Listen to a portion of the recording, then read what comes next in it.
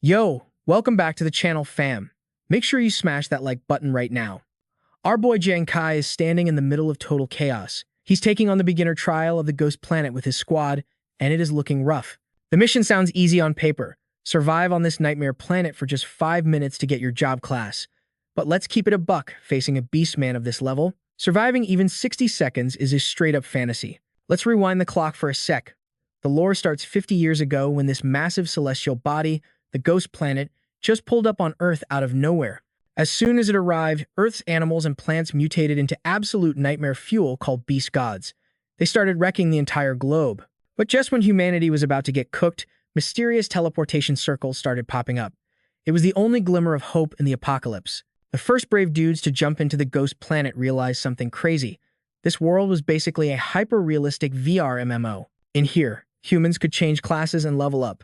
Classic RPG stuff, right? Once you change classes, you get data, stats, gear, and skills you can upgrade. That's how the Explorer was born. These are the adrenaline junkies who flock to the ghost planet chasing that sweet, sweet power. Back to the present. Jang Kai is facing the brutal reality of the newbie trial. Spoiler alert, his whole squad got wiped. He is the last man standing. In front of him, a bottomless abyss. Behind him, no exit. As that beast man slowly creeps up on him, Jang Kai's mind goes totally blank. But look at his eyes. That's the fire of defiance right there. He didn't drain his family's bank account just to die like an NPC. No way is he accepting this game over. Instead of letting the beast take his head, Jang Kai decides to bet it all on one desperate play. With nerves of steel, he makes an insane decision. He yeets himself straight into the abyss. As he falls, he sees the beast man skid to a halt at the edge. Even the monster wasn't ready for that move. Suddenly, a blue hollow panel pops up in midair. It says, "Because your behavior is that of a true gambler, congratulations. You triggered the 1 in a million probability to unlock a hidden class. Class change successful." Big W in the chat, guys. He has become the legendary hidden class, the gambler. Sometime later, Jang Kai wakes up near a forest, coughing up a lung. But wait, something feels off. He fell from a crazy height, but he took 0 fall damage. Even the wound the Beastman gave him is completely gone. Ding! The system screen pops up again. Since his class change was a success, his stats got refreshed. Basically, his HP bar is back to 100%. And standing right there is a total baddie with long white hair flowing like a waterfall. Jang Kai knows exactly who she is, the AI admin of the ghost planet. She doesn't deny it and starts breaking down his new cheat codes. The gambler's talent is called double. Listen to this, any reward or penalty from the system gets multiplied by 2. There's even a small chance for a super double, which buffs the effect by 10 times. And because Jang Kai triggered this talent right when he awakened, he actually got 2 class talents instead of 1. She explains that he gets a bonus talent for the gambler class. Jang Kai is shook. Normal players get 1 skill. He just pulled a buy 1 get 1 deal. What kind of main character plot armor is this? The second talent he got is called Super Critical Strike. This thing modifies his crit damage to a staggering 200 times the normal amount. His base crit rate is starting at 0.1%. He opens his status window. Level 1, with 4 strength, 8 vitality, 12 agility, 12 spirit, and 0 defense. But Jang Kai is shocked again. An average noob usually has about 20 total stat points after a class change. But our boy, he's sitting at 36. The AI explains that his double talent even doubled the bonus points from the transfer. Jang Kai's eyes are glowing. That means every time he levels up, he's gonna leave the competition in the dust. Ordinary players get 10 points, he gets 20. 1 level for him is like 2 levels for everyone else. And don't even get me started on the super critical talent. A normal crit deals double damage. His deals 200 times the damage. That is broken. Even if the rate is low right now, once he grinds and raises it, his damage output is going to be absolutely catastrophic. Jang Kai is loving this. His reckless jump off the cliff didn't just save his life, he literally hit the jackpot. Speaking of jackpots, he remembers something. When the monster threw its weapon at him, it fell into the abyss too. He spots it stuck in the riverbed free loot. Originally, he just came here to make quick cash for his big brother's kidney transplant. Even a trash class makes money faster here than on Earth. But he never expected to become the protagonist of an awakening story with an OP class like the gambler. Now, he can probably pay off those medical bills in no time and have his family living the high life. With that motivation, he rips the Beastman's spear out of the river. Ding! New notification. Now that the class change is done, it's time for the rookie quest. Objective: safely reach Saint City within 7 days. The class change was just the tutorial. Surviving this newbie zone is the real test. He has 7 days to reach the end of the trial zone, but the road to victory is paved with impossible obstacles. First, he has to cross a zone crawling with monsters. If he takes an L here, it counts as a failure, and he gets teleported back to Earth. Now, dying here doesn't kill you in real life, but the re-entry fee is astronomical. That's a penalty only the rich kids can afford. Jang Kai already spent his family's entire life savings just to get here once. Failure is not an option. The wealthy can afford to respawn 1,000 times. But for a broke guy like him, failure is a death sentence. There are no second chances. He needs nerves of steel. Jang Kai grips his weapon tight, inching forward into the unknown. Suddenly, a blood-curdling scream rips through the air. Wait, that voice is familiar. If his ears aren't playing tricks on him. Yeah, no mistake. That hysterical screaming is coming from his day one homie, Yuan Zhu. What is he doing here? Don't forget to sub for the next episode. My guy was absolutely cooked, surrounded by green viper snakes. Knowing Yuan Zhu's deathly phobia of anything with scales, that terrified face was valid, no cap. Jian Kai froze in his tracks. He couldn't just Leroy Jenkins this situation.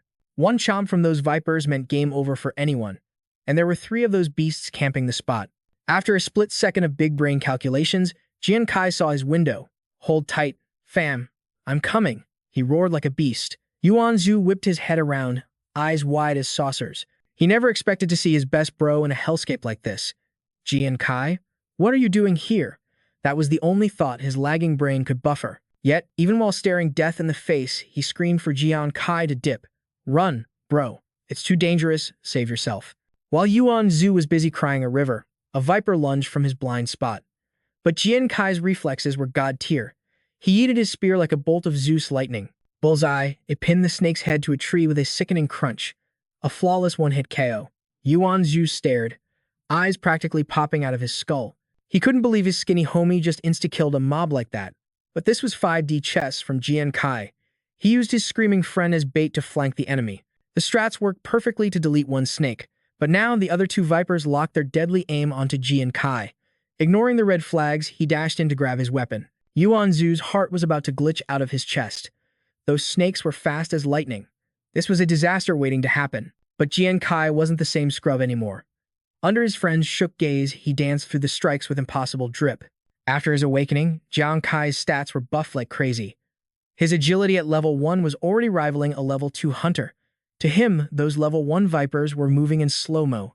But that insane skill display? Just the warm-up. The dub was already secured. Yuan Zhu, keep the aggro on you, Jian Kai shouted. Yuan Zhu understood the assignment instantly. Seizing the moment, Jian Kai ripped his spear free.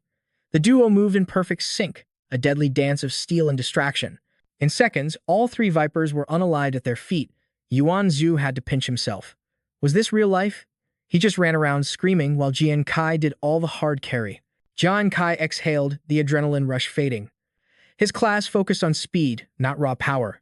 Yet, he decimated level 1 monsters with 0 effort. Turns out that Iron Spear he looted was an elite starter weapon, the perfect tool to dominate this newbie zone. The legends say noobs get wrecked here.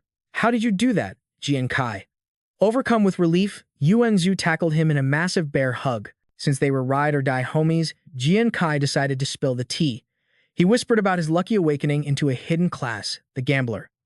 But keep this on the low, all right, Gambler? Yuan Zhu looked confused for a second before his ego bounced back. Well, IDK, what that is. But my class is top tier too. My build isn't trash either, you know. He had awakened as a martial apprentice, a total powerhouse class. At level 1, he boasted 8 constitution, 8 strength, and 5 agility. No wonder he survived that snake ambush.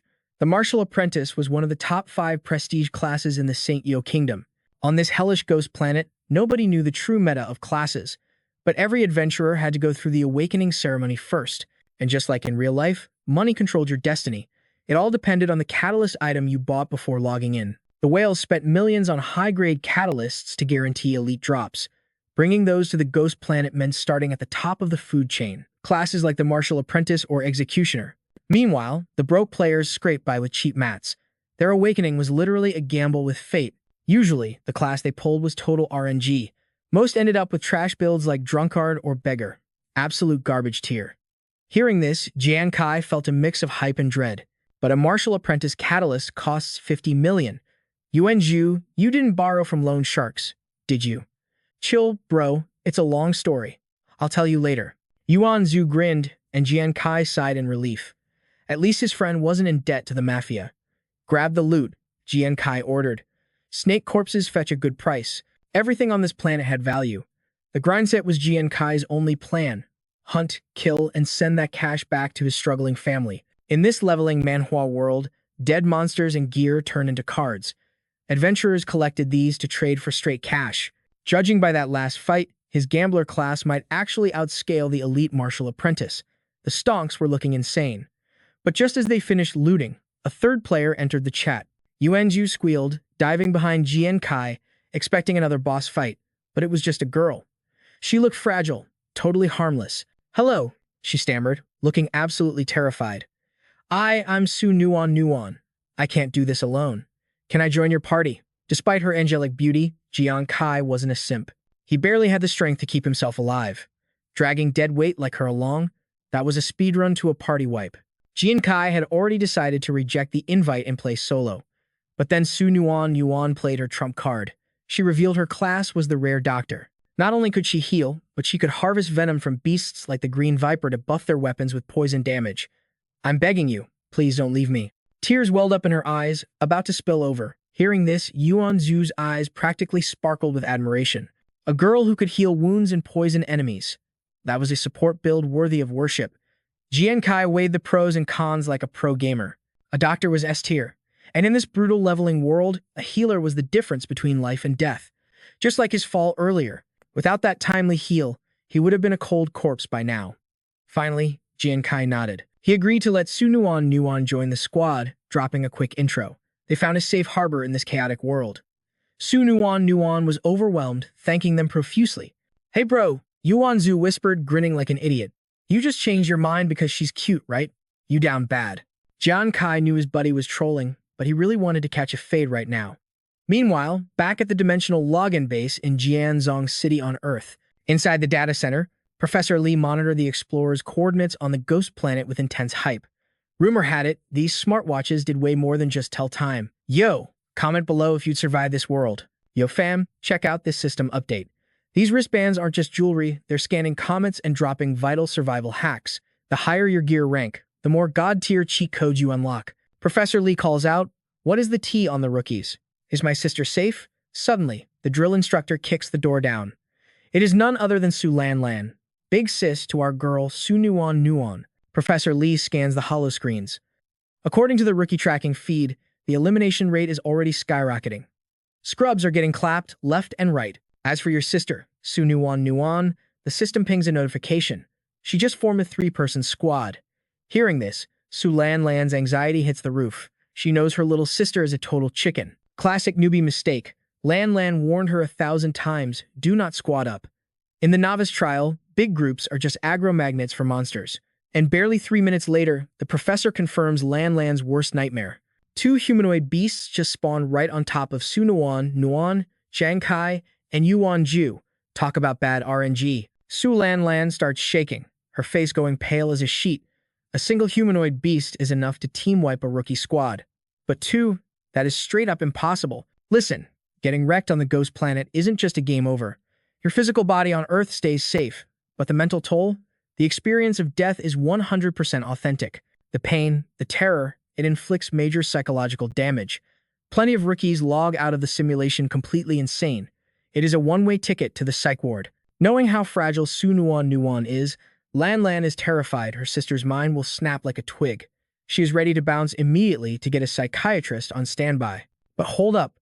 Just as Lan turns to leave, Professor Lee shouts a crazy update. Her sister is still breathing. And get this, the squad actually exterminated both beasts. The whole control room is shook. Let's hit the rewind button 3 minutes. When those monsters first ambushed them, the instinct was purely primal. Run for your lives. Jang Kai is booking it too, but he quickly spots the fatal flaw. Yuanju's agility stats are trashed here. The monsters are going to catch him in seconds. Jang Kai slams on the brakes. He screams for Yuanju and Su Nuan to keep running while he stays back to draw aggro. What a legend.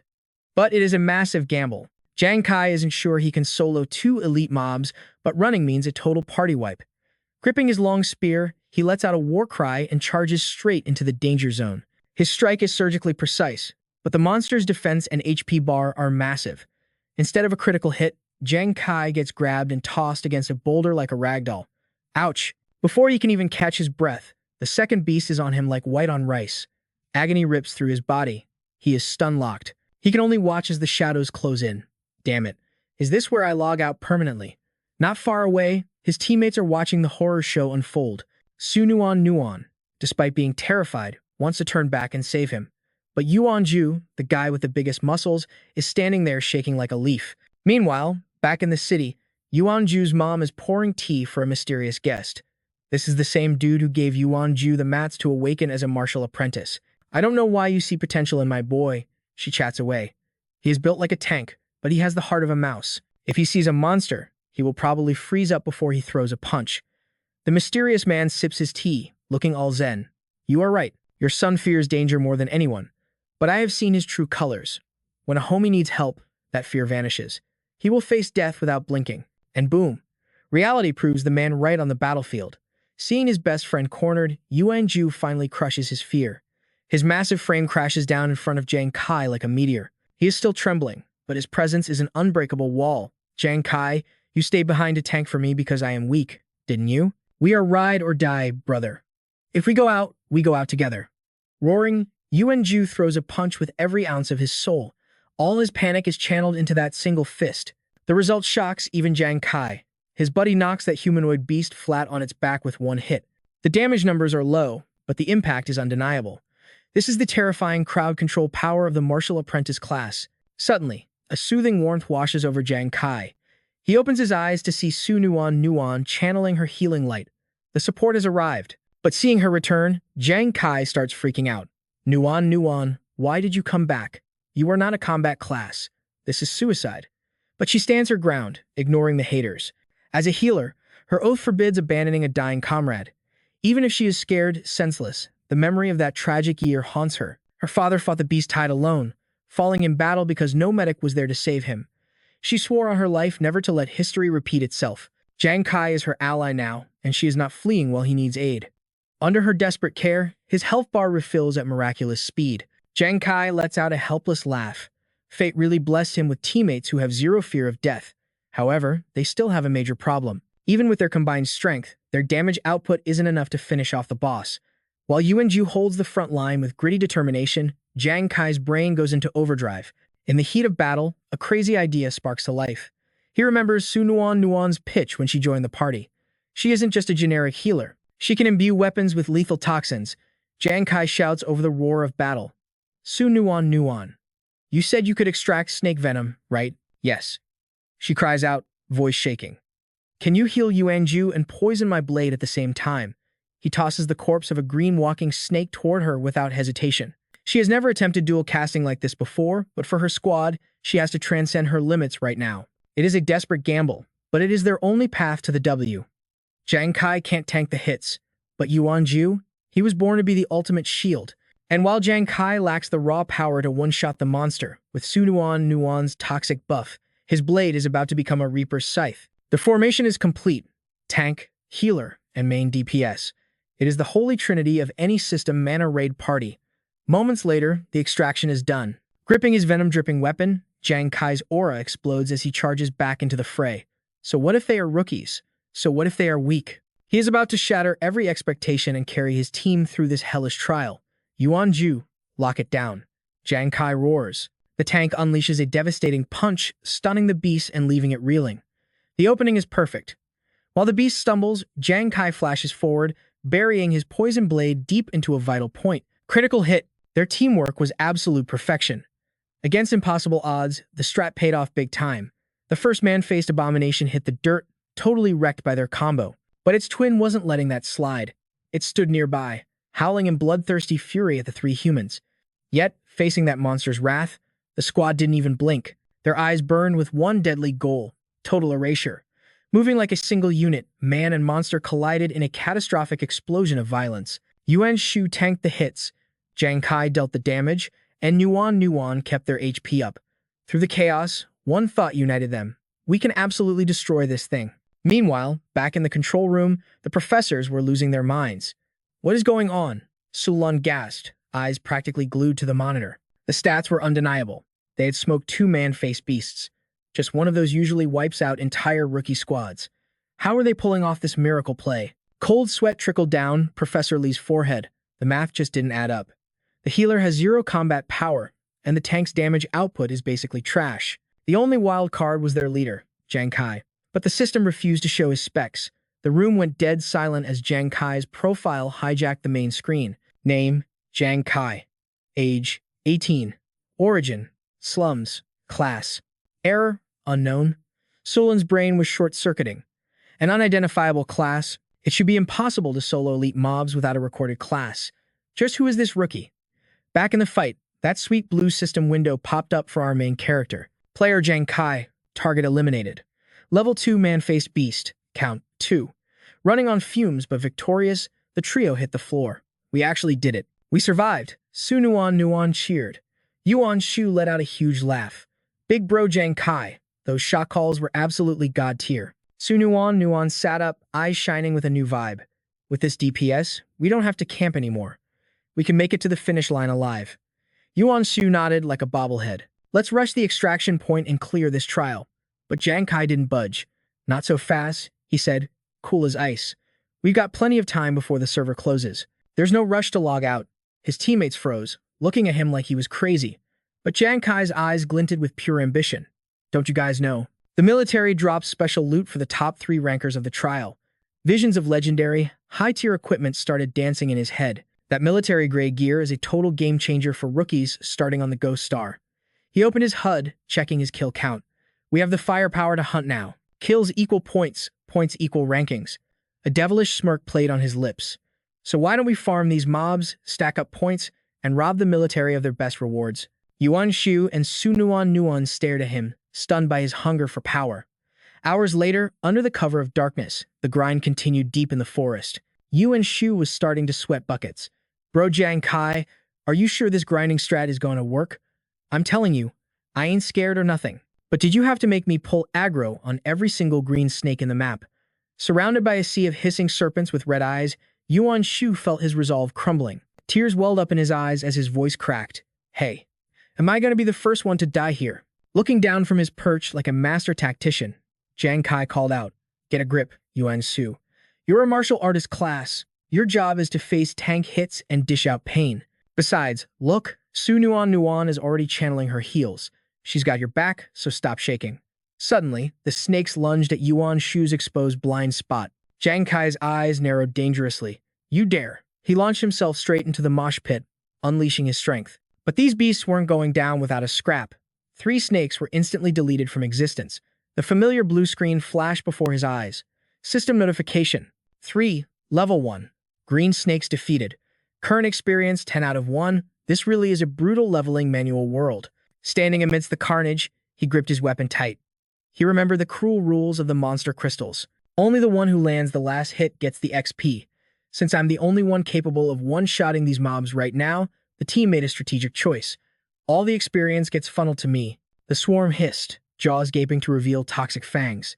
They struck like lightning, but Jang Kai met them head-on, dancing through the chaos like a ghost. He unleashed his full kit. One by one, the serpents fell before his might. His mind was locked in. I have to level up first. I need the stats to carry this team.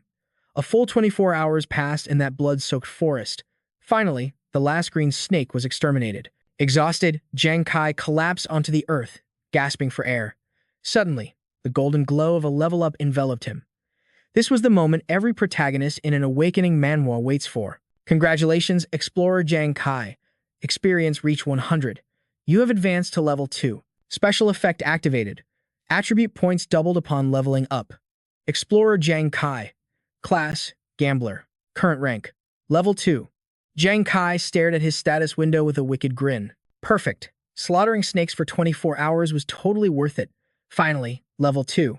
Yuan Shu and Su Nuan rushed over, their faces lighting up with relief. Su Nuan clasped her hands, gazing at him with pure admiration.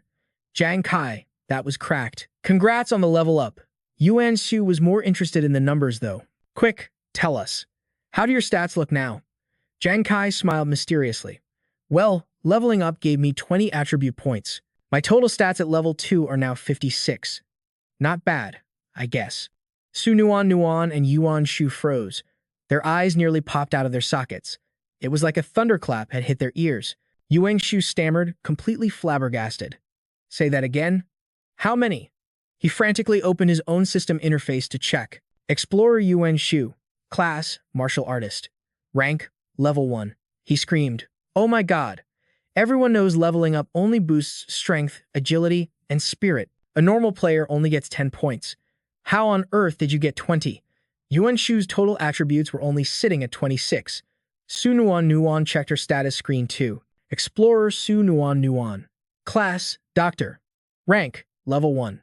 She gasped, doing the mental math. Total stats of 56 at level 2. Jang Kai. That's equivalent to a level 4 adventurer. That is absolutely terrifying intensity. Su Nuan only had 12 points total. Seeing their confusion, Jang Kai decided to spill a bit of the tea. Don't freak out. It's just a class characteristic. My class is special. It doubles all rewards, level ups, and prizes. But yo, the stakes are doubled too. High risk, huge payout. Just keep it on the down low, all right. Su Nuan stepped up, literally vibrating with excitement. Pinky promise. I don't get the math, but bro, your class sounds straight up broken. Yuan Zhu was low-key salty. Why is your kit so much cooler than my basic martial artist setup? Suddenly, reality glitched. The system AI materialized right in front of them, locking eyes with our main man, Jang Kai. Level 2 players usually get 1 skill, but since you're rocking that gambler talent, you're getting a double drop. Jang Kai blinked, processing the news. Even skill acquisition is doubled. This mana mechanic is absolute madness, so I copped 2 skills immediately. Yuan Zhu and Nuan looked at him like he was an alien. Yuan Zhu lost it. Bro, even your skills multiply? That is actually illegal. So OP. The AI just nodded calmly. Affirmative. First skill unlocked. Ghost hand card throw. A glowing icon popped up, showing a hand flipping a card. The stats scrolled by. Thrown items get a 20% penetration buff. But if he throws cards, that damage spikes by 200%. The catch, spirit cost doubles too, and it's upgradable. Next up, Ghost Eye Focus. The icon was this creepy eye with dual red pupils. Visual range and tracking boosted by 50%. Basically, legal aimbot. Spirit cost doubles here too. Jang Kai crunched the numbers. 2 ranged skills. Gotta figure out the meta, but this gambler class is a whole vibe. He clenched his fist. Alright, power spike secured. Let's go farm some high-level mobs for that sweet XP. Su Nuan beamed, eyes turning into little crescents. Meanwhile, Yuan Zhu was in the back, hands on hips, still salty. Look at this kid flexing again. Scene change. 2 days later, over at HQ, Su Lan was glued to the monitors. Professor Lee slid up. Instructor Su, it's been 2 days. Gotta be honest, didn't think your little sister would last this long. Su Lan gave him a look that could kill. Oh really? She laughed coldly. The rookie squad is still kicking. Looks like that Jang Kai guy is actually carrying them. Suddenly, chaos erupted. Officer Lin burst in, pointing at the screens like a madman. Yo! Attention everyone monitoring the rookie zone. The trial is compromised. Code red immediately. Everyone whipped around, faces dropping as panic set in. Lin was gasping for air. High Command flagged a breach. Country L sent agents across the border. They're swarming the rookie zone. Before he could finish, a massive aura filled the room. Lin snapped to attention instantly. The Supreme Commander, Wei Ying, walked in. The air got heavy real quick. He paused, looking dead serious. Prepare countermeasures, now. Su Lan's voice shook. Elder Wei, is this for real? A full-scale invasion? Wei Ying sighed. If it was fake, I wouldn't be here. Su Lan's face went ghost white. She immediately thought of the worst. This is a disaster. The intruders from Country L, they're professional newbie killers. They're basically spawn camping our talent before they can even level up. Back in the trial zone, the rookies were clueless. Hang in there, someone shouted, totally unaware of the danger. We won't give up. But fam, little did they know. A nightmare was loading. Just then, red warning holograms popped up everywhere. By the laws of this mana world, the Ghost Star trial is supposed to be a safe zone. No high-level veterans allowed. Newbies are on their own. But these Country L invaders, they don't care about the rules. Using a glitch in their class traits, they bypassed the firewalls to invade other servers. Even the system couldn't stop them. These guys weren't soldiers. They were butchers. They hunted players down, traumatizing them so bad it scarred their souls. Flashback to a nightmare scenario. A rookie named Tran Hai, cornered like a rat in a trap, blade at his throat, crying for mercy that wasn't coming. No hope. Just a scream fading into the void. Don't do it. Their real goal was psychological warfare. Total mental breakdown. They wanted to scare rookies so bad they'd never log in again. Literally deleting a nation's future military power. Even after being rescued, Tran Hai was broken. I won't go back. Kill me, but I won't go back. At HQ, Su Lan Lan slammed the table, shaking with rage. Those scumbags, she gritted her teeth. Nuan is too soft for this. Her mental game isn't ready, if those animals catch her. Commander Wei Ying sighed, the weight of the world on his shoulders. Get the counselors ready.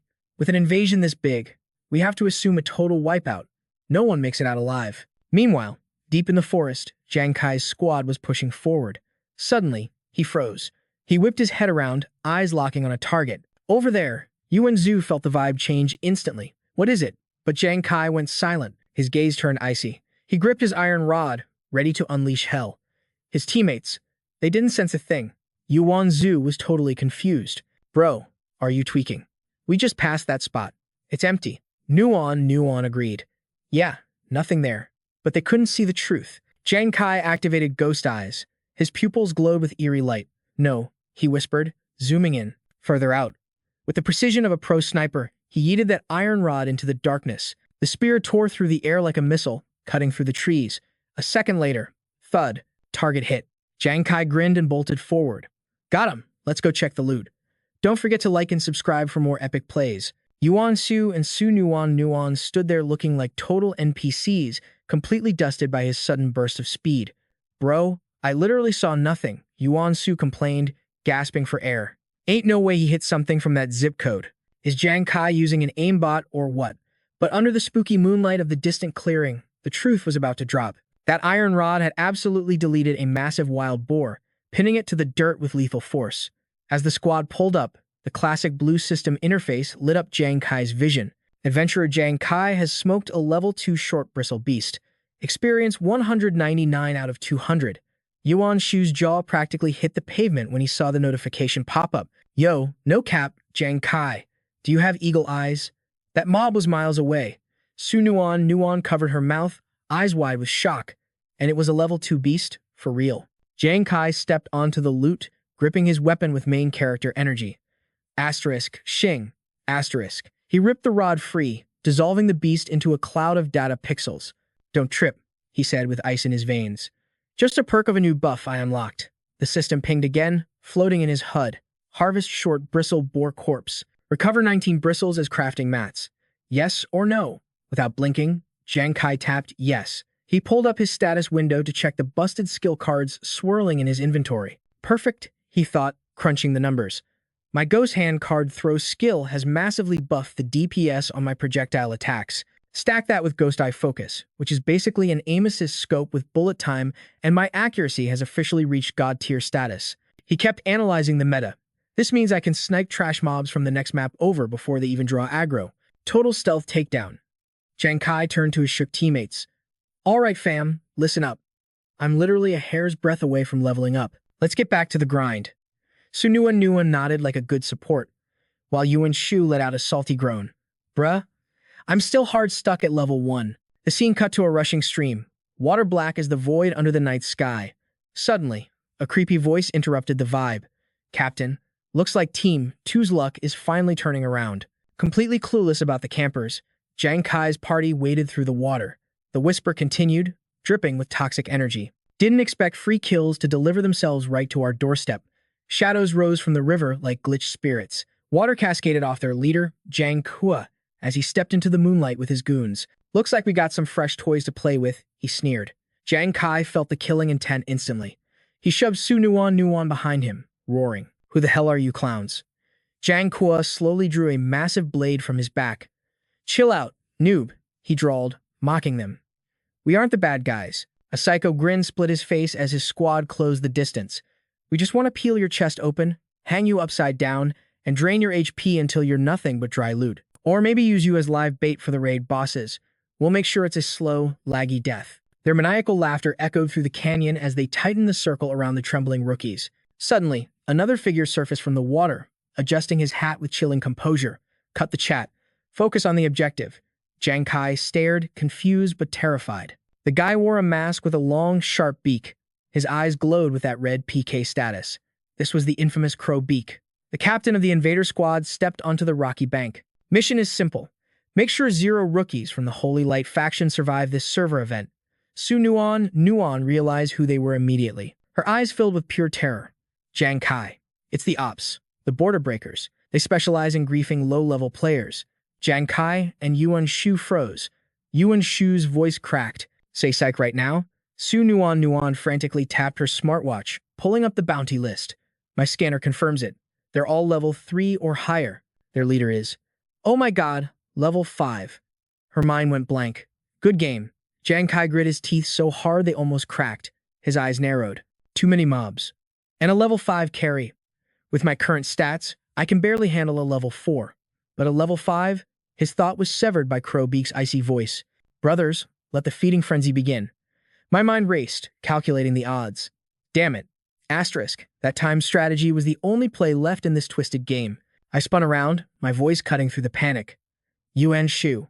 Nuon. Stick together. We're splitting the party. Move out, now. Confusion flashed in their eyes, but survival instinct kicked in. They bolted. Crow and his squad just watched, cruel smirks on their faces. Crow scoffed, toxic as ever. Sharing the blessings, but splitting the pain? Is this how the Saint faction operates?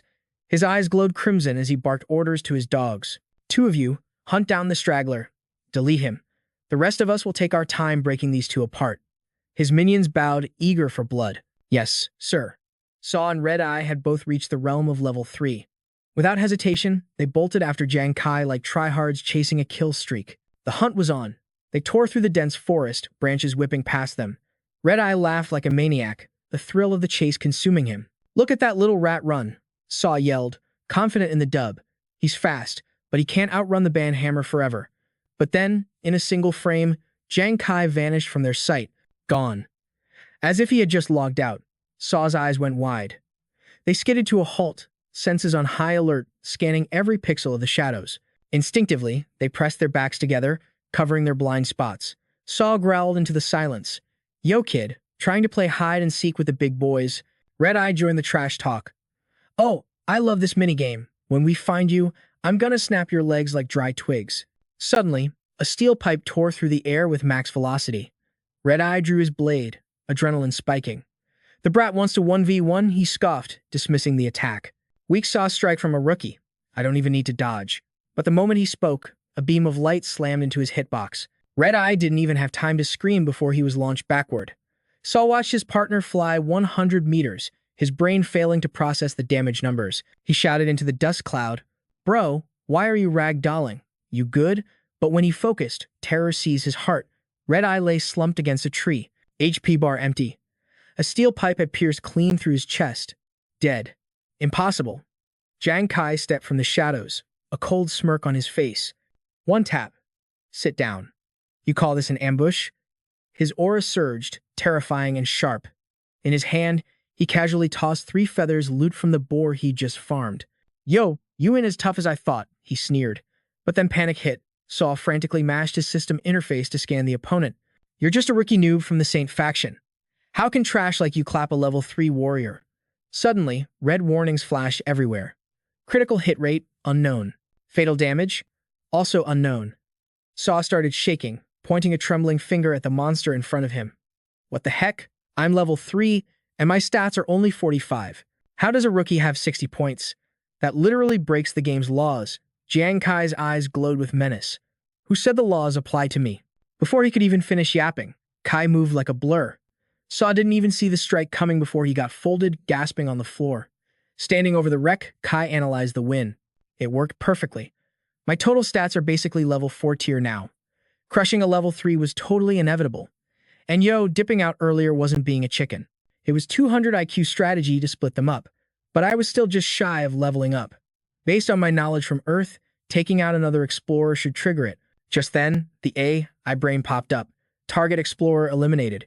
You may now loot the deceased's watch. Also, before the data disappears, do you want to drain their experience points? 2 level 3 explorers, that's 100 points each. Whatever you take, they lose double in the penalty zone. Jang Kai's grin got wide and wicked. I knew it.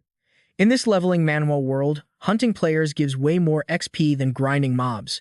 I'll take 100 points from each. The AI vanished, and a golden notification flashed. Congratulations. You have reached level 3. Hype overloaded, he pulled up his status window. Finally, name, Jang Kai. Class, Gambler. Level, 3. He walked over to the broken bodies of Red Eye and Saw with ice in his veins. He stripped the watches off their wrists and ran the math. Total stats at 76. A standard level 5 is only around 60. He gripped his steel pipe, eyes burning with determination. I'm cracked enough now. Time to save Yuan Zhou and Su Nuan. But back at the clearing, things were looking tragic. Yuan Zhou was leaking blood fast, his arm completely messed up. Su Nuan's clothes were shredded, and her energy was hitting zero. Hansat, one of the chasers, laughed at their struggle. A martial artist and a healer? Never thought I'd catch such elite classes from the Saint faction. Lu Shadow stood next to him, laughing. Jackpot. Those are premium classes right there. Another thug played with his dagger, watching Su Nuan desperately heal her partner. Don't finish them yet. Grind them down slowly. Let them feel every agonizing second. Tears filled Su Nuan's eyes as she channeled her light. Yuan Zhou. Jang Kai is being hunted by 2 assassins. Do you really think he's coming back? Yuan Zhou gritted his teeth against the pain. He'll be here. I know it. He might be a ladies' man, but when the beef starts, he's serious. Yuan Zhou stared down the darkness closing in. If his friends are in danger, he would never abandon the squad. Crow stepped forward, looking bored. I'm tired of playing with my food. Skin them alive. Han Sat nodded with pleasure. But Yuan Zhou's faith didn't waver. He is coming. And then boom! Like a storm god descending, Jang Kai burst from the tree line. Blue lightning crackled around his body in a terrifying flex. With a flick of his wrist, death flew through the air. 2 minions moved to execute the prisoners, but before they could strike, something pierced their skulls. Instant delete. Su Nuan gasped, spotting the weapon stuck in the enemy's head. That's a short dart. Yuan Zhou grinned through the pain. Told you, fam. Crow stared at the bodies, absolutely shook. Who's there? Did that rat sneak back? Show yourself, coward. Crow spun around, scanning the dense forest, but only silence answered. The predator had just become the prey. Crow started trembling, his pupils dilating in pure terror. His mind went blank, reality dissolving around him. Is this the power of a hidden class from the Saint realm? Survival instinct screamed to him to run. He turned and booked it into the darkness. Yuan Zhou and Su Nuan watched, stunned, as the hunter became the hunted. The captain is running away, Su Nuan shouted. Suddenly, a figure emerged from the shadows like a demon of the night. It was Jang Kai. He gripped a steel pipe, his aura blazing with killing intent. You tortured my brothers and think you can leave? His eyes burned with rage. Pay with your life. Get down. Jang Kai hurled the pipe like a javelin. It tore through the air, piercing Crow instantly and detonating with a thunderous blast. One short scream, and the enemy crumbled to his knees. Smoke choked the entire battlefield. The bodies of the invaders lay scattered, a testament to the carnage. Jang Kai walked out of the forest, dusting his shoulders off. The trash has been taken out, he said calmly. Su Nuan, you good? She looked at him, tears welling up. He had finally returned. She wanted to rush into his arms, but her voice trembled with despair. It's Yuan Zhou. His wounds are fatal. My healing magic. It's not working anymore. Yuan Zhou lay motionless in a pool of his own blood, cuts covering every inch of his body. Life was draining away fast. He cracked his eyes open, forcing a weak smile. Jang Kai. Knew you'd come back, but I don't think I'll make it this time. He collapsed, whispering his final words. Go on without me. Su Nuan sobbed beside him. Yuan Zhou pointed a shaking hand at his best friend. Su Nuan, adventuring with you was the best memory of my life. You too. Carry my share of the burden. His eyes drifted shut, past the trial for me. Brother. Su Nuan wailed, her heart shattering into pieces. Jang Kai stood over him, fists clenched, looking down at the dramatic scene. True. Suddenly, Jang Kai grabbed a half-dead invader and threw him directly onto Yuan Zhou's dying body. What are you whispering about down there? Su Nuan. Nuan's crying stopped instantly. Crushed by the sudden weight, Yuan Zhou sat up, screaming in pain. Ouch. Hey, death hurts. He looked around, confused, staring at the living enemy on his lap. Jang Kai smirked, explaining the mechanics of this leveling manhwa. I dragged 6 of them back. I only crippled them so you too can land the killing blow. Gain the XP, level up, and the system will fully restore your health. Realization dawned on Su Nuan right then. Killing explorers grants massive experience points. It triggers a level-up recovery. Yuan Zhou blinked, the awkwardness hitting him hard. Wait, really? So my tragic death speech was just embarrassing? Jang Kai ignored him, seeing his friend fully energetic again. Didn't they enjoy torturing you earlier? Jang Kai asked, eyes narrowing dangerously. Now we return the favor. Even a left hook counts as a last hit. Yuan Zhou and Su Nuan exchanged demonic grins. It was time to teach these clowns a harsh lesson about karma. The invader on the ground clawed at the dirt, terrified out of his mind, trying to escape. Yuan Shu let out a laugh that sounded straight up demonic. Jiang Kai, this feels sketchy, but the three of them towered over their prey with eyes full of hunger. Sketchy? Nah, fam. Jiang Kai chuckled darkly. In Shanghai, we just call this returning the favor. It's a beautiful tradition, and we gotta respect the classics. Yuan Shu's shadow stretched out like a hungry beast, swallowing the screaming victim whole. Ah, yes. A fine tradition indeed. I'll make sure to preserve it with the utmost care. The invader shrieked like a banshee. Get away from me, you psychos. Meanwhile, back at the Data Research Institute of the L Nation Smuggler Administration, total chaos broke out. Red alerts blared as operatives ripped off their headsets, waking up screaming. It was a nightmare scene. He's a literal monster. The squad woke up from their simulation pods, minds completely shattered by the trauma. Blue Shadow grabbed his head, shaking like a leaf in a storm. That new kid at St. High. He didn't just beat us, he slaughtered the whole squad. That wasn't a battle, it was a public execution. Hansat woke up drenched in cold sweat, roaring in pure rage. My experience points. They stole my grind. My level just dropped. In the observation room, the higher-ups were glued to the screens. Jang Kai, a top-tier leader, stared at the disaster, his brain refusing to process the L they just took. What on earth is going on? How did my elite squad get absolutely folded like laundry? Did St. High unlock some secret new class just to hunt us down? Back at St. High Command, Professor Lee stared at his tablet, panic levels rising. Bad news. Everyone. Data from Su Nuan's watch confirms it. They ran straight into the smuggler squad. Su Lan gasped, terror gripping her chest. Wait, is my sister hurt?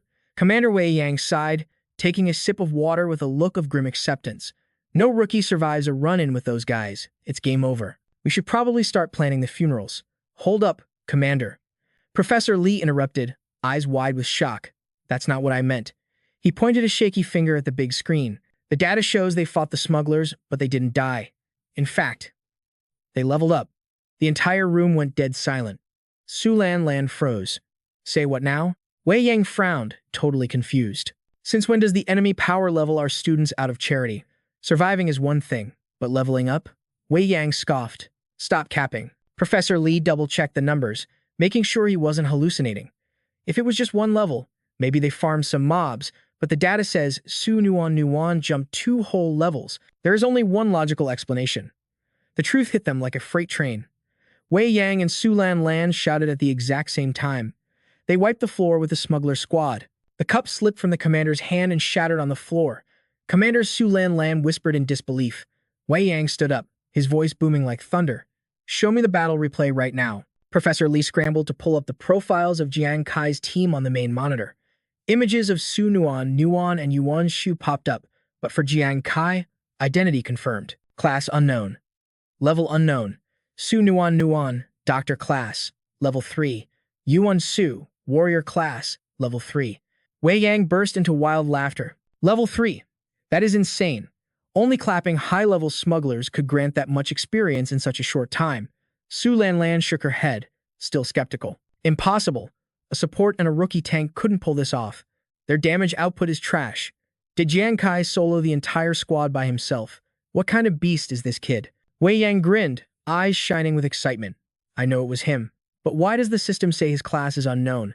What kind of glitch is this? Professor Lee stared at his tablet, his brow furrowed deep in confusion. I found some traces of Jiang Kai, but the math isn't mathing. The signal source is unidentified. Usually, every explorer on the demon planet rocks a smartwatch to sync with the central database, standard issue stuff. But Jiang Kai, he's running on a first-generation device, a relic from the Stone Age. As he spoke, Professor Lee projected the image of the antique watch for the whole room to see. His model was the prototype used on the demon planet. He analyzed sharply, but the servers for the first gen shut down over 10 years ago. Connecting to the network with that piece of junk is basically impossible. That's exactly why his data is ghosting us. Hearing this, Su Lan gasped in sheer disbelief. Excuse me, what era is this kid living in, who still uses ancient tech like that? Wei Yang, sitting nearby, smirked with interest. Not bad. This kid is getting more interesting by the second. Su Lan Lan immediately turned to the professor, her voice commanding, "Get me every scrap of intel on Jang Kai. I need to know exactly what kind of monster we're dealing with." The professor nodded. "You got it." Meanwhile, back with Jang Kai's squad, Yuan Shu stared at his status window, shaking with hype. "Holy cow. I actually leveled up and got full health back." Su Nuan Nuan. Nuan also opened her interface, happiness overflowing as she pumped her fist in the air. "I can't believe it. Me too."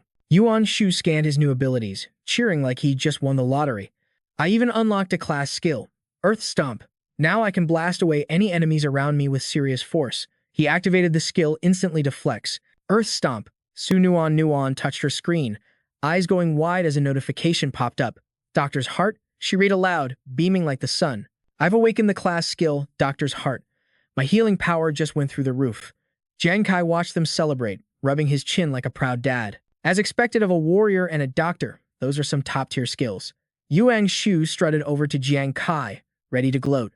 "Yo, Jang Kai, check this out. I'm a full level higher than you now, bro. I bet I could take on those invaders better than you can." Hearing the taunt, Jang Kai calmly opened his own status panel. "You think level 3 is enough to handle an invader? Hate to break it to you, fam, but I'm already level 4. Take a good look at these stats." Yuan Shu leaned in, and the moment he saw Jang Kai's stats, his jaw practically hit the pavement. "Huh." Yuan Shu grabbed his head, looking like his entire reality just crumbled. "When the hell did you hit level 4? Weren't you just level 2 a second ago?" Su Nuan Nuan's eyes sparkled with pure admiration. She gasped.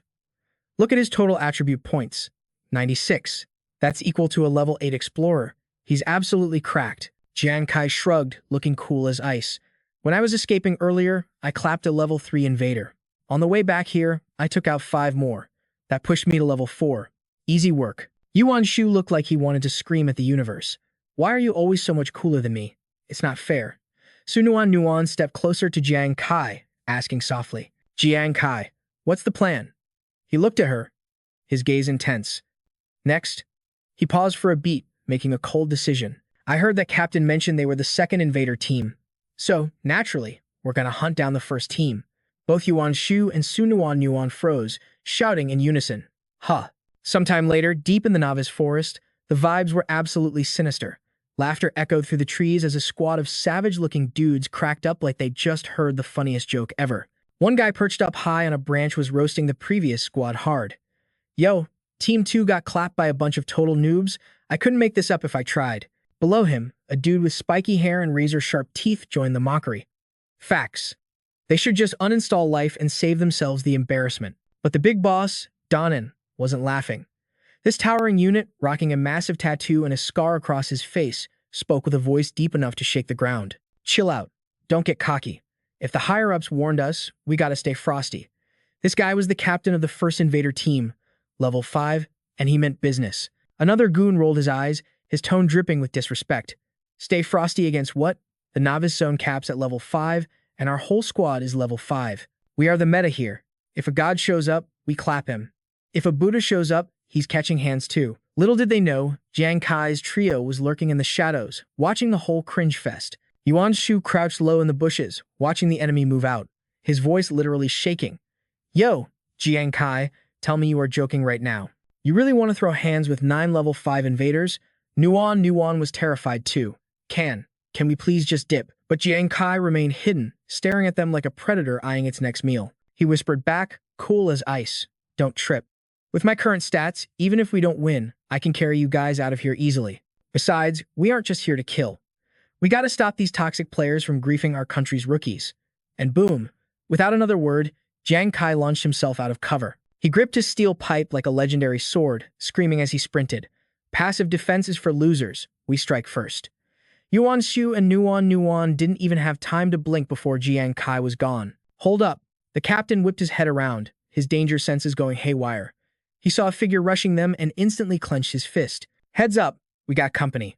The gang turned, and Donan instantly scanned Jang Kai with his smartwatch. He smirked.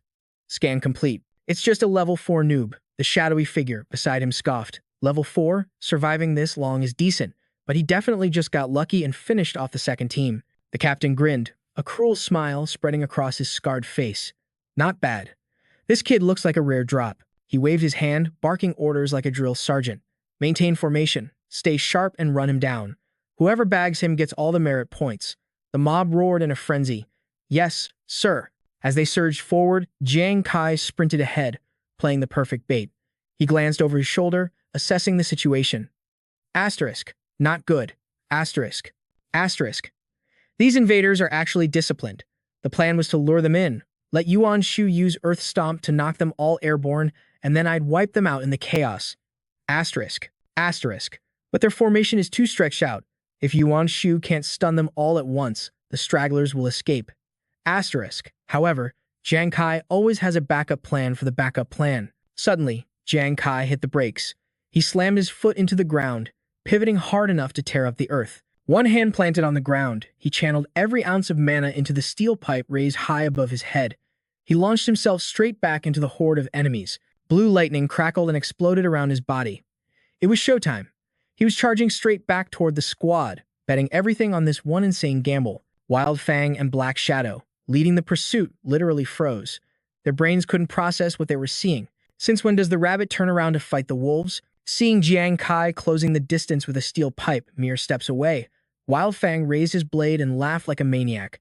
Where do you think you're going? Did your legs give out from fear, little brat? Asterisk slash asterisk. He swung his blade, carving a bloody line across Jang Kai's arm, his face twisted in arrogance. Wake up to reality.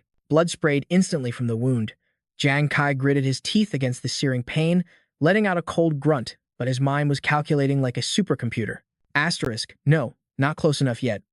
Asterisk. Jang Kai suddenly spun around and fled again. Wild Fang roared in frustration. You think you can still run away from me? Seeing the invaders clustering together, Jang Kai thought, asterisk, perfect. They took the bait. Asterisk. Black Shadow raised a knife, screaming, I'm gonna skin you alive. Jang Kai charged back toward Black Shadow's group again, thinking, asterisk, still not tight enough. Asterisk. He was dancing through their formation, effortlessly dodging every lethal strike with impossible grace.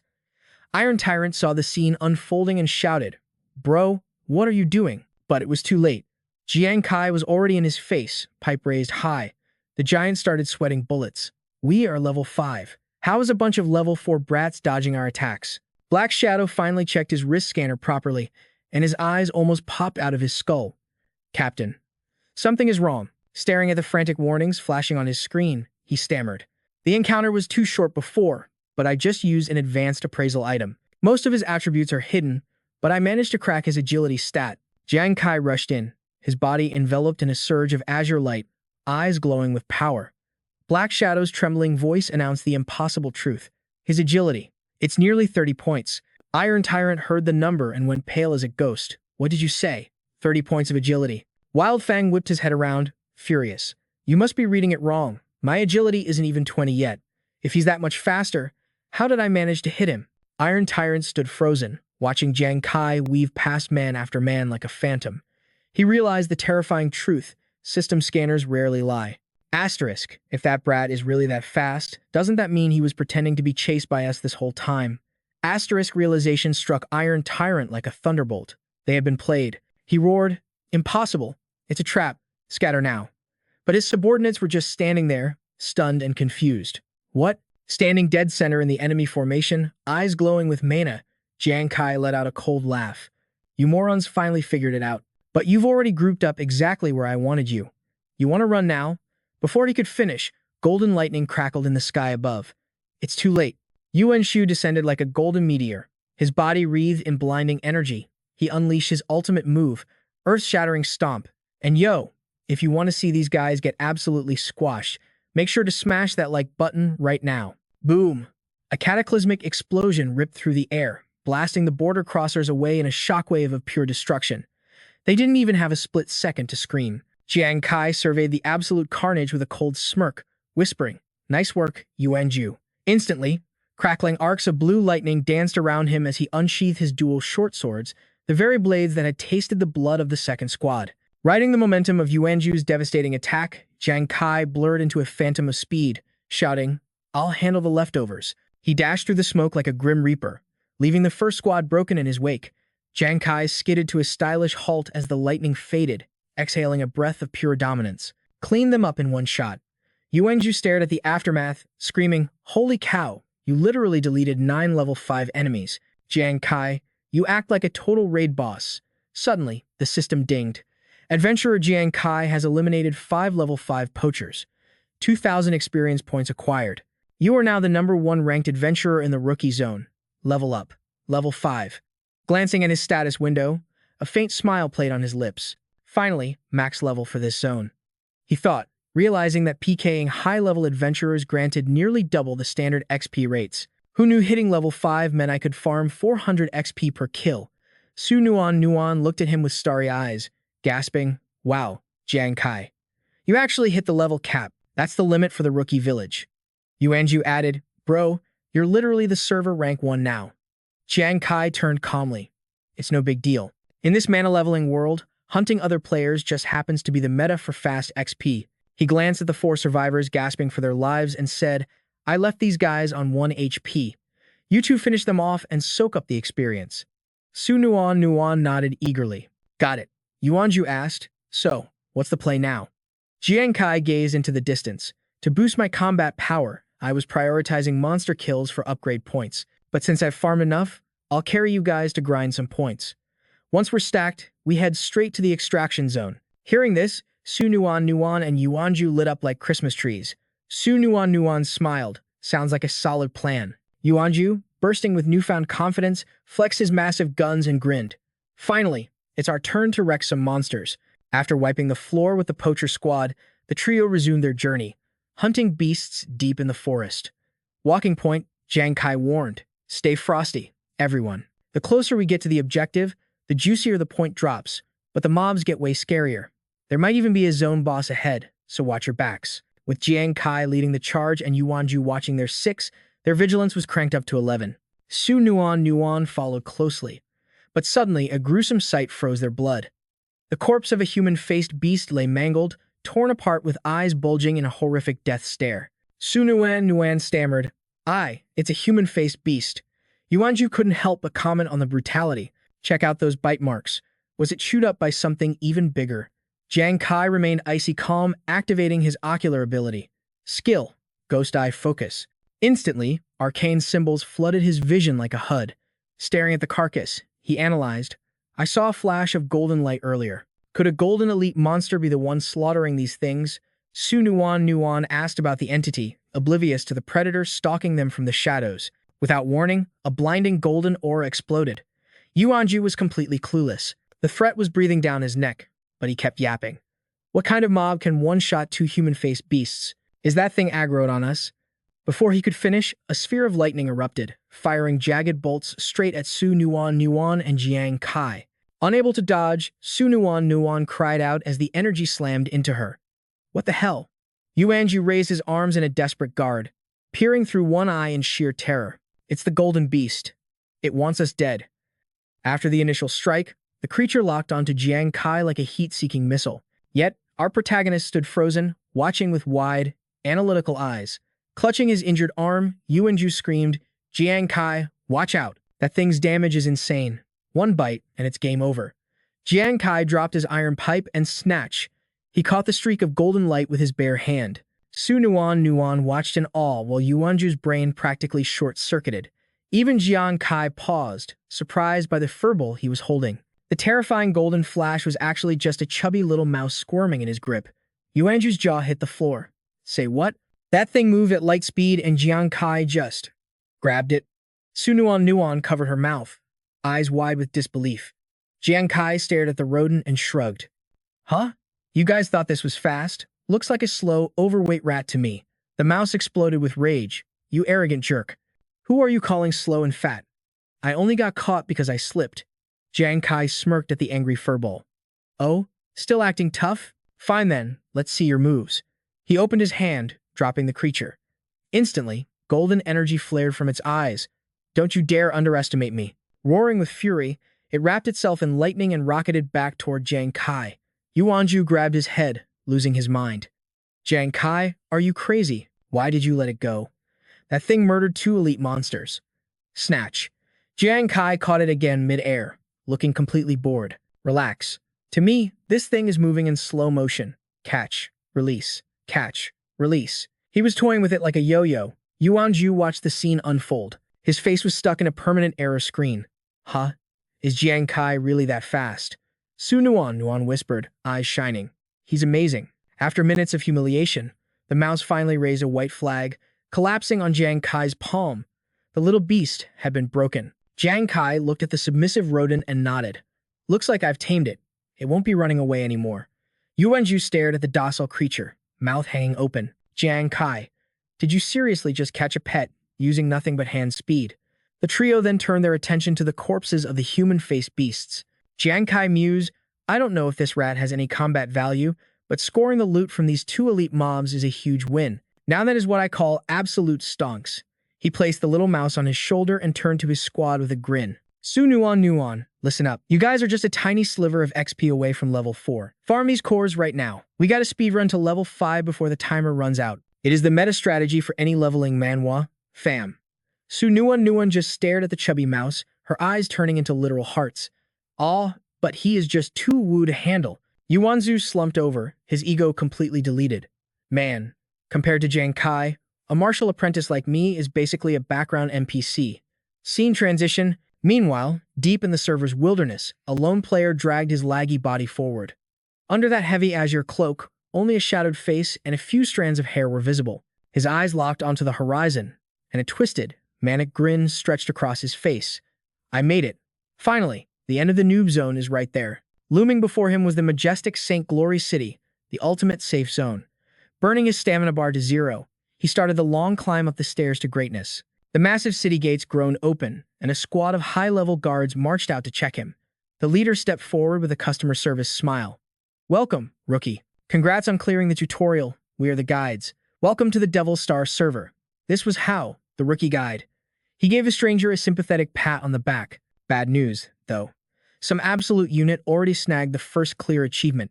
But hey, don't sweat it. Rank isn't everything, bro. Just surviving is a dub in itself. But before How could finish, the stranger violently smacked his hand away. Huh, you think I am not number 1? He fanned out a massive deck of monster cards like he was flexing his credit score, his voice dripping with arrogance. On what grounds do you claim I took the L? The 3 guides stared at the sheer volume of loot, their jaws hitting the floor. Hawaii, standing in the back, gasped. No shot. The leaderboard is based on points, just like a high-stakes system manhwa. With that much loot, his score is going to be glitching through the roof. How frown in disbelief. How could one rookie solo that many mobs? The stranger slowly pulled back his hood, revealing spiky blonde hair and a sneer that screamed rich villain energy. I am Huang Wei, the second young master of the Hong family, a future executive of the Black Tortoise Guild. I grinded through hellish special training before I even logged into this planet, the Hong family's second son. Hao's eyes nearly popped out of his skull as the realization hit him like a Nerf bat. Wait, the whales that own the Black Tortoise Guild? Javi chimed in, voice shaking. That is one of the 10 great guilds. No wonder he is up. Hao quickly switched up his attitude. My apologies, young master.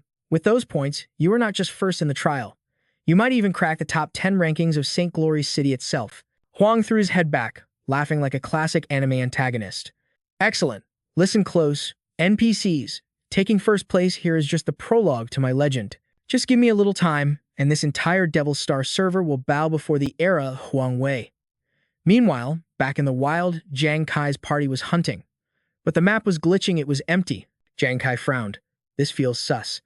Logic dictates the mob density should be spiking near the destination. Did this fat rat on my shoulder scare them all away with his conqueror's haki? No way. Nuan giggled, looking at the creature away from keyboard in Jang Kai's hood. Look at him. He is way too adorable to be scary. Suddenly, boom, a deafening roar shattered the vibe. The squad whipped around, eyes widening as a massive, terrifying presence spawned from the darkness. Razor-sharp claws tore through the earth. Jang Kai's eyes went wide. He recognized those textures. It's the Shadow Wolves. And a whole ferocious pack is rushing us. Then, a massive boss unit emerged from the shadows. Ethereal green energy pulsed with every step. With a scarred eye and ash-white fur, this was the nightmare of the rookie zone. The Shadow Wolf King. Jang Kai, Nuan, and Yuanzu stood back to back, their faces draining of color as a literal aura of death washed over them. The truth hit Jang Kai like an isekai truck. He screamed, "We are cooked. That is the Shadow Wolf King. We didn't just find monsters. We walked straight into a boss domain." The pack tightened the noose around them. "We are surrounded," they cried out, panic setting in. Yuanzhu looked at Jang Kai, terror swimming in his eyes. Jang Kai. The wiki says the Wolf King is invincible in the rookie zone. Anyone who pulls aggro on it dies. What are we supposed to do? Jang Kai gripped his iron pipe until his knuckles turned white. His mind raced. There's too many ads. I might be able to kite them and escape alone, but my team would get wiped. There is only one choice. Fight or get deleted. Adrenaline flooded his veins as he charged. He roared at his frozen teammates. Yuanzhu, Sunuan Nuan. Running is not an option. To break this siege, we have to slay the king. We take the head of the boss together. Hearing his resolve, the others snapped out of their fear. Understood. As Jang Kai led the charge, Yuanzhu unleashed his tank abilities. He slammed his fist into the earth with a deafening roar. Eat this, Earthbreaker. Boom. A massive shockwave erupted, sending arcs of electricity shooting into the sky. The ground trembled, blasting the lesser wolves away like ragdoll physics. Jang Kai shouted his approval. Magnificent crowd control, Yuanzhu. Without missing a beat, he barked an order to their support. Su Nuan Nuan, buff my weapon with green viper toxin. Now, she immediately began the enchantment. On it, Jang Kai then activated two skills simultaneously, his voice booming like a raid leader. Witness my power, Ghost Eye Focus. Ghost Hand Card Throw. A brilliant golden aura exploded from him as he launched a devastating projectile straight at the Wolf King. The beast howled, baring its razor-sharp fangs. It glared at Jang Kai's party, its eyes burning with primordial rage. Jaws dropped in pure horror. Jang Kai gasped. Impossible. My attack didn't even scratch its defense stat. The Wolf King seized the moment, lunging at them with murderous intent. Emboldened by their leader, the rest of the pack bared their serrated teeth and swarmed in for the kill. Total chaos erupted. Su Nuan Nuan took a hit and stammered. This is bad. The king is coordinating a total team wipe. Nearby, Yuanzhu used his brute strength to pry open a wolf's jaws with his bare hands. Struggling under the weight of the beast, he shouted, Jang Kai. Direct attacks are useless. Do you have a plan B? Jang Kai was barely holding his own. His mind spiraled into desperation. It is no use. The boss's defense is impenetrable, and the swarm is endless. We are going to be overwhelmed. Suddenly, the chubby hamster on Jang Kai's hat woke up from the commotion and squeaked, Get lost. The creature let out a high-pitched screech, its face twisting into a scowl that screamed pure hatred. It instantly clocked the source of the noise, interrupting its nap. The wolves were about to find out. Meanwhile, Jang Kai was fighting for his life, sweating buckets. But the hamster, it just snapped. Flames of pure fury erupted around the little guy as it ground its teeth. This was the legendary Don't Wake Me Up rage. Like a golden bullet fired from a railgun, it shot forward, speed blitzing the lesser wolves. With fire in its eyes and jaws wide open, it latched straight onto the Wolf King's face. The massive boss could only howl in agony as the tiny beast went beast mode on it. Jang Kai watched, jaw on the floor, completely shook. That hamster was actually shredding through the boss's defense. Seizing the moment, our MC instantly reactivated his Ghost Eye Focus.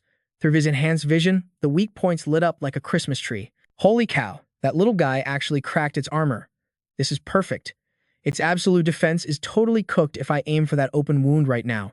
Cutting his thoughts short, he grabbed a random wolf by the throat and prepped his skill with his free hand. He channeled every ounce of his energy into his iron pipe and yeeted it straight at the boss. Your defense is trash now. The makeshift spear struck true, burying itself in the open wound. The Wolf King roared in pain, dislodging the angry hamster, which fell to the ground with a heavy thud. Seeing the opening, Jang Kai didn't hesitate to unleash his next combo. It was time to end this. He launched 3 throwing daggers while locking on with his Ghost Eye. It's working. I just need to keep spamming the weak point. Under the relentless assault, the Wolf King's fur was dyed crimson with its own blood. Jang Kai delivered the final blow. The impact triggered a catastrophic explosion. Critical hit times 200. That's insane damage. The blast was so intense that Su Nuan Nuan and Yuan Shu had to shield their eyes from the shockwave. Su Nuan Nuan peeked through her fingers, gasping. What just happened? Did he just one-shot it? Yuan Shu finished her thought, completely stunned. He obliterated the Shadow Wolf King. Even Jang Kai stood frozen as the blue system window popped up in front of him. Congratulations, player Jang Kai has defeated the Rookie Zone boss, Shadow Wolf King. He blinked, totally confused. Are you kidding me right now? I was prepared for a long grind, and the system procs a 200 times critical hit. Well, I guess my luck was finally due for a payout. With their alpha dead, the remaining pack lost their will to fight. Leaderless and terrified, they began to retreat like cowards. Su Nuan Nuan pointed out to Jang Kai. Look fam, the pack is scattering. Jang Kai turned to his squad, a savage smirk forming on his face. Yuan Shu, Su Nuan, do you guys still have some gas left in the tank? They answered in unison. You bet. Jang Kai nodded. Excellent. Suddenly, his fatigue vanished, replaced by the thrill of the hunt. Without the Wolf King, they are just sitting ducks waiting to be farmed. Yuan Shu gritted his teeth, cracking his knuckles. Let's pay them back for trying to turn us into lunch. The three roared as one. No mercy. Kill them all. They charged into the fleeing pack with perfect synergy. Jang Kai and Yuan Shu became a whirlwind of destruction, while Su Nuan kept their health topped up from the backline like a pro support. Only when the last wolf lay defeated did they finally stop to laugh in triumph. The battle was won. Surveying the carnage, Yuan Shu beamed. I can't believe we actually cleared the rookie zone boss. Su Nuan cheered. We are seriously an unstoppable team. Jang Kai turned to them. I left a bunch of them with critical HP intentionally. Go finish them off and farm those points, guys. Su Nuan nodded eagerly. Best leader ever. Yuan Shu asked, so, what's the plan now? Jang Kai replied, we have tons of points now. This plays out like a classic Manhwa recap where the heroes stomp the early game. We head straight for the finish line. Hours later, as the dawn sun rose, the trio finally reached their destination. The bustling noise of the crowd filled the air, alive with energy. Yuan Shu scanned the horizon, his eyes wide with awe as he asked, is this it? Is this our Holy Light Kingdom's territory on the Soul Planet? Su Nuan couldn't contain her excitement, cheering. It is absolutely magnificent. Jang Kai, soaking in the view, added his own approval to the mix. Without a doubt, Holy Light City is the central hub for all our people operating here on the Soul Planet. Suddenly, a small creature leaped from Jang Kai's hood. Su Nuan gasped, pointing frantically. Jang Kai, that little mouse is making a run for it. Jang Kai didn't flinch, his voice calm as still water. Let it go. Every living thing deserves freedom. If it is fated, our paths will cross again. The reception hall ahead was packed, the final destination for all new awakeners. Hao Dao, the guide leading their trio, turned with a welcoming smile. Congratulations to you all. You have successfully survived the trials. I am Hao, your guide for this orientation. Everyone standing here has successfully cleared the gates of the rookie zone. Jang Kai met his gaze. Sir, is it possible to see the final rankings of those who passed? Hao Dao nodded. Certainly, but in the distance, a predator spotted his prey. Huang Wei's lips curled into a sinister sneer. Well, look who we have here. He swaggered toward Jang Kai, tapping his expensive wristwatch with mock surprise. I never expected lowly servants to actually participate in a sacred awakening Manhwa trial like this. How about I show you the real hierarchy? Jang Kai's expression darkened, a storm brewing behind his eyes. He hadn't expected to run into this piece of trash so soon. Huang Wei projected the leaderboard, his chest puffed out with arrogance. Your daddy here is number 1. You 3 might be on the list, but I'm sure you are dead last. Trash always sinks to the bottom. His lackey immediately chimed in. Liang Wen stepped forward, his voice dripping with venom. Take a good look at these wastes of space. With results like yours, you have the nerve to ask about rankings? Behind him, Hao Dao let out a raucous, mocking laugh. They are not even worth the air they breathe. Jang Kai's eyes turned icy cold as he stared at Huang Wei. The dark memories flooded back instantly. His younger sister forced to work at Huang Wei's estate just to pay for their survival. This scumbag hadn't just harassed her. He had done it repeatedly. And worse, he constantly used Jang Kai's sick brother as a weapon to humiliate him. The phantom pain of past beatings throbbed in his mind. He remembered lying in the dirt, teeth gritted, enduring the kicks of Huang Wei and his goons. He could still hear Huang Wei's cruel laughter echoing. Your brother is nothing but a sick dog, and you are just a spineless coward. Yuan Shu couldn't take it anymore. He lunged forward, roaring at Huang Wei. Wash your damn mouth out. But Jang Kai caught his arm, holding him back with a firm grip. Easy, Yuan Shu. It's fine. As the crowd gathered for the spectacle, Jang Kai stepped into the spotlight. Apologies, everyone. Listen up, everyone. I've got a little announcement to make. That leaderboard is about to get a total rewrite because the top 3 spots, they belong to us now. Silence hung in the air for a split second before Huang Wei's squad exploded into hysterical laughter. They treated his words like the biggest joke of the century, with Hangi tapping his head in pure mockery. Yo, did you lose your mind inside the trial or something? Taking the top 3 spots with just your mouth? He sneered, turning to the guide. Sir, these guys are clearly delusional. His lackey agreed instantly. Exactly. Send them straight to the psych ward. 3 absolute morons. But Jang Kai just ignored the trash talk, glancing coolly at his teammates. Yuan Shu, Su Nuan. No need to hide our power levels anymore. Su Nuon nodded, a confident smirk playing on her lips like she owned the place. Yuan Shu tapped his interface with a grin. I have been waiting for you to say that, boss. Let's show them reality. His storage opened, and thousands of monster cards materialized in a blinding flash. The laughter died instantly. Huang Wei's jaw hit the floor, his eyes bulging out of his skull. What the hell? He stared at the mountain of loot, his brain completely unable to process the glitch in his reality. How? How do they have so many monster carcasses? And it is not just human-faced beasts. Look at all those shadow wolves. This is impossible. The crowd gasped as they inspected the cards. Holy crap, is that the Shadow Wolf King? Huang Wei trembled with denial, his face twisting in pure rage. Is this some kind of sick prank? You trash couldn't have killed this many monsters. And the Wolf King? Don't make me laugh. There is no way this is real. Jang Kai didn't even look at him. He simply smirked, exuding the aura of a true apex predator. Real or fake? Why don't you let the updated leaderboard answer that? As the system refreshed, gasps rippled through the hall. Look, the rankings changed. It is actually true. Their points are skyrocketing straight to the moon. Huang Wei frantically checked his own interface, his face draining of all color. No, how can this be? They really took the top 3 spots instantly. Jang Kai stood casually, hands in his pockets, enjoying the delicious despair on his enemy's face. You think that is all? He took a step forward. Sir, I have a question. Do we get bonus points for exterminating illegal invaders? With a wave of his hand, Jang Kai dumped a pile of foreign wristwatches onto the counter like trash.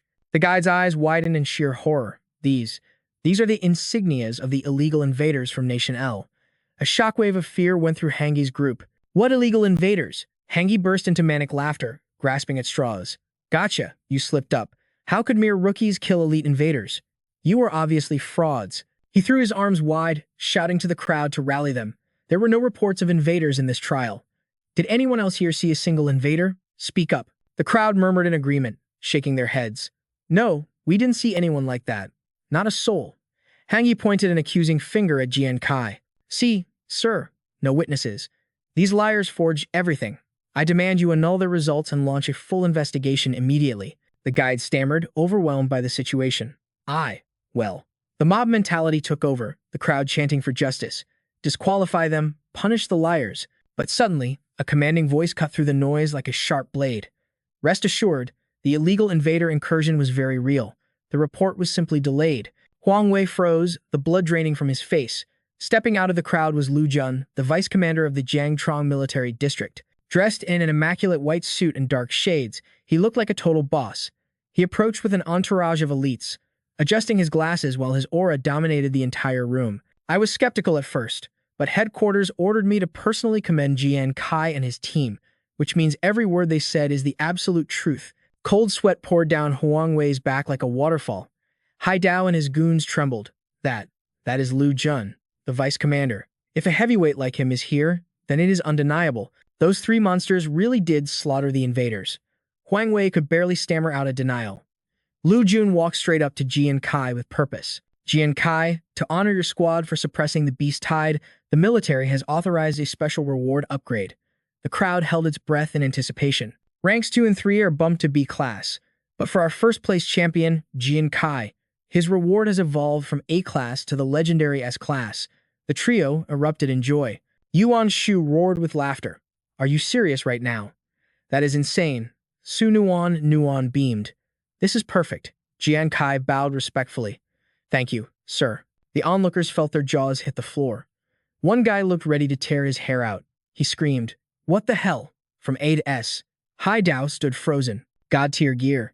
At the very start of the tutorial, how is that fair? In Jang Kai's mind, a tutorial window opened, explaining the fundamental mechanics of the ghost planet. Gear here ranges from F, the trash tier, to S, the supreme tier. B and C ranks are already considered elite treasures, but rank A and S, those are myths to normal explorers. On the sidelines, Hangi trembled, his knuckles turning white as veins bulged on his forehead. His thoughts spiraled into darkness. I don't care if he got an S rank. The problem is this trash pushed me down to 4th place. Hangi's face turned crimson as he bellowed. This is rigged. There is no way that garbage surpassed me. I demand a recount. Jang Kai's gaze turned glacial. He spoke with chilling calm. Hangi, are you questioning the military's judgment? And let me warn you. Stay away from my family. A guard tried to intervene. but he was too slow. Huang Wei drew his blade, deaf to reason. So what? Your family is nothing but a pack of lowly servants. He stepped closer, spewing venom. Your brother is a sick dog, and your sister, she was born to be a slave. And you are just the trash I used to beat up in the alley. You think you can step on my head now? Jang Kai's expression went pitch black.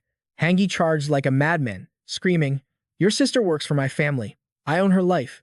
Just you wait, I will drag her here. And a flash of steel cut his words short. Jang Kai moved faster than the eye could follow. A massive gash tore open Huang Wei's chest. Blood sprayed into the air before he could even blink. The bystanders gasped in horror. Did he just? Su Nuan, and Yuan Shu froze. Lu Jun watched from the side, a mysterious smile playing on his lips. So he actually struck. Lu Jun seemed amused. The crowd, especially Luong Van, stared in disbelief at the bloody scene. Hangji collapsed to his knees, trembling violently. A bystander whispered, That is the heir of the Huang family, one of the 10 great guilds. Does Jang Kai have a death wish touching someone like him? Cold sweat mixed with blood. Hangi gritted his teeth. Jang Kai, you dare? Do you know the hell that awaits you for this? Jang Kai spun around, gripping that iron pipe like a legendary spear, his eyes dead cold. You started beef with my family, you're done. I don't care if you're a king or a god. Staring into that abyss of rage, true terror finally hijacked Huang Wei's heart. Jang Kai stepped up, his killing intent suffocating the air. In this world, my family is my everything. Anyone who dares touch them. The crowd went dead silent, holding their breath. He towered over the fallen noble like the Grim Reaper. No matter who it is, I will strike them down. Huang Wei raised a trembling hand. Wait, stop. But mercy. That wasn't on the menu. Jang Kai drove the pipe down like a thunderbolt. I will execute every last one of you. A final scream ripped through the air as the pipe impaled him. Asterisk crack, asterisk Huang Wei's avatar shattered into a million pixels. A system notification pinged. Player Jang Kai eliminated level 1 explorer, Huang Wei. Steal 6 experience points. Jang Kai scoffed at the screen. Seriously, only 6 points?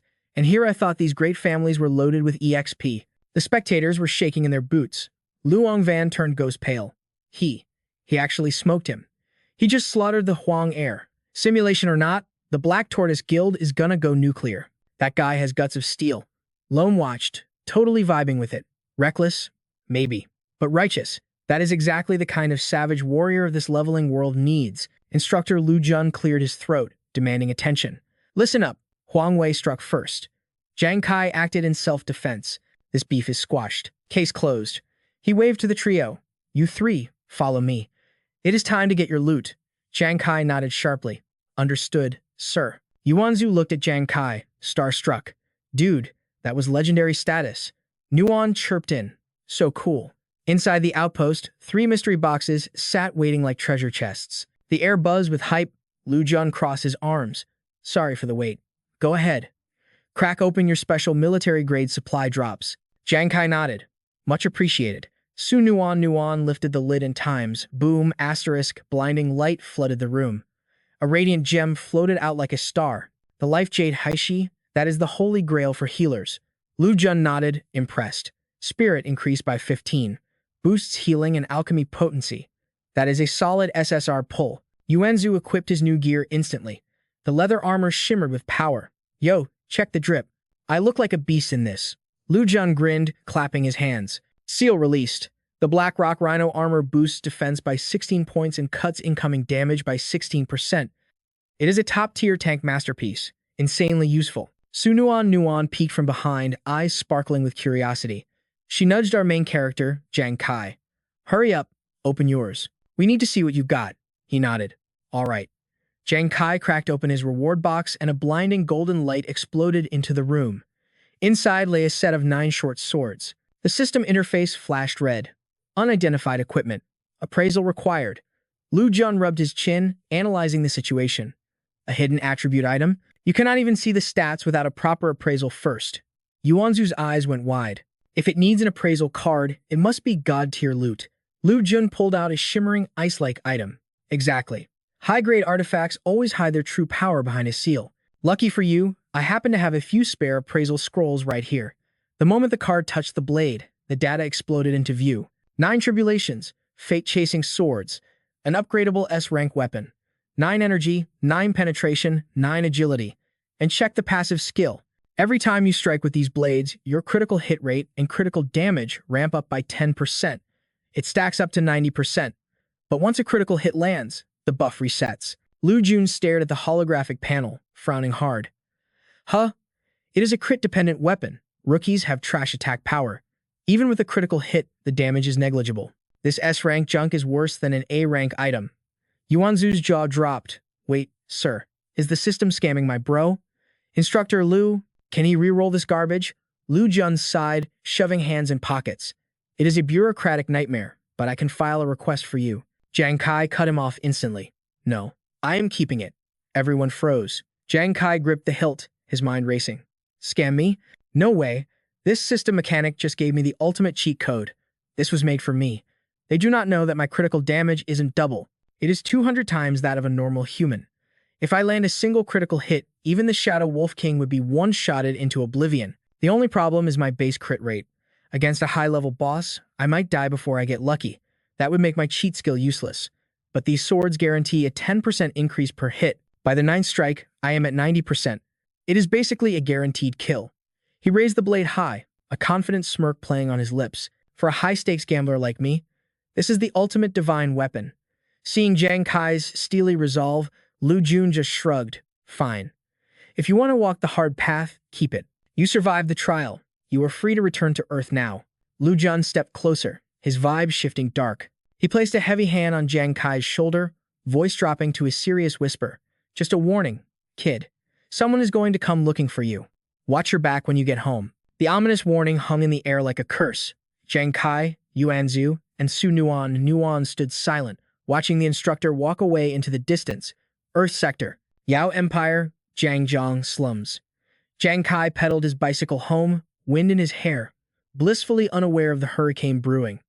I cannot believe I aced the newbie trial. Brother Jang and Brother Jen are going to freak out when they hear the news. First thing tomorrow, I am moving them out of this dump, far away from the royal family's reach. He looked up at the rotting apartment complex, surrounded by mountains of garbage. No more rats, no more hunger. We are done with the slum life. From this moment on, I will get Brother Jang the best doctors. He will never have to look over his shoulder again. He clutched his phone, visualizing a bright future. Everything is finally going to be okay. He parked his bike and rushed upstairs, bursting with energy. Brother Jang, Brother Jen, I am home. He grinned, stepping inside. Guess who crushed the trial? You will not believe the Silence answered him. His smile vanished instantly. A stranger was sitting on their couch. The living room was packed with thugs, their expressions twisted with malice. The man on the couch glared with pure hatred. It was Huang Da. Took you long enough. I have been waiting all day. I heard you acted like a big shot in the trial today. Jang Kai froze, his blood turning to ice. You are Huang Wei's brother, Huang Da. Panic surged through his mind like a tidal wave. What did you do to them? Damn. How did the Huang clan track us down so fast? Before he could even blink, a massive hand shoved him from behind. Two goons grabbed him tight, kicking his legs out from under him. Get on your knees. Trash. Jang Kai struggled, veins popping like crazy, but their grip was iron tight. He was totally pinned. Huang Da stepped up, dragging a metal bat across the floor like a psycho. You wasted my bro on the ghost planet. He's in therapy right now because of you. Did you seriously think you could ghost us after pulling that stunt? You know the rules. Only elites like us get to bully people. No one touches a Huang and lives to brag about it. Jang Kai glared back with pure murder in his eyes. Huang Da's eyes went bloodshot, a twisted grin stretching across his ugly mug. You knocked him offline for a whole month. So now, I'm gonna permanently log you out of life, you peasant scum. He swung the bat with lethal force. Jang Kai grit his teeth, bracing for the end. He couldn't move. Bang. Suddenly, the front door exploded inward. Boom. The heavy wood flew across the room, smashing into the thugs holding Jang Kai. They shrieked in pain, dropping him instantly. In a split second, Huang Da and his minions were face-planted on the floor. Huang Da roared, "Who dares?" A towering figure stepped through the dust, with Su Lan right behind him. Jang Kai, the man grunted. I told you to watch your back, didn't I? It was Wei Ying. He took a drag from his cigarette, looking totally unimpressed. Why do you kids never listen to the OGs? Su Lan stepped up, flashing her badge. Her voice was 0 degrees Kelvin. Freeze. Military police business. The bullies froze in terror. One of the lackeys stammered, his voice shaking like a leaf. Wait, isn't that Commander Wei Ying? the legendary high ranker of the Jiangchang military district. Huang Da's arrogance crumbled instantly. A titan like that, actually here? Wei Ying casually lit a smoke, but his eyes burned like a predator eyeing its lunch. We're here for Jang Kai. You kicked a hornet's nest today, boy. Huang's face went pale as a ghost. He couldn't process it. The commander, stepping in for a nobody like Jang Kai, he grit his teeth, forcing words through his fear. Chief Commander, surely there's a mistake.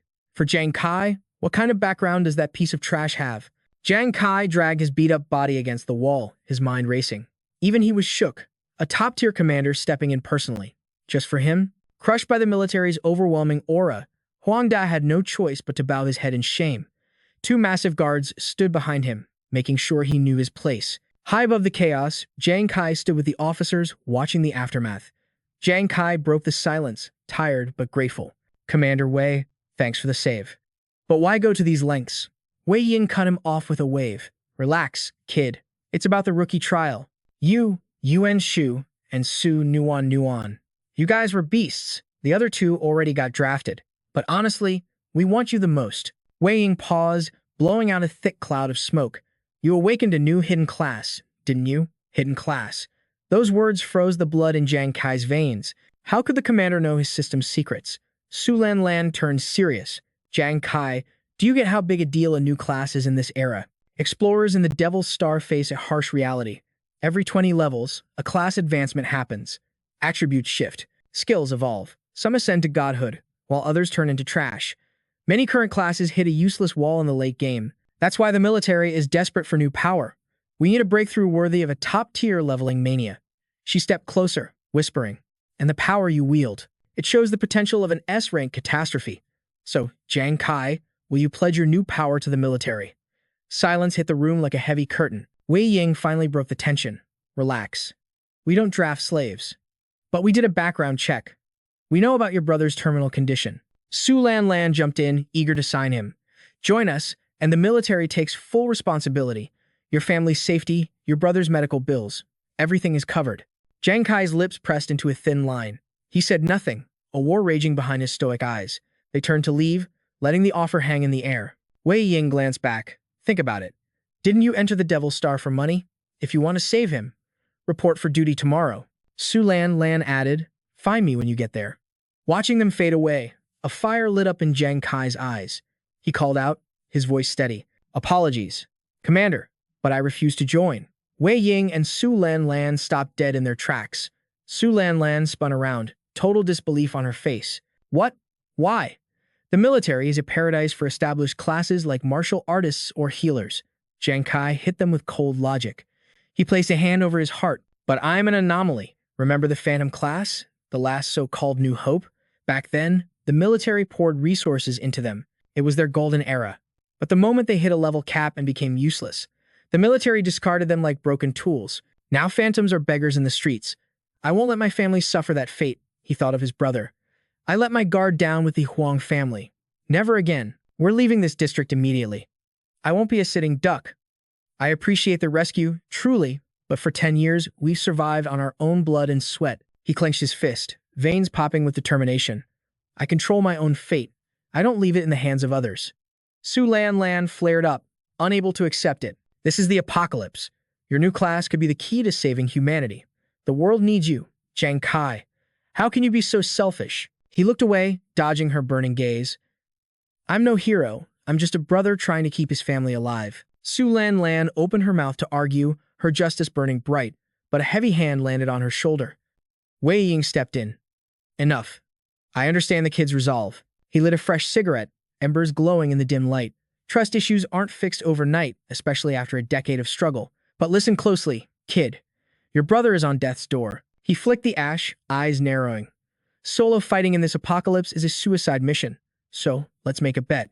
A grin tugged at his scarred lips. For 1 month, the military will keep the Huang dogs off your back. If you can earn the surgery fee and prove your strength in 1 month, you walk free. But if you fail, we save your brother, and you belong to the military. You'll be drafted for mandatory testing. Deal? Su Lan was left shook by the commander's 4D chess moves. Jang Kai looked up, a confident smirk playing on his lips. Deal. The pact was locked in. Night swallowed the city, leaving Jang Kai solo with his mission. The clock was ticking loud.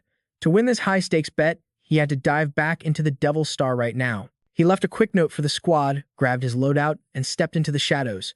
Brother Jiang Yingzi, you guys still grinding that overtime. I already crushed the entrance exam, so I'm headed back to Matin ahead of you. Leaving the crib behind, he walked through streets that were just a graveyard of broken dreams, filled with the lost and the addicted. Dark thoughts spun in his head like a hurricane. With the royal family's threat hanging over them like a guillotine, the three of them couldn't survive in the slums anymore. They needed a fortress, a high-security safe zone to keep the family breathing. Returning to Matin this time felt heavy, like carrying the weight of the world, but he swore to return with enough loot to rewrite their destiny. Jang Kai headed straight back to the Divine Glory City. Inside Matin, the place was popping with players and endless hype. Jang Kai equipped his new battle drip, checking his reflection. The tutorial mode was over. His true leveling Manhwa adventure in Matin was officially pressing start.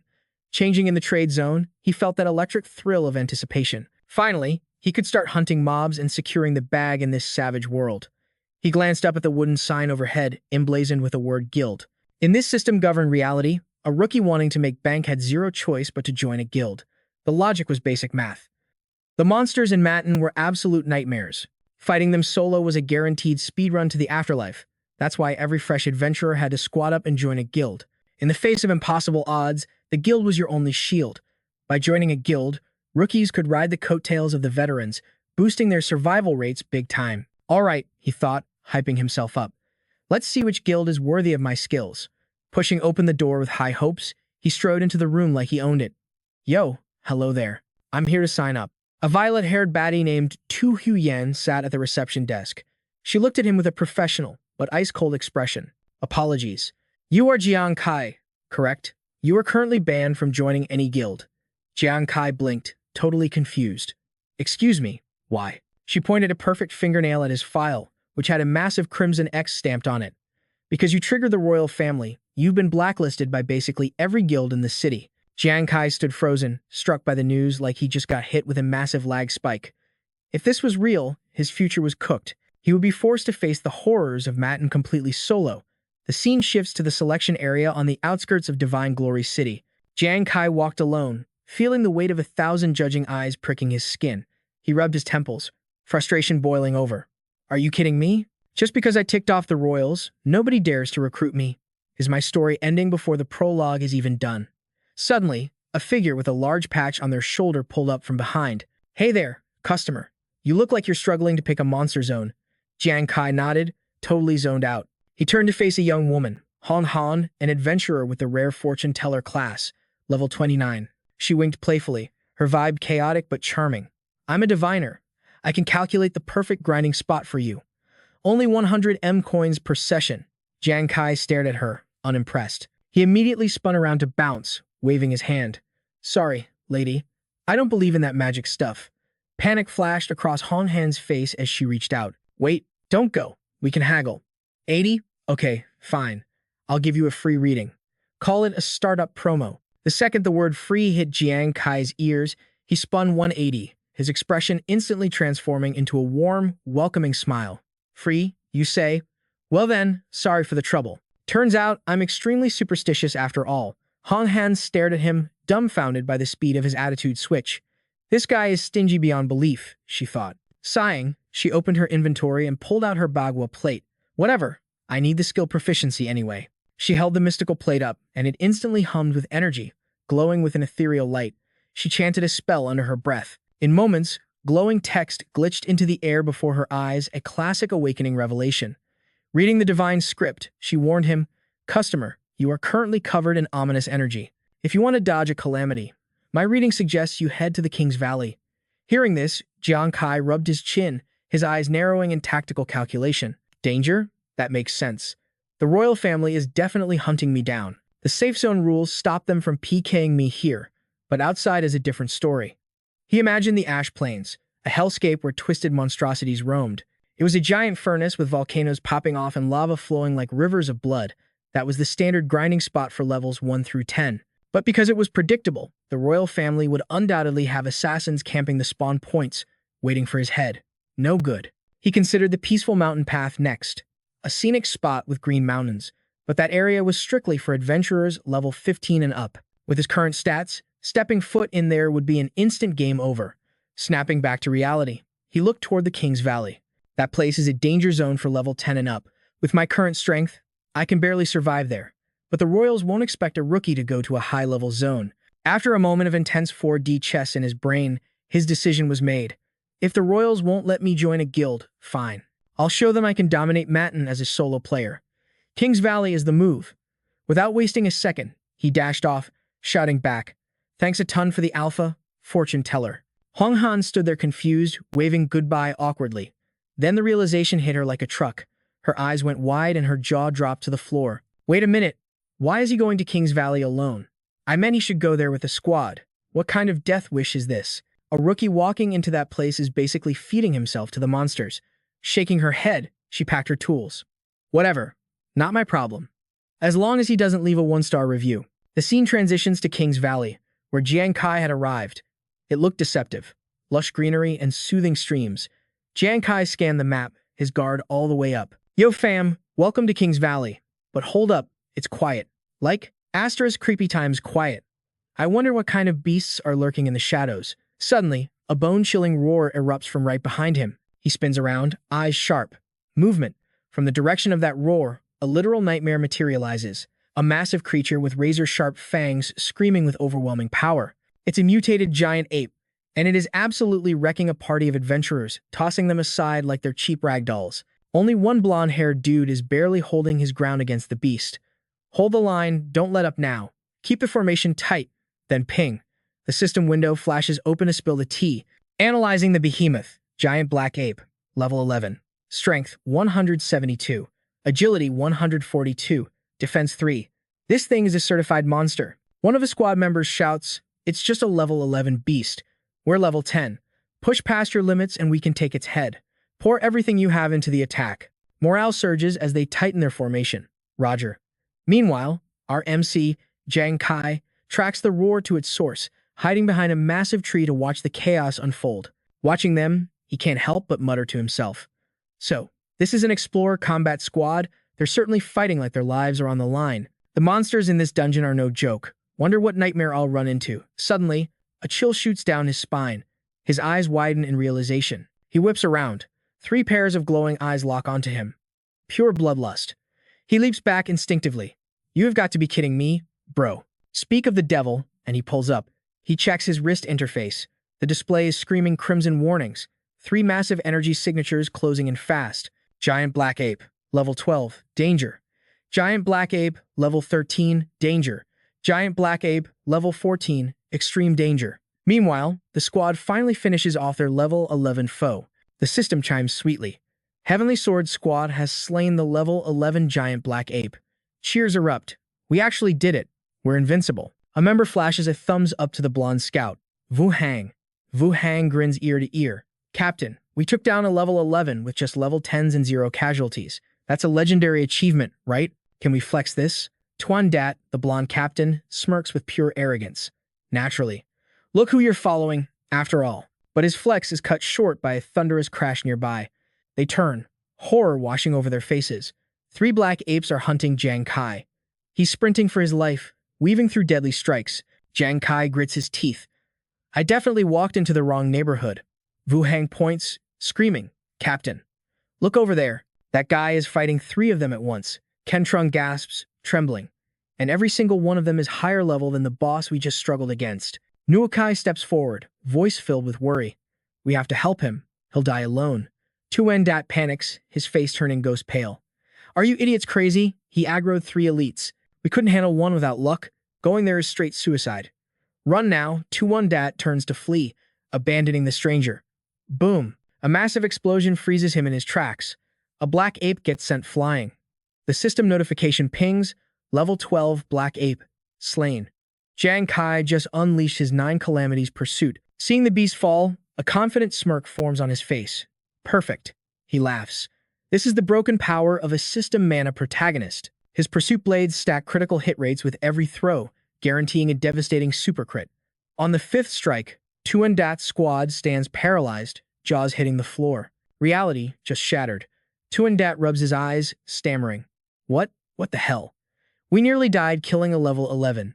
Ken Trung whispers from behind. But that guy. Tuandat finishes. He dusted a level 12 in seconds. Seeing their kin slaughtered, the remaining two apes roar in fury, their bloodlust spiking as they charge the lone hunter. Jang Kai keeps moving, glancing back with a deadly glint in his eye. He grips another pursuit blade. All right then. Who's next? He hurls the blade.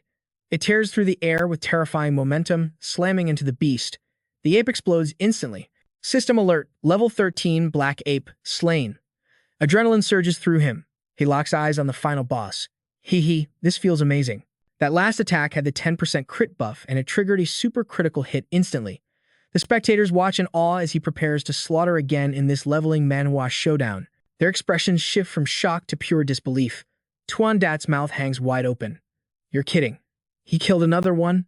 The final black ape, blinded by rage, refuses to retreat. It thunders after Jang Kai, determined to crush the human.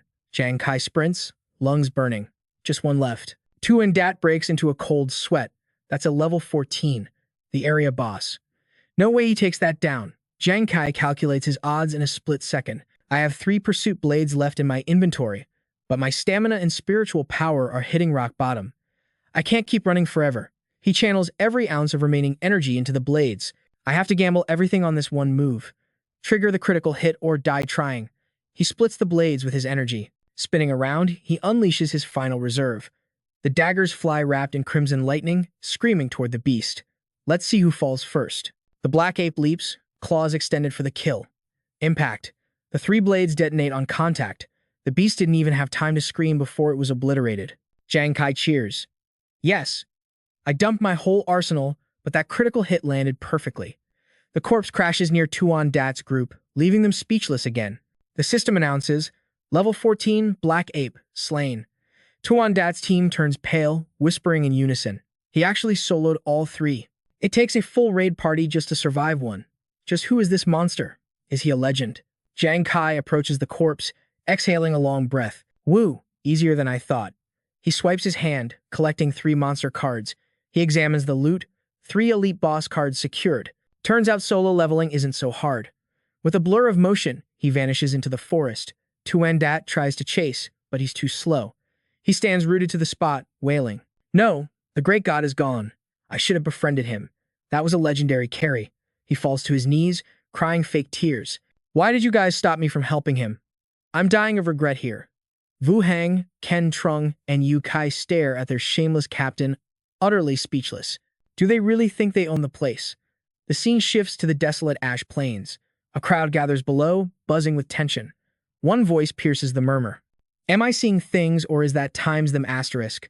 3 martial artists, a soldier, and a healer. No mistake. Another onlooker gasps. Yo fam, check it. That is the legendary Falcon squad from the Royal Guild pulling up. The chat went crazy when they saw one of them choking out a helpless girl. Like, why are these top-tier players camping in a noob zone like the Ash Plains? The pressure is suffocating. That's Fui, the squad's savage healer. The tank tightened his grip, holding her up like a rag doll. Fui just laughed. We looked everywhere. How is that rat Jang Kai still ghosting us? You can feel the power gap just looking at them. A full squad of level 20s. Trung Hai, the big guy choking the girl, started barking. Word on the street is you saw Jang Kai last. Spill the tea. Where is he at? The victim gasping for air was none other than our girl, Hu Yan. She coughed hard, forcing a smile through the pain. Why are you pressing me? Why are you so thirsty to find him? Then another chick stepped up, looking totally stuck up. Everybody knows that face. Vantoy smirked. Jang Kai disrespected the royal family. We're just here to serve him that L. Hu Yan clawed at the iron grip around her neck. She wasn't scared, she was disgusted. Is that facts? He went to King's Valley. Go chase your cloud over there. He released his grip, letting her slam onto the hard ground. His voice got super dark. Bet. But if I find out you're capping, you are done for. As the squad rolled out, the onlookers started whispering. Yo, that was the Falcon squad. Those guys are apex predators. If level 20s are hunting that kid, Jang Kai, he is basically deleted already. Hu Yan sat up, clutching her lucky coin. She coughed up dust, a weird glint in her eyes. Strong, you think. Even the universe won't save people who act like trash. Her look went pitch black. I just read their fortune moments ago. Their hunt for Jang Kai ends only one way. She looked at the hexagram. A ghostly skull popped up. Straight up death. One day later, at King's Valley. After a serious grind session, Jang Kai checked his stats. Finally, 16 black apes down. I hit level 6. Player Jang Kai, class, gambler. Level 6, strength 24. But yo, look at that glitch. Critical damage is at 20,000%. That is broken. This is the hype of a leveling Manhwa. Jang Kai stood on a mountain of dead apes, flexing. He flipped a monster card, doing the math. These carcasses sell for big banks on the market. Dragging them back is a drag, but I ain't leaving free cash on the floor. This loot covers my bro's medical bills for a minute, but while he was plotting, a voice interrupted the silence from behind. Yo kid, you looking to join a raid party? Jang Kai froze. He spun around to see a fully kitted squad checking him out. The leader looked like he ran the place. His name was Hongat. One of his minions stepped up. We're hunting an elite black ape. We clap it, and the elite treasure chest is ours. Hongat put out a hand, acting fake nice. You down. Jang Kai played dumb. A team? My bad. I'm a solo player. I ride alone. Hongat's eyes narrowed like a snake. Perfect. We are actually missing exactly one guy. The target is a giant elite black ape, level 15. There are 4 of them guarding the loot drop. Another lackey chimed in. They are beasts. We have the DPS, but there are 4 mobs. We need someone to be the bait. Hongat laid out the trap. Easy work. You draw aggro on one. While it's distracted, we wipe the other 3. Survive that, and you get a cut. Jang Kai's ears perked up hearing elite treasure chest. Rumor has it those boxes drop artifacts way better than monster parts. If this is a system Manhwa, that loot is a game changer. I need that. His eyes got sharp. Usually, fighting an elite takes a full raid party. Asking me to kite one solo, they expect me to get folded. They want to split the loot 3 ways and leave my dead body, but I already stepped in it. Backing out now would be messy. Jang Kai flashed a savage grin. All right, bet. Count me in. Hongat smiled. Let's get it. The squad started climbing down the cliff. Voices echoing. Roger that. Jang Kai took the lead position. The 4 massive black apes sensed them instantly, roaring so loud the ground shook. From a safe distance, Hongat shouted, Yo kid, pull the aggro now. Say less. He launched a strike right at one of the beasts, instantly triggering its rage mode. The monster screamed in fury. The beast charged, tunneling on Jang Kai to hunt him down. Hongat laughed like a maniac. Not bad. The sacrificial lamb actually pulled it off, he screamed. That's 1 less cut to pay out. Everything is going to plan. His squad rushed in, clashing with the other beasts. The valley went crazy with explosions and roars. Jang Kai was sprinting, gasping for air. Those snakes really set me up. Behind him, the massive ape was closing the distance. Razor-sharp claws slashed the air inches from his back. This wasn't a normal mob. The stats on this elite were built different. A normal player would be cooked, but Jang Kai slammed the brakes. No more running. He spun around to face the boss head-on. He attacked with lightning speed. Did you really think I was just some average ranker? The ape roared as power sliced through its skin, spraying red pixel effects. Jang Kai jumped back as the monster froze, paralyzed by the crit. Then boom, it detonated. As Jang Kai landed on the corpse, the system interface dinged. Eliminated level 15 elite, iron strength black ape. A wicked smile hid his face. Too easy. Who knew 1 super crit was all it took to delete this elite trash? The thrill of the W was still burning in his veins. Now for the real loot. Time to let those clowns do the heavy lifting while I secure the bag. In the distance, the battle was still going. Healers were sweating while the tank team struggled to hold the aggro. Push! The treasure is ours once they drop, they screamed. Hongat gritted his teeth, totally unaware that the Reaper was right behind him. Bam! A cheap shot to the back sent Hongat face-planting in the dirt. With the path clear, Jang Kai slipped into the cave shadows like a ninja. Following the vines deeper, his eyes popped open. There it was, sitting on a stone pedestal, a glowing treasure chest. Unbelievable. That was basically free. Look at that legendary glow. Yo fam, that glow. Definitely an S-tier reward with my name on it. Jang Kai smirked, reaching out. Totally worth holding aggro on that level 15 elite to get here. But then, a guttural growl vibrated through his bones. Warm slobber dripped onto his shoulder. Gross. He froze instantly. Hanging directly above him was straight-up nightmare fuel. A pitch-black ape with eyes popping out of its skull. It grinned like a maniac, drool pooling in its massive jaws. Cold sweat iced his back. The spiritual pressure, absolutely crushing. The beast dropped like a meteor strike. Boom. It smashed a crater exactly where he stood a millisecond ago. Jang Kai combat rolled to safety, mind racing. You gotta be kidding me. A hidden level 20 elite boss? Did those noobs not scout the dungeon at all? The monster flashed a horrific smile. His heads-up display confirmed the bad news. Elite Iron Strength Black Ape. Level 20. Danger level Extreme. He was boxed in. The beast was camping the exit. No escape route. Jang Kai launched himself into the air, charging his aura. Fine then. If I can't kite you, I'll delete you. His strike slammed into its eye and chest, but zero damage. Not even a scratch on the paint job. Jang Kai's heart hit the floor. Impossible. Even the eyeballs are armored. The beast's eyes glowed with crimson rage. System alert. Earth element affinity. Defense stat, 23. His attacks were bouncing off like pebbles against a tank. Panic started creeping in. This wasn't just a boss fight. It was a pay-to-win wall he couldn't break. My fatal strike penetration is only at 9. Its defense is 23. It's the Wolf King raid all over again.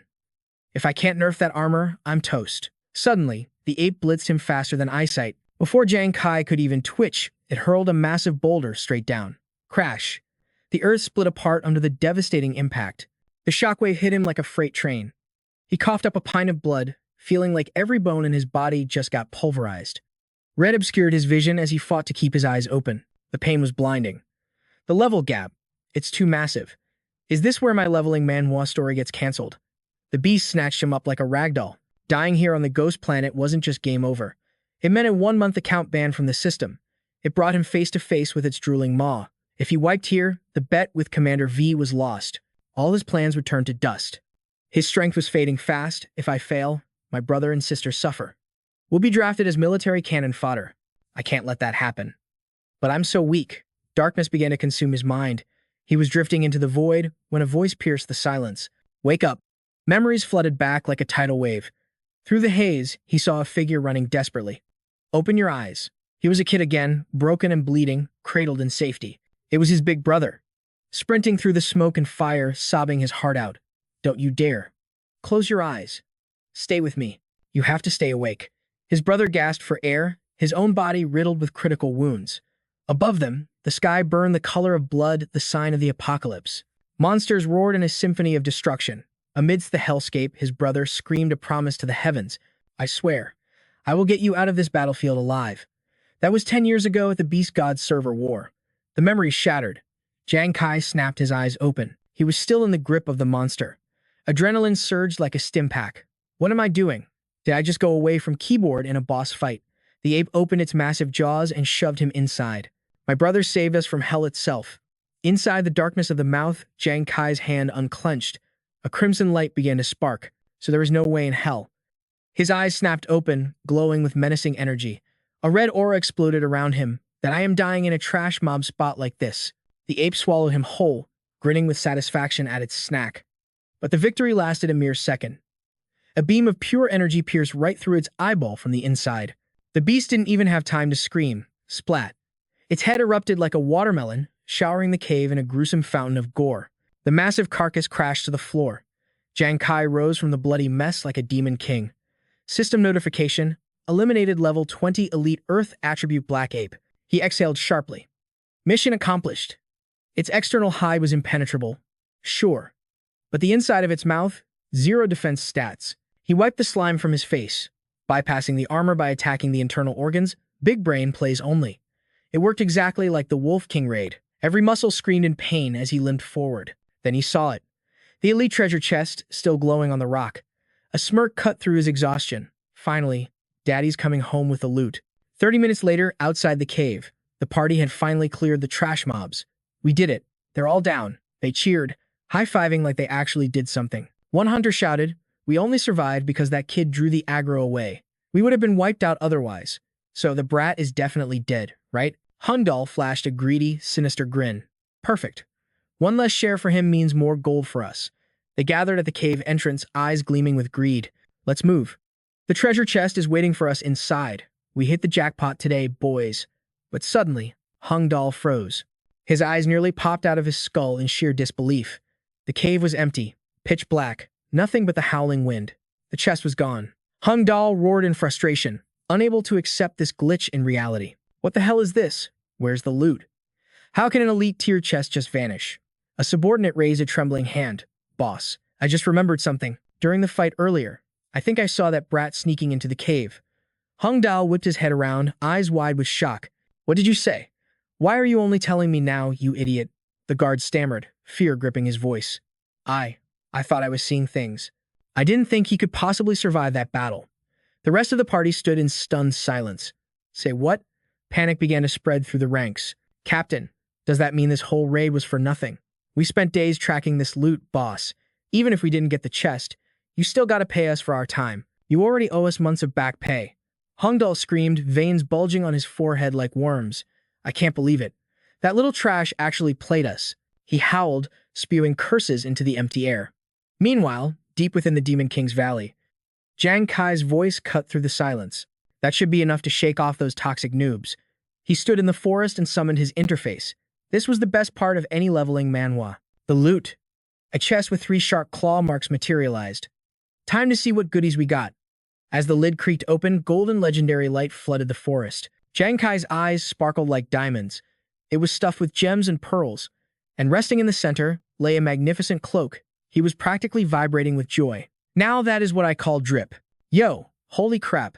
Look at all these rare ores and actual equipment drops.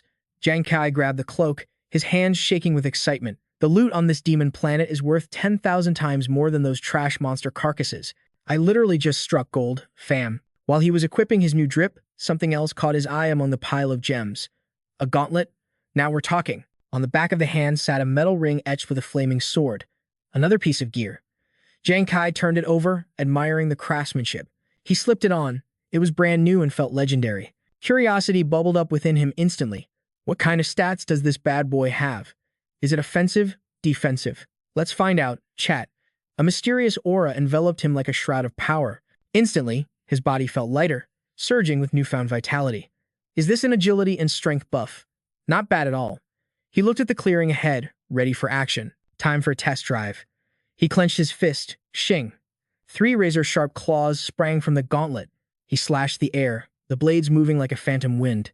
So clean. Suddenly, flames erupted along the claws. They blazed as he swung. But Jang Kai frowned, analyzing the effect. Fire on the blades? Is this just a basic elemental enchantment? That's kinda mid. He racked his brain about the elemental mechanics on this demon planet. Flames came in many tiers, right? Special flames could inflict wild status effects during combat, but this. He remembered how monsters reacted to basic attacks. Standard fire usually deals trash damage. You can't fight with this garbage. It's basically only good for cooking dinner. The imaginary monster in his head seemed to mock him. Normal fire? Are you trying to tickle me, bro?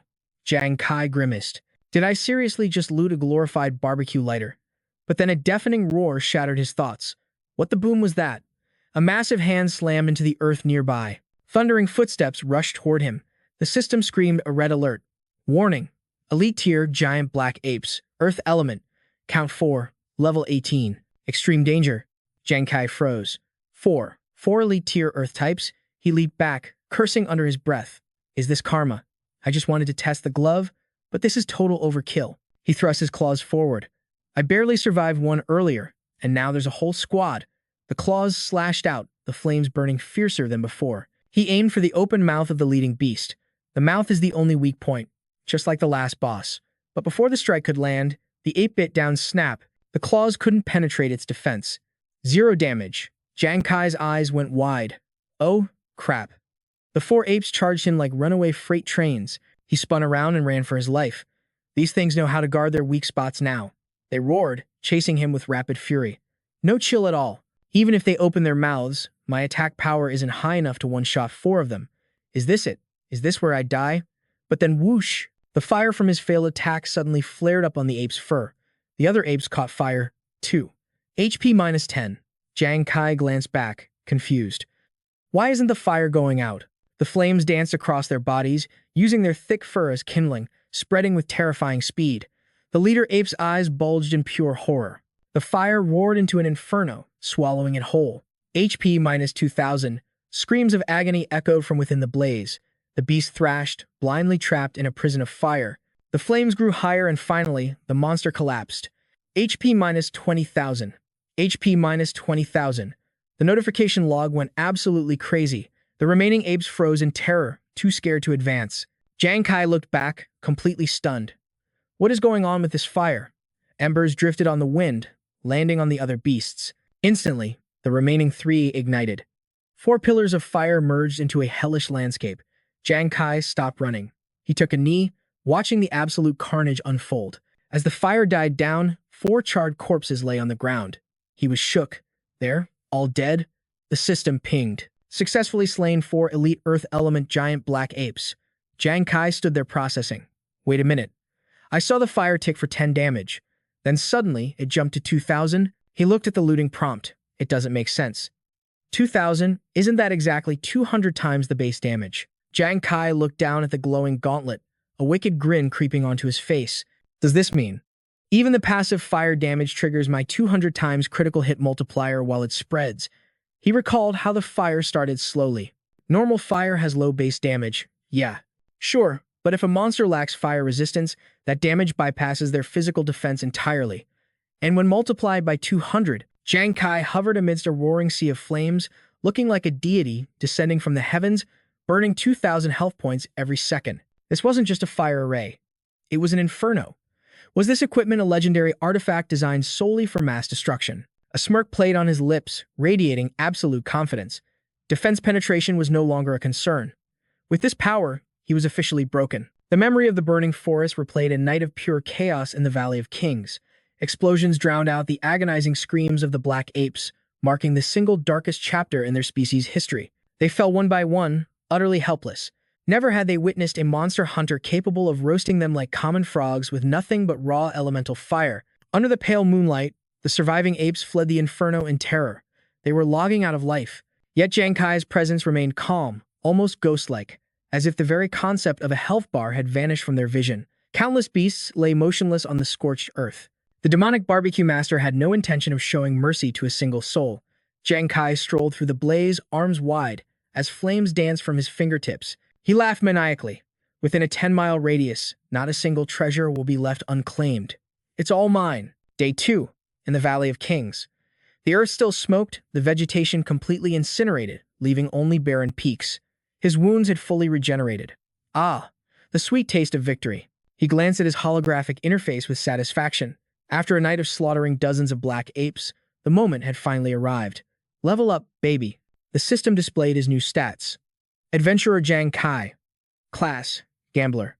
Level 7. Strength, 28. Defense, 0. Vitality, 32. Critical rate, 0.1%. Agility, 48. Critical damage, 20%. Spirit, 48. Experience points, 85 out of 6,400. He admired the claw on his hand. It looked less like a weapon and more like a tool of destiny. Currently, the flame damage from this gauntlet was unrivaled. In terms of area of effect, for level 20 capabilities, he was practically a god. The interface flashed with images of the fallen apes and loot crates. 10 elite treasure chests, plus a mountain of monster corpses. This haul was going to fetch a fortune on the market. Suddenly, his expression darkened. Standing alone amidst the vast windswept plains, the solitude finally hit him. Grinding solo on this ghost planet was way colder than he expected. Was he actually missing the days of running dungeons with Yuan Shu Zi and Sunwoo Nuan? He wondered how the squad was faring without him. They had the military backing them up, after all. His voice dropped to a whisper. Surely they're having an easier time than a lone wolf like me, right? Meanwhile, somewhere deep in the Valley of Kings, Yuanu screamed in absolute frustration. Why is this map completely empty? Which Sweat Lord wiped out every single black ape in the valley. He collapsed to the dirt, literally sobbing. They had been camping this spot for days without spotting a single mob. How are we supposed to progress in this leveling manual world? Sun Yuan Nguyen sighed deeply. I miss the days when Jang Kai would just hard carry us through the dungeons. Suddenly, a stern voice interrupted their pity party. Quit the whining, you two.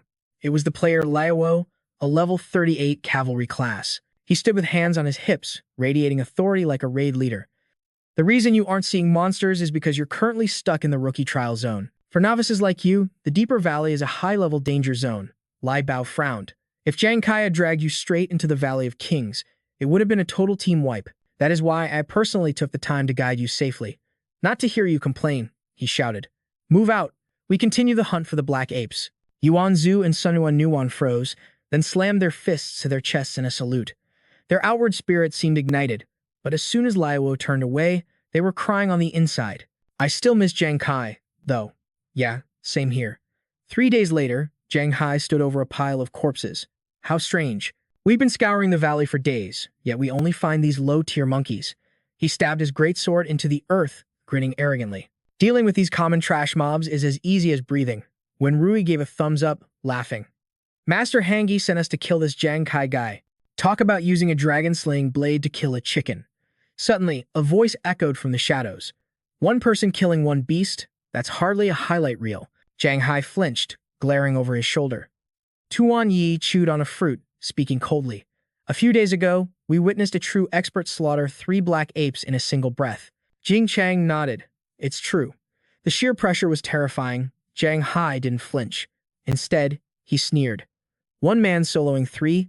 You think that qualifies as high-level play? How pathetic. Tuan Yi sat perched on a cliff, savoring his snack and ignoring the noobs completely. Jang Hai summoned his interface, projecting a hologram of Jang Kai. Whatever. Tell me, have you seen this trash in the valley? Tuan Yi glanced down, his eyes widening as he recognized the face. Well, isn't that a coincidence? That is the very expert I just mentioned. Jing Chang's eyes sparkled. And he is super, super handsome. Liang Xiang roared. Are you blind? Look closer. This guy is just a level 5 rookie. Jang Hai laughed darkly. Exactly. Don't make up stories just because you're jealous of our target. Tuan Yi tossed his fruit core aside and turned to leave. If you don't believe me, go find him yourself. We just saw him exiting the Valley of Kings. I actually need to go pay my respects to that Grandmaster. Jang Hai's grin widened into something savage. So Jang Kai is nearby? He ripped his sword from the ground. The entire team surged forward, bloodlust burning their eyes. Liang Chang shouted, Let's move. I'm sick of this dump. It's time to bring Master Huang Wei his head. Jang Hai maintained his cruel smile. Finally, today is the day that Brat dies. Jing Chang sighed, watching them run to their doom. Looks like they're in a hurry to get deleted. Rui looked equally bored. The expert's aura was like a hermit transcending the mortal realm. That kind of arrogance usually belongs to the cannon fodder. In a Manhwa recap, Tuan Yi nodded sagely. Agreed. Meanwhile, at the valley's exit, a crowd had gathered. One adventurer complained loudly. What kind of rotten luck is this? A whole trip to the valley, and not a single black ape. A man with a jagged scar replied, Rumor has it, a catastrophic wildfire incinerated everything. We'll have to wait for the system to respawn the mobs before entering. The bald man nodded from the shadows, his voice low. That's right, we wait. No one gets wiped out today. Just then, a figure walked past the Reaper himself, Jang Kai. He hummed a cheerful tune, eyes glued to his holographic interface. Man, I spent 3 days grinding like the protagonist of a hardcore leveling manhwa just to hit level 10. But hey, 19 elite chests? Totally worth it. First stop, St. Lake City. Time to turn this loot into cold, hard cash. The system interface flickered to life. Adventurer Jang Kai. Class. Gambler. Level 10. Strength. 40. Defense. 0. Constitution. 44. Critical rate. 0.1%. Agility. 66. Critical damage. 20,000%. Spirit. 66. Experience. 332 out of 12,800. Suddenly, a roar tore through the air. Jang Kai. Freeze right there. Jang Kai paused, genuinely surprised. He glanced over his shoulder.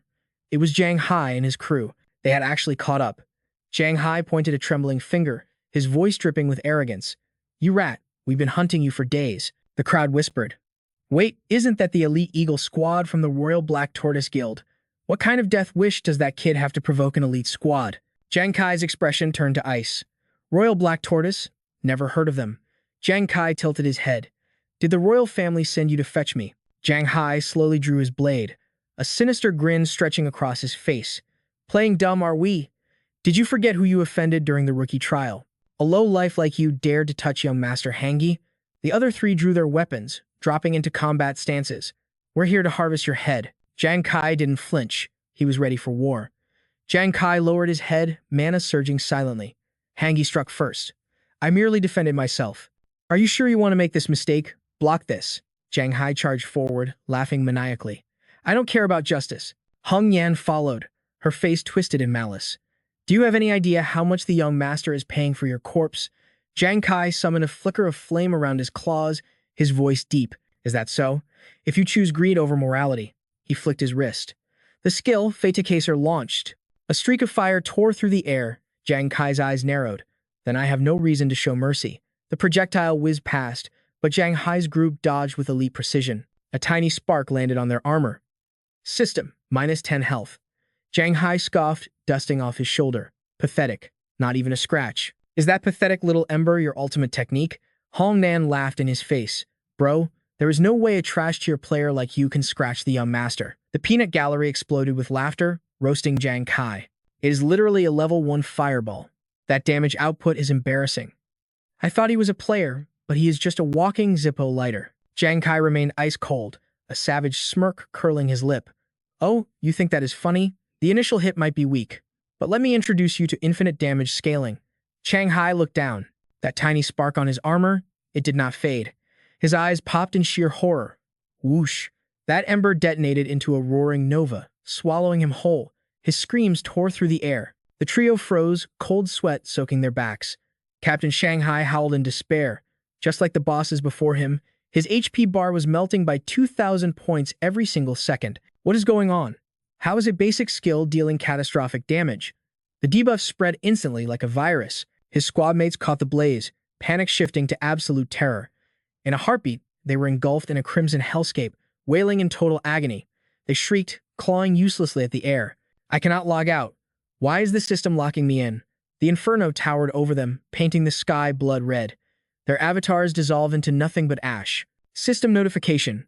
Adventurer Jang Kai has wiped the Eagle squad. Experience plundered. Ming Haiyan and the crowd stood paralyzed, their eyes bulging out of their skulls. Say what? Did that actually just happen? Chang Hai collapsed into a pile of glowing cinders. Jang Kai strolled toward the fading flames. Well, since you were speedrunning your death, he stared down at the ash pile. I will gladly accept your loot drops as tribute. The crowd went absolutely feral. What the hell? That rookie just soloed the entire Eagle squad. Those were level 20 elites, bro. If I did not see it live, I would say it was scripted. They cursed in disbelief. Who is this monster? Jang Kai calmly grabbed his projectile and soaked up the experience orbs. A spy in the crowd frantically tried to data mine Jang Kai's profile. Why is my gear glitching? I cannot read his stats. Level 12. Attributes exceed scannable range. Evaluation failed. The mob gasped. Scan failed? That is impossible. The spy's eyes went wide, sweat pouring down his face like rain. I think I know why, he stammered. Is he a Grandmaster Fire Mage? Is he rocking a divine artifact to mask his power level? The crowd huddled closer. A Fire Mage Grandmaster? That is it. He must be the Fire God incarnate. Meanwhile, Jang Kai smirked to himself. Sweet. Ding, 2 more levels secured. Adventurer Jang Kai. Class, Gambler. Level 12. Strength, 48. Constitution, 52. Agility, 78.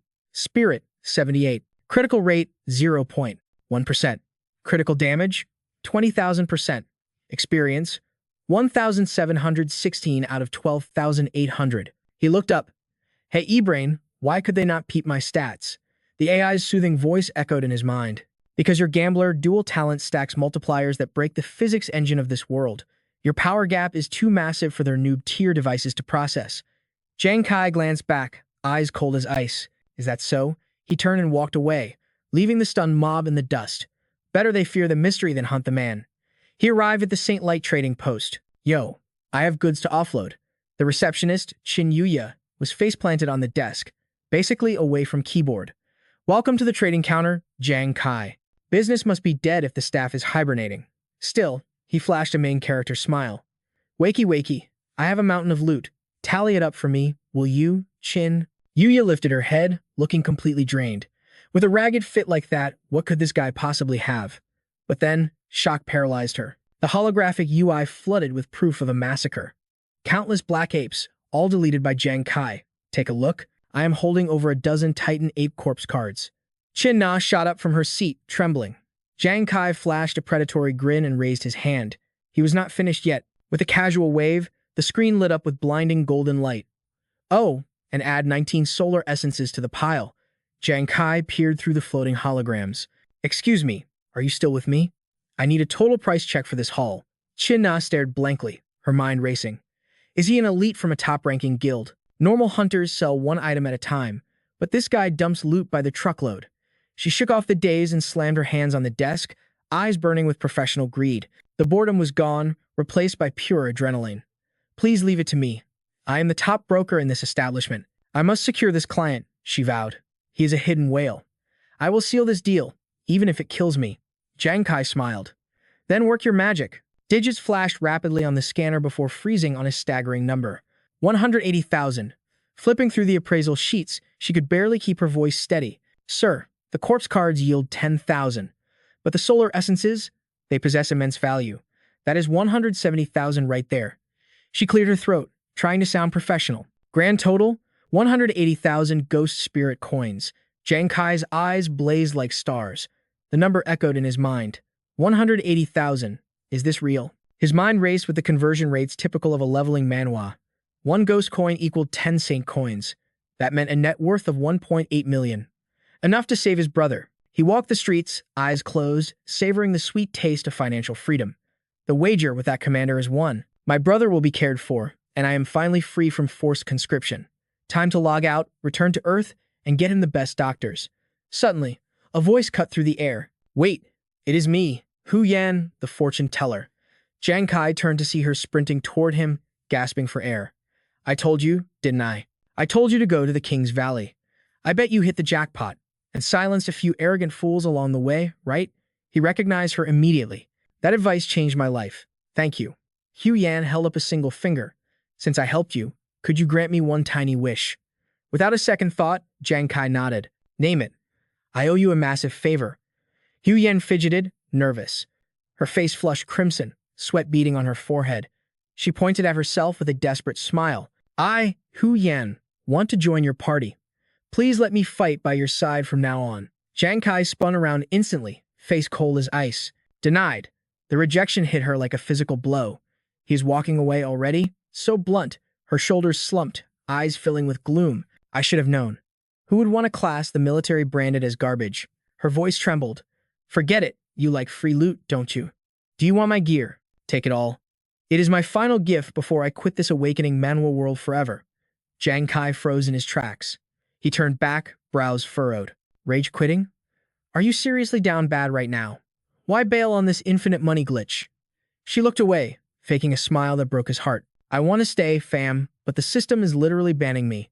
Who invites a trash-tier fortune teller to a hardcore raid? She paused, letting the harsh reality sink in. The military hyped up Feng Shui masters as S-tier. So I grinded to level 20 and awakened, only to find out I was scammed. My so-called divine talent is just a glorified alarm clock for lucky hours. One useless skill. That's it. Memories of getting kicked from the lobby flooded her brain. Once they realized my DPS was 0, the army tossed me out like vendor trash. Too weak to solo. Too useless for a party invite. My XP bar has been frozen for years. She recalled the days watching the real players walk by. I'm just an NPC here, surviving on scraps in this pay-to-win world. If I go back to Earth and work as a scavenger or, you know. Her voice cracked. At least I won't get a game over from starvation. Jang Kai felt that hit right in the feels. That's a speedrun to the grave. My brother wrecked his build doing that. You're too squishy for that hellhole. Hu Yan put on a brave face, hiding the pain. Do I have a choice? My little siblings are waiting in the lobby. I'm their only tank. I'll grind through anything for them. That smile, critical hit to Jang Kai's soul. It was the exact same expression his brother wore. It's okay. Big Bro is OP. Her backstory was a perfect copy of his own canon event. His brother dreamed of being a top ranker, but he sold his future to carry us, ruining his health stats. Hu Yan's voice snapped him out of the flashback. Anyway, you want the loot drop or not? Wait here. I'll grab it from inventory. She sighed. I'm logging out forever. GG. Hold up, Jang Kai shouted. He stared her down, switching to full serious mode. I am Jang Kai, and I'm logging out too, but not permanently. Next time you log in, DM me. We're duo queuing. Hu Yan trembled, tears buffering in her eyes. For real, Jang Kai turned, hitting a cool pose as he walked into the sunset. No cap. If I'm lying, may my wallet be empty forever. Hu Yan wiped her eyes, voice shaking. For a cheapskate like you to promise that, it must be 100% legit. She launched herself at him, tackling Jang Kai in a desperate bear hug. Thank you. You're actually goated. The impact nearly took him out. How do you survive being this reckless? Hu Yan ignored him, refusing to let go, clinging like he was her last respawn point. Back on Earth in the ghetto, Jang Kai kicked the door open with the ultimate flex. Bro, sis, quit your jobs. We up. I secured the bag. The three gathered around the table. Jang Kai crossed his arms, radiating main character energy. His older brother frowned. Are you for real? The youngest squinted, looking sus. Where'd this cash come from, big bro? You doing something illegal. Jang Kai scoffed at the accusation. Chill, I grinded it in the demon realm. He grinned. Big bro gets his surgery tomorrow. And you? Back to school. The older brother looked down, guilt-tripping himself. Little Jang Kai, you've been carrying us so hard. Jang Kai scratched his head, blushing a bit. It's nothing, bro. Compared to your grind, this is basically the tutorial level. Jang Kai looked at the family photo, voice dropping deep. Relax now. I used to be a grinder, but now I'm OP. I swear I'll give you guys the whale treatment. They raised their glasses, vibes immaculate. To the fam, surviving the apocalypse together. Cheers. Suddenly, a ringtone interrupted the cutscene. Jang Kai checked the caller ID. Unknown. It was Commander Wei Ying, sounding like he was in the middle of a war zone. Jang Kai, you won the bet. You free? His tone was dead serious. Sending an Uber. There's something you gotta see. Don't be late. Classic Commander Wei Ying. Moments later, Jang Kai stood in the wasteland outside the safe zone. Skyscrapers looked like glitched textures against the sky. A voice broke the silence. We're here. Surrounded by guards, Jang Kai looked around, shook. This map used to be my home. Now it's just rubble. The soldier leading them suddenly stopped. Jang Kai looked up. There stood a white-haired figure, coat flowing like a boss NPC. Commander, why summon me to this spawn point? Suddenly, a roar shook the server. Jang Kai's jaw hit the floor. The shockwave flattened the buildings, debris raining down like lag. From the fire rose a raid boss, the Black Ape, but three shadows were engaging it in high-speed aerial combat. Jang Kai froze. Are those Transcendent awakened on the front lines? The scale of this PvP was mind-blowing. In this world, every 20 levels is a massive evolution. There are 6 stages of power. Explorers from level 1 to 80 get buffs, but their skills are usually locked to the demon dimension. As he watched, the trio launched their ult, but Transcendents, they're built different. Once a player breaks past level 81, their physics engine changes, letting them use full power on Earth. The 3 warriors charged, weapons glowing, diving straight into the boss's face. The Black Ape fired a beam that could delete the map. The tank raised his shield, eating the damage head-on. Sweating bullets. This wasn't a game. Bringing this power to Earth was risky business against a kaiju this size. They took to the sky, flaring their aura to the max. Refusing to fold, they went in for the finisher. This power wasn't just military tech. It was humanity's last hope against the god beasts invading the server. Jang Kai was hyped. That's the ultimate move. Boom! The combo attack pierced the monster's armor. Jang Kai pumped his fist. POG, a clean kill. That was insane. Wei Ying stood there, lighting a cigarette like it was nothing. Strong? That was just a minion. His eyes went dark. We lost 2 top-tier players just to kill that one mob. Jang Kai's hype died instantly. His eyes went wide. Wei Ying exhaled smoke, voice grim. Jang Kai. Humanity is about to get wiped. Don't let the city lights fool you, fam. It's safe in there, but out here? Absolute horror show.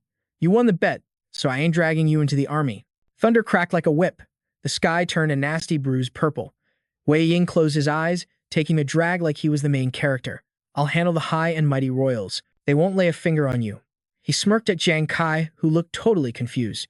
You wondering why a top dog like me cares about a rookie like you? Wei Ying's voice dropped, serious as a heart attack. Because my gut never lies. Then the rain started pouring, mixing with the grime on Jang Kai's face. He was locked in, hanging on every word. My instincts? They're screaming that you're going to be a legend. A powerhouse that everyone in St. Yao will beg to save them one day. No cap. The rain hammered down on the concrete. Behind them lay the wrecked corpse of a black ape. Wei Ying kept spitting facts through the storm. Look, I know in this apocalypse, you just want to keep your fam safe. But the draft means front lines, and that place, it's a graveyard for anyone who ain't built different. Wei Ying took a long, heavy pull from his cig. When society collapses, regular folks get crushed. This broken world is begging for warriors to stop the monster waves. You feel me? He flicked the cigarette into a puddle. Sizzle. One day, I'm gonna go out fighting on that battlefield. He turned around, eyes blazing with that soldier's spirit. If me biting the dust buys time for the people, I'm taking that deal with a smile. Lightning ripped the sky open behind Jang Kai. The dude was stunned. I won't force you, Jang Kai, but if the darkness tries to swallow us, I hope you'll step up. Those words hit different. Days later, after chilling on Earth, Jang Kai headed back to the demon realm. Game face on. Back in St. Light City, Jang Kai couldn't get the commander's speech out of his head. It was living rent-free in his brain. The commander really thinks he's the chosen one. Could he actually be the savior? He tapped his watch. Nah, forget that noise. Survival is priority number 1 right now. The valley had reset. so the mobs were back. He pulled up the hollow screen. Target acquired. The Ghost Banshee. In this leveling game, one slip up against her is instant game over. She deals massive damage and hits you with a nasty status effect. Terror Shock. A big red warning flash before his eyes. System screams, Terror Shock detected. Her scream paralyzes anyone within 10 meters. You freeze, you die. But here's the twisted part, you gotta be inside that death zone to even hurt her. Jang Kai memorized the stats. She's a total nightmare. Step into her 10-meter circle, paralyzed and wrecked. Stay outside, you can't even scratch her. He swiped the screen away, eyes cold. Hands in pockets like a boss. He walked straight toward destiny. This ain't like the apes. I need a squad for this. Up ahead, he spotted Hu Yan catching some Z's in the middle of the road. She was holding a sign, "Do not disturb, waiting for my captain." She was mumbling in her sleep, "Captain. Oh, Captain." People walking by were judging hard. Is she crazy? Jang Kai loomed over her, looking half pitying, half annoyed. Hu Yan, don't tell me you've been camping here since I logged out. She snapped awake instantly. Tears started flowing like a waterfall as she started babbling. Captain Jang Kai. I knew it. I knew you wouldn't ghost me. I've been waiting for days. Jang Kai forced a smile. Yeah, I remember. Hu Yan's eyes got all sneaky. She covered her mouth and whispered, Captain, you're here to grind a boss, right? I found us a teammate, a real tank. You want him? Jang Kai's eyes lit up. Someone actually useful? Perfect. As long as it ain't some useless scrub. Suddenly, a chubby dude appeared, scratching his head. Yo, I'm Ruan Yu, and I'm a total alcoholic. Clink, clink, go the bottles at his waist. Jang Kai bolted. He sprinted away, screaming, I don't need him. Hu Yan laughed nervously. The captain sure doesn't waste time. Ruan Yu looked confused while Hu Yan screamed after Jang Kai. Captain, just take him. He's used to suffering and he does whatever he's told. Ruan Yu looked awkward, poking his fingers together like a shy anime girl. Hu Yan kept chasing. He can cook. He gives great shoulder massages. He even said he won't take a single coin of the loot. Jang Kai stopped dead in his tracks. He dashed back and grabbed Ruan Yu's hand with tears in his eyes. Greetings, Comrade Ruan Yu. I'm Captain Jang Kai. The moment I saw you, I knew you were a genius. Welcome to the squad. Jang Kai laughed like a maniac, fist pumping the sky. Today, we hunt the Ghost Banshee. We are family now. Let's roll. Ruan Yu looked at Hu Yan like, is this guy okay? But Jang Kai kept shouting about family. Hu Yan sighed at his shamelessness. That ain't family love, bro. That's just because you're free labor. Night fell fast, and pale moonlight hit the mountains. Deep in the forest, a creepy old shack appeared in the fog. This was the Valley of Kings, boss territory. Chilling wails echoed from the shack. A clawed hand started casting a dark spell. Level 20 Elite Ghost Banshee. A skeleton in a ripped dress that sounded like death. High on the cliff, Jang Kai watched the prey. Listen up, team. She's leagues above the ape. If she spots us, we are cooked. Keep it down. He analyzed her moves. Remember, the mechanics say we only deal damage within 10 meters. We gotta sneak in perfectly. Hu Yan was shaking. Roger that. Then, a slurred voice groaned. Cap. Tane. Jang Kai hissed. She. Hu Yan. Zip it. Hu Yan pointed at herself, confused. She hadn't said a word. The groaning continued. Cap. Tane.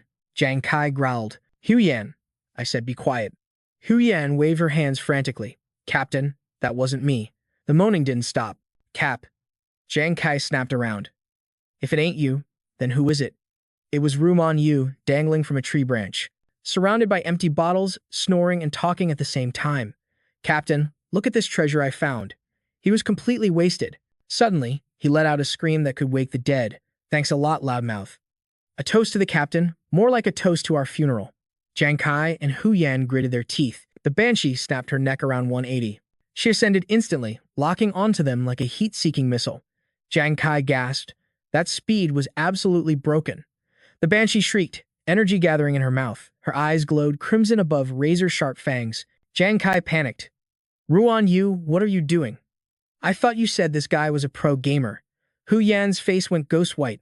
I might have capped a little bit. Jang Kai felt his soul leave his body.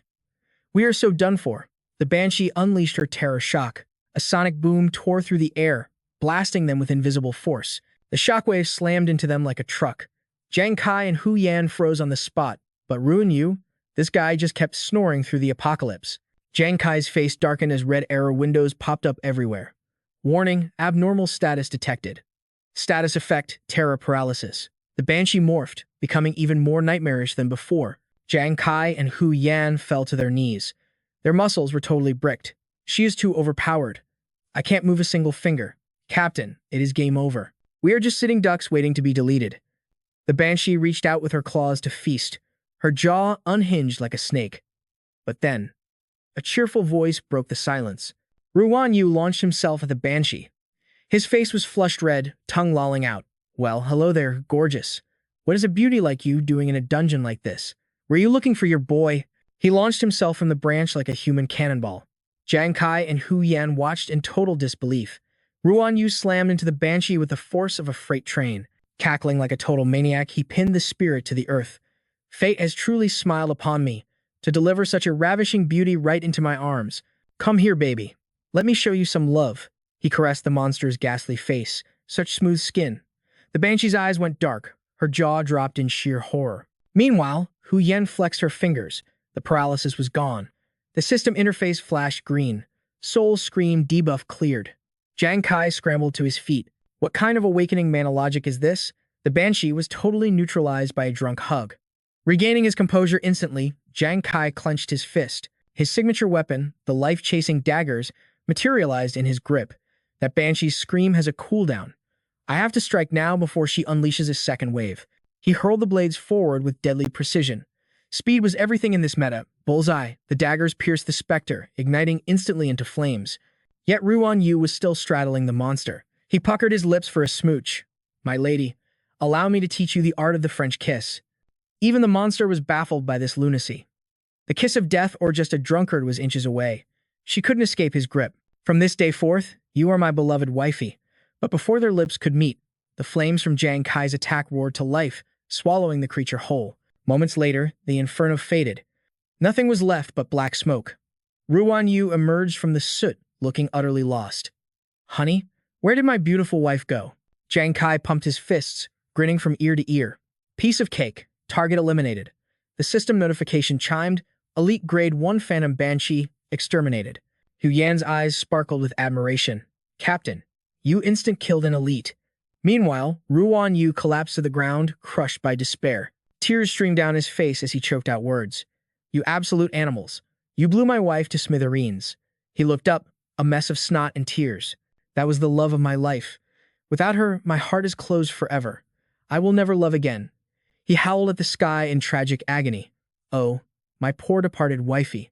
Jang Kai leaned over to Hu Yan, whispering, Does Ruan Yu always go completely insane when he hits the bottle? She gave an awkward laugh. Pretty much. He is a total booze hound. Once he starts drinking, his brain just shuts off completely. She sprinted toward the cabin, beaming. Captain, I will grab the treasure chest and the elite corpse card. Jang Kai nodded, but his mind was racing. Wait, Ruan Yu definitely got hit by the Banshee's scream earlier. Jang Kai replayed the scene in his head. He was drunk out of his mind, yet he took 0 damage. In fact, he counterattacked. The image of Ruan Yu tackling the ghost played on a loop in Jang Kai's mind. He watched Ruan Yu chugging wine through his tears. The worst part of being a drunk is losing mental control. But miraculously, that fatal flaw completely negated the Banshee's psychic attack. A wicked smirk curled on Jang Kai's lips. At that moment, Hu Yan returned with the loot. She looked up to see Jang Kai grinning like a villain. His eyes narrowed in a scheme that screamed pure evil. Isn't Ruan Yu the ultimate god-tier weapon against these Banshees? Hu Yan froze in terror. Why does he look so demonic right now? Just when they thought it was over. Inside another hut, a second Banshee snarled in rage. It was a carbon copy of the first one. Footsteps thundered outside. Before the creature could react, Jang Kai and Hu Yan charged in. I choose you. Go get him, Ruan Yu. And there he was, tongue out, laughing like a maniac. Another beauty just for me? The Banshee unleashed a piercing shriek, soul-shatter scream, but the attack did absolutely nothing. Hearts floated in Ruan Yu's eyes. Hey, gorgeous. Why are you drooling over me like that? Craving my body, are we? He lunged forward again, wrapping the shocked monster in a bear hug. What a coincidence. I want you, too. Jang Kai waited in the shadows, perfectly poised. Perfect. The crowd control skill is broken again. That is my cue. Ruan Yu pinned her down, crooning a love song. Come on, baby. Love is in the air. Let's light a little fire of passion tonight. Jang Kai unleashed a volley of flaming daggers. Distracted by the drunkard's harassment, the Banshee couldn't defend herself. Just like before, the flames erupted. She screamed in agony as her HP dropped to 0. The holographic interface popped up. Adventurer Jang Kai successfully eliminated Elite Phantom Banshee, unharmed by the skill, but blasted by the explosion. Ruan Yu flew into the air, blinking his eyes open in a daze. Realization hit him mid-air. He screamed, spewing profanities. "You bastards, you blew up my wifey again. I curse your entire bloodline." He face-planted into the dirt, weeping uncontrollably. Jang Kai looked down at him with cold confidence. "Beautiful. Before he sobers up, go find another Banshee." Hu Yan saluted. "Yes, sir." 3 hours later, Ruan Yu was launched into the sky again. "No, don't blow up." Wife number 11. Later he sat slumped by a door, sobbing. "My 23rd wife, gone. Exploded by these monsters." Inside, Jang Kai and Hu Yan cracked open another chest. Their eyes glowed with greed. Ruan Yu wailed, reaching out a desperate hand. "Please, have mercy on wife number 25. Another heavy chest was hauled out of the Banshee's hut. The loot was heavy, radiating that sweet golden glow of victory. Jang Kai let out a triumphant laugh, hands on his hips. "Now this is absolutely magnificent. Yo, I never thought we'd wipe the entire Kings Valley map. We snagged 35 elite chests just by using Ruan Yu as bait." Hu Yan clutched her face in disbelief. "I wouldn't dare dream of this kind of efficiency." Jang Kai checked his status window, his voice buzzing with pure hype. "After slaughtering 35 elites, I skipped 2 whole levels. Check the stats. Fam, I'm already level 14. He winked at the sobbing drunkard in the corner. "And the only cost was Ruan Yu's shattered heart." "Hu Yan, you were right. This guy is surprisingly useful for a tank."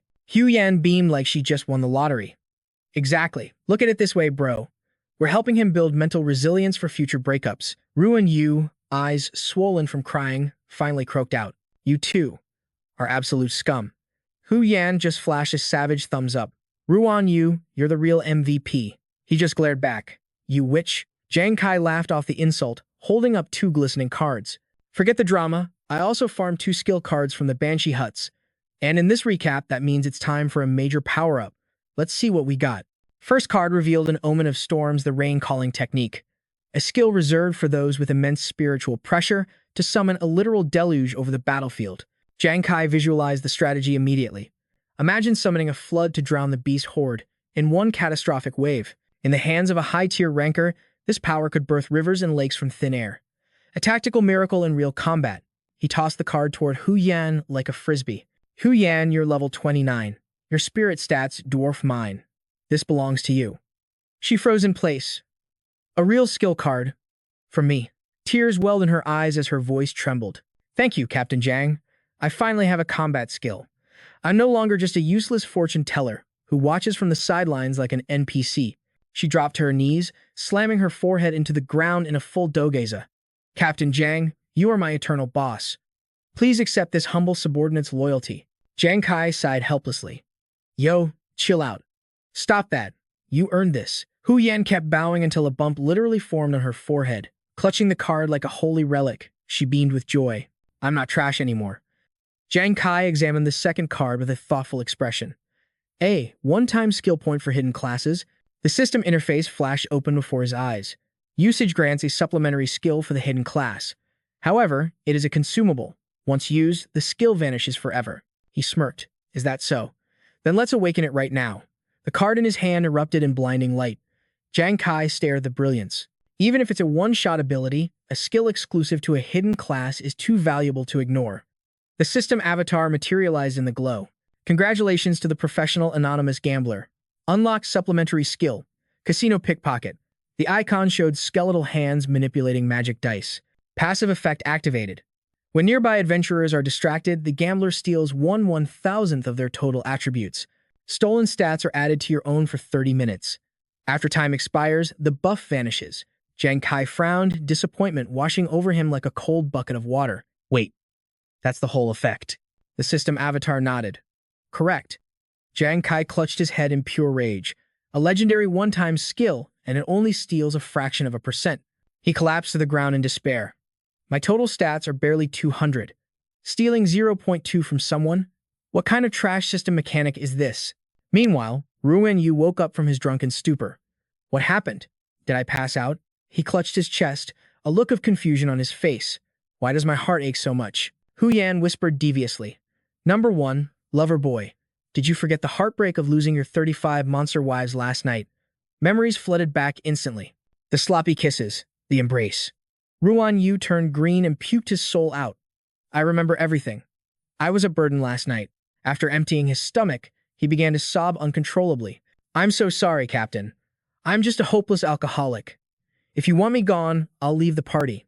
Jang Kai remained silent. He tossed a piece of high-tier armor to the tank. With a gentle smile, he spoke. What nonsense is that? You were the MVP of the raid last night. This loot belongs to you. Ruan Yu looked up, absolutely stunned. Jang Kai continued. Without you tanking, that banshee would have killed me 10 times over. You are the core of this team. The tank's face flushed with emotion. No, Captain, I can't take this. Just being on the team is enough. Jang Kai waved him off. Take it. I never mistreat my allies. Hu Yan got her share too. Hu Yan spun around. In her eyes, Jang Kai was no longer a man. He was a glowing deity, a prince charming amidst a rain of gold coins. Come get your gear, Hu Yan. Their eyes sparkled with fanatical devotion. Is this real life? Both of them slammed their heads to the floor in unison. Captain Jang, from now on we follow you. Alive, we are your people.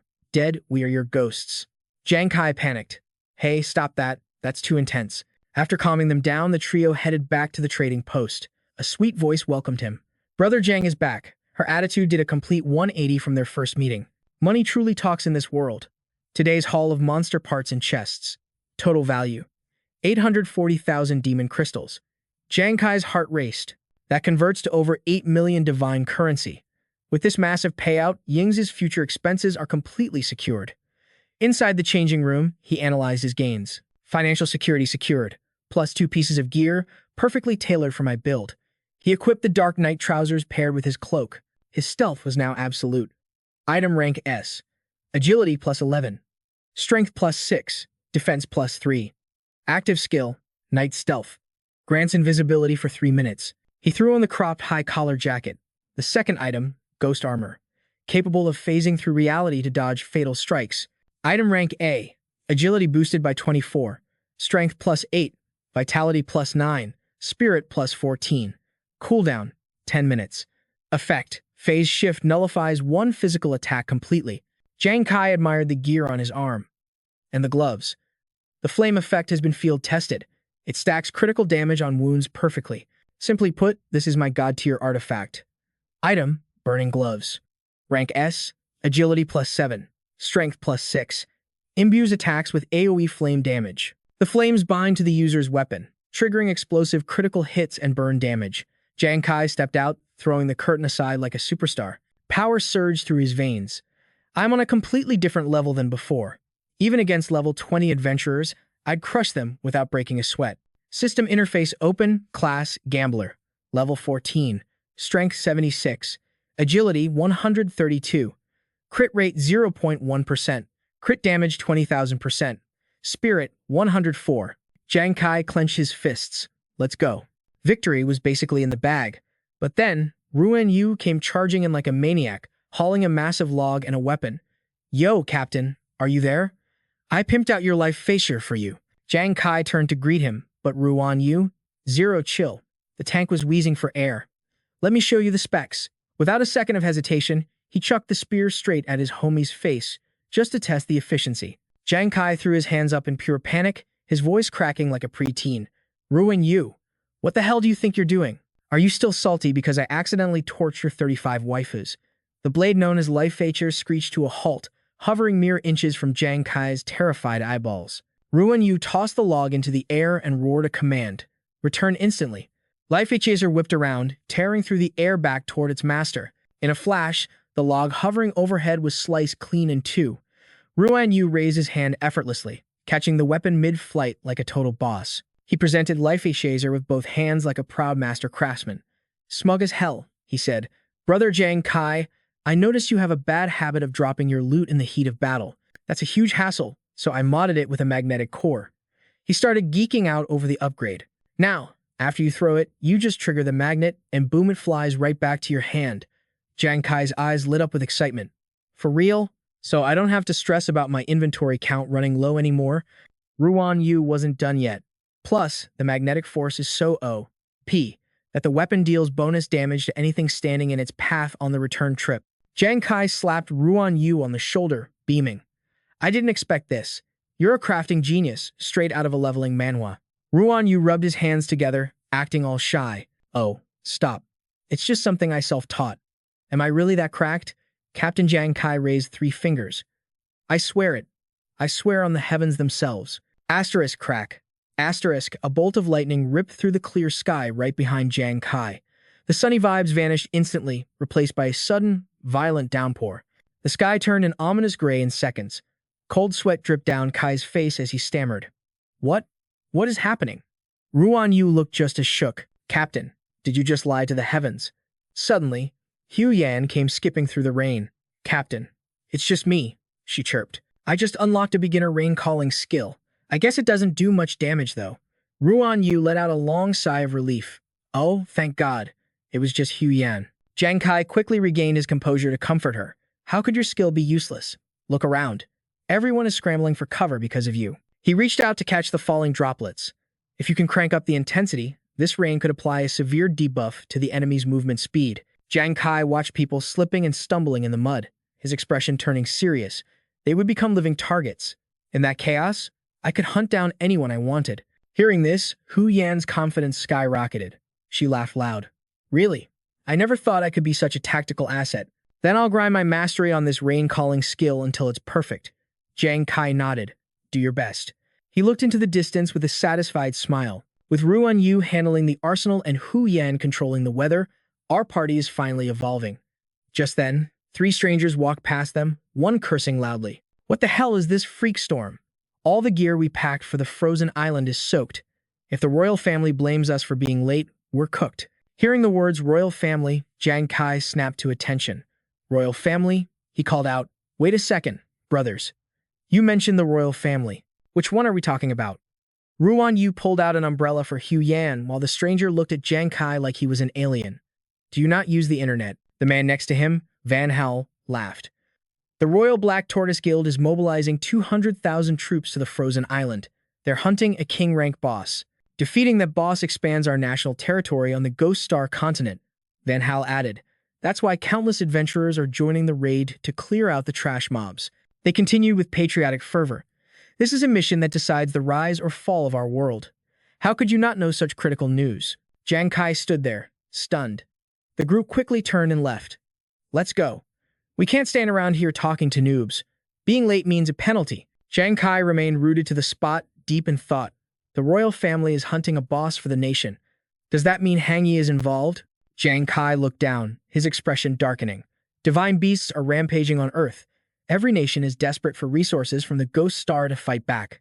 He mentally listed the 5 critical resources found in a system manual world. Dungeons, gear, mineral veins, materials, and energy. But on the Ghost Star, powerful bosses hoard them all. Only by slaying the boss can a nation claim the land and harvest the resources. His face grew grim as he recalled the power hierarchy. The monsters on Ghost Star are ranked strictly. Common, Elite, Warlord, Commander, King Rank, Map Boss, and Guardian King. A vision of a battlefield with tens of thousands of soldiers filled his mind. To take down a King Rank boss, you need an army of hundreds of thousands just to stand a chance against that level of horror. Everyone is risking their lives against one monster. Is the royal family actually leading the Black Tortoise Guild to save the country? An image of Hang Yi wielding his sword appeared in his mind. Jang Kai fell silent, doubt gnawing at his gut. Has that bastard Wang Wei actually turned over a new leaf? Is he playing the hero now? He remembered Wei Ying's words. Asterisk. The rise and fall of the world is every man's responsibility. Asterisk. Someone has to stand up and fight the monsters. Jang Kai clenched his fist, staring at his reflection in the puddle. If Wang Wei can do it, then I have to go too. I'll head to the frozen island and fight for my country. Scene shift. The frozen island on Ghost Star. The night sky was a dazzling tapestry of stars, but below, a blizzard raged over snow-capped peaks. Jang Kai's trio trudged through the snowstorm, Hu Yan's voice trembling from the cold. Captain, we left so fast. Why didn't you buy us any warm clothes? All 3 were huddled together, shivering violently. Jang Kai's face was purple, snot freezing on his nose. I didn't think the environment debuff would be this hardcore. Suddenly, a shout echoed from above. Jang Kai looked up to see 3 figures on a cliff. Hey, which team are those idiots from? Don't you know walking on the lake before the raid starts is forbidden? Jang Kai looked confused, his teeth chattering like a machine gun. It's our first time here. Why can't we walk here? The leader, Wang Kuang, crossed his arms and scoffed. Yo, do these rookies have a death wish? Everyone knows the frozen island is an awakening mana danger zone. The monsters live right beneath your feet. Just walking on the ice is insane. Suddenly, a spiderweb of cracks began to spread beneath Jang Kai's boots.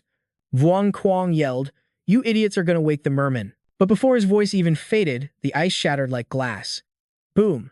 A fishman monster burst from the freezing depths, clutching a deadly trident. The shockwave sent Jang Kai's squad tumbling across the ice. Standing before them was a level 22 bipedal merman, a literal nightmare made flesh, grinning with razor-sharp fangs. Jang Kai grabbed Ruan Yu by the collar, hauling him up. Get up, we aren't dying today. Nearby, Hu Yen spotted their audience on the cliff. High above, standing next to Wang Kuang, was Hulu Luke. He sneered, looking down on them like bugs. Those three are absolute noobs. Wang Kuang cupped his hands and shouted, "Hey, that's a level 22 elite monster. In a leveling mana world like this, you need a full squad of level 20s to even stand a chance." He raised his voice, making sure Jang Kai caught every insulting word. Everyone knows mermen are close combat specialists. Once a level 22 gets in range, you rookies are basically dead meat. While Wang Kuang was busy running his mouth, the monster made its move. The merman gripped its trident and thrust violently toward Jang Kai's heart. But Jang Kai stepped right into the kill zone without hesitation. Hu Yin screamed, "Captain, no." Just as the cold steel pierced his chest, Jang Kai's eyes flashed with power. Phantom armor skill, ethereal form. The attack passed right through him like he was a ghost. The merman froze, its brain short-circuiting in confusion. The ethereal form vanished and Jang Kai was already airborne. He smirked. "I thought you were a boss, but you're just trash mob fodder." His leg whipped around like a cannonball, slamming into the monster's face. Life-chasing fire. Get lost. Boom.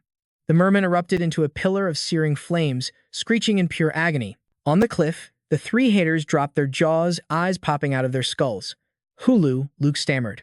What the hell? He dodged a point-blank attack and countered a melee specialist instantly. The bearded man, Bossin, looked like he'd seen a ghost. That thing requires a full raid party of level 20s to suppress.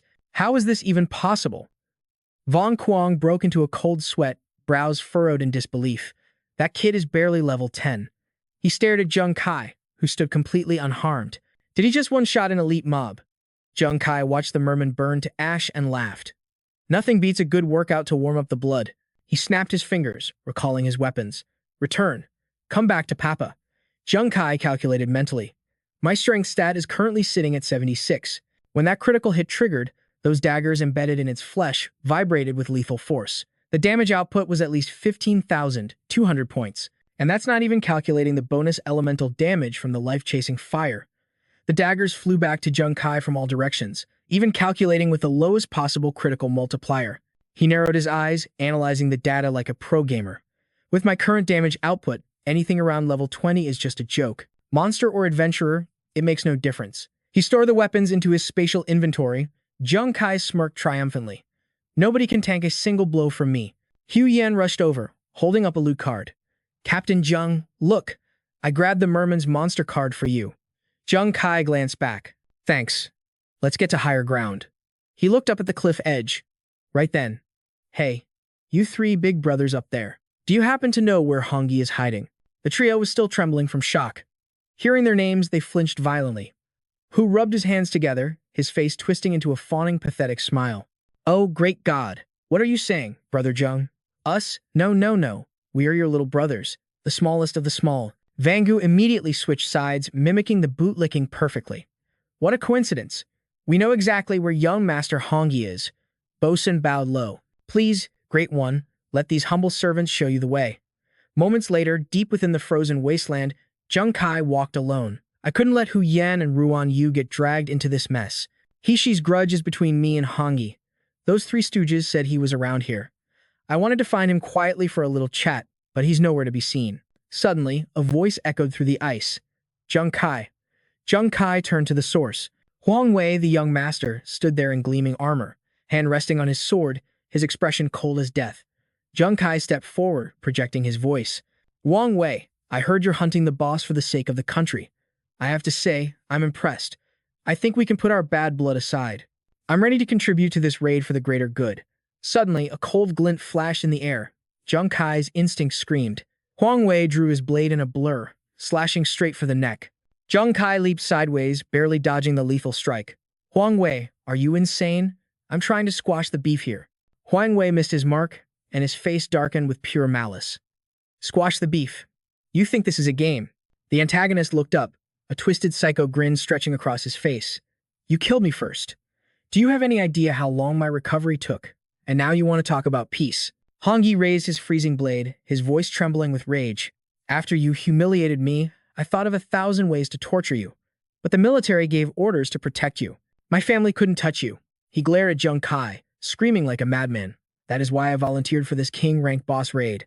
I just need enough military merit to demand they strip you of your protection. Jang Kai froze, disbelief washing over him. You joined a suicide mission just to get permission to kill me. Exactly, Hong Ji roared, charging forward with explosive speed. But I never expected you to deliver yourself to my doorstep. Screw the boss raid. I'll kill you first. He swung his sword in a deadly arc. I'll use your head as my offering to the military. Jang Kai ducked under the blade, sliding backward across the ice. He stood up, his gaze turning icy. I gave you a chance, man, but I guess a snake is always a snake. Jang Kai raised his hand, and a terrifying flame ignited around his fist. If you want to kill me, you better call your friends. Your little falcon squad is about to go extinct. Hongyi's lackey stepped out from the shadows, laughing mockingly. Big words. You only survived the falcon squad last time because the military saved your ass. Another lackey, Hongyi chimed in. Young Master is over level 10 now, and he's decked out in full S-rank gear. You're finished. He doesn't need backup to squash a bug like you.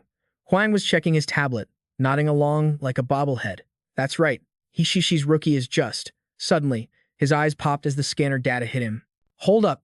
Wait a minute. The holographic status board flickered in front of him. This has to be a glitch.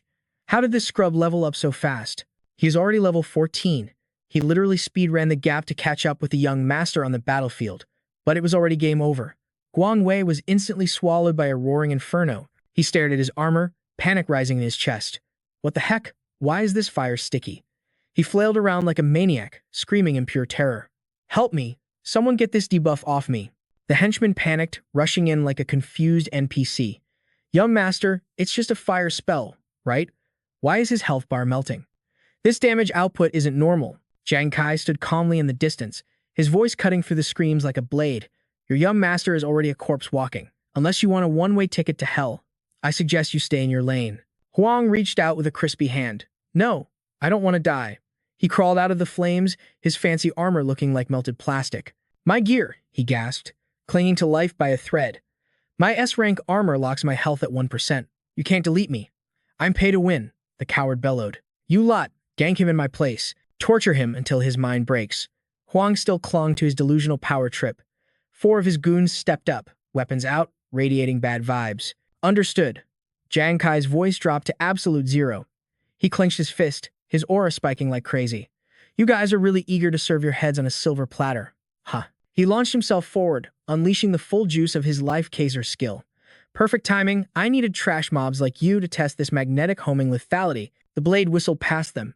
Surprise flickered in their eyes, but they dodged it. A cunning, smug glint returned to their gazes. Huang scoffed. You threw that many and missed every single one? Call that aim. Their levels flashed above their heads like neon signs. 31, 28, 29, and 32. Hong Sun smirked with disdain. Did seeing our level 30 stats make your hands shake? Noob? He charged at Jang Kai like a raging bull. I'll take the first blood. Jang Kai raised a hand engulfed in searing flames, his lip curling into a sneer. Fear? Never heard of it. The first to die, you mean. As the words left his lips, the Lifey Chaser boomerang pulled a U-turn, striking the enemy dead in the spine. Hellfire erupted from the blade, instantly deleting his existence. Jang Kai watched coldly as Hong Sun was swallowed by the inferno, his screams echoing in the void. The squad behind him froze in sheer terror. What? How did that dagger fly back? They stared at the motionless Jang Kai. How could a rookie in the teens obliterate a level 32 captain? Seeing their comrade charred to ash on the ground, their courage shattered into screams. Instant death. Jang Kai vanished, reappearing behind them like a glitch in the Matrix. It wasn't over yet. He raised his hand, recalling the blade. The fool who tried to block it was skewered instantly. Flames roared to life again, reflecting in his pale, terrified eyes before consuming him completely. Huang watched, his voice trembling uncontrollably. What? What kind of broken skill is that? How is his damage per second so insane? Huang's mind raced in panic. Is this kid actually a high-tier god smurfing in the rookie zone? Huang struggled to his feet, veins bulging as he screamed. You morons, can't you see he's a ranged attacker? He snarled. Aggro him together. Just close the distance and he's finished. Following orders, the remaining two charged. Dampan shouted. Sir Wang Wei grinned with renewed arrogance. Jang Kai is clearly a glass cannon assassin. High-range damage, but get in his face and he's nothing but a chicken. The words barely left his mouth before a firestorm engulfed his men. Their agonized wails tore through the air. No, stop. Huang fell to his knees, his face a mask of disbelief. Jang Kai walked slowly toward him, his aura heavy and oppressive, one piece of trash leading a pile of garbage. His eyes held nothing but contempt and cold fury. Is there any difference? Huang scrambled backward, hands clawing the dirt. Impossible. The level gap is massive. How are you doing this? Jang Kai ignored the question, materializing a gleaming sword from thin air. I intended to wipe our slate clean. But you really have disappointed me to the core. Sword in hand, Jang Kai closed the distance, his voice icy. Huang, you're thick-headed to the very end. You really want me dead that badly? Terror seized Huang. What? What are you doing? Jang Kai raised his blade high. Nothing personal. You wanted my life, so it's only polite that I return the favor. I heard the last time I killed you, it left quite the psychological scar. A devilish smirk played on his lips. So this time, let's make that shadow a little deeper, shall we? Before we see what happens, make sure to smash that like button and subscribe for more epic revenge. Despair filled Huang's eyes as the blade descended. His scream pierced the forest canopy. Minutes later, Jang Kai stood alone, hands in his pockets, casually checking his holographic system interface. Farming veteran adventurers really yields the best crops, doesn't it? 4 level 30s plus that waste Huang pushed me all the way to level 17.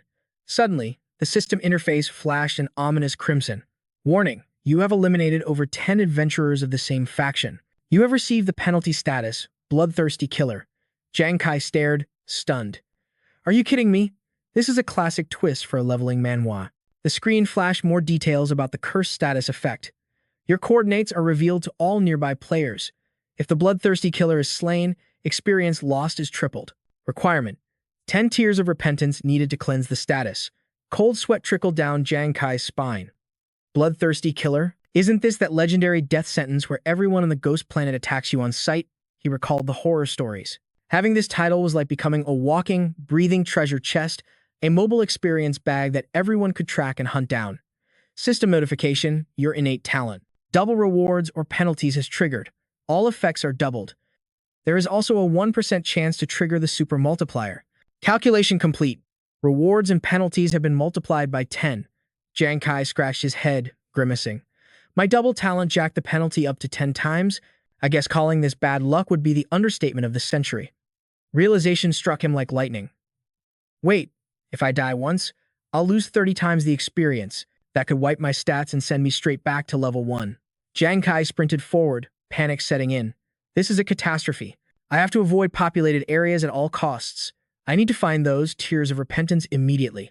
Meanwhile, at the royal garrison on the ice island, deep in the frostbitten woods, a massive military base stood like an iron fortress, totally locking down the area. But suddenly, a roar of pure rage blasted from the main command tent, shaking the ground so hard the soldiers outside nearly wet themselves. Say that again? My son Hangi got clapped by another player, and you call yourselves bodyguards? The man screaming like a maniac was none other than Hangji's dad, Hong Thong, the supreme commander of this entire Ice Island campaign. His face was literally turning purple with fury.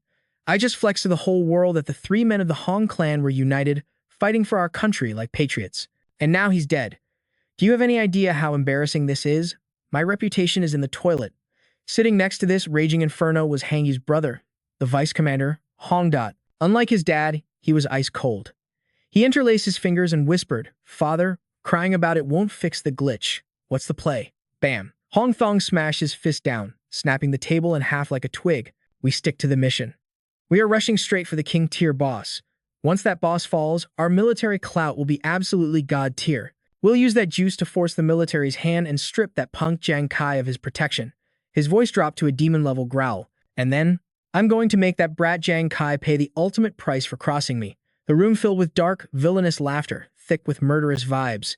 Meanwhile, deep in the frozen wilds, our boy Jang Kai finally linked up with his squad. Hu Yan pointed at him, totally confused. Captain Jang Kai? Why is there a terrifying red title floating above your head? Ruan Yu gasped, her eyes popping out.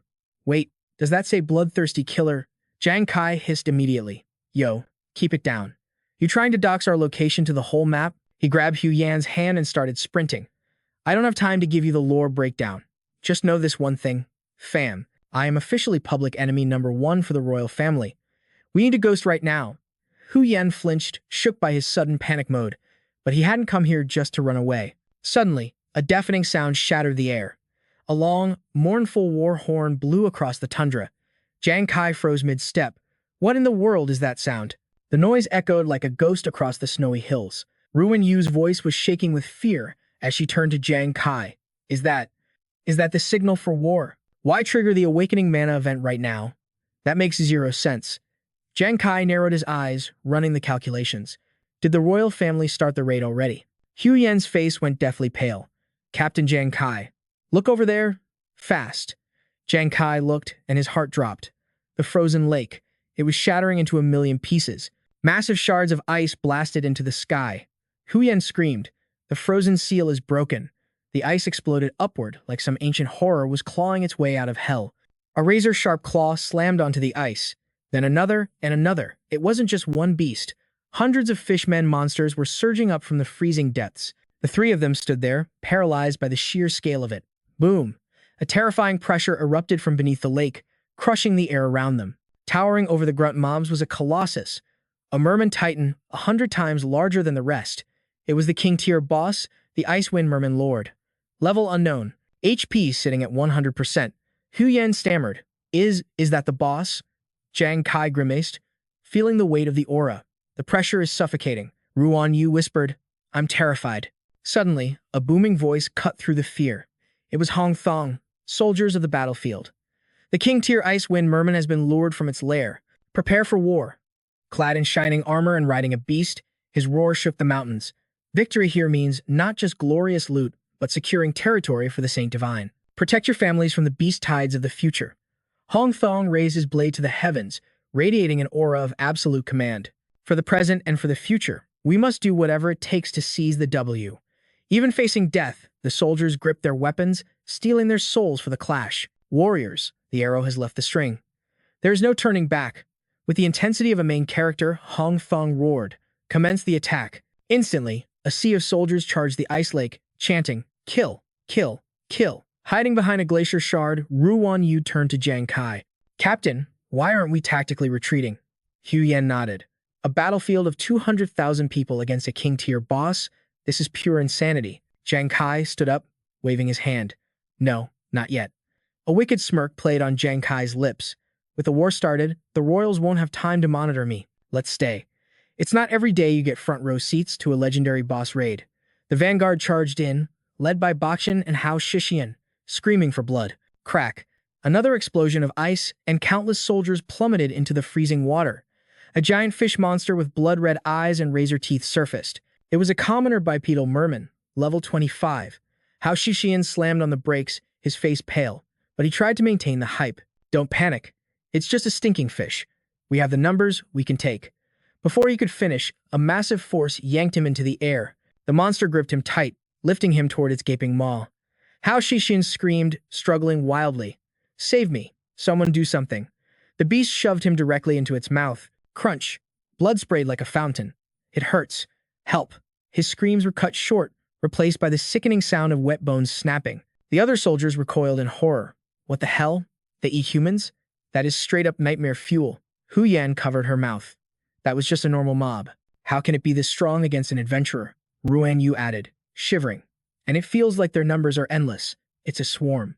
Jang Kai's expression darkened as he analyzed the system. Manhwa rumor has it that as long as the boss lives, the army will respawn infinitely. He watched the chaos with the eyes of a tactician. So, the key isn't the clash between 200,000 adventurers and the fish army. Jang Kai paused. Something fast was skimming across the ice. It all comes down to the awakened. Two figures blurred past the soldiers, moving with the speed of arrows. The soldiers cheered at their arrival, Leading the charge was Tuan Keat, a high-level fire user. Focus! Our squad of 8 has breached the boss zone. The elite squad pushed their limits, channeling their energy while sprinting into the danger zone. Bakken led his team, flying straight for the Merman Lord. All members, peak condition. Unleash everything you have. Weapons flashed, and ultimate skills charged up. Every attack was aimed squarely at the giant. We need max damage on the boss. Hu Yan gasped. So strong.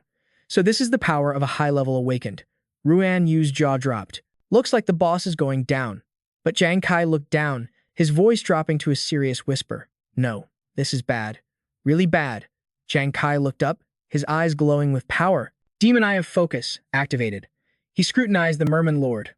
It stood firm, its eyes overflowing with murderous intent. Yo, their skills are total eye candy, fam. But Jang Kai? He peeps the truth with his demon eye. That fish dude isn't scared, he's straight up trolling them. They ain't even scratching the paint job. A red system alert pops up, defense is totally broken. Tuani's bugging out like, say what? The shield is still up? But then, a giant shadow hits the chat. The Merman Lord raises a massive hand and drops the ban hammer. Boom. Ice explodes everywhere. The shockwave yeets the awakened away like they're nothing but ragdolls. Anyone caught in that blast is coughing up straight cranberry juice. They drop from the sky and smack the frozen ground hard.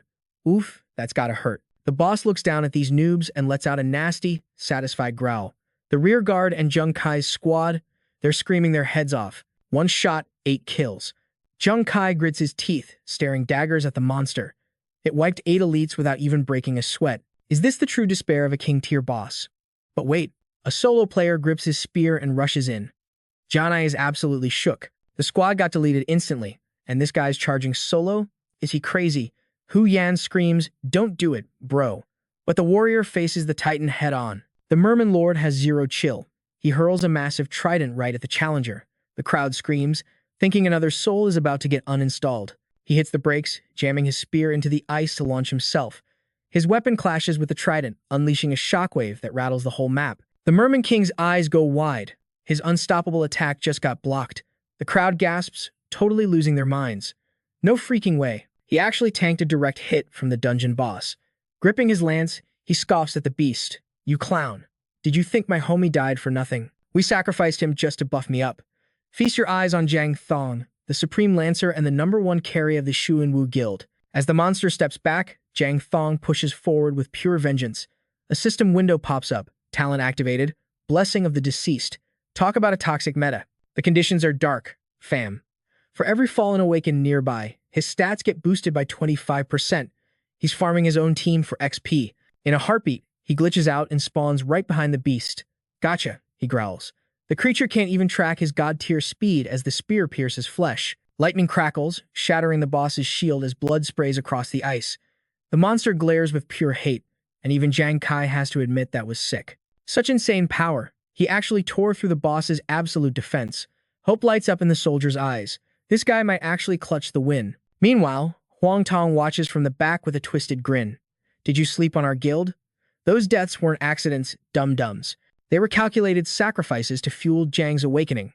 Right then, Jang Thong becomes a battery of infinite energy, a terrifying aura exploding from his body. Huang Tong chills out, speaking coldly. He was already a one-man army, but with the buffs stacked, his combat power just skyrocketed by 200%. Jang Thong charges again, eyes burning with spirit energy. He's now got the combined strength of 20 elite warriors. He's totally OP. He moves like a ghost. The boss can't handle the spam attacks, taking deep wounds with every flash of the spear. GG, easy clap, Huang Tong declares. But while the main trio watches the duel, they miss the dark shadow creeping up on them. Finish him, Hu Yan cheers. But then disaster strikes. A level 32 elite assassin spawns from the shadows. Huang Da's tablet flashes crimson. Dad, he screams, staring at the blaring red alert. We got big trouble. A massive swarm is flanking our rear. Huang Tong goes pale. What did it summon? The Abyssal Army? Bro, there's hundreds of them. And every single one is an elite tier 3 monster. Panic hits the commander hard. Meanwhile, Jang Thong is still stuck in a deathmatch with the king. This is catastrophic. Jang Thong could only go all out because his back was covered. The battlefield was perfectly balanced until now. Huang Tong starts stuttering, listing off the monster tiers like a noob guide. Common, elite, warlord, commander, and boss zones. We balance the forces for a perfect stalemate to support our ace. But if our rear line collapses, it's total chaos. Jang Thong will lose support and get wrecked. And then 200,000 souls get slaughtered right here. The screams of the dying are already playing in his head. Veins bulge on Huang Tong's forehead. He needs 30 minutes to kill the boss. We don't have that time. Huang Da frantically taps his screen. When does the wave hit us? 10 minutes max, he cries in horror. Elsewhere, Jang Kai's spirit daggers tear through the air with lethal precision. Swoosh, the blade hits the mark. Jang Kai blurs past, landing with style as he detonates the energy weapon with a snap. Boom. System alert, elite monster eliminated. Captain Hu Yan trembles behind a rock. The spawn rate is glitched. We gotta retreat. Jang Kai narrows his eyes. Run away? Seriously. He stands on the cliff, gazing down at the frozen hellscape. The battle lines are crumbling. Without help, this raid ends in a total party wipe. A dark thought hits him. The Huang family are his sworn enemies. Watching them burn would be sweet justice. Their doom is basically locked in. So, what's the play here, he mutters to the wind. But the fate of the Star Glory Guild and 200,000 innocent lives hangs in the balance. He closes his eyes, remembering his mentor's words. We carry the weight of this server. When darkness rises, someone has to stand against the mobs. Jang Kai's eyes snap open, blazing with resolve. Hu Yan, Ruan Yu cancel the retreat. He strides forward like a boss. I need you guys to pull aggro. Lure every single monster in the zone to my location. He raises his weapon, the main character ready to break the game logic. I will slaughter them all myself. His team stares in shock at the audacity. 10 minutes later, the defense line collapses, and the common mobs are feasting on the soldiers. A soldier clutches his severed arm, crying, Captain, it's game over. The rear guard is down. If we get encircled, we're dead meat. We gotta flee while we still can. The survivors freeze, bodies broken, and spirits crushed. Panic starts to take over the squad. That's right. If I die, I can't surf the web for a whole month. And if I can't grind for cash, my fam gets kicked to the streets. Let's move, people. Yo fam, unless you want a total party wipe, freeze right there. A mysterious figure in heavy armor stepped up, cape flowing like he's the main character. Hold the line, don't run. The retreating soldiers slammed the brakes and turned around. Captain, one of them screamed, shaking like a leaf. Yo, are you seeing this? It's been 10 minutes since the invasion alarm tripped, but the battlefield is a ghost town. The captain squinted at the mountains. Where are the enemies? Did they get lost? What kind of glitch is happening out there? The squad looked at the frozen wasteland, totally confused. Where's the vanguard? Did they disconnect? One whispered, Bro, is a high-tier awakener, spawn camping them in the back? Impossible, another guy shot back. The Royals didn't send any backup to that zone. The captain rubbed his temples, trying to process the lag in logic. This silence, it means someone is absolutely wrecking house behind enemy lines. But to stop an army that big, you'd need a full squad of elite whales sweating their brains out, not just one guy. Meanwhile, back at the grind spot, Jang Kai was literally jogging while a horde of elite mer warriors chased him like angry fanboys. Jang Kai didn't even check his rearview mirror. A smirk crept onto his face, pure confidence. He touched the ice, landing lighter than a feather. Total flex. In one smooth motion, he spun around to face the tsunami of monsters. Get wrecked. Crimson energy blasted from his hand, slicing the lead beast in half before it could even blink. That massive monster, meters tall, got deleted into ash before Jang Kai even finished his superhero landing. Jang Kai dusted off his hands. Man, I've fragged over 20, but they keep spawning one by one. This grinding speed is trash. A system window popped up. System alert, adventurer Jang Kai has slain elite mer warriors ×2. Suddenly, Hu Yang came sprinting in, screaming his head off. Captain Jang Kai, save me, bro. I pulled the entire map just like you asked. Ruan Yu was right behind him, gasping for air. Captain, I'm here too. I brought the whole squad. Jang Kai clenched his fists. Mana surged into his arms like a power-up. Perfect. I'll handle the carry. You guys go hide in a bush or something. Hu Yan looked back, terrified. Captain, are you crazy? Look at that mob density. Can you really solo all of them? Ruan Yu added, Yeah, dude, you look gassed after killing just 2 earlier. Jang Kai looked at the army and laughed. Taking them out single target style was a total waste of mana. He dashed forward, sparks of energy dancing around him like a glitched aura. But you guys don't get the meta, he muttered, eyes glowing with killer instinct. Why use single attacks when I can just spam A? O, E, boom. The earth shattered. A massive explosion swallowed the battlefield whole. The system board lit up like a slot machine jackpot. System mana alert. Jang Kai has annihilated elite mer warriors ×257. Hu Yan and Ruan Yu hugged each other, jaws hitting the floor. What was that damage? Is this Captain Jang Kai's true build? Oh my god, he's only level 10. This dude is straight out of a broken manga. Just then, Hong Thong's squad arrived, witnessing the pillar of fire piercing the heavens. The sheer pressure had them shaking in their boots. The rear guard? Why are there nukes going off in the back line? Huani pointed at the radar, panicking. Father, the red dots for the mer folk. They all vanished. Did the military reinforcements speedrun their way here? Hong Thong frowned hard. The military? No shot. He checked the clock. I just them. There's no way they mobilized this fast. He squinted at the smoke, then made a call. Ignore the glitch. If the army is here, tell the main force to lock in. We need Tuang Fong to secure the kill on the boss. No distractions. Sir. Yes, sir, the team shouted. 30 minutes later, Tuang Fong drove his blade into the boss, the impact creating a shockwave that rattled their teeth. The system chimed, target HP remaining 65%. The support team cheered. Let's go. The boss is entering the execution range. We got this in the bag. Suddenly, the vibe changed. The boss roared, slamming the ground and catching Tuang Fong slipping. Huani screamed, watch out. When the boss hits 1/3 health, it enters Phase 2, Berserk mode. But the warning was too late. In this dungeon, a Berserk boss has agility stats that are technically impossible to dodge. Tuang Fong had no choice but to face tank the damage. Forget winning right now. He just needed to not die. He gritted his teeth as the combo hit him, blood spraying from his mouth.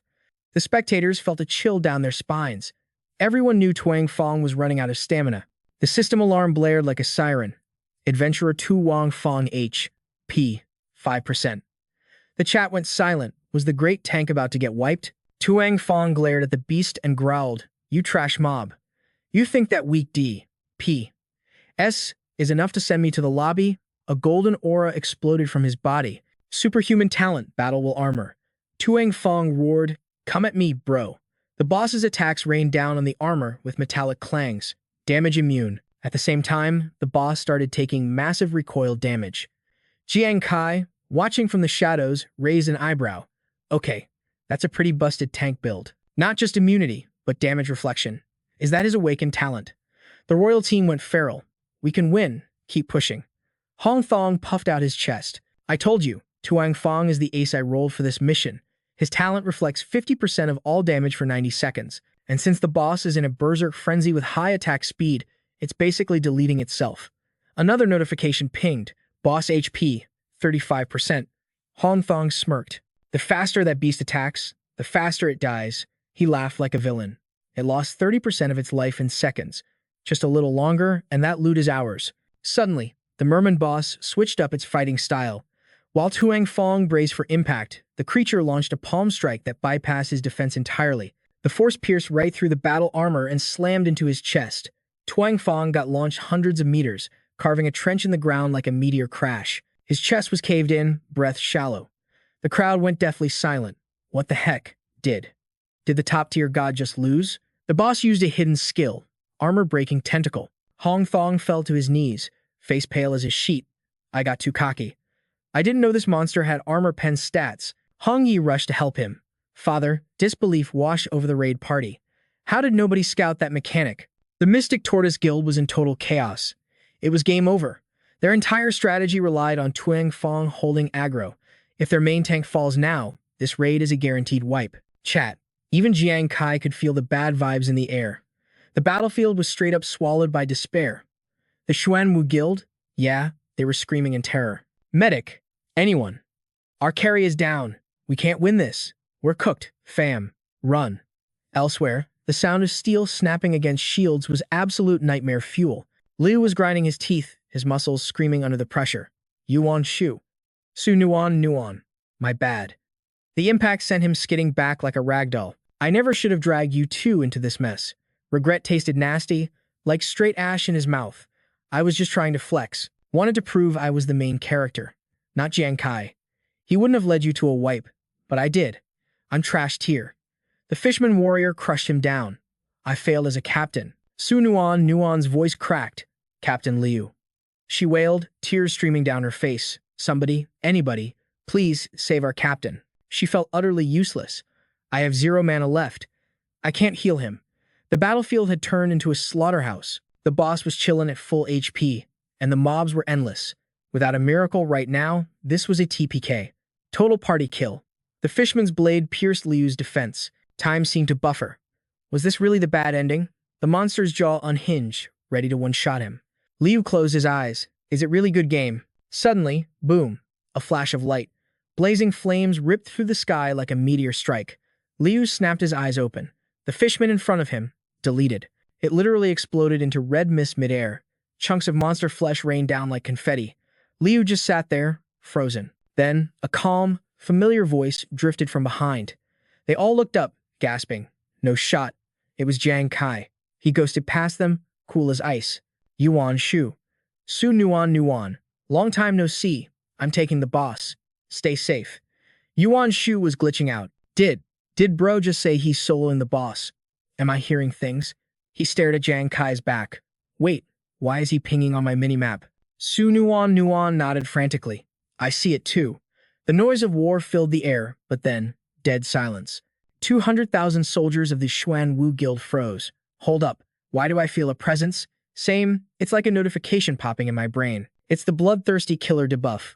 Ruan Yu screamed from the backlines. Captain Jang Kai, are you crazy? You forgot your status? With that title, 200,000 active players have your location instantly. But it was too late. Tens of thousands of eyes locked onto the glowing red marker. Fear turned to greed. Holy crap, it's the PKer. We thought we were dead. But this is content. Huge XP drop. Forget the fishman. Let's gank him before the monsters do. Get the loot. A tsunami of noobs abandoned the front line to hunt Jang Kai. But just as they closed in, he stopped. His eyes went wide and boom, a thunderous shockwave shook the server. In the distance, Yuan Shu went pale. No way. Did he get clapped? Su Nuan Nuan choked back a sob. Jang Kai. But then the smoke cleared. Jang Kai smirked. 0 damage taken. That was a basic attack and Yul struggled. A violent aura exploded around him as he surged forward. Behind him, players were sent flying, HP bars plummeting to 0. How is his DPS that high?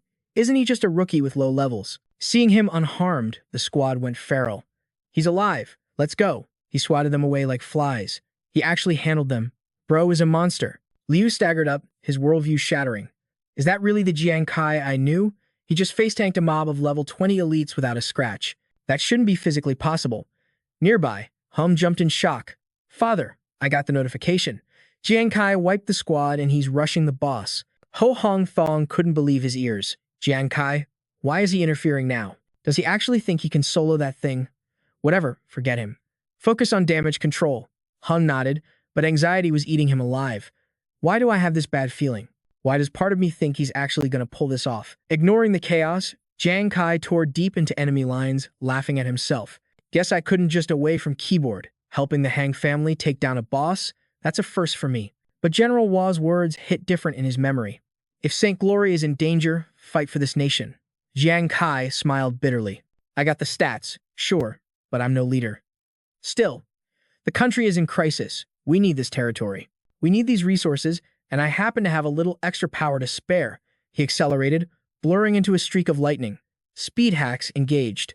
AI brain, he commanded. Activate consumable skill. Casino PB. Effect. For every adventurer focusing on you, steal 0.1% of their stats. Stack them onto your own attributes. Duration. 30 minutes. After that, stats reset. Jang Kai's eyes narrowed. When I first got this drop, I thought it was trash tier. Stealing a fraction of a percent, useless in a 1v1. But in a massive server war like this, it's a god-tier exploit, especially since I'm flagged as a red player. Every single player on this battlefield is staring right at me. The voices of the crowd washed over him. Why is a red player here? Target locked. The system chimed, absorbing 0.1% from everyone. 0.1% is nothing solo, Jang Kai thought, glancing at the sea of hostile faces. There he is. Get him. He grinned. A predator watching his prey. But there are over 200,000 people here. A pillar of fire erupted into the heavens, and every single one of you is now my battery. Combine 200,000 stacks, that becomes a calamitous buff. System alert. Adventurer Jiang Kai detected. Class, level 20 gambler. Strength, 30,000. Vitality, 20,000. Agility, 60,000. Spirit, 40,000. Defense, 3 billion. And a critical hit rate that breaks the game. Hang glared at the radar, veins popping. Damn it, Dad. Jiang Kai is kill-stealing. Does he actually think he can snatch that boss? Ho Hong Thong's expression went dark. Impossible. He pointed a trembling finger at, Yo, check the scanner. His stats are glitching out, spiking straight into the red zone. His combat power might even be higher than Zhang Feng's. Wait, say what? Huang Tong gasped, totally shook. Pure terror griped his heart. Jang Kai just stepped into the kill zone. Suddenly, a warlord tear-jagged tooth monster lunged. System alert, that's a level 51 shark tooth fisherman. He's chasing that sweet leveling thrill. Jaws wide enough to swallow, the whole server snapped shut. Huang Dao watched, jaws on the floor. Bro isn't even trying to dodge, he's tanking a warlord beast head-on. Huang Tong frowned hard. I don't know if his stats are hacked or legit, but that shark bite is an insta-kill skill that even level 60 pros are scared of. The monster's mouth dropped like a guillotine, ready to delete him from the game. It's game over for him right here, Huang Tong stated coldly. But Jang Kai just clenched his fist. He roared, "Get out of my face," and slammed a bare knuckle smash straight into the beast's chest. The whole crowd froze, lagging in real life. Yo, did you see that? No weapon, just raw, unadulterated strength. Did he seriously just one-shot a warlord beast with his bare hands? Are those damage numbers actually real? The massive body crashed down, sending ripples of fear through the enemy mob. Can this guy actually solo the raid boss? Classic Manhwa protagonist moment. System update. Jang Kai has entered the commander zone. A level 74 commander tier fishman locked onto him instantly. It swatted the Xuanwu guild members aside like they were annoying NPCs. It opened its mouth, blasting a sonic boom straight at Jang Kai. Pain exploded in his skull. His head felt like it was going to pop like a balloon. Huangda scoffed. Cocky noob. You need specific gear to tank a commander's roar. What good are raw stats if you get stunned? Huang Tong sneered. That kid knows zero about raid mechanics. He's just a greedy kill-stealer trying to flex. The commander fish leaped, a mountain of muscle crashing down. Huang Tong announced his death sentence. Just a delusional dreamer. From the back line, Su Nuan and Yuan Zhu screamed, Jang Kai. But Ruan Yu, still wasted on a massive keg of beer, saw his captain in trouble. Rage boiled in his gut. Smoke literally steamed from his nose as he charged in. I am Ruan Yu, and I ain't ever going to be the weak link in this life. Ruan Yu threw a wild haymaker while screaming, Hey, beautiful. I'm just as cracked as my captain, you hear me. Stop simping over him. Boom. Two forces collided. Both Ruan Yu and the commander got blasted back, but my guy bounced right back up, roaring. Am I not high quality enough for you? Huh. Let me give you a kiss of true cross-species romance. Ruan Yu literally bear-hugged the monster. Nobody is going to blow up my wifey this time. He puckered up his face, flushed beet red, and planted a sloppy kiss right on the monster's razor-sharp teeth. The commander froze, paralyzed by pure cringe and confusion. Enraged, the fishman slammed Ruan Yu into the dirt, but the tank crawled up with a goofy grin. Feisty. I love a woman with a bad attitude. System alert, skill. Drunken life, dreaming death, activated. Damage taken is massively nerfed, but his sanity is now 0. A classic system Manhwa mechanic. Huang Tong and Huang Da turned pale. Wait, that's one of the generals of IG. The crowd's jaws hit the floor. He ignored the commander's roar and tanked a direct hit. Who is this absolute unit who can make a monster hate him that much? Jang Kai watched, totally confused. Why on earth did Ruan Yu follow me here? I told you goons not to follow me. Suddenly, a sharp voice cut through the madness. Captain, did you really think we'd let you solo this lobby? Hu Yan dashed in, energy gathering in her palms. Witness my invincible rain dance technique. She shoved Jang Kai out of the danger zone. Captain, fall back. Ruan Yu can't tank forever. The level gap is way too huge. Meanwhile, the drunkard was still chasing the monster. Wifey, come back to Papa, Jang Kai whispered. You too?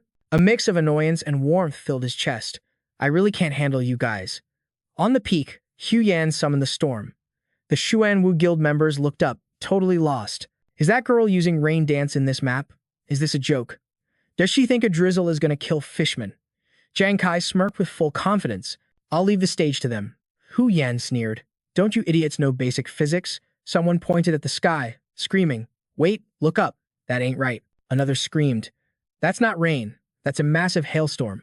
Razor-sharp shards of ice tore through the air, screaming like banshees. Chaos erupted. Are you kidding me right now? That isn't rain dance. It's an ice explosion spell. Why is there no friendly fire setting turned on? Save us. Hu Yan laughed maniacally. hyping herself up. Using rain prayer in a freezing zone naturally spawns giant ice boulders. It's science, bro. I used to have zero attack skills, but now I'm soloing 200,000 people. I am absolutely magnificent, she shouted over the blizzard. Captain Jang Kai, you said it yourself, didn't you? If I control the crowd with CC, the enemy becomes a sitting duck for you. My ice storm has aggroed the fishmen. They can't roar or attack now. Go DPS the boss. Jang Kai froze. He looked around. Every single fishman was pinned down by the ice. Hu Yan continued, remember, Captain, we are a squad. You don't have to fight the whole server alone. Realization hit Jang Kai like a lightning bolt. A true awakening moment. The Suen Wu Guild took the opening to strike the weakened commander, finally bringing the beast down. Ruin Yu wailed in the background. You murderers! You killed my wifey. Jang Kai chuckled softly. That's right.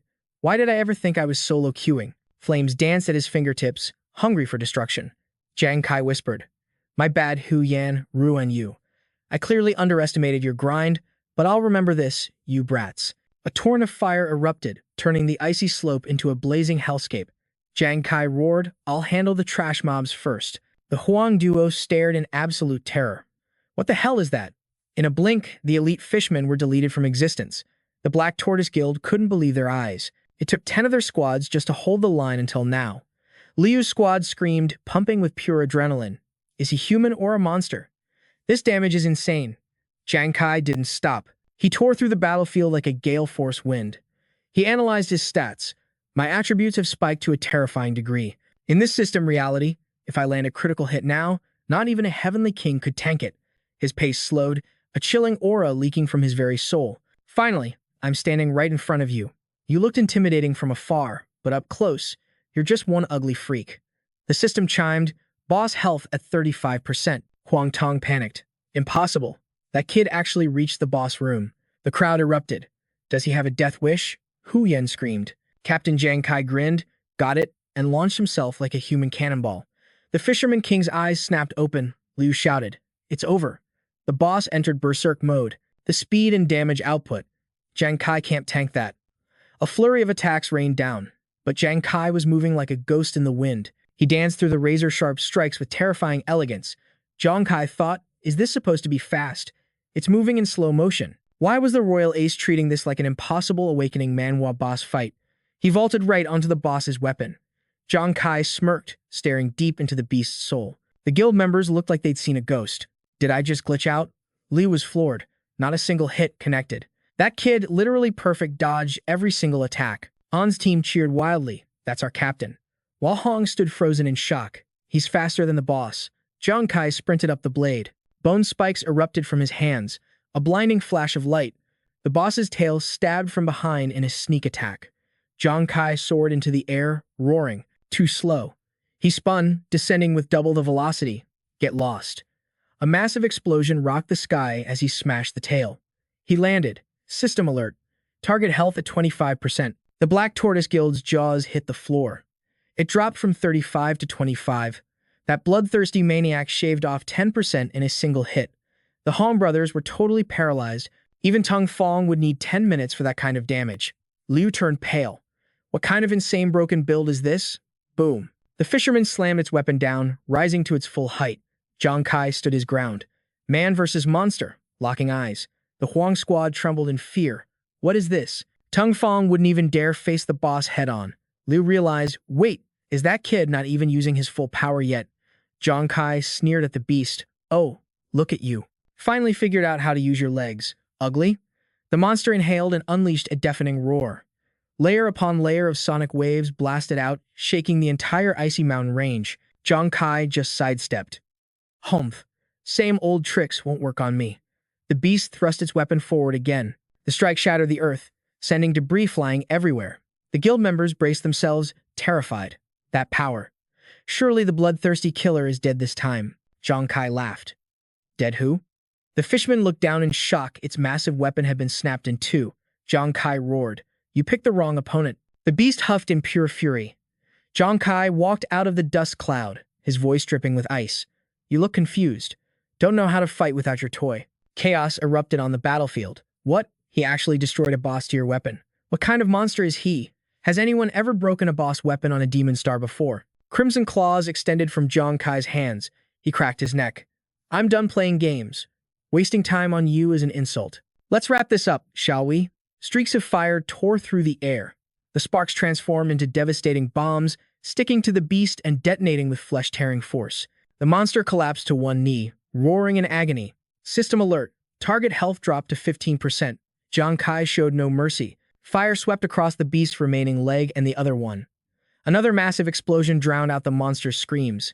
System alert. Target health at 5%. Embers swirled around him like vengeful spirits. Jang Kai's voice dropped an octave. That look on your face, realizing you messed up. Why are you still looking at me like I'm beneath you? I've hated that arrogant fisherman king face of yours for a long time. Thousands of firebolts pierced the wind, hammering into the beast's limbs. The Huang brothers couldn't speak. Liu's team held their breath. The fisherman swayed, smoke rising from its charred flesh. Honan smirked. He's down. With a thunderous crash, the boss collapsed onto the freezing snow. Jang Kai stood tall like a god of war. The boss was a wreck. Limbs severed, body trembling on the ground. It gasped for air. The system screeched health at 0.1%. Huang Thong shook violently. The battlefield exploded into noise. What? This feels like the climax of a leveling manhwa. He soloed the boss without taking a scratch. Suddenly, footsteps approached. An oppressive voice cut through the air. Luan, didn't you say Huang Thong begged for military aid? Why does it look like they don't need us at all?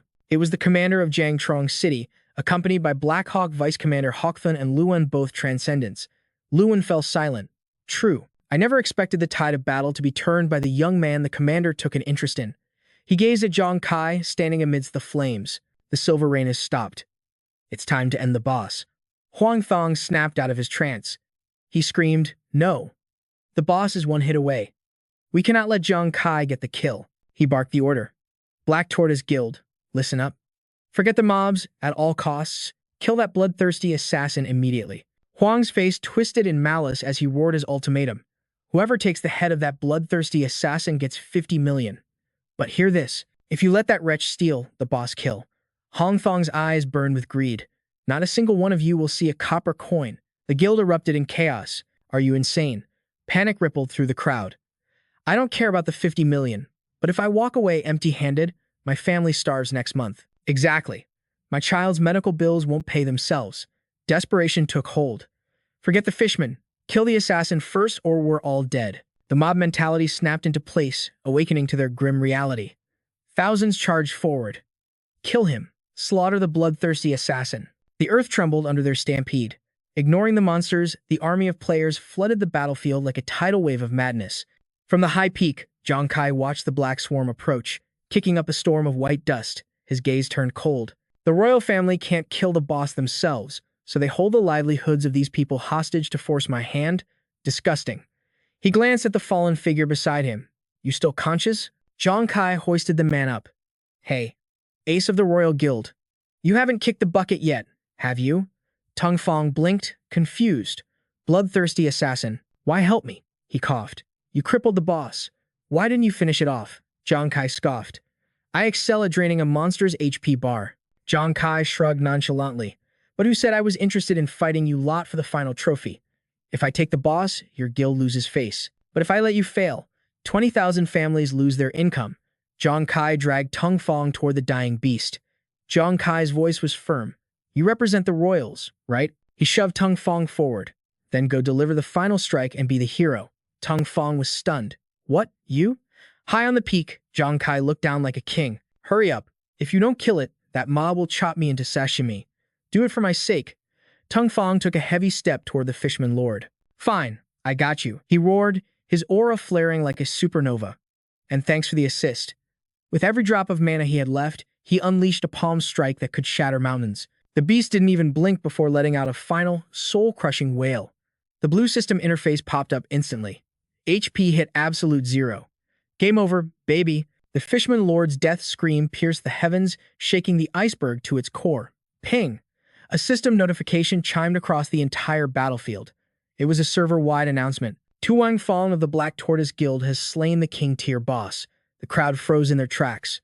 Wait, not the assassin? The great god, Tuang Fong, actually did it? The massive body of the fishman shattered into a million particles of light, drifting away like digital snow.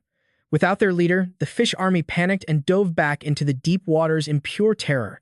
They're retreating. We won. Joy exploded among the players like fireworks. Our ace actually got the last hit. Why didn't the assassin steal the kill? Who cares?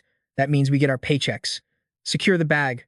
Hoang Thong stood there, totally dumbfounded. What just happened? Hoang Dot's eyes went wide as the realization hit him. Did Jang Kai intentionally yield the boss drop to us? The image of Jang Kai standing alone at the peak flashed through everyone's minds like a legendary cutscene. The battlefield erupted in cheers. He gave up the glory for us. We actually won. That bloodthirsty assassin. He's actually a saint in disguise. He gave up a boss kill for the common people. That is true chivalry. Anyone who touches our benefactor answers to me.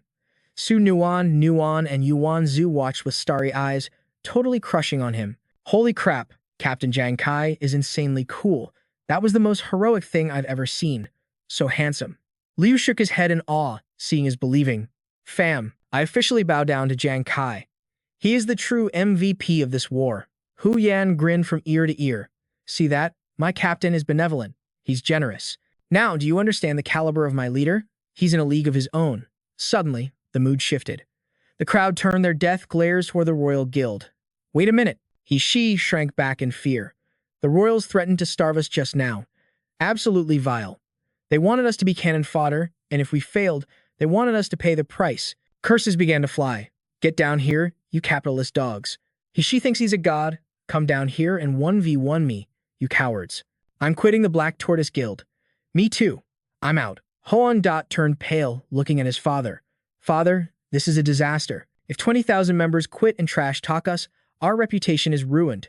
Hoang Thong ground his teeth until they nearly cracked. Damn it all. I will engrave the name Jang Kai into my bones. He spun around, absolutely furious. We're leaving. Next time, I will make Jang Kai pay a bloody price. Hoang Dot bowed his head. Yes, father. Meanwhile, Tuong Fong extended a hand. I'm Tuong Fong. I owe you a life debt. He looked at the MC with curiosity.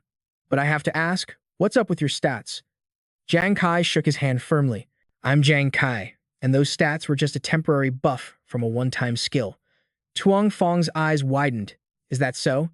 I didn't know a consumable skill could be that overpowered. Jang Kai lied smoothly without breaking a sweat. It's not that great. Once it's gone, it's gone. Tuong Fong pressed on. Then you are. But the two were too distracted to notice the ominous cracking sound beneath their feet. The ice was splitting apart. Jang Kai continued his bluff. I just wanted to exploit the boss's penalty mechanics, that's all. Suddenly, massive tentacles erupted from the ice. They wrapped tight around his body and dragged him down. Tuong Fong screamed in horror. Jang Kai, the main character, was locked in place. Unable to move a muscle, watching helplessly as the freezing darkness swallowed him whole. Jang Kai. Hu Yan sprinted to the scene, panic in her eyes. Captain, what happened to my captain? Tuong Fong fell to his knees, his face pale with guilt. I was too careless. Jang Kai is your team leader? Hu Yan nodded frantically. Yes. Tuong Fong trembled, his voice breaking. I'm sorry. I have terrible news. There is a high probability Jang Kai has triggered the boss's death vengeance. Hu Yan's face drained of color. Death vengeance? Tuong Fong explained, his voice hollow. It is a hidden mechanic of certain king-tier bosses. Even in death, their grudge persists. He shuddered violently. The adventurer targeted faces a punishment worse than hell. Torture until death is just the beginning. The trauma is so severe that even after respawning on Earth, the mind often shatters. Tuong Fong closed his eyes, recalling the crimson warnings of legend. It was a fate no gamer ever wanted to face. A cruel and merciless ending. Hu Yan peered into the dark abyss, tears streaming down her face. Captain, is he going to end up like that? She sobbed uncontrollably. No, stop. A desperate scream echoed from the depths. Captain Jang Kai. Down in the darkness, Jang Kai groaned. Agony. Pure, unadulterated agony. It feels like my bones are being crushed to dust. He forced his eyes open. Where am I? To his horror, he was hanging upside down in the void. Below him, the gaping maw of the Fishman Lord waited, ready to devour him for eternity. The monstrosity locked eyes with him as slithering tendrils bored into his flesh, violating his very senses. Agony spiked through his skull. Something was clawing its way inside. Damn it, the pain. Suddenly, a red alert flashed before his eyes. His temporary cheat skill, Gambler's Hegemony, and all those stolen stats were about to vanish. Warning, 20 seconds remaining until attribute transfer fails. The countdown began like a death knell. 20, 19. His eyes snapped open. I get it now. I'm being digested alive. The only reason I haven't been crushed yet is because of these buff stats holding my body together. The clock kept ticking. 17, 16, 15. Realization hit him like a truck. The moment the buff drops, he's a dead man. The merman's vengeful spirit screeched in his mind. Die, die, die with me. The system UI flickered wildly. It was the boss's lingering grudge. Jang Kai gritted his teeth, forcing his body into a spectral form. 14. Asterisk sheen, asterisk. Just then, a blade of light slashed through the darkness, severing the tentacles binding him. He plummeted, gravity taking hold. 12. 11. 10. 9. Jang Kai looked down at his hands in shock. Did the spectral shift purge the parasites? Is my body recovering? The countdown showed no mercy. 7. 6. The merman's ghost roared. Die. I will drag you to hell. The end was seconds away. 5. 4. 3. Jang Kai clenched his jaw. No, my body is too weak to outrun this. I have to go all in. I have to burn every ounce of these stolen attributes right now. He grabbed his spikes, channeling every last drop of borrowed power. It was a Hail Mary shot, fueled by pure desperation. Jang Kai roared. Let's see who dies first. Flames spiraled into a vortex of destruction, swelling into a massive sun. The fireball detonated. A massive shockwave obliterated the darkness. The clock struck 2:01. That nasty merman phantom, gone. Dissolved into straight-up smoke and bone ash. Silence returned. Jang Kai exhaled, trembling like a leaf. Is it finally over? But suddenly, the system AI brain materialized out of thin air. Congratulations, player. You have survived the Merman Lord's death curse. You have unlocked a Mana Recap exclusive. Access granted to the secret treasure realm. A holographic display lit up the dark. Welcome to the subterranean Merman Kingdom. Jang Kai blinked and the whole world shifted around him. Now he was standing before the gates of a majestic underwater palace. Gloomy currents draped over the scene like a cold, creepy shroud. The system announced, "This is the secret vault of the Frost Merman Lord." Jang Kai frowned, sizing it up. Yo, so this is the boss's personal stash. Then the AI dropped a bomb. Self-destruct sequence initiated. You have 10 minutes to loot and escape before the hall collapses. Panic exploded in his chest. What? Another countdown? What happens if I don't make it out? The AI's voice was cold as ice. Failure to escape results in immediate death. All obtained loot will be forfeited. Only the survivors get to keep the bag. The AI vanished. Jang Kai stood there frozen. It's already started. He took a deep, steady breath. His gamer instincts kicked into high gear. He steeled himself. Fine. It's just a smash and grab. Run right. Loot everything. And run like hell. Determination burned in his eyes. High risk, high reward, baby. Jang Kai shoved the heavy doors open. Blinding golden light spilled out. The room was basically a dragon's hoard. Mountains of gold coins, gems, and artifacts were piled to the ceiling. System notification, jackpot. Found 3 bottles of Merman's secret elixir. Consumption increases total attributes by 60 points. Jang Kai didn't even hesitate. He downed them like shots of water. No time to think. Just chug. The system pinged. Do you wish to allocate your new attribute points? Dump it all into agility, he commanded. Speed was life right now. Suddenly, he spotted a glowing chest. Rare boss chest discovered. His eyes sparkled with pure greed. This is insane. Look at all this loot. Everything here is at least A rank. He checked the clock. 7 minutes left. If I sprint, I can grab the good stuff. But the system had a cruel twist waiting. Friendly reminder. Treasure chests in this realm vanish after 90 seconds. Gather them immediately. Jang Kai screamed in frustration. Are you kidding me? The chests had their own timer. A secondary countdown started ticking down. 90, 89, 88. Jang Kai turned into a blur, snatching items like a madman. Faster, faster. 90 seconds later, he collapsed on a pile of gold, gasping for air. System ping. Congratulations. Found tears of repentance. 10 drops will cleanse the bloodthirsty killer status. Before the notification could even finish, Jang Kai shot up. The cure. This trip was worth every second. Down the hatch. He danced around the room in pure joy. Not only did he get filthy rich, but he also cleared his red name status. This is the ultimate W. Suddenly, his gaze locked onto an item hidden in a wall recess. Curiosity piqued. He grabbed it. The system glowed gold. Congratulations. You have discovered a special class change recipe. This item allows for a special awakening at level 20. Note, adventurers must change classes at level 20 to continue leveling. His jaw hit the floor. No way. This is the key to my special class advancement. This changes everything. Meanwhile, back on the surface cliff. It had been 2 days since the battle. By a makeshift memorial for Jang Kai, sobbing could be heard in the wind. The captain hasn't come up, Hu Yan cried. Is he really gone? Like Jiang Fong said, they wept, convinced their leader had perished in the explosion. Heaven is jealous of true talent, they wailed. Poor captain, what a tragic end. Suddenly, a hand clawed its way up from the abyss, gripping the cliff edge. Ruan Yu was still sniffling, but Hu Yan grabbed a rock, eyes narrowing. Ruan Yu, watch out. A fish monster is trying to climb up. Ruan Yu's sorrow turned to rage. He grabbed a stone too. We won't let some stinking fish ruin the captain's funeral. That's right. I'll guard his grave with my life. Bonk. A rock smashed right onto the climber's head. A familiar scream echoed from the cliffside. Jiang Kai roared, You psychos. Do you know how hard it was to climb out of there? Hearing that voice, the two mourners froze. Wait, that voice sounds suspiciously familiar. But adrenaline took over and they kept chucking rocks. Die, you ugly fish. This is for the captain. Laughter and curses echoed through the mountains. Jang Kai scrambled over the edge, chasing them with a mix of fury and relief. It's been a while, you idiots.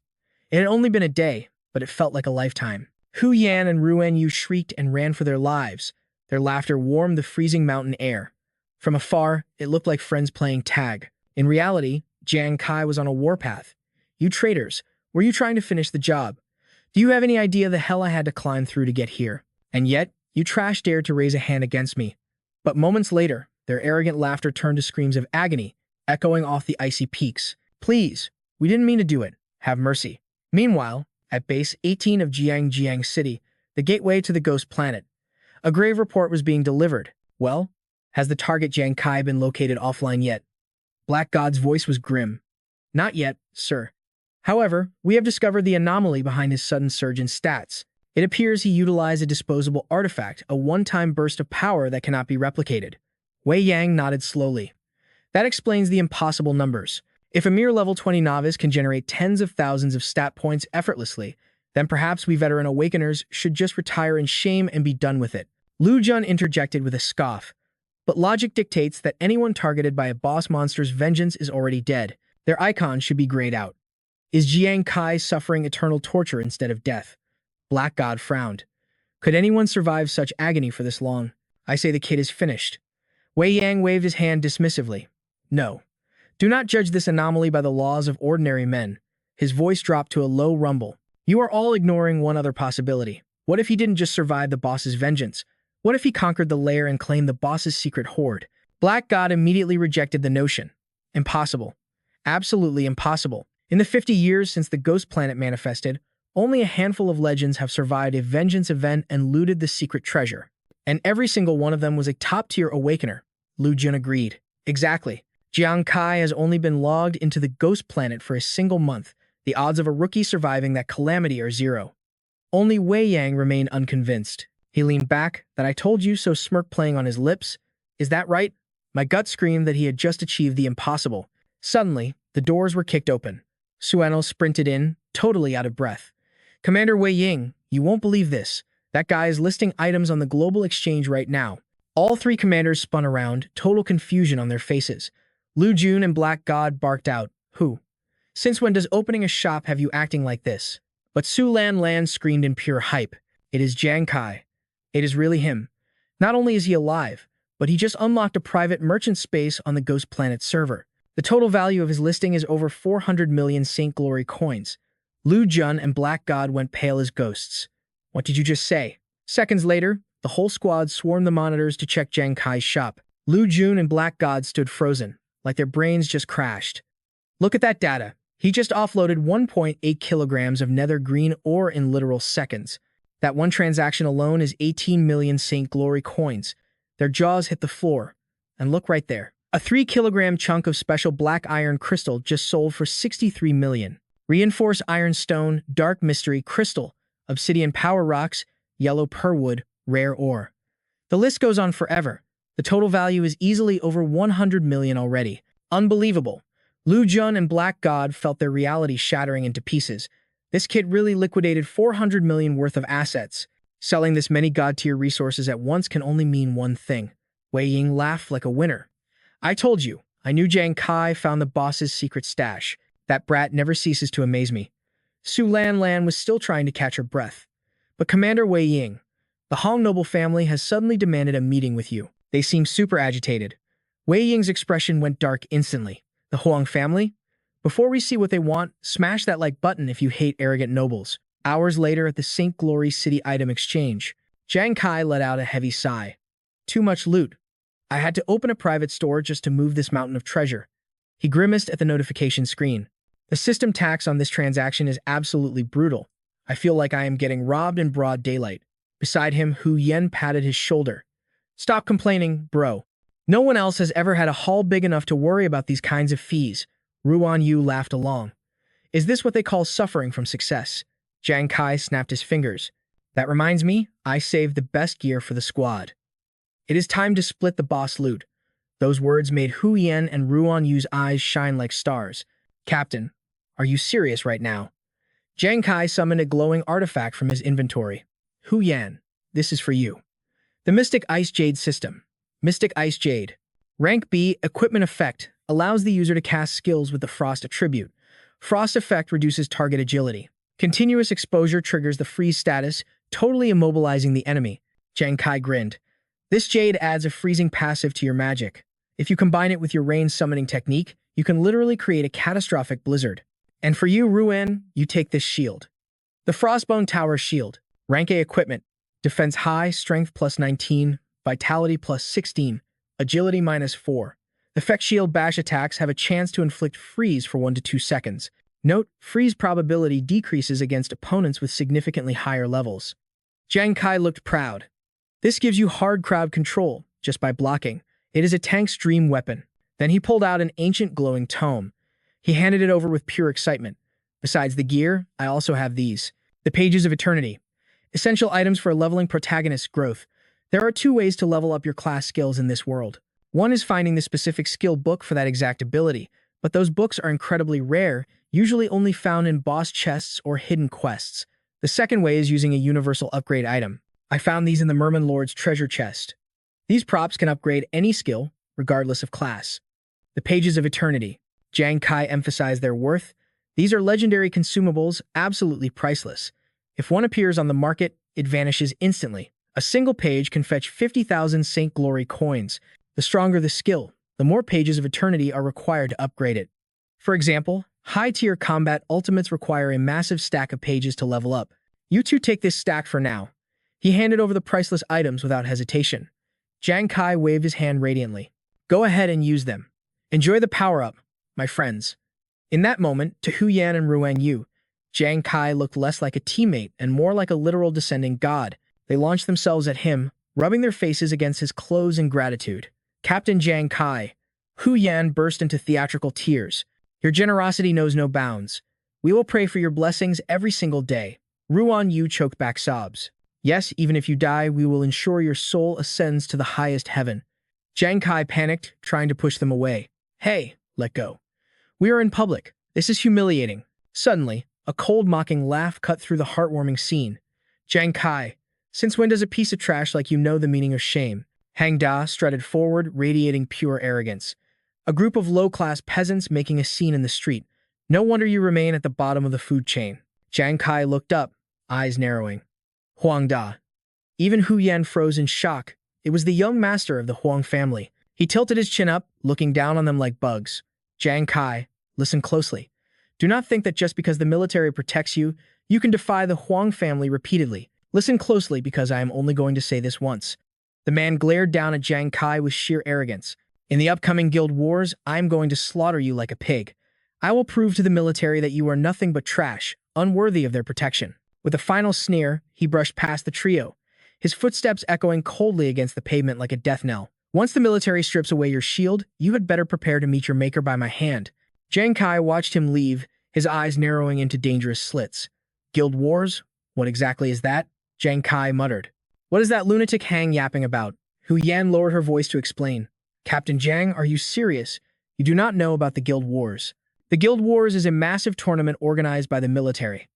It is the ultimate proving ground designed to filter out the strongest factions in this leveling world. The entry standard is strict. Level 21 is the absolute minimum. It is divided into tiers every 20 levels, capping at level 100, making 4 distinct tiers of combat. Every guild must dispatch a squad of at least 5 elites. They face off in duel matches against others in their tier until the top 3 powerhouses are crowned. Comment tournament arc below if you are hyped for the battles. Since the military is dropping S-tier legendary loot for the top 3 champs, every major faction is thirsty for a piece of the action. It's basically a server-wide event where OP experts are everywhere. But Jang Kai was totally confused, like, yo, I never signed up for PvP. Why is Hang Da pressing me? He waved it off. Whatever. We secured the bag this run. I'ma log off and check on the fam. Hu Yan and Ruan Yu were like, bet. Understood. Meanwhile, back on Earth and the Holy Light Nations, inside Jiangsang City, a warm voice filled the room.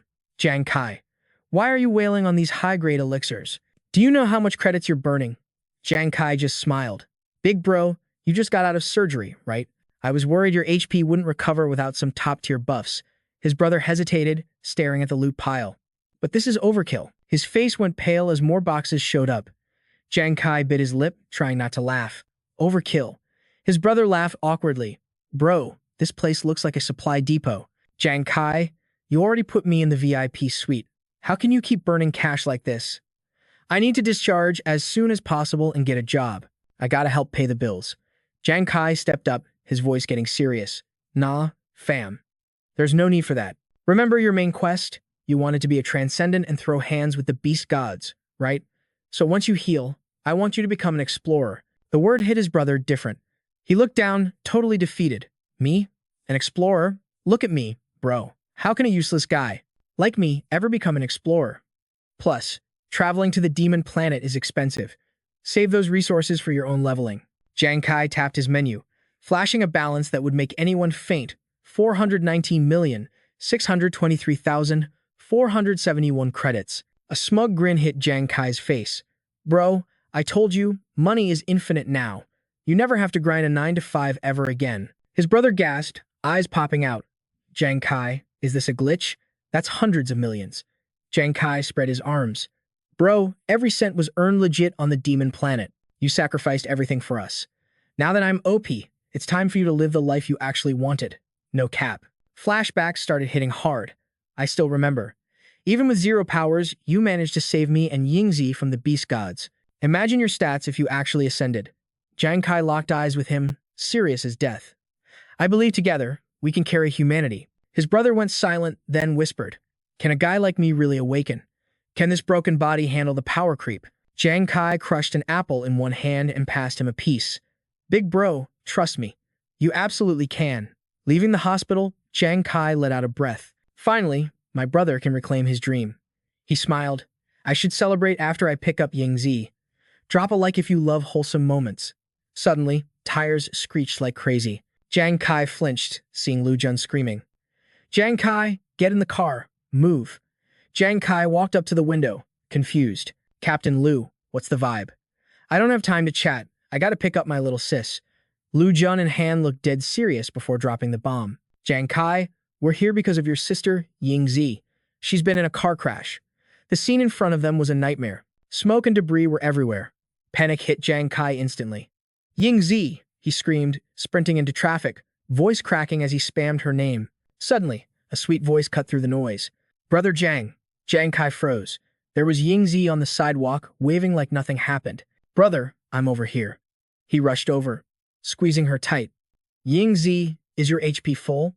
What happened? She patted his back. I'm Gucci, really. The school bus just had a glitch. Jang Kai's brow furrowed. A glitch? Yingzi pointed to a guy behind her. Luckily, this dude saved me. He said he knows you. Jang Fang threw up a casual salute. Yo, Jang Kai. What's good? Jang Kai stood there, shook. Jang Fang. The royal family's transcendent? What the heck are you doing here? Lu Jun stepped up, looking grim. Jang Kai, pay attention. Shen is crucial here. Your sister's accident? It wasn't random.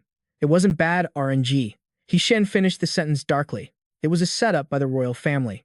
Both men looked at him with zero chill. Jang Kai, you've disrespected the royal family way too many times. Their aggro towards you is maxed out. They used your win at Eternal Winter Island to pressure the military into dropping your plot armor. They broke it down. Your contribution was massive, but the pressure from the admins forced Commander Wei Ying to compromise. However, he left you a lifeline. Commander Wei Ying proposed the guild wars. If the royal family can beat you in the tournament and prove your new class is trash, the military drops you. The commander is hoping you'll play along. If you refuse, he can't protect you. Heishin's compromise was the only way to save you from this political mess. Today was a warning shot. The royal family is forcing a duel. If you don't compete, your family gets deleted. The words drained the color from Jang Kai's face. Lu Jun gritted his teeth. Sorry, Jang Kai. The royal family's reach is map-wide. With the chaos at Eternal Winter Island, the higher-ups are shaky. As long as they don't attack you directly, the military has to act blind. He Shen spoke flatly. So you have two paths. 1. Accept the wager. 2. Join the military right now for official protection. Yingzi's eyes went wide. Can the military actually keep us safe? Lu Jun nodded. Jang Kai, listen. Your new class is still meta. If you join us now, the commander can put a shield around you. It's the only way to block the coming storm. Jang Kai lowered his head, whispering, join the military and hide. Suddenly, a nightmare vision flashed, blood everywhere. Yingzi and his brother eliminated while he knelt there, useless. In the vision, a boot crushed his skull into the dirt. Game over. A ruthless voice dropped from the sky, absolutely roasting him. Jang Kai, did you really think hiding behind the military would save your sorry hide? You're just a glitch in the matrix, a worthless chip in a game you don't understand. Trash. Jang Kai squeezed his fists so hard, his knuckles turned bone white, his mind spinning like a Category 5 hurricane. No way. If I just let them carry me, I'm nothing but a pawn. If my leveling stops, they'll toss me out like yesterday's garbage, just like a useless drunkard. And that's when the royal family will steamroll my fam with zero chill. He crunched the numbers silently. Facts. The royal family has that infinite money glitch that rivals entire nations. Their resources are massive. I can't flex against their cash flow or political clout right now. But I've got an ace up my sleeve they don't know about. A broken talent buried in my status window. The system's law is the only truth. Every drop I receive is doubled. There is even a chance for a critical trigger, multiplying my loot by 10. This is the ultimate cheat code for a system mana protagonist. It means my base stats are basically double any other awakener at my level. When I throw hands with someone the same rank, my total power and critical damage will delete them instantly. Even against high-level bosses, with the right strat, I can flip the script and wipe the floor with them. The royals think I'm just a salty gambler with a trash job class. Their ignorance is my super weapon. These are my hacks. Fine then. Instead of camping and waiting to die, I'm going all in on one desperate play. Jang Kai's eyes snapped open, burning with laser focus. He cooked up a plan. He used the military as witnesses and forced the royals into a public 1 versus 1, live streaming it to the whole holy city. If I can clap the royal representative in 4K, the military will see my true DPS. They'll have no choice but to invest big time in keeping me alive. And with the whole server watching, the royals won't dare pull any shady moves without getting cancelled. Lu Jun, thinking he won the debate, slapped his shoulder. Bet. Since you're down, I'll get the paperwork ready. But suddenly, a cold voice cut him off. Brother Lu. Jang Kai looked up, his gaze intense enough to melt steel. For the guild challenge match, I need a full 5-stack squad. My team only has 3. Let me draft Yuan Shuzi and Suan Nuan from your unit. Lu Jun froze, completely lag spiked. Jang Kai, what are you yapping about? Jang Kai's voice was harder than diamond. I made my choice. I'm entering the tournament. Panic flashed across Lu Jun's face. Jang Kai, don't be a psycho. Do you get it? Once you step into that arena, you're declaring war on the entire royal family. But Jang Kai just smirked the calm before the storm. Brother Lu, chill. I'm perfectly sane. I appreciate the invite, but every man's got to grind his own path. He opened his palm, staring at the fate lines on his hand.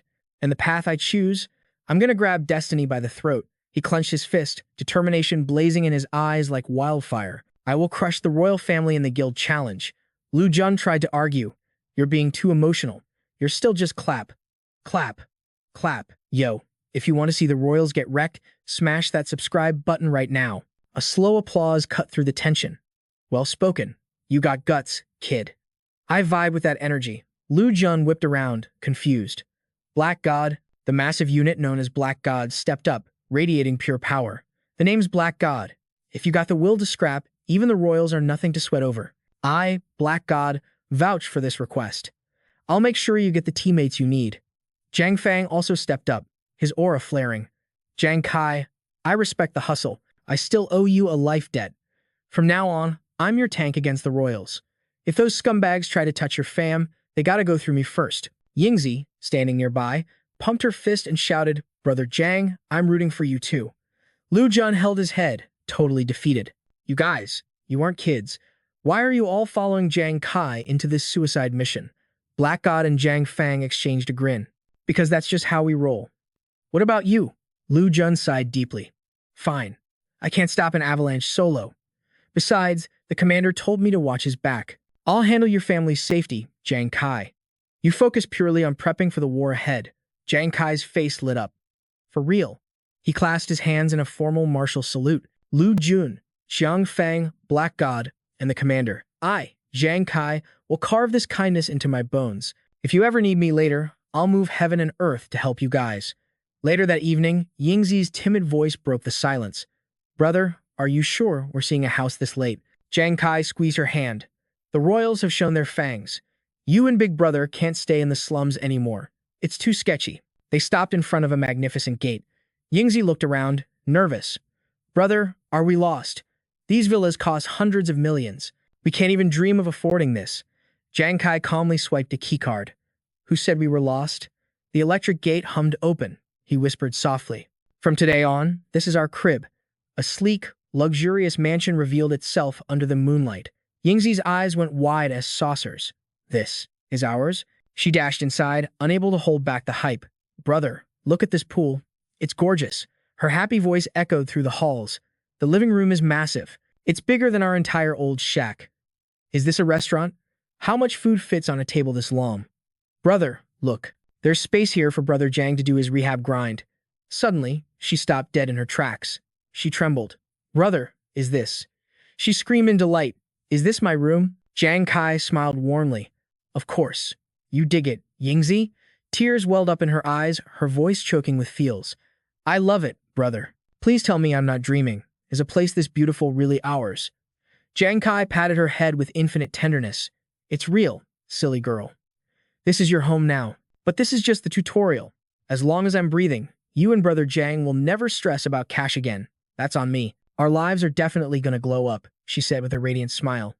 Yes, absolutely. But the very next day, Suen Nuan, do you think the army trash-binned us because we're weak? Yuan Shu bawled his eyes out, tears streaming down like waterfalls.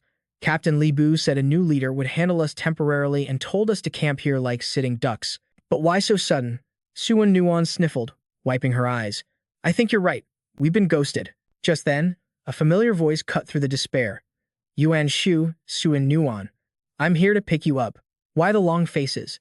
The two of them screamed in unison. Jang Kai, you're our new captain. Jang Kai stood there, his aura absolutely radiating power. That's right, fam. It's me. Yuan Shu grabbed his shoulder, emotions overflowing. Jang Kai, what the hell is actually going on? Su Nuan's eyes went wide as saucers. Wait, hold up. Did you actually enlist in the military for real? Jang Kai shook his head. Nah, didn't sign the papers. I just borrowed you two from the army for a guild challenge. It's a 1-month gig. He broke it down fast. The royal family is using that frozen island achievement to put the squeeze on the military. They want my head on a platter. They're even using Brother Two's life as leverage. The commander made a high-stakes bet with those royals involving this challenge. If I take the dub, they back off. No more shady schemes. Jang Kai stared deep into their souls, his eyes blazing with pure resolve. So, losing isn't an option. I need to shut those royal scumbags up for good. Yuan Shu, Su Nuan, are you gonna ride with me?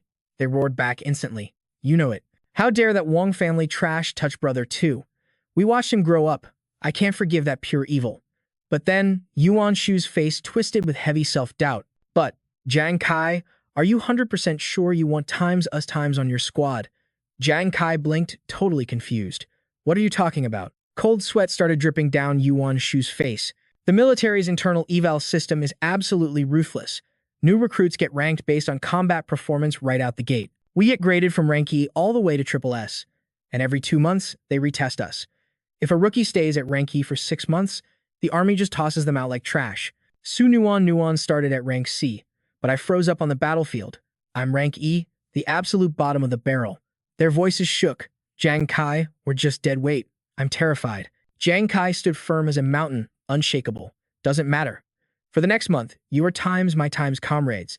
When this is over, I guarantee your re-eval scores will skyrocket. We'll hit at least rank A. They looked at him, jaws on the floor. Jang Kai, are you for real right now? We barely made it out of the rookie zone. Usually, a captain needs to be level 15 to carry noobs like us.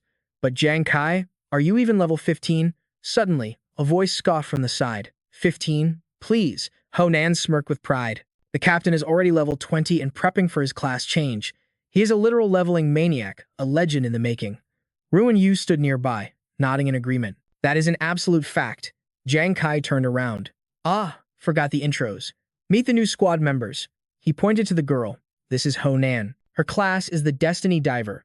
She waved with a bright smile. Hey there, I'm Honan. Captain Jang Kai hasn't stopped talking about you guys. Jang Kai gestured to the guy next to her. And this is Ruin Yu. His class is the Drunkard. He placed a hand on his chest with perfect manners. Greetings. I am Ruin Yu. Su Nuan and Yuan Shu smiled warmly. Nice to meet you. But then, the panic hit again. Wait a sec. We're only level 9. You guys are level 20? Jang Kai shrugged like it was nothing. Not an issue, fam.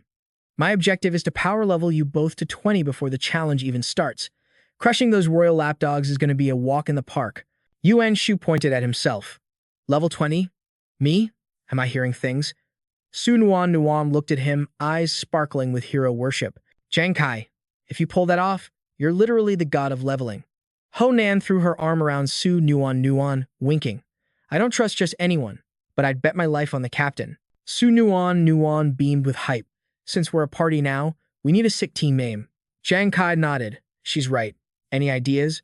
Ruan Yu stepped up. How about the Fire God Squad? It means the 5 of us will unleash full firepower and show our true skills. Everyone cheered. Agreed. Let's go. Jang Kai rallied the troops. Recharge your energy tonight. At dawn, the Fire God Squad marches straight into monster territory. Under the green canopy, their morale skyrocketed. They shouted in unison. Yes, sir. As the day ended, they waved goodbye. Catch you later, Jang Kai. Watching them leave, a fire burned in Jang Kai's chest. He knew without a doubt they would crush it. The next day, the Fire God Squad ventured deep into the trial zone. As typical in a Manhwa recap, Jang Kai checked on his homie. Just a few more hours till we reach the spot. Once we hit the holy city and land on the demon planet, the real hell begins. You nervous? Yuan Shu went silent. Strangely, I'm not. I was just thinking, maybe I'll never be able to activate my hidden class talent. The warrior's heart. Jang Kai frowned. Why say that? You've been killing it the last 2 days. You protected Su Nuan and me in every single battle. Yuan Shu clenched his fists tight. I'm fighting with everything I have to protect you guys. But deep down, the fear is still there. I only suppress it because I'm terrified of seeing my friends get hurt. He looked at his open palm. But to truly awaken the warrior's heart, I have to be fearless to my core. I have to believe I am invincible. He smashed his hand into a fist. And I just can't do that. Jang Kai analyzed the situation instantly. In this system Manhwa, the warrior's heart talent grants massive stat bonuses upon leveling up. Yuan Shu, Class Martial Apprentice. Level 1, Strength 8, Physique 8. Beyond stats, the warrior's heart grants insane buffs, knockback, armor penetration, shock, and sword chi slash. It is truly a god-tier talent, he deduced. But the power scales with the user's courage. Right now, Yuan Shu's confidence is rock bottom. The only thing he triggers is a weak knockback when he's getting stomped into the dirt. The true goal of this awakening arc isn't just about levels. It's to force Yuan Shu to find his courage and finally unlock his legendary potential. He told himself, before anything else, he had to seize this moment to evolve his own strength to the next level. After giving 55 eternal cards to the squad, I have 50 left. Perfect for enhancing my Ghost Hand card throw and Demon Eye focus. He commanded softly, AI Brain, upgrade both skills immediately. The AI Brain acknowledged and a notification chimed. Ghost Hand card throw, level 2 has reached max level. Thrown items now possess 30% armor penetration.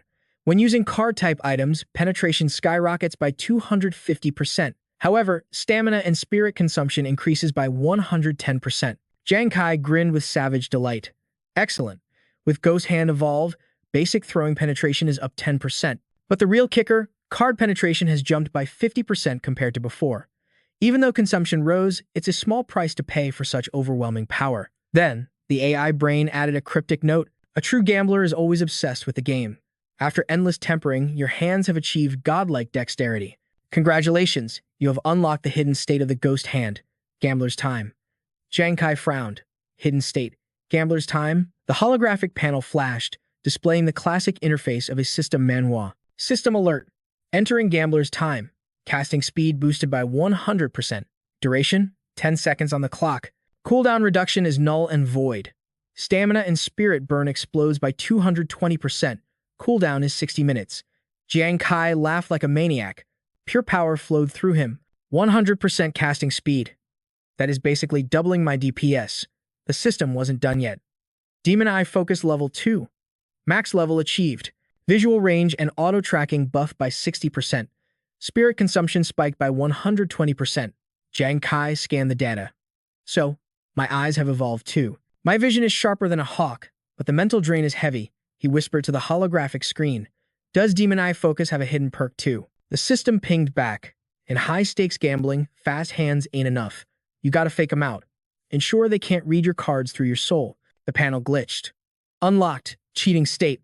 Mess with the enemy's head just by making eye contact. Success rate depends on the spirit gap.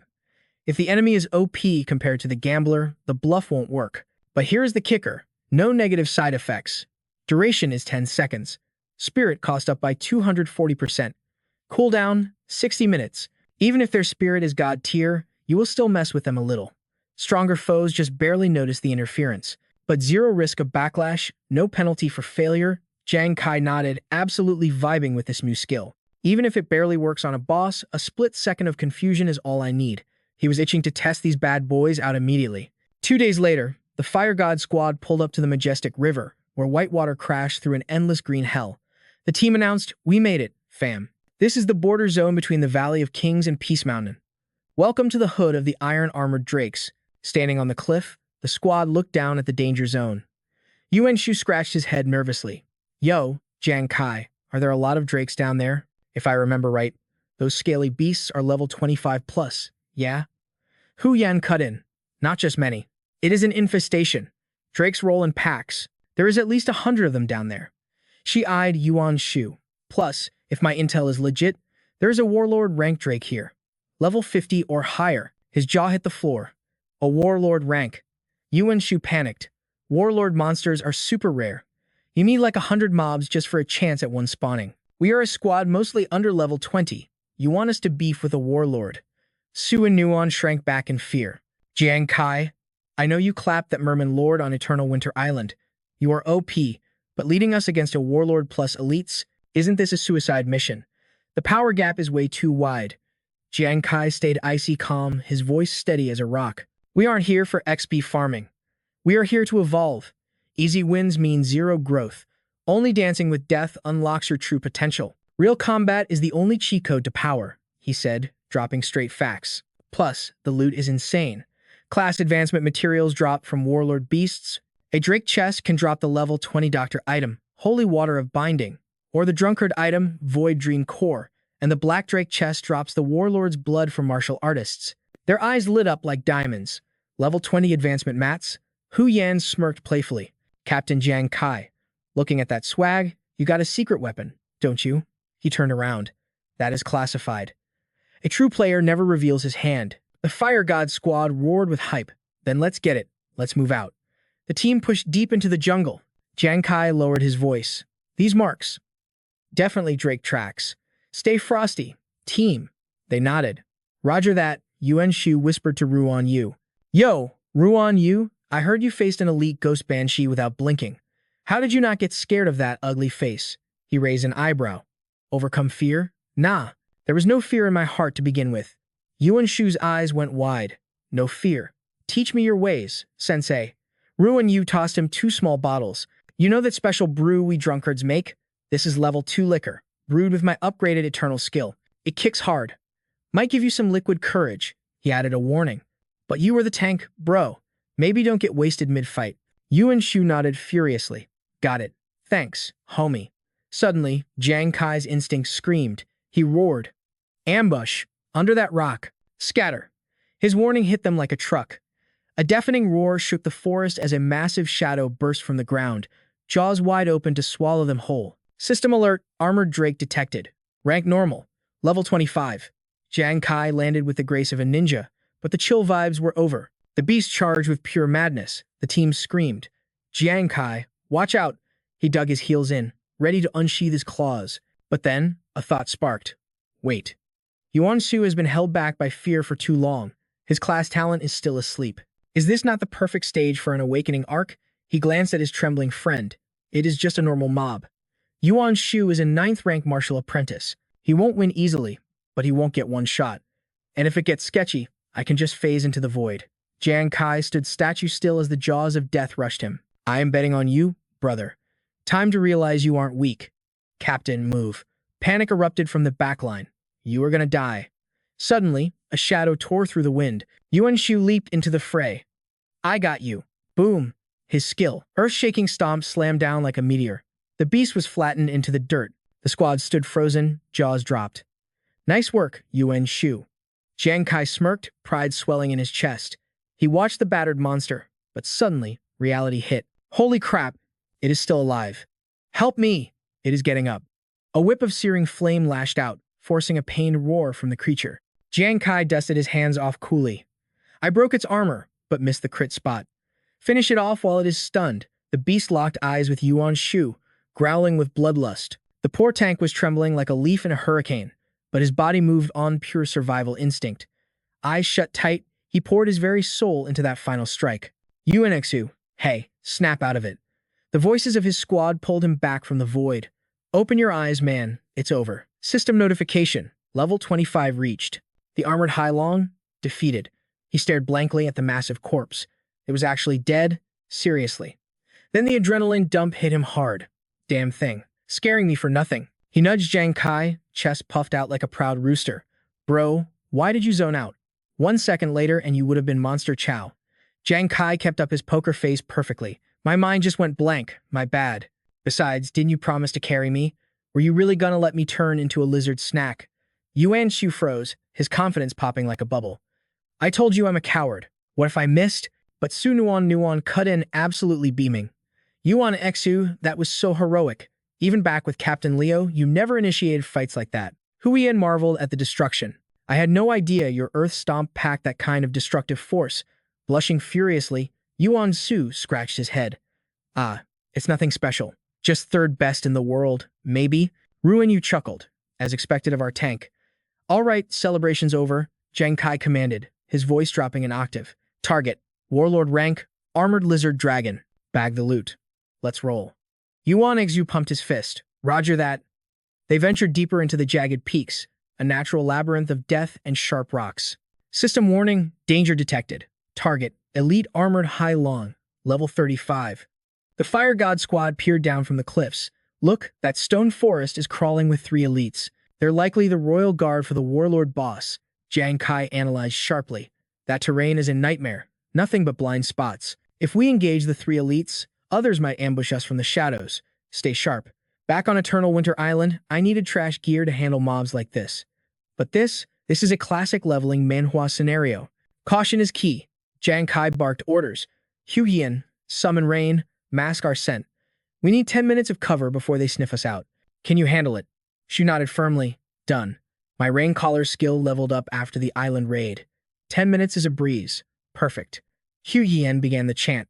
Su Nuan, prep the neurotoxins just in case. Ruan Yu, guard the rear. Jang Kai turned to his tank, eyes dead serious. Yuan Xu. When the rain hits, you and I are diving straight into hell. Listen, don't try to kill them. Just spam Earth Stomp for crowd control. Buy me time. I'll handle the slaughter. Yuan Su gritted his teeth. Got it, Cap. Crack. Lightning shattered the sky as a deluge washed over the forest. The Hai Longs looked up, senses dulled by the sudden storm. Now, Jang Kai roared. As they charged, the rain didn't just hide them. It hid the enemy.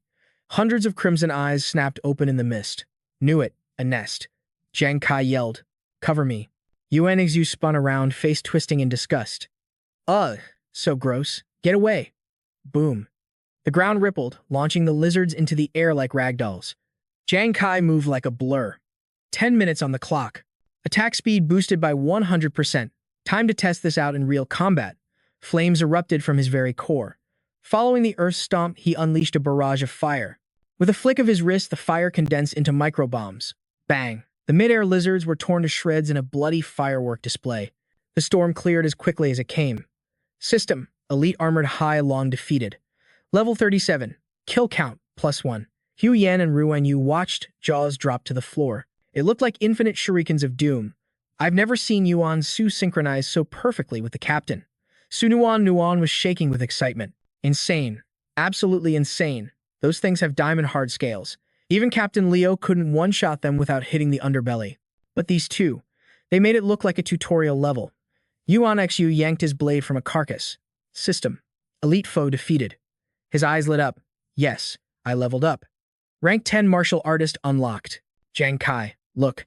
Jang Kai smiled, turning slowly. I told you, buddy, you're built for this. System. Loot acquired. 64 elite carcasses. 65, 66. The notifications scrolled endlessly. The team rushed over, beaming. That combo was legendary. With you two leading, Fire God Squad is unstoppable. Seriously, we haven't even been here an hour and Yuan Xu already broke through to rank 10. Nuan couldn't hide her admiration. She knew the captain and Yuan Xu were a power duo, but this speed was just broken.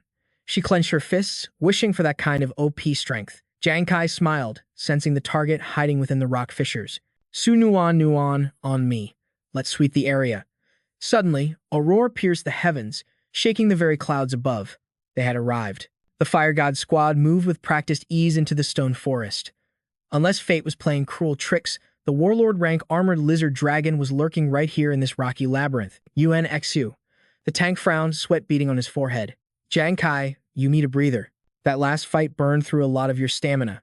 Jang Kai shook his head, eyes sharp as daggers. I'm drained, but I can still move. Besides, this dungeon might have multiple entrances.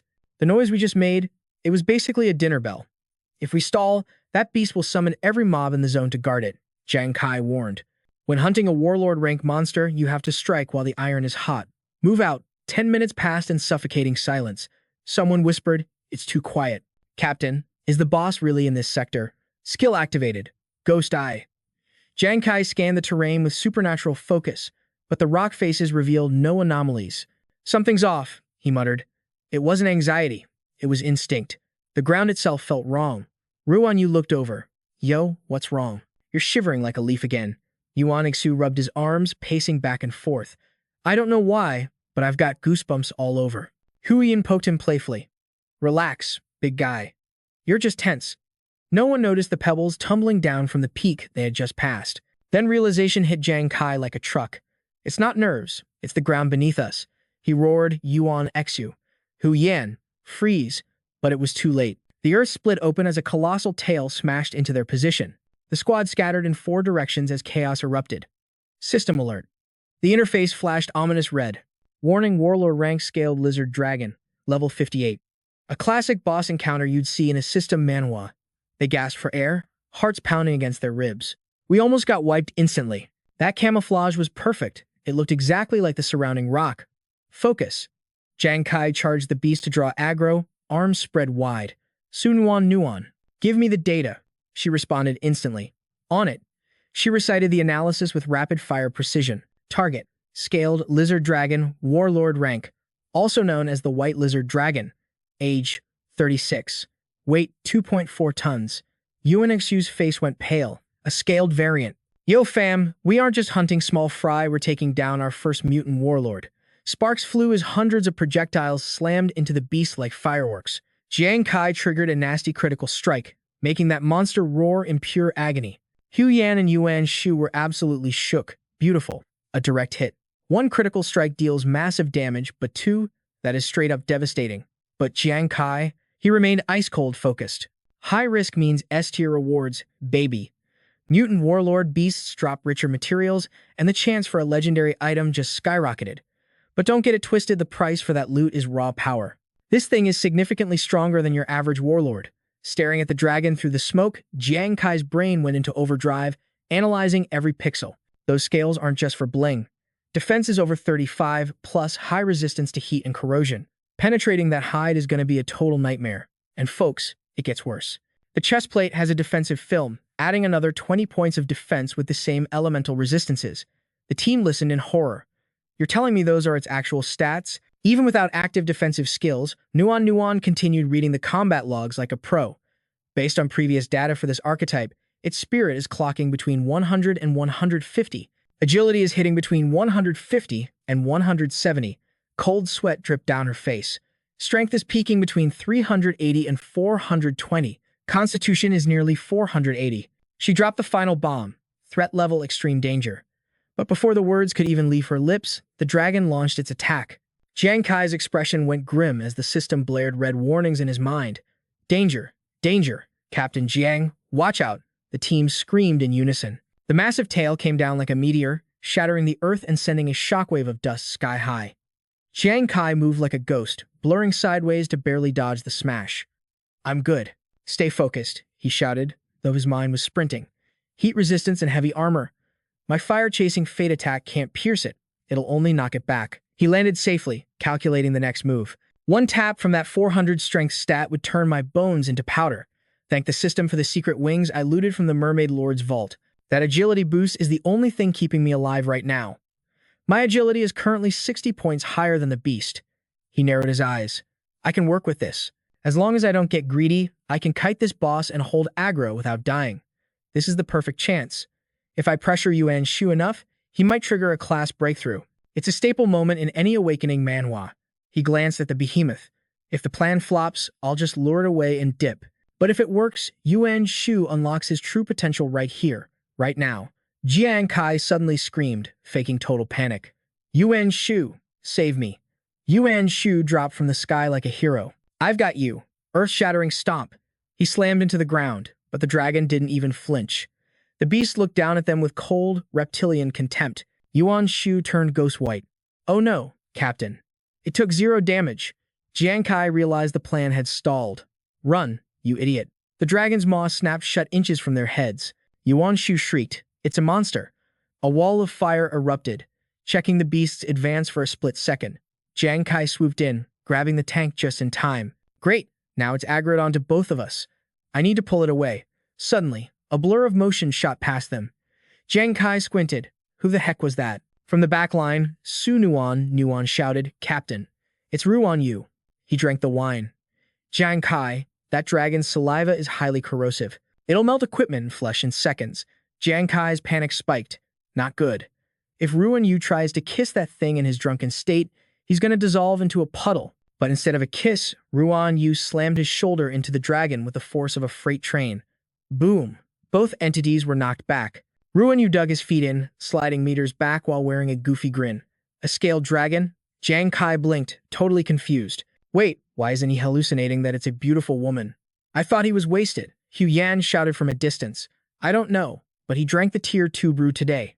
It seems the new formula cancels out the beer goggles debuff while keeping the power boost. Ruan Yu chuckled, a strange, wild light in his eyes. As a fellow male lizard dragon, I've been searching for a female worthy of me for a long time. A blush crept up his cheeks as he pointed trembling fingers at the massive boss. The heavens have finally smiled upon me. Destiny has brought a dragon to this lonely soul. I have searched the cosmos and finally found you among the masses. The lizard dragon froze, eyes widening in sheer confusion as the shameless Ruan Yu sprinted toward it with open arms. Oh my darling, let us seize this beautiful moment. Nuan whispered in disbelief. Brother Ruan Yu, does he actually think that terrifying beast is his soulmate? Scorching fireballs bombarded the beast with dizzying speed. The creature roared in agony, but he just kept running. Oh no, my beloved, are you hurt? Like a phantom, Ruan Yu appeared right beside the monster. Baby, hush now. No one will ever tear us apart again. Don't be shy. Tonight, our souls become one. The more you struggle, the more excited I get. Watching this unfold, Jiang Kai could only grind his teeth in utter speechlessness. Ruan Yu's drunken state was spiraling out of control. If this dragged on, even if they slew the beast, their stamina and mental energy would be completely tapped out. Yet, the drunkard continued his delusional romance. Wifey, let my strong chest warm your cold, broken heart. Jang Kai desperately scanned the area for backup. He's completely lost his mind. I can't restrain a love-struck drunkard and fight a boss-level monster at the same time. Time was running out. Jiang Kai barked a command. Yuan Shu, hurry up. We need your class talent armor break right now. It's the only way to turn the tide of this leveling battle. We need you, man. Yuan Shu stared, jaw-dropping at the chaotic scene. Is this what true fearlessness looks like? A wave of admiration washed over him. Brother Ruan Yu is truly like a deity walking among mortals. Yuan Shu recalled the drunkard's earlier wisdom. Overcoming fear? No, kid. In that moment, Fear simply did not exist within my soul. Back then, Yuan Shu had been astonished. No fear? How did you achieve such a state? Can you teach me the way? Snapping back to reality, Yuan Shu grabbed a tankard of ale. With resolve in his eyes, he downed the entire brew in a single desperate gulp. All right, I'm going in. Bottoms up. He wiped his mouth.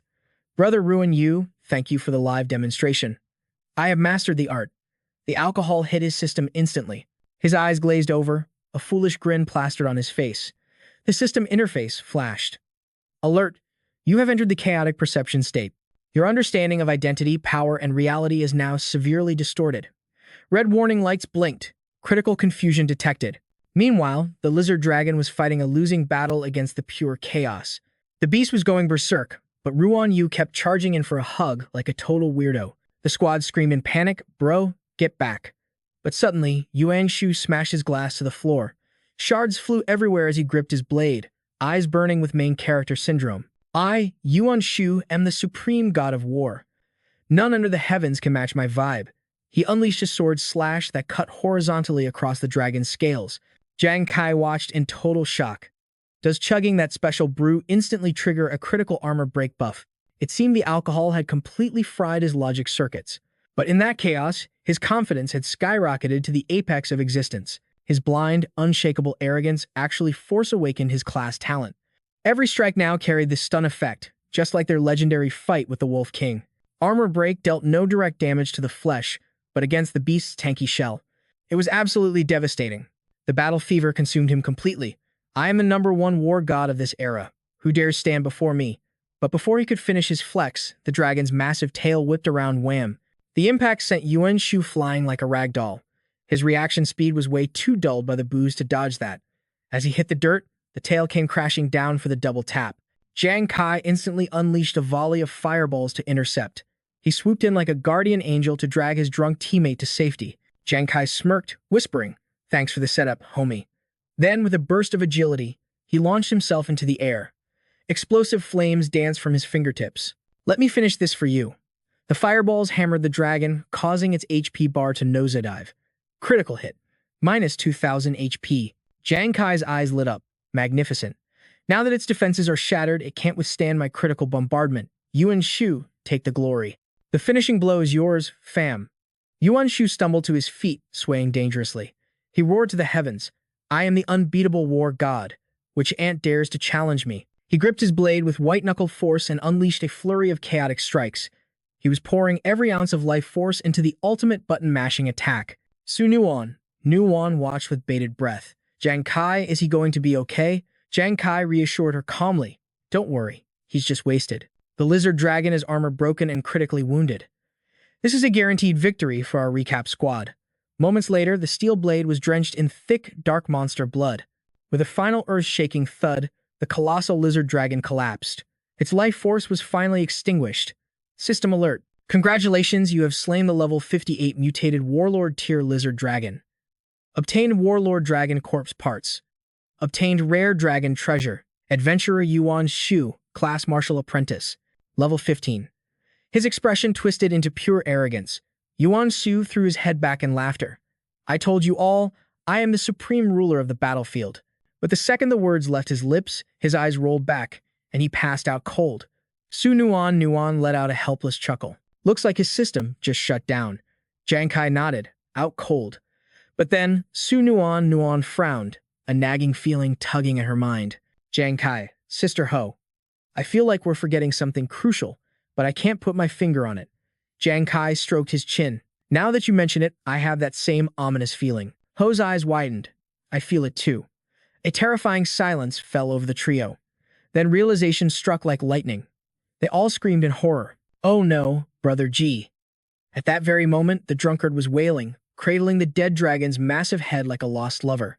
No, my beloved waifu, the only true love of my tragic life. Ruan Yu gnashed his teeth, his eyes burning with fury. You monsters. He charged at Jang Kai's group. I treated you like family, and this is how you repay me. By murdering my wife. But barely a few steps in, he froze. His nose twitched. Ugh. What is that smell? Disgusting. The adrenaline faded, the alcohol won, and he face-planted into the dirt, snoring loudly. Ho and Jang Kai slowly turned their heads, fixing their gazes on the healer. Su Nuan stepped back, blushing furiously. Hey, why are you looking at me with those judging eyes? Ruan Yu is hallucinating that he is the lizard dragon. I was worried he might turn on us, so I used my special concoction to knock him out cold for a bit. The others looked at Su Nuan, not with fear, but with pure admiration. Their eyes said it all. Good job. Ho laughed. Su Nuan, give me some of that potion. For the next time Ruan Yu gets drunk and rowdy. That ability is simply broken. Jang Kai immediately issued a request. I need that power too. She didn't hesitate for a second, responding with a confident, done. No problem at all. By the time night fell, the squad had set up camp, the crackling fire casting long shadows. The two drunks were already passed out cold, hugging each other like koalas under a single blanket. Ho lay down to rest her weary bones after the day's grind. Su Nuan pulled out a flask and offered it to Jang Kai. Water? He turned his head, looking completely dazed. Jang Kai reached out to take the flask. Thanks. You're not sleeping yet. She shook her head. Today was just too intense. Honestly, my heart is still racing. I can hardly believe we survived. We got lucky. At the critical moment, Yuan Shu managed to shatter the defense of that mutated warlord-tier iron-armored lizard dragon. His excitement was still palpable. Who would have thought that the Tier 2 wine Ruan Yu brewed would accidentally trigger Yuan Shu's hidden class talents? Su Nuan asked, her voice tinged with shy curiosity. Captain Jang, do you think Yuan Shu will unlock even more hidden effects of his class talent in the coming days? Jang Kai listened and gave a silent, knowing smirk. He had to admit, the kid had never been weak. What he lacks most is confidence. That explosive power today, it was liquid courage. The alcohol scrambled his senses just enough to unleash his bravery and trigger the armor break effect. Meanwhile, Ruan Yu was still rambling in his sleep. Wifey, kissy, kissy. Sleeping right next to the guy while muttering absolute nonsense. Yuan Shu and the supreme god of war. Jang Kai finally came to a conclusion. He needs more training. Hopefully, he can build some genuine confidence soon without the booze. She immediately beamed with optimism. I believe he can do it. But as the sun rose the next morning, a blood-curdling scream pierced the air. What? Yuan Shu's eyes were blazing with false bravado as he listened to the others. Yesterday, he felt like a total legend. But inside, he was dying from pure cringe as the roasting continued. Ruan Yu just had to expose the dirty truth. After your senses went haywire, you didn't just slay the iron-armored lizard dragon. You were literally trying to rizz up the beast while fighting it. Hu Yen grinned, loving every second of this comedy show. It was truly a magnificent display of valor. Her sarcasm was inflicting major emotional damage. Stop dragging me. Just then, a shimmering treasure chest materialized in the center of the room. The 5-member squad huddled around the glowing loot box like it was Christmas. All right, the gang is all here. Let's commence the grand unboxing of destiny. Hu Yen slapped a hand on Jiang Kai's shoulder, blocking him. Captain Jiang, hold up. This is a rare drop. I cast a divination earlier, and your RNG luck is absolute trash today. Let Su Nuan open it. Her aura is glowing red with fortune, unlike your pitch-black bad vibes. Hearing this, her eyes went wide with pure shock. Jiang Kai laughed and stepped back. Go for it. Hu Yen is a master of divination. After all, Su Nuan, you're up.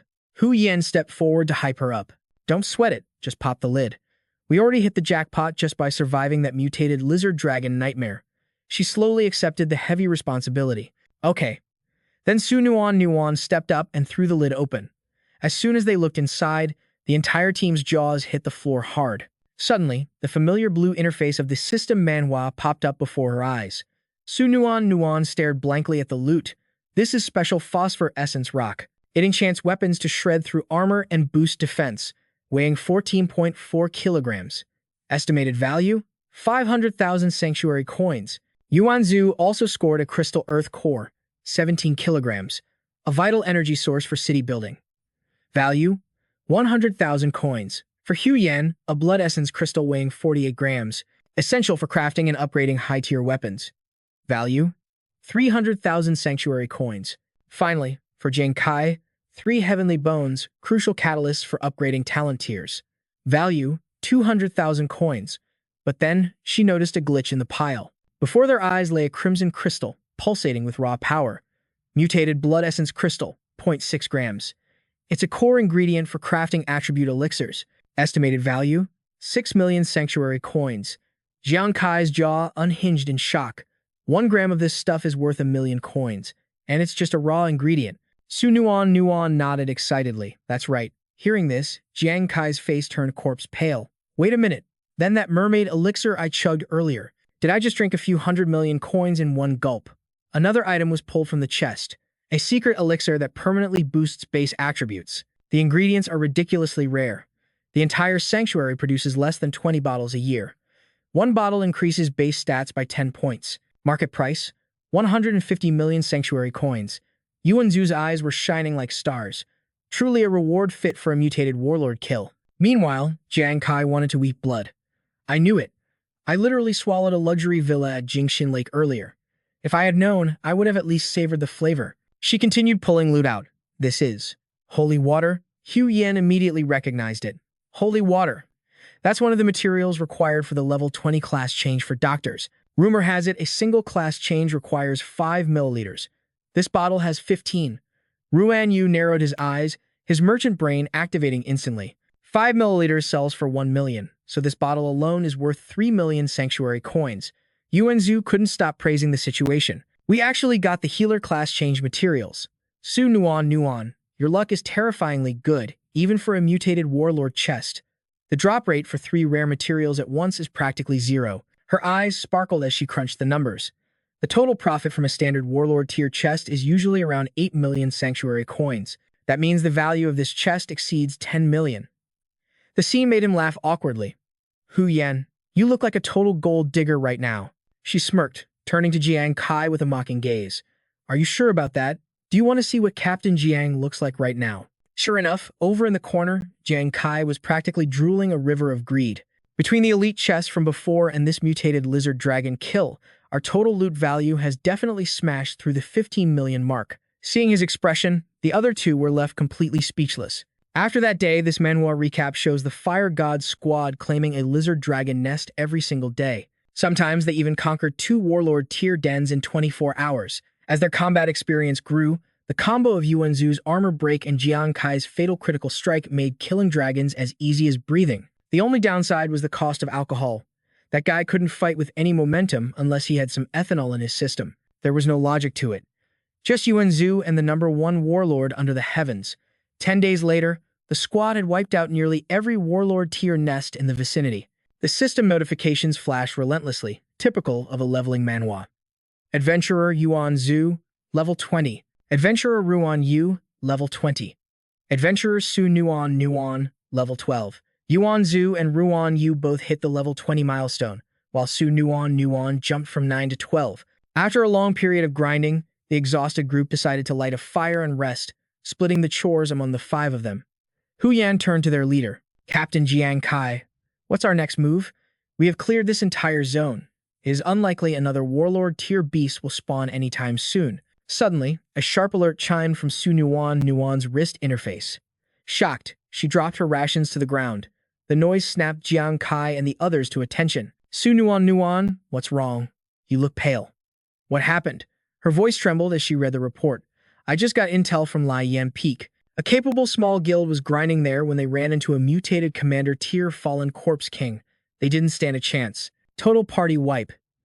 The other 4 froze, their jaws dropping in disbelief. The fallen corpse king. True to its name, it is a hell attribute monster. Elusive, deadly, a nightmare in physical form. A normal commander tier corpse king is already level 60+. That is far stronger than the mutated lizard dragon we just fought. But a mutated corpse king, its power level is unimaginable. Su Nuan continued, her voice grim. But the mutated boss was heavily injured during the fight. It has gone into hiding to recover. That guild was wiped out, but they managed to wound a monster of that caliber. They were strong. Hu Yan's eyes popped wide as the reality set in.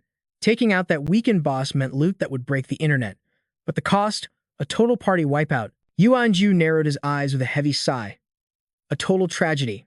Ruan Yu nodded, pouring one out for the fallen. But suddenly, Jang Kai cut through the noise. Su Nuan, is this intel legit?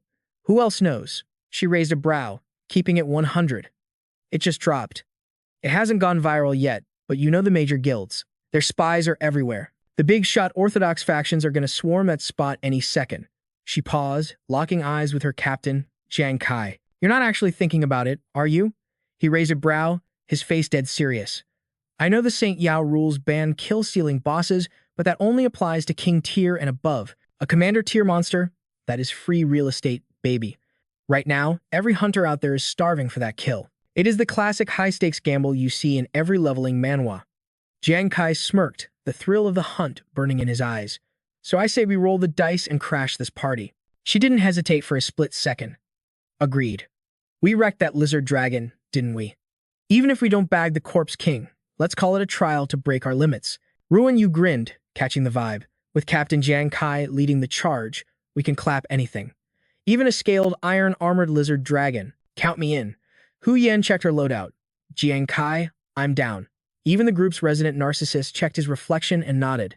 How could the Fire God squad function without the world's #1 vanguard, Yuan Zhu? He struck a pose. Obviously, I am coming along. Seeing the fire in their eyes, Jiang Kai felt a massive surge of pride. Good. He spread his arms wide.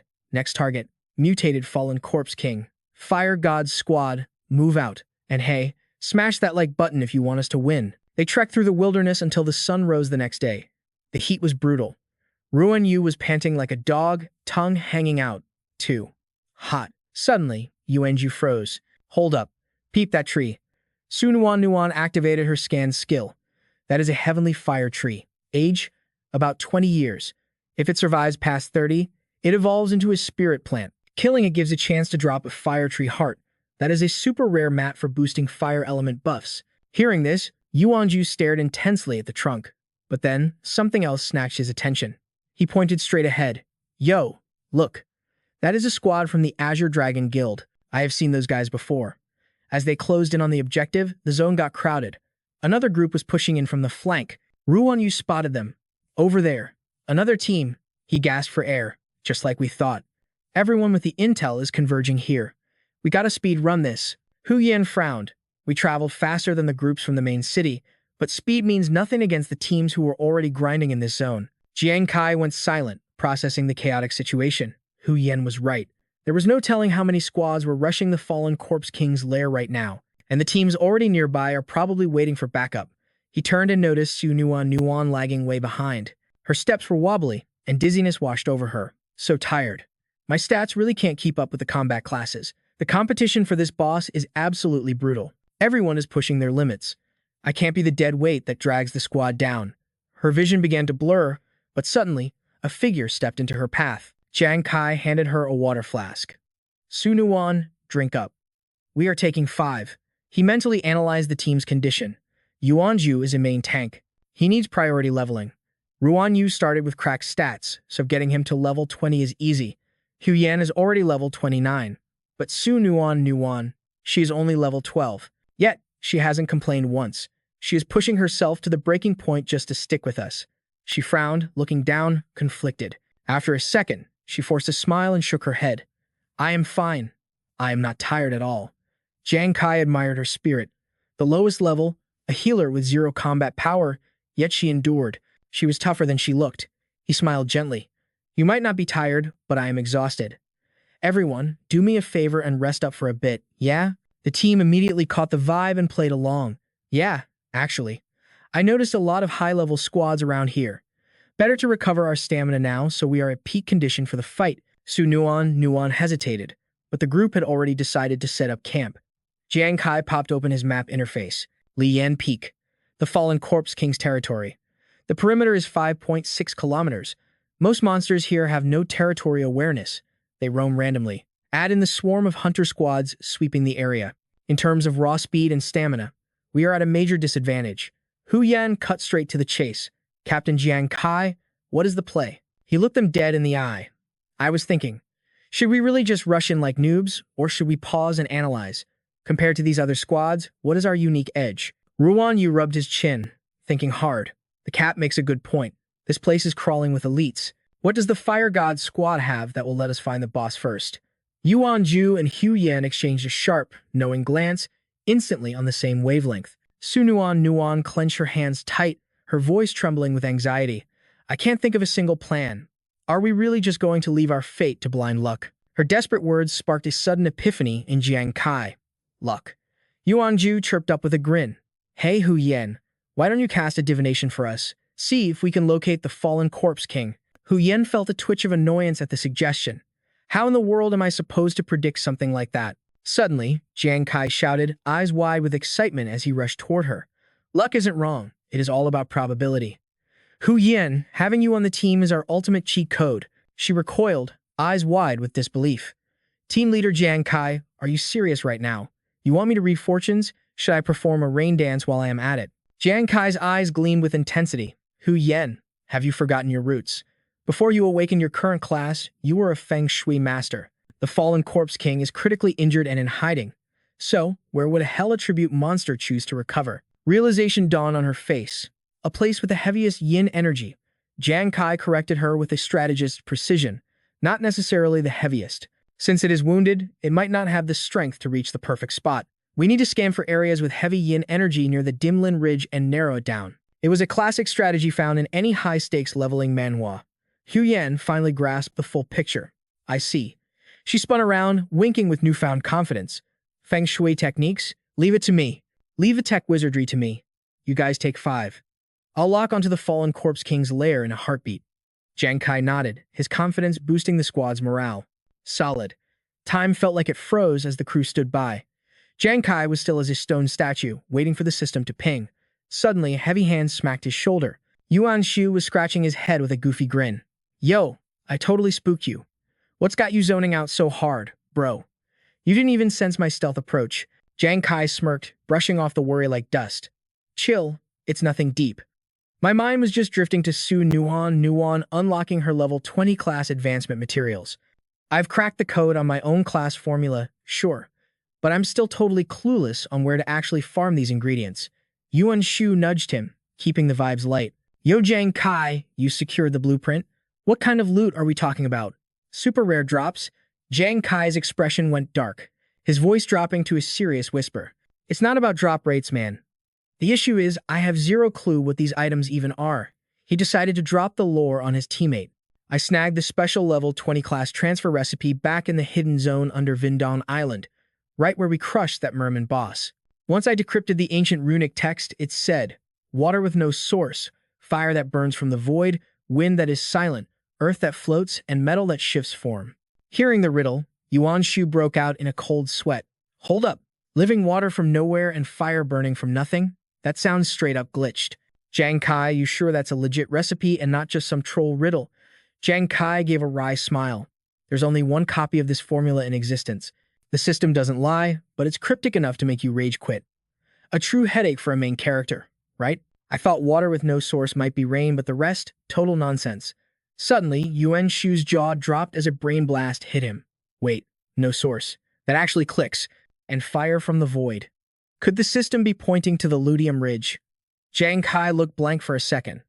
Ludium Ridge. Yuan Shu nodded aggressively, digging through his map knowledge. Yeah. The legends say there's no visible fire there, but the heat melts your armor. It's like a natural, invisible furnace. Doesn't that sound like some magical nonsense? Jang Kai rubbed his chin, the gears turning. That actually sounds legit. But suddenly, a mocking voice sliced through the air, ruining the moment. Well, if it isn't the lucky dog from Vindong Island. The little villain, Jang Kai.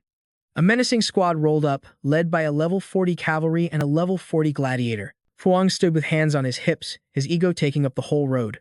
Talk about enemies crossing paths on a narrow street. The sudden aggression confused Yuan Shu. Enemies. Yo Jang Kai, you got beef with these dudes. They look like bad news. Jang Kai shot them a cold, unimpressed glare. Never seen them, but with that arrogant trash look on their faces, they definitely reek of the Royal Guild. Yuan Shu's face twisted in disgust. Royal Guild scumbags. Then I definitely need to teach them some manners. Jang Kai calmly held him back. Easy, Tiger. Stand your ground. These guys are high-level elites. Our target is the mutated fallen corpse king. This isn't the time for a guild war. He stepped forward, his voice steady as a rock. I'm Jang Kai. We got business? The man stepped closer, towering over him like a skyscraper. Business? You wiped out my Falcon Squad 5. And during the Merman boss raid, you sneak attacked and zeroed young Master Hoang. Fuang laughed like a total maniac, eyes wild with bloodlust. Jang Kai. Oh, Jang Kai. You got serious guts. Are you that eager to speed run to your grave? Jang Kai just picked his ear, looking completely bored with the drama. The truth was, Jang Kai hadn't ambushed anyone. Huang Wei had brought a four-man gang squad to kill times him asterisk, only to get absolutely wrecked by Jang Kai's skills. Before he could speak, the girl, Ho Lane, snapped. She cracked her whip, screeching like a banshee. "The captain is talking to you. How dare a dog bark in his presence?" Jang Kai reacted instantly. With a casual wave of his bare hand, he swatted the whip away like it was nothing. The effortless block only fueled Ho Lane's rage. Jang Kai frowned, his aura turning ice cold. "If you can't speak human, keep your tracks shut. You're buzzing around like annoying flies." Fitu Wang didn't waste breath. He drew the massive sword from his shoulder. "You dare call our Black Tortoise Guild flies? I was planning to give you a quick game over." He and his lackeys glared at the duo with pure murderous intent. "But now, I'll make sure you're stuck in a respawn loop of pain." Jang Kai clenched his fists, equipping his claws. It was clear they wouldn't leave without spilling blood. The battle was inevitable. Just then, Su Nuan, and M. Tran rushed onto the scene. "Fuang, what do you think you're doing? You really trying to start a PvP match right here?" Fuang froze, blinking in confusion. "They know Su Nuan. His eyes went wide with shock. "Su Nuan? Aren't you with the military? Why are you hanging with this scrub, Jang Kai?" She stepped forward, shielding Jang Kai like a tank. "I'm currently rolling with the Fire God squad, and Jang Kai is my captain. If you try to touch him, I won't just stand by and watch. I'll end you." Yuan Shu nodded aggressively. "Straight facts." M. Tran chimed in with a warning. "Captain, remember this woman's sister is a top officer under Wei Ying. Our priority is the boss loot. We shouldn't invite unnecessary heat." Fuang gritted his teeth, his brain working overtime before finally sheathing his sword. "Consider yourselves lucky today. I won't touch you," he sneered, trying to save face. I didn't realize Jang Kai was the type to eat soft rice, hiding behind a woman's skirt for protection. The protagonist glared daggers at Fitu Wang. His irritation was bubbling over. But the arrogant rival wasn't done yet, leaving with a final venomous roast. "Oh, right. You rely heavy on those flying daggers, don't you? It fits. A loser like you is only capable of using such underhanded, deceitful trash skills. But mark my words, the next time our paths cross, I won't just shatter your precious blades into dust." Fuang grinned like a devil, finishing his sentence with cold malice. "I will sever both of your arms from your body." The threat hung heavy in the air, casting a dark shadow over Jang Kai's face. The rival group walked away, their mocking laughter echoing like hyenas as they savored the moment. To them, it was baffling how the elite Falcon Team Member 5 could have ever lost to such a pathetic, low-level hunter. Yuan Shu roared, ready to rush in and throw hands right then and there. "That is too far." But Jang Kai, ever the calm leader, held him back with a firm grip. "Now is not the time for reckless vengeance. Let them go." Regaining his composure, the main character turned his focus back to the mission. The real game was just beginning. "Yo, Su Nuan, keep it 100 with me. What is the intel on that guy, Fuang?" She didn't hold back the tea. "I got the deets. He used to serve in the military district. Word on the street is he speed ran from apprentice to full fighter in like 6 months. But his current combat stats, straight up terrifying. He might have already unlocked inheritor-level power." The news hit Jang Kai and Ruan Yu like a critical hit, leaving them totally shook. Seeing them glitching out, Su Nuan decided to break down the mana system hierarchy for the squad. The military worships the martial apprentice path. It is 4 tiers of pure grinding before you can even touch superhuman status. It is a ladder built on blood and sweat, fam. Levels 1 through 20 are apprentices, 21 to 40 are fighters, 41 to 60 are the inheritors, and 61 to 80, those are the legendary ancient warriors. Jiang Kai narrowed his eyes, letting out a heavy breath. To think Fuang's power level was already rivaling an inheritor, that is insanely OP. Su Nuan nodded, her expression serious. "And watch your back. He is plugged in with the Royal Brotherhoods. Also, I heard his agility stats are broken. His speed is monstrous, so stay frosty." The memory of Fu Wang's arrogant face flashed through our MC's mind like a bad cutscene. He couldn't shake the bad vibes in his gut. His intuition screamed that they would throw hands again at the upcoming Guild Challenge tournament. Suddenly, Hu Yan sprinted over, waving like crazy. "Captain Jiang Kai." I crunched the numbers. "We got 3 locations that match the spawn conditions." She rolled out the map, pointing to the hot zones. "First up, Sunset Necropolis, northwest of Blazing Ridge. It is dangerously close to the fallen Zombie King's turf. Option 2 is Sha Yin Lake, sitting right to the south. That lake is dripping with yin energy, and it is the closest spot to the safe zone of the capital. Then, there is the wild card, a no-name depression in the terrain to the west. It is totally obscure, 0 fame, and we gotta climb a rugged hill just to find the entrance. Hearing the options, Jang Kai went into full tactical mode. Yuanzu raised an eyebrow, voting for the aggressive play. The Zombie King is on 1 HP. Surely, it would retreat to its nest. Let's hit the Sunset Necropolis and roll the dice. But instantly, the captain shut that down with cold facts. Nah, we're going to the Nameless Valley. The squad froze, faces blank with shock at the curveball command. Jang Kai explained his 200 IQ play like a pro gamer. The Sunset Necropolis is close to its lair, right? True, but that is exactly why every other clan is going to be camping that spot. By the time we pull up, the loot will be gone. Even if the boss is there, we would likely get third-partied by faster squads. As for Sha Yin Lake, the energy vibes are mid compared to the Necropolis. Plus, being near the city means a flood of noobs and pros starting their search there. The valley, though, it is isolated by mountains. It looks like a bad spot for a wounded monster, but reverse psychology is the key. The difficulty is exactly why most hunters will sleep on it. So, looking at the meta, I say we go all in. We head to the valley. It took them 2 grueling hours to hike the terrain. Is this the spot? The Nameless Valley? One teammate shivered, trembling as they walked into the spooky gloom. Yo, this place is hell on earth. I don't need a feng shui master to tell me the vibes are off. I can feel the death energy radiating from the ground. Ruan, you hesitated. But this map is massive. If the Zombie King is camping here, finding it will be like finding a needle in a haystack. We are racing the clock, guys. We gotta locate the beast and slay it before any rival teams stream snipe us. The difficulty is straight up nightmare mode. But Jang Kai didn't slow down, keeping his cool. The king is scared of getting caught. To heal, it's gonna pick the darkest, tightest hiding spot. Look for caves or tombs. Su Nuan pulled some vials from her inventory, voice soothing the tense squad. Drink up, fam. I brewed this potion back in my military days. It buffs your resistance against toxic corruption from hell-type monsters. The buff lasts for 12 hours. It might be the clutch factor we need to survive. Jang Kai snapped into leader mode. Good looks, Nuan. Everyone chug those potions right now. Then we fan out and scan for hidden dungeons or graves. The team nodded, downing the elixirs. Darkness deleted the sky real quick. Soon, Jang Kai's squad was navigating the pitch-black depths of the forest. Yuanzu groaned, his stamina bar hitting 0. Jang Kai, I can't take another step. Let's take a breather. But the captain was unyielding. Yuanzu, don't lag behind. Keep it moving. Su Nuan jumped in with the assist. She's right. What if the Zombie King ganks us right now? Get over here. Hearing that, the color drained from the big guy's face. A gank. That's impossible, right? It's critically wounded. It should be hiding like a rat. Hu Yan roasted him without mercy. I said, what if, bro? Maybe the king got the munchies while healing. Maybe it smells fresh meat and is standing right behind you. A phantom image of the beast seemed to loom over him. Gritting his teeth in sheer terror, Yuanzu sprinted forward like he was speed glitching. I'm coming. Wait up. Don't leave me solo. Jang Kai sighed, exasperated. Hu Yan, stop trolling him. He is easily spooked. She shrugged, totally unbothered. Yuanzu has high stats, but his cowardice is a major debuff. He needs this mental training. Mid-sprint, Yuanzu's foot clipped a massive stone. He crashed face first into the dirt. The team rushed over, worried by the heavy impact. Yuanzu, you good? But he didn't answer. His face had turned ghost white. He scrambled backward, trembling finger pointing at the trip hazard. Wait, squad, look. What in the world is that? Before them lay a desolate ancient grave, half buried and forgotten.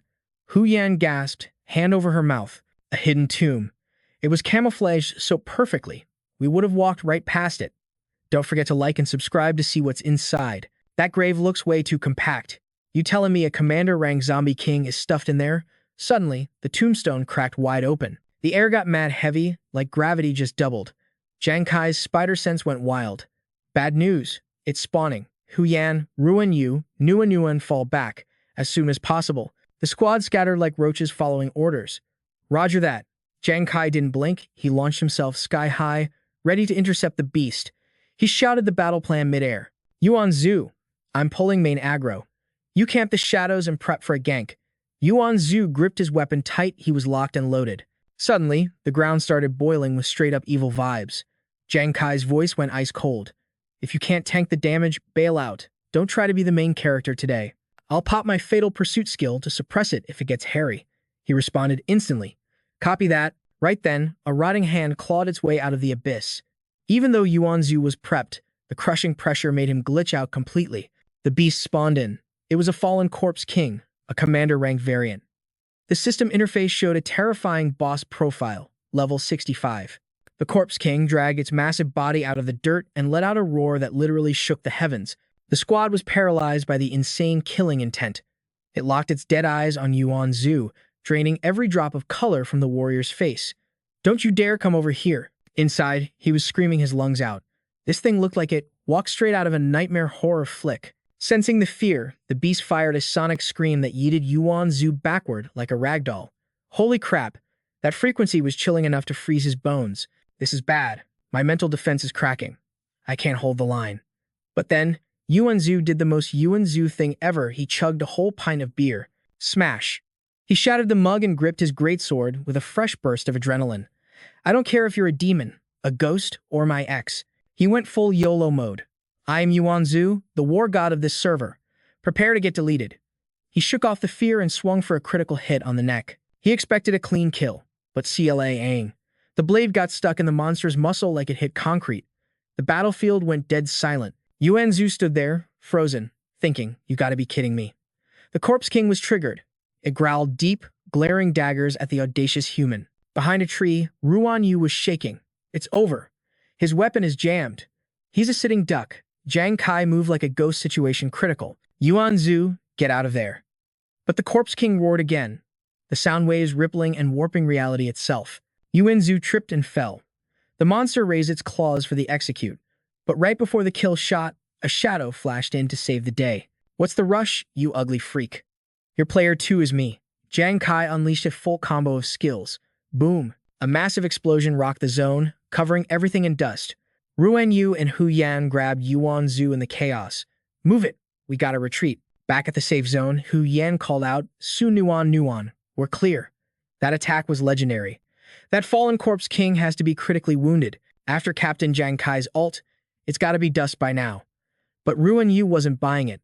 I don't know, man. Yuan Zhu's full power smash didn't even scratch its paint. This ain't no trash mob. Seeing the healer's face drop, Hu Yan asked, Nuan, what's up? She stared at the dust cloud, pure horror washing over her. Hu Yan looked too, his eyes popping out of his skull. She couldn't even speak properly. What? What is that? Is this thing hacking? Is it immortal? Back in the fight, a system notification flashed like a cliffhanger. Boss skill activated. Undead resurgence. When the king takes fatal damage, its soul core ignites. It gains massive damage reduction and its HP regen goes through the roof. This is a classic broken mechanic in leveling manhwas. Even the hole in its chest was stitching itself back together. The beast slammed the ground. Crack. The shockwave sent Jang Kai flying. He gritted his teeth, mind racing. Its armor is broke, it's crit wounded, and I've been spamming combos. Why won't it stay down? Its HP pool is infinite. Suddenly, Su Nuan screamed, Jang Kai, aim for the heart. You have to shatter the core. Unless you pierce the heart, it'll respawn forever. Jang Kai's eyes lit up. So that's the gimmick. No wonder its HP bar was stuck. I gotta delete the heart, but the info cost them big time. The boss's aggro instantly snapped to the healer. Snarling, it stomped towards Su Nuan, letting out a screech that grated on their souls. Jang Kai panicked. Su Nuan, move. Suddenly, the king froze. Dark energy surged from its palm, warping the air. Mid-dash, Jang Kai skidded to a stop. What the hell is that? Out of nowhere, a ghost hand dripping with green miasma shot up from the floor. Before he could dodge, the spectral claw snatched him right out of the air. The giant arm crushed him with god-tier force. He couldn't move a muscle. Pain shot through him as he felt his ribs snap. It baited me. A feint attack to catch me slipping. I can't break the CC. Jang Kai was helpless in the monster's grip. The beast unhinged its jaw like a snake, showing off rows of razor blades. Its tongue rolled out, ready to swallow the captain whole. Hu Yan screamed, Captain Jang Kai. That's when Yuan Zhu exploded with rage. Gripping his sword, eyes burning with fury, he roared, Get your filthy claws off my carry, you oversized trash. But before Yuan Zhu could get in range, the beast exhaled a cloud of purple mist, creating a literal wall of death. Behind the tree, Su Nuan coughed hard. That's dark purple poison mist. Yuan Zhu, don't touch it. Her mind raced through the wiki database. Poison breath, the signature AoE of the fallen corpse king. The darker the color, the higher the DPS. Usually, a commander tear breathes green gas. Green is strong enough to melt a player's skin in 60 seconds. But a king-tier boss breathes black mist, an instant kill zone for any normal awakener. Yo, check this. That He/She variant is leaking purple haze like a broken tailpipe.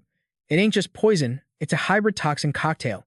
It might not be an instant kill, but we're talking catastrophic damage over time. This is a total nightmare for any awakening squad. My antidotes? Literally useless. Like throwing a cup of water on a forest fire against this level of toxicity. Su Nuan froze up, despair hitting her like a truck. Even wounded, this monster is OP enough to wipe a top-tier guild instantly. She watched Yuanu rush in, and her heart just dropped. Yuan is trying to pull aggro, but come on. The level gap is massive. He's gonna get one-shotted in 10 seconds flat. But suddenly, a booming voice cuts through the noise. You think I'm letting you snack on my captain? Not today. Satan. She spins around in shock. Wait, that energy signature? Ruin Yu? He slams down that heavy shield, stepping up to tank. I'm Ruin Yu, and I ain't being the scrub of this party anymore.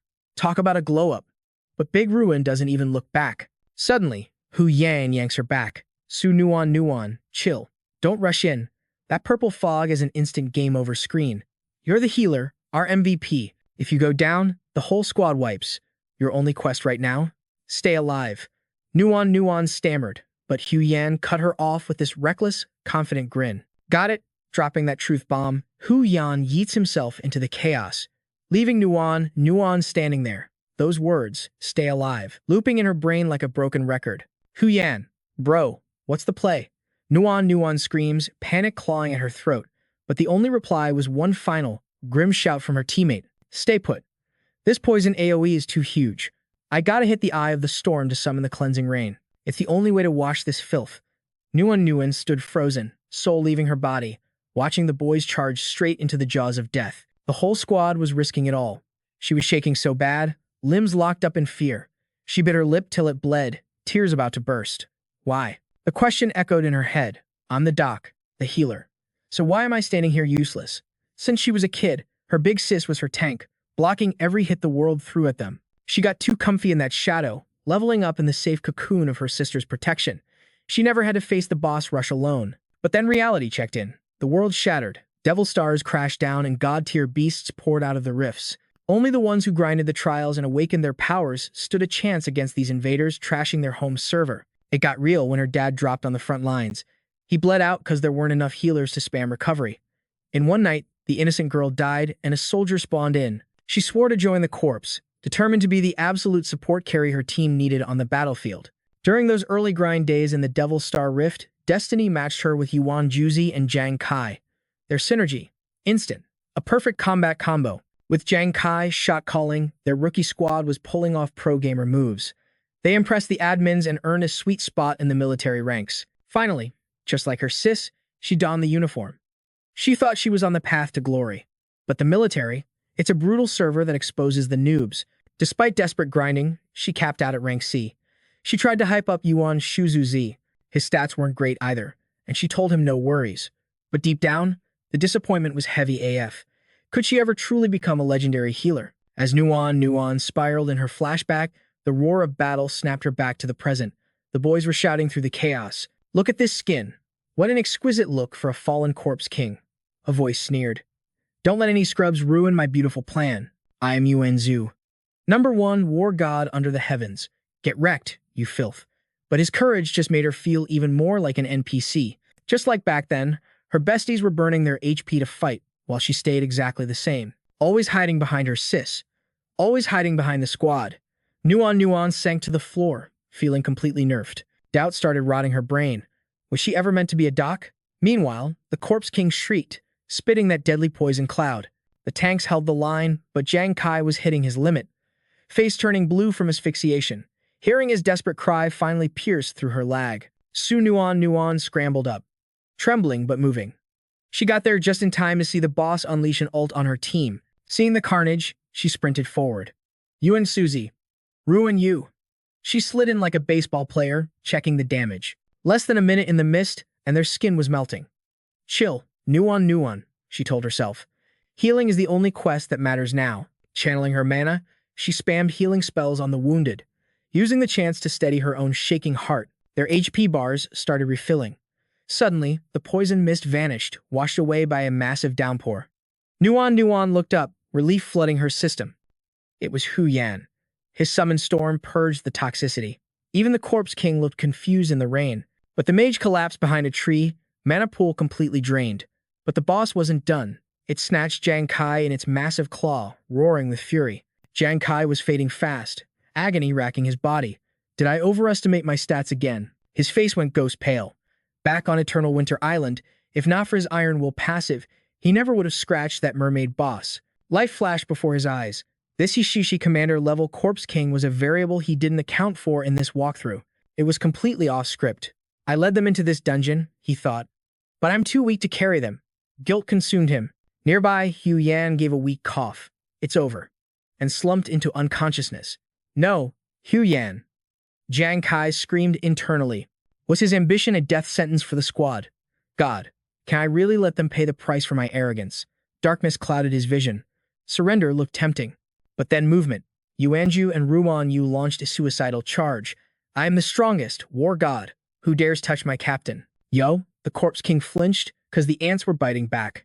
That split second was all our boy needed. Jang Kai slipped free from that death grip just in time. He gritted his teeth, shattering his doubts like glass.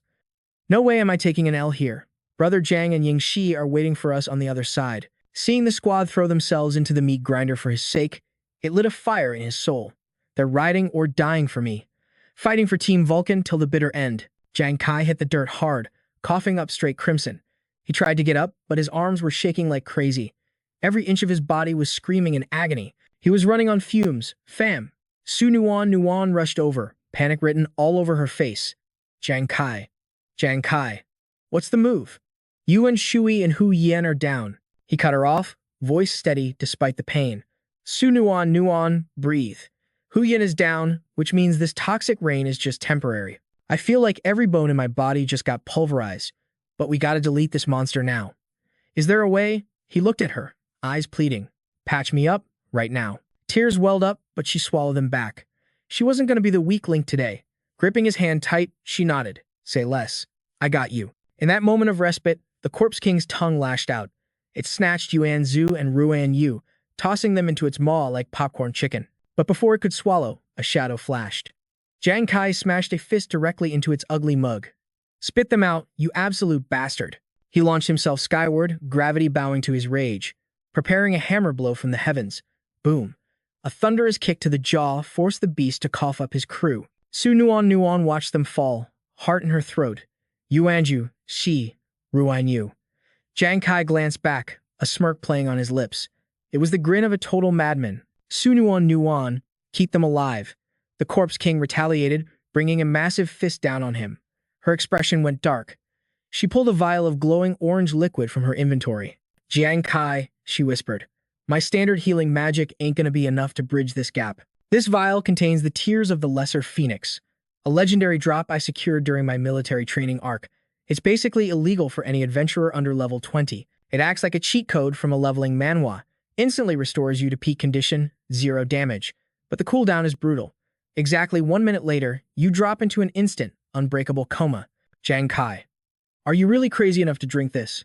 Jang Kai didn't hesitate for a microsecond. He downed the potion with a frown, but a confident smirk quickly replaced it. 1 minute is all I need to end this. He blasted his aura to draw aggro, then dashed away, taunting the beast. Come get some, you brainless pile of meat. Chase me if you can. The monster roared in fury and immediately gave chase. Jang Kai sprinted forward, gritting his teeth to buy every second possible. Good. The storm is finally clearing up. He kited the zombie king deep into the forest, creating the perfect distance. He stopped cold, waiting patiently for the boss to enter the kill zone. Suddenly, the earth rippled like water.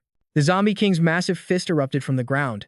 It smashed exactly where Jang Kai had been standing a split second ago. He sidestepped the attack, a cocky grin on his face as he gripped his weapon.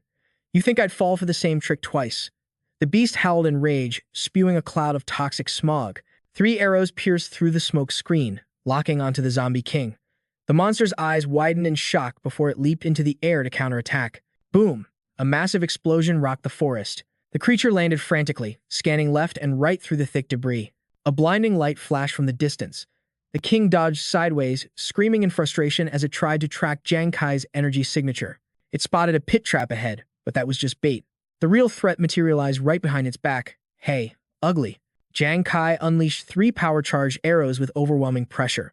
Over here, your reaction speed is pathetic, the king roared, launching a desperate strike. The arrows slammed into its arm with terrifying velocity. The king shrieked in pain, but in the exchange, its giant hands snatched Jang Kai, crushing his ribs. The zombie king pulled him close, its tongue lolling out hungrily. Nuan watched from the sidelines, shaking in terror as tears streamed down her face. Jang Kai. Its maw opened wide, revealing rows of razor-sharp fangs, ready to decapitate him. But suddenly, the monster's pupils shrank in fear. Jang Kai channeled his last reserves of mana, speaking through the pain. You rotting trash. Did you really think you caught me? Thuck. Something embedded itself directly into the monster's heart. I only let you grab me to lure you into range. Golden aura flared brilliantly around Jang Kai's hand. The king roared in agony, dropping him. As Jang Kai fell, his eyes remained locked on the target. It looks like my gamble paid off. Green blood oozed from the zombie king's heart. The 1-minute buff had run out.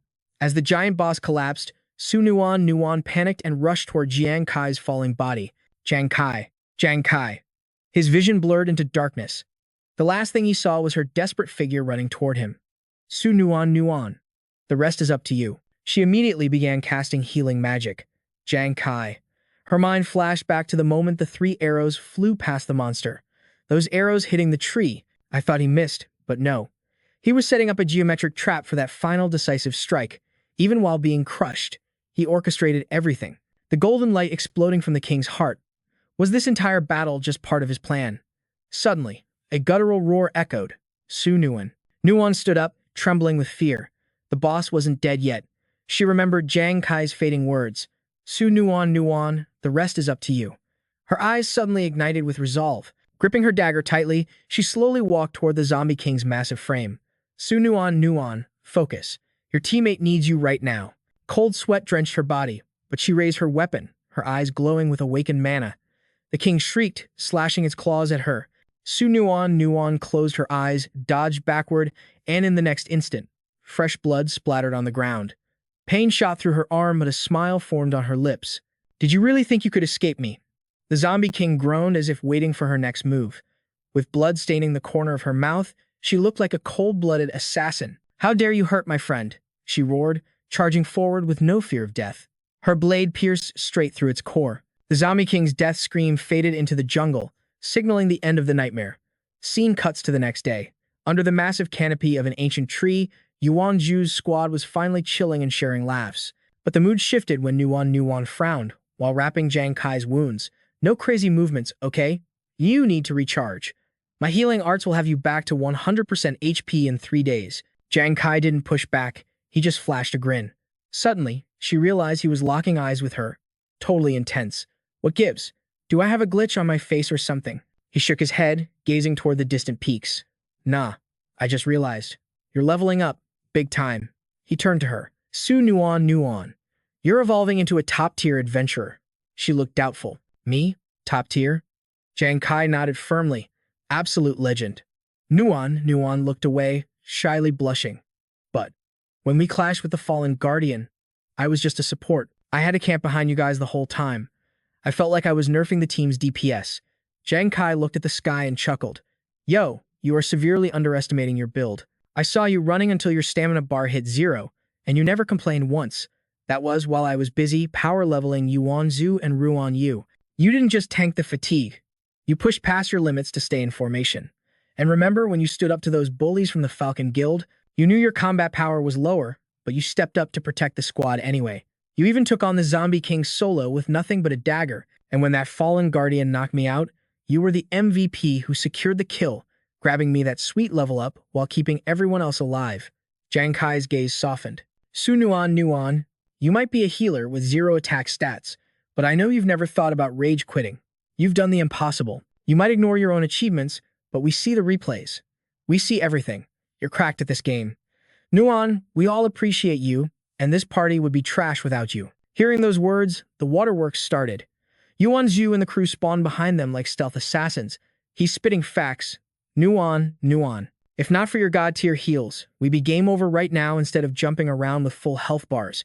Jang Kai twitched, side-eyeing them. Since when were you NPCs lurking back there? Ruan Yu grilled through the pain, pointing to his bandaged arm. Obviously, thanks to our healer carry, we could charge into the abyss without checking our six. Hu Yan leaped forward, bursting with a stamina buff. Exactly. Without you, I would have been wiped from the server ages ago. Hearing the squad hype her up, tears of pure joy streamed down her face. Su Nuan let it flow, soaking in the wholesome vibes. I need you guys just as much. I love this team. 2 hours of bonding later, the vibe shifted. Jang Kai stood up, his expression turning serious. All right, fam, everyone ready for the main event. The hype in the air was electric. The four of them smashed the activation button at the same time. Boom! A treasure chest spawned right in the center of the room. He stepped up, spreading his hands like a showman. All right, let's see what the RNG gods have for us. As the lid creaked open, a blinding pillar of golden light exploded outward. Rumor on the streets says the fallen Corpse King drops legendary loot. Since this was a mutant-grade boss, the rewards in this dungeon run should be absolutely broken. A horde of dazzling treasures blinded them, leaving the squad breathless. Jang Kai snatched a weapon and ran the specs. The Frenzied Flame Blade. A level 80 executioner weapon. There are only 2 others in the whole server. This is the 3rd one ever dropped. It's worth like 350,000 ghost crystals. Yuan Zhu's jaw hit the floor. 350,000? That's 3 million Saint coins. Hu Yan shrugged, trying to flex. Why the shock face? It is a top-tier level 80 drop, after all. Too bad our party composition doesn't have an executioner. Jang Kai's eyes gleamed with greed. But hey, we can sell it to the whales for a fortune. He then lifted a mysterious suit of armor. Nuan, check the stats on this one. She opened her HUD but frowned. This is weird. Error 404, no data found.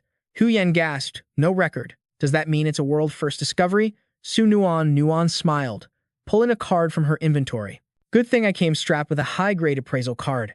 Back in my army days with Yuan Zhu, standard scanners were trash on rare loot. So, I wailed on a few of these cards for emergencies. The moment the card tapped the metal, the armor burst into radiant light.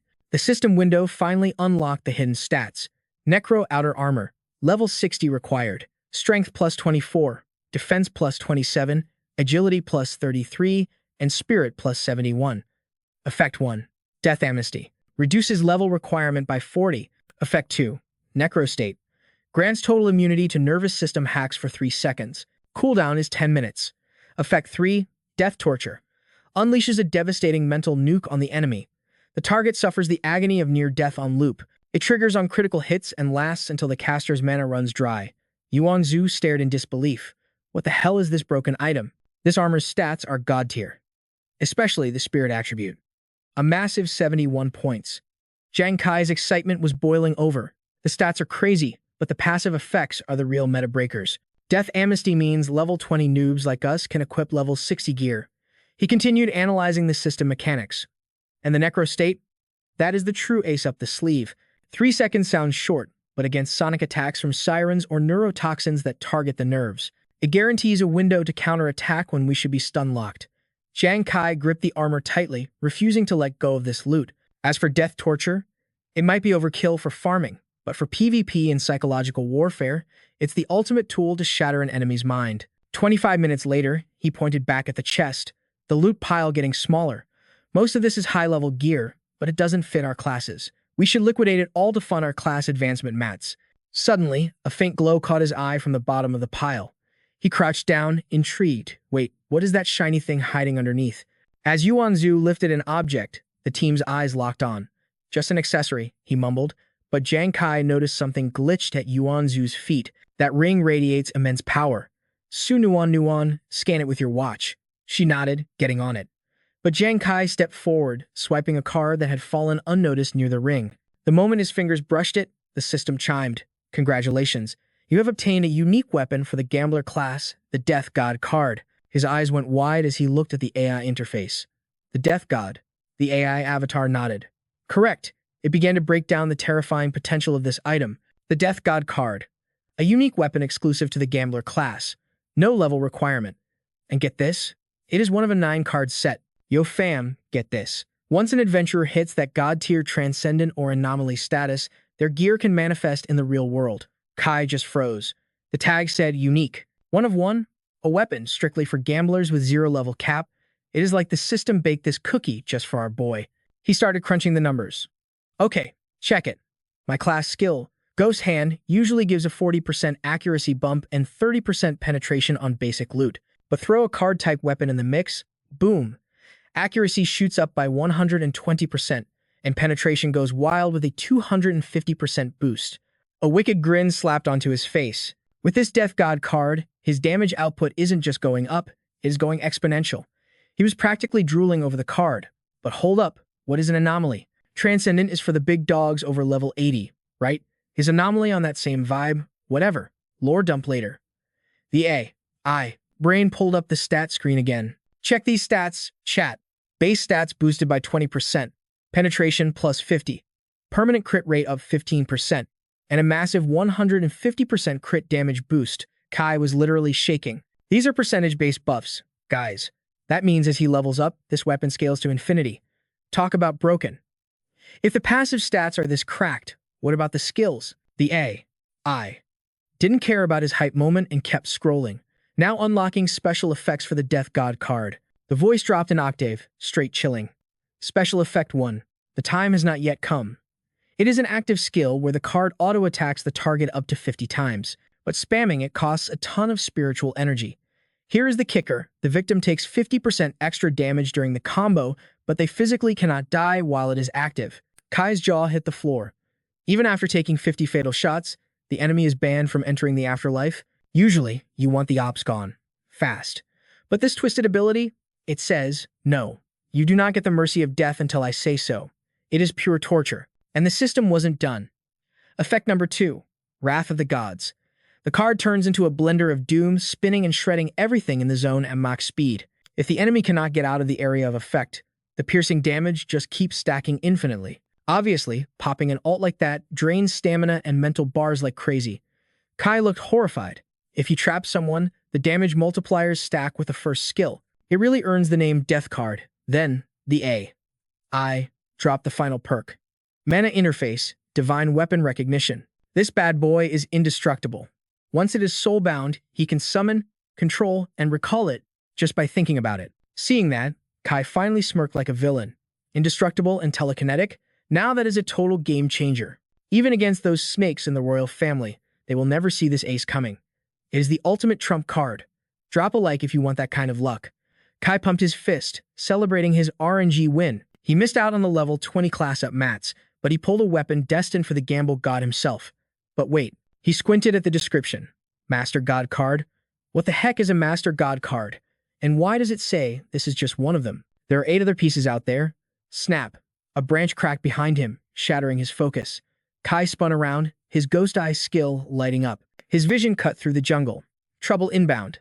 A high-level squad was rushing their position. His crew was in no shape for PvP right now.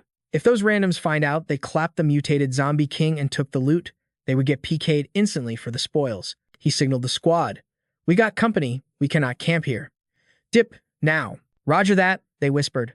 Meanwhile, back at the fortress in Jiangzhong, the base of the legendary Wei Ying, the commander looked out the window, stressed out of his mind. Knock knock. Wei Ying turned around, face hard as steel. Su Lan Lan walked in, looking totally panicked. Commander, another nation found a connected teleportation array. The room went dead silent. Wei Ying stared into the void. Another one? Wei Ying frowned. He wanted to say something, but just sank into his thoughts. Things were spiraling because the exploration level of the ghost planet was still rookie numbers. Nations were still isolated. Unless you use some glitchy methods to invade rookie zones, countries barely ever cross paths. Flashback to 1 year ago. Wei Ying remembered the day the server changed forever. He recalled it like it was yesterday. Nations were under siege when they found the portals to the soul land of Betrayal. Space gates started ripping open all over the ghost planet. They were scattered, but they all led to one terrifying PvP zone, the soul land. That place? Straight nightmare fuel. Imagine a floating portal under a dead, gray sky. First off, the map is massive, and it teleports to a new spot every 6 months. A gate could spawn anywhere, even in the deepest jungle biome. Second, it is full of lost ruins. We are talking god-tier loot and exclusive class-change items you cannot get anywhere else. When those gates open, it is usually a body pile. But that wasn't what kept Wei Ying up at night. Only players under level 60 can enter the Soul Land. But here is the plot twist. Once humans logged in, the system AI triggered a global event. A giant hologram appeared in the sky. Welcome to the preliminary qualifiers for the Soul Land of Maitreya. Squads must be 5-man teams, all under level 60. It was a draft call for the new gen. When 80 nations find the zone, the tournament goes live. The I, Avatar smirked, eyes glowing with evil intent. A battle royale for all adventurers. Top 3 squads get 3, 2, and 1 secret key. Those keys? The only way to unlock the ruins and grab the ultimate gear. And the kicker? You only get 1 shot at this in your entire life. Back in the present, Lan's voice broke the silence. 49 countries have found portals so far, sir. Once we hit 80, the bloodbath starts. But our nation, St. Yao, we haven't found a single gate. Wei Ying lit a cigarette, smoke swirling around his grim face. We have to rank in that tournament to explore the ruins. Those treasures, they have enough power to change the destiny of the entire nation. Seeing the commander go silent, the adjutant hesitated.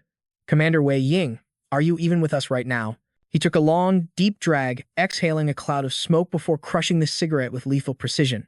He turned, his eyes cold. Summon the guild representatives. Every single one. Initiate the emergency council. Immediately. She saluted, sharp as a blade. Yes, sir. The scene cuts to a quiet corner of the city. 3 days later, Jang Kai stepped out of the building with absolute swagger, hands in his pockets. The squad rushed him instantly. Did you liquidate the loot? He smirked, flashing 3 vials of glowing blue nectar. Posted them on the black market and they sold in a heartbeat. And I secured your class advancement materials. These are pre-mixed awakening potions. Drink up. Guys, it's time to evolve. Hu Yan's eyes literally sparkled. The gear we farmed was S tier. Even with the prices jacked up to the sky, the whales bought everything in seconds. Jang Kai laughed. Guess there are more rich tycoons out there than I thought. But Su Nuan narrowed her eyes, her detective brain working. I heard the military held a secret global summit. Right after that, the procurement department started hoarding rare resources. This market boom? It smells like war prep. Jang Kai's sharp gaze snapped to the duo behind them. They were whispering, the rumor mill churning. Yo, the guild wars are starting soon. I heard some monster rookies are entering the bracket this year. It's gonna be a total bloodbath. Rumor has it, the Black Tortoise Guild is going all in. Those guys are already flexing like the trophy is theirs. Yuan Shu's aura exploded, rage burning in his pupils. Black Tortoise? Those arrogant trash talkers. Don't worry, Jang Kai. I'll crush them into dust for you. Ruan Yu pumped his fist. That's the spirit. Jang Kai nodded calmly. Agreed. But first, let's head to the guild district. Then, his eyes went wide. Wait, to enter the guild wars. Don't we actually need to, belong to a guild? She looked at Jang Kai like he was crazy. Did you actually find one? You're on the royal blacklist. No guild would dare recruit a wanted man like you. I thought we were doomed to be solo players forever.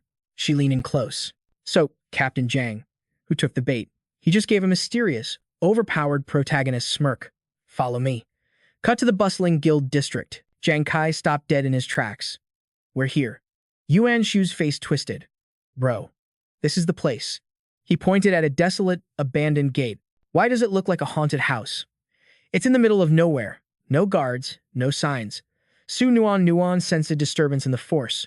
She watched Jang Kai walk toward the empty entrance with zero hesitation. Wait, Jang Kai, don't tell me you founded your own guild. He didn't answer. He simply swiped a keycard. Asterisk, beep, asterisk. The system verified his ID, and gold letters blazed into existence. Asterisk, asterisk, Sovereign God Guild. Number 319, Zone C. Asterisk, asterisk, bingo. The rusty gates groaned open, and their jaws hit the floor. A massive, high-tech fortress revealed itself from the shadows. It's magnificent. Jang Kai spread his arms like a king claiming his throne. Welcome to the crib. Sparkling lakes, private mountains. Pure paradise. The Sovereign God Guild. Yuan Shu snapped out of his trance and shoved Jang Kai. Dude, since when did you build an empire? You didn't say a word. Man, you really know how to hide your ace cards. Hu Yan gazed up at the architecture. Shook. Seriously, Captain. I thought you were cheap, but you splurged on a palace. Being called cheap hit him like a critical strike. Ruan Yu whistled. For real though, how much did this fortress cost? At least 100 million Saint coins, Jang Kai muttered, the pain of spending money visible on his face. His reputation as a miser was legendary. He cleared his throat, trying to look cool. I planned this ages ago. Back when I bought your transfer materials, I registered the guild. His mind flashed back to the bitter past. When I first came to Ghostar, every guild slammed the door in my face. They were terrified of the royal family. Back in the present, a savage glint flashed in his eyes. Screw fate. I rely on myself.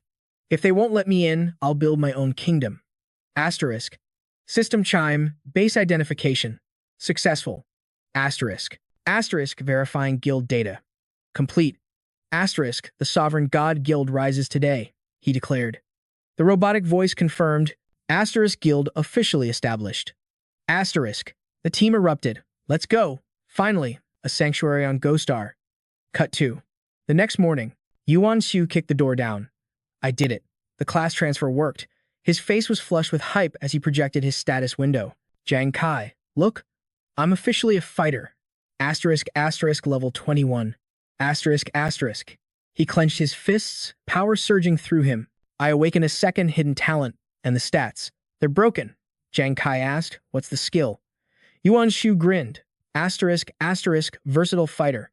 Asterisk asterisk. It buffs my stats 10% higher than any standard job.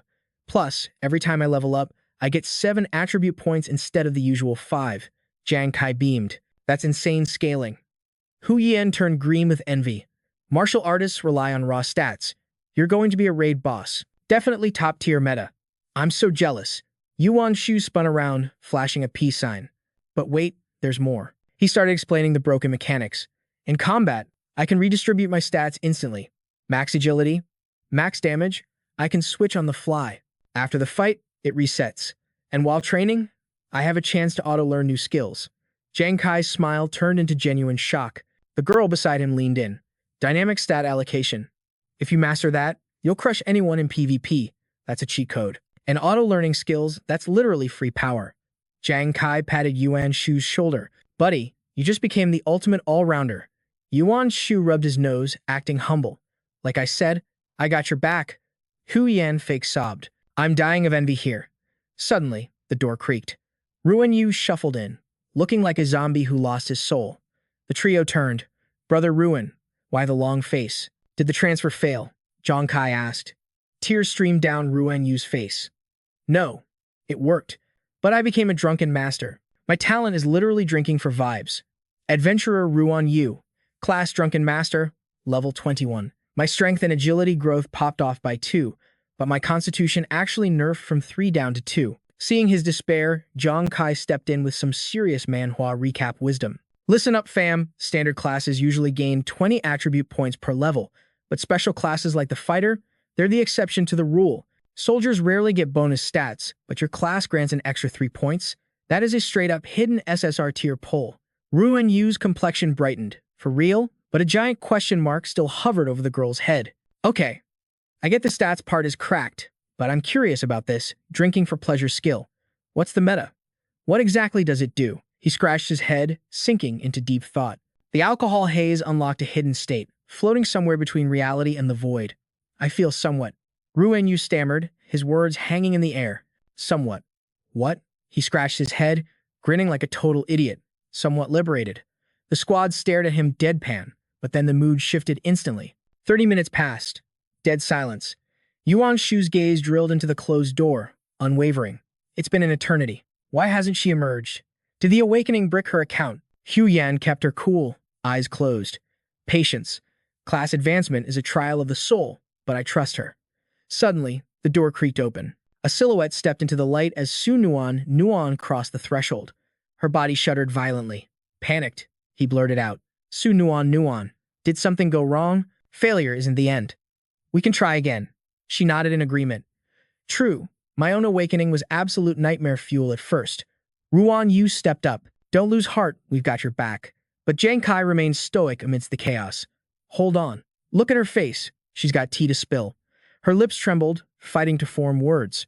Tears welled up not of sadness, but sheer ecstasy. Ping. The system window materialized. Explorer Su Nuan. Class. Healer. Level. 21. Incredible. Upon awakening, she unlocked a legendary talent, Toxin Analysis. That's a 1 in 1,000 miracle pull. The team froze, jaws dropping before erupting in hype. Wait, seriously. Beaming. She broke down the stats. With this, medicinal absorption is boosted by 10%. But get this, poison efficacy skyrockets by 50%. I can even sense toxins in the air. His eyes sparkled with realization. That's broken. So, are you pivoting to a poison master build? She shook her head, a knowing smile playing on her lips. Not exactly. Every medicine carries a trace of toxicity. I can purify it, maximizing the healing potential beyond normal limits. Yuan Shu and the others stood aghast. The synergy was genius. Jang Kai's expression hardened. Excellent work. We've all powered up, but don't get cocky. The competition is crawling with monsters. Major guilds gatekeep these rankings, keeping their elites at specific levels just to crush newcomers. Heishiz is a battlefield, not a game. A cold light flashed in Jang Kai's eyes.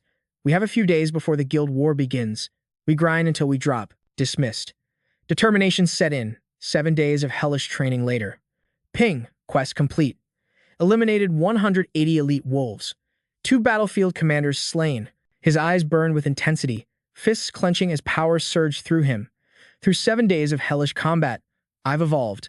It feels just like the training arc of a leveling manhwa. The status window flashed. Yuan Shu, class gladiator, level 25. Su Nuan, healer, level 24. Meanwhile, Hu Yan was in a league of her own. Hu Yan, class mystic diver, level 31. She smirked. My rain collar art is finally perfected. Ruan Yu, class death walker, level 25. Jang Kai approached the celebrating team. He tapped his interface. Focus up. The tournament bracket has been released. The holographic display hovered before them. Guild Pantheon, Team Vulcan Squad. Bracket level 21 to 40. First match, Jang Kai read aloud. Opponent, Black Tortoise Guild, Team Instant Kill. Captain, Huang Dat. Location, Holy Light City, West Arena. 8 a.m. Sharp victory condition. The air turned absolute zero. Total annihilation. The match only ends when the opposing team is wiped out. Su Nuan gasped. Huang Dat? That can't be a coincidence. Of all the teams, we get the one led by the guy who wants Jang Kai dead. Hu Yan's eyes narrowed dangerously. Standard duels have time limits, but a deathmatch rule for the first round? The royal family rigged the bracket. They want blood. Yuan Shu roared, aura flaring like a beast. Those dirty bastards. I'll tear them apart. I'm going to the military tribunal right now. Ruan Yu grabbed his arm, struggling to hold the tank back. Easy, bro. Don't lose your head. Jang Kai's voice cut through the noise, calm as a still lake. Let them come. Fate or conspiracy, it doesn't matter. I've been waiting to crush Huang Dat myself. The girls looked at him, worry etched on their faces. Captain. In his mind, the arrogant smirk of his enemy flashed. Huang Dat, you walked right into the trap. Everything the royal family stole from me, I'm taking it back with interest. Day of the duel, the arena roared like a beast. The announcer's voice boomed. 15 minutes until the massacre begins. Take your seats. In the red corner, the executioners of the Black Tortoise Guild, Team Instant Kill. And their challengers, Team Vulcan, Fighters Ascend. The crowd went wild, chanting one name. Instant Kill. Instant Kill. No mercy. Huang Dat emerged, bathing in the cheers. Today, we write history. Black Tortoise reigns supreme. Meanwhile, in the VIP box, Bach and Gon scoffed. You, ladies, have pure dumb luck. Arriving just in time for the grand tournament, consider this a field trip. Your rookie scores were decent, no cap, but don't get a big head. Watch the real pros work. She rolled her eyes ice cold. Qualifiers are just warm-ups. The real show is the finals. But he leaned in, voice dropping to a whisper. Hong Shuang, check your ego. You may be the rookie queen, but down there's a monster who shattered the 30-year Holy Light record. Her eyes widened, sparkling with sudden interest. Wait, are you talking about Jang Kai? On the stage, Huang Dat sneered, scanning the empty entrance. Where is he? Where's Jang Kai? Did the coward run away knowing he's up against me? His lackey cackled. Heishiz is just the natural order of things. After all, who hasn't heard of your infamous reputation? That guy Jang Kai dared to touch your little brother. Do you think he'd actually have the guts to challenge you too?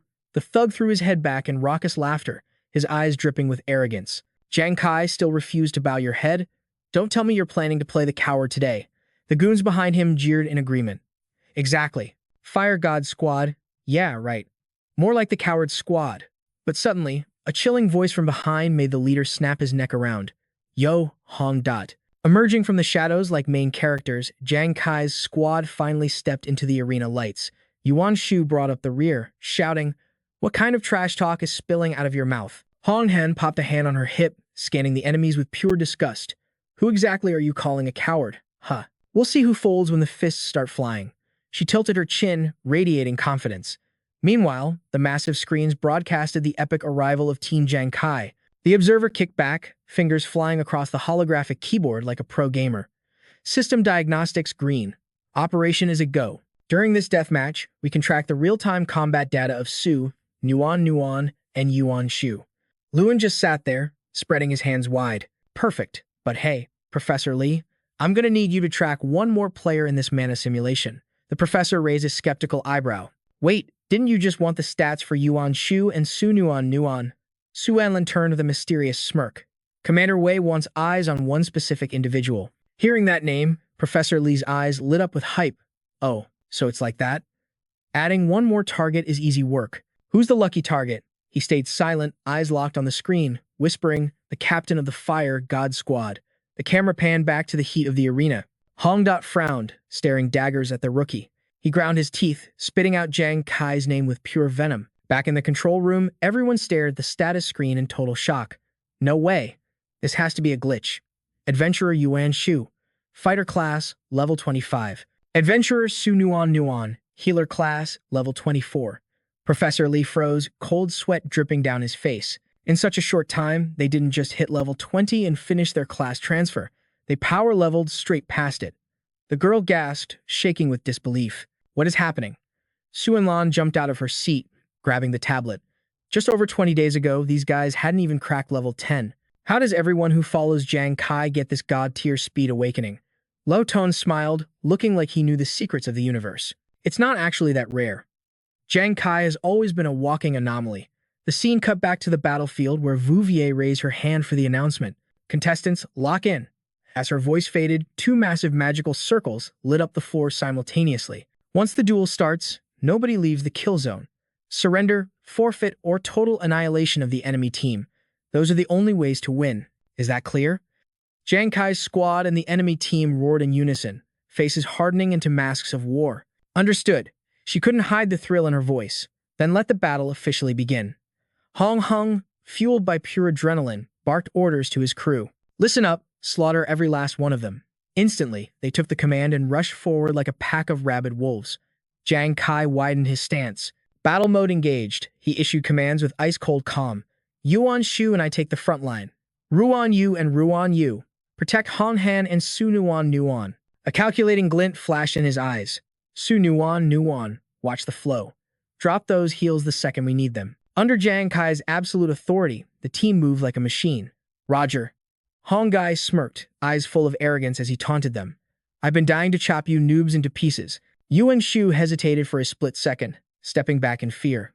Jang Kai, they're closing the gap. But from behind, his captain's voice was steady. Yuan Shu, stand your ground. Just follow my lead. From the stands, the fans went wild. Yuan Shu, don't be a simp. Your power level isn't lower than theirs. Yuan Shu, if you fumble the bag this time, not even the captain can save your spot. You gotta get aggressive. Li Bu sat in the center, analyzing. His eyes narrowed. Yuan Shu's biggest nerf is his cowardice. Can he actually clutch up this time? Suddenly, his jaw dropped as he spotted something wild. Yuan Shu, what are you doing? The crowd watched in horror as Yuan Shu lifted a jug of wine and popped the seal. He tipped it back, chugging the liquor like water. His face turned beet red, and he let out a massive belch. Smash! He shattered the wine jar on the floor, leaving the audience shook. What is this guy doing? Is he drinking on the job? Is he actually an alcoholic? You've got to be kidding me. Yuan Shu gripped his blade, bowing his head with aura radiating off him. I am Yuan Shu, the #1 war god under the heavens. You trash mobs dared to pick a fight with Jang Kai. The opponent was speechless, totally confused. Drunk already, just like that. Hong Dot's squad dropped their jaws at this bizarre twist. Suddenly, Yuan Shu attacked with blinding speed, unleashing a devastating strike straight ahead. Why aren't you attacking? Hong Gai's eyes bulged as he felt Yuan Shu's power level skyrocket through the roof. Wasn't this kid supposed to be a coward with a trash E-rank rating? What is going on? Van Vu shook his head. I don't know, but he's fighting like a drunken lunatic. He was fully fired up, eyes blazing with spirit energy. Come at me, the war god is here. Who wants some? Jang Kai sighed from the back line, watching the chaos. Looks like there's no stopping the drunk train now. But before anyone could react, another shadow moved. Whoosh! A figure flashed past. Su Nuan and Han screamed. Brother Ruan Yu. The boy, now completely wasted too, grabbed a wine jar and charged the front lines. I'm right here. I ain't weaker than nobody. You want to flex on our fire god squad. I'm the first one who won't let that slide. Seeing both Ruan Yu and Yuan Shu going berserk, the enemy got serious. Damn it, another drunkard. Take him out first. A strange light flashed in his eyes. Suddenly, Ruan Yu's eyes turned into literal heart shapes as he lunged forward. Such absolute beauty. Little baby, Big Brother is here to give you some love. The bald, muscular enemy broke out in a cold sweat, screaming, "Yo, what is this sus behavior?" Boom! A massive explosion rocked the arena. He tackled the man to the ground and planted a kiss. The bald guy panicked and kicked out, sending the love-struck warrior flying. Back off, creep. The enemy skid to a halt, totally freaked out by what was in front of him. Ruan Yu pushed himself up like a zombie rising from the grave, eyes locking onto his target with pure, unadulterated thirst. Oh, I just love him feisty like that. The Hongdot squad was literally sweating bullets, completely shook. Is this a pro team or a mental asylum escapee group? Hong Sung's brain was buffering. He turned to his boss, horrified. Are the Fire God squad just a bunch of perverts? Even our main girl, Su and Nuan, was dying of cringe. After this match, the chat is definitely going to flame us for being deviants. But look, this is the strat. Only when they're absolutely wasted can Yuan Shu and Ruan Yu unlock their god mode. They're making fools of themselves to protect the squad. Jang Kai opened his HUD. Eye of Focus. Activate. Right now, our two drunk tanks are completely off the rails. I gotta lock in and carry this squad to a victory worthy of a viral clip. Suddenly, Yuan Shu dropped from the sky like a meteor strike. Boom. The stomp shattered the ground. Hung Gai barely combat rolled out of the blast zone. That was way too close. If I wasn't running an agility build, I'd be pixelated dust right now. He reset his stance, eyes burning with murder. Die, you psycho. Jang Kai's reaction speed was god tier. He whipped a throwing knife to intercept. Ruan, watch your six. But Hung Gai popped a massive energy barrier. Clang, steel met magic.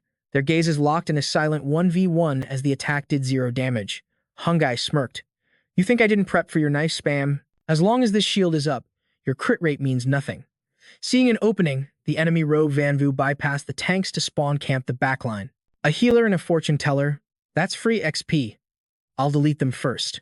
But Hu Yan didn't flinch. Her eyes lit up with aura. Suen Nuan, get behind me, now.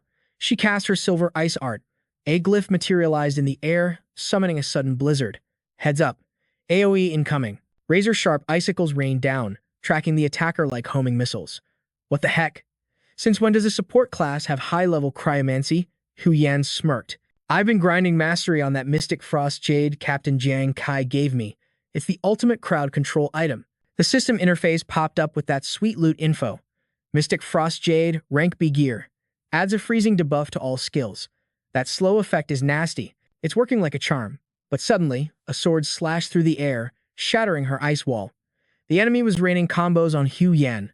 She stumbled back, balance gone, but a strong hand caught her in the clutch. It was Ruan Yu, scoffing like a total alpha. Getting pressed by a fortune teller? Bro, that's embarrassing. Van Vu roared in humiliation and charged again. Shut your mouth. That kill is mine. I'm gonna carve her up. But Yuan Shu crashed down like a thunder god. Where do you think you're going? Your opponent is the #1 war god. His blade slammed down, triggering a gravity bind that shook the map. Gotcha. But that annoying fly, Hung Gai, was lurking right behind them. Hung Gai landed, signaling his teammate. Perfect timing. Let's focus fire on this guy first. The enemy nodded, killing intent spiking. They stood united against Yuan Shu, who was burning with battle spirit. But over on Ruan Yu's side, it was a straight-up comedy show. He was chasing his opponent with puckered lips. Wifey, come here and let me give you a taste of love.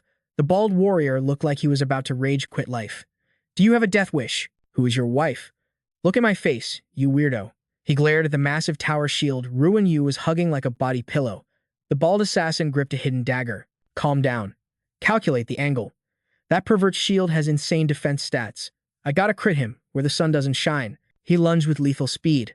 But Ruan Yu skipped away like a high school girl. Oh, wifey, don't be shy.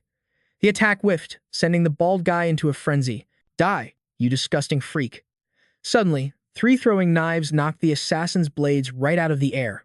Ruan, lock in. The bald guy flinched, whipping his head around. Jang Kai? In the distance, RMC's hand was still glowing with residual energy. What a save. The bald guy immediately shouted intel to his leader. Captain, he's used 8 knives. He's out of ammo. Huang Dak grinned. a sinister purple aura gathering in his palm. Excellent. He summoned his strange, pulsating violet crystal, the supermagnetic essence. He raised it high, and it erupted with a terrifying magnetic force. Hu Yan looked at her gear in horror. What is this energy? My compass is glitching out. Behind her, Suan Nuan panicked. My dagger. It's being pulled away. Even Yuan Shu watched in shock as his heavy sword dragged him forward against his will. It was obeying the magnetic pull. Jang Kai's hand trembled. His telekinetic link was severed. I can't recall chasing fate. Hoang Dat walked forward, that magnetic crystal humming with absolute dominance. He stopped, looking down on them with pure arrogance. Jang Kai, did you really think we queued up without a meta counter? Hoang Dat pointed to the crystal. This is a core cut from a high-grade supermagnet. It exists solely to nerf your flying daggers into the ground. His eyes gleamed with malice. You're down to your last knife. Tell me, how do you plan to carry this match now? Jang Kai didn't speak. He just smiled a calm, chilling smirk. He produced another dagger, twirling it like a fidget spinner. Hoang Dat, I think you're celebrating the victory screen a little too early. Hoang Dat blinked, confused. That dagger, why isn't it sticking to the magnet? He brushed off the doubt, sneering as he summoned a massive shield. He hid behind the bulwark, confident in his win. Doesn't matter, you're walking dead. The shield erupted with light as he dropped the ultimatum. Jang Kai, behold the Titan shield. Today, I'll teach you the true meaning of despair. Watching from the spectator mode, Luo Tuan gasped. Jang Kai is finished. That's the Titan giant shield. Even with the tournament's level cap, its defense is still 72. That's impenetrable for their current tier. His expression darkened as he explained the pay-to-win mechanics. On the Ghost Planet, high-tier weapons are level-locked, but using a downgrading process allows lower-level hunters to equip them. The weapon takes a hit to durability and stats, sure, but its raw power still completely outclasses standard gear. Holland frowned. Talk about an unfair advantage. Yo, I can't believe the Black Tortoise Guild is moving this shady. Using downgraded gear for a rookie match? Lottoan's eyes went wide. It ain't just the shield, fam. That magnet, that armor. They dropped major bans on downgraded epic gear just to stomp on Jiang Kai. Su Lanlan covered her mouth, totally shook. Is Su Nuan seriously gonna get deleted right here? On the flip side, Hoang Dat is grinning like a total maniac. He roared out, "Instant kill squad. Listen up." The four goons smirked with pure bloodlust, literally drooling to wipe out every single member of the Fire God squad. Hoang Dat paused, then let out this nasty villain laugh. Actually, take your time ending them. I want them to taste the despair of messing with a big shot like me. The squad charged in with killing intent. Hoang Dat led the pack, roaring in delight. Their weapons are trash under my magnet. Crush these three losers first. Su Nuan, and Hu Yan watched in horror, screaming as things went south fast. Meanwhile, that bald dude was swinging on Ruan Yu with manic excitement. Die, you creep. Watching from the sidelines, Lu rested his chin on his hand and shook his head. Bro, the gear gap is just too massive. It's unplayable. Looks like it's good game. The blonde woman beside him sighed deep. Even though True 2 finally stopped being a coward, Destiny just isn't gonna let him shine today. Ha, Dao crossed her arms. Jang Kai is definitely taking the L this time. Hoang Dat turned away, scoffing like he already won. Turns out Jang Kai was all hype and no bite. Back in the arena, Hoang Dat laughed triumphantly. My instant kill squad is rocking Black Star inner armor. Our gear ignores magnetic forces. Son, struggle all you want, but you're just delaying the inevitable game over screen. As he spoke, an invisible force yanked the sword right out of Su Nuan's grip. She hit the dirt hard. Hu Yan could only watch in shock as her compass got dragged away by the magnet. Hoang Dat held the crystal high like a trophy, gathering all their loot. His voice dropped to sub-zero temperatures. Jang Kai, today is your funeral. You're gonna pay 100-fold for disrespecting the royal family. He laughed like a lunatic. Realize how trash your pathetic life is. I want to see you on your knees, begging for mercy. But ignoring the arrogant rant, Jiang Kai focused every ounce of energy into a single throwing star. Jiang Kai's eyes turned icy cold.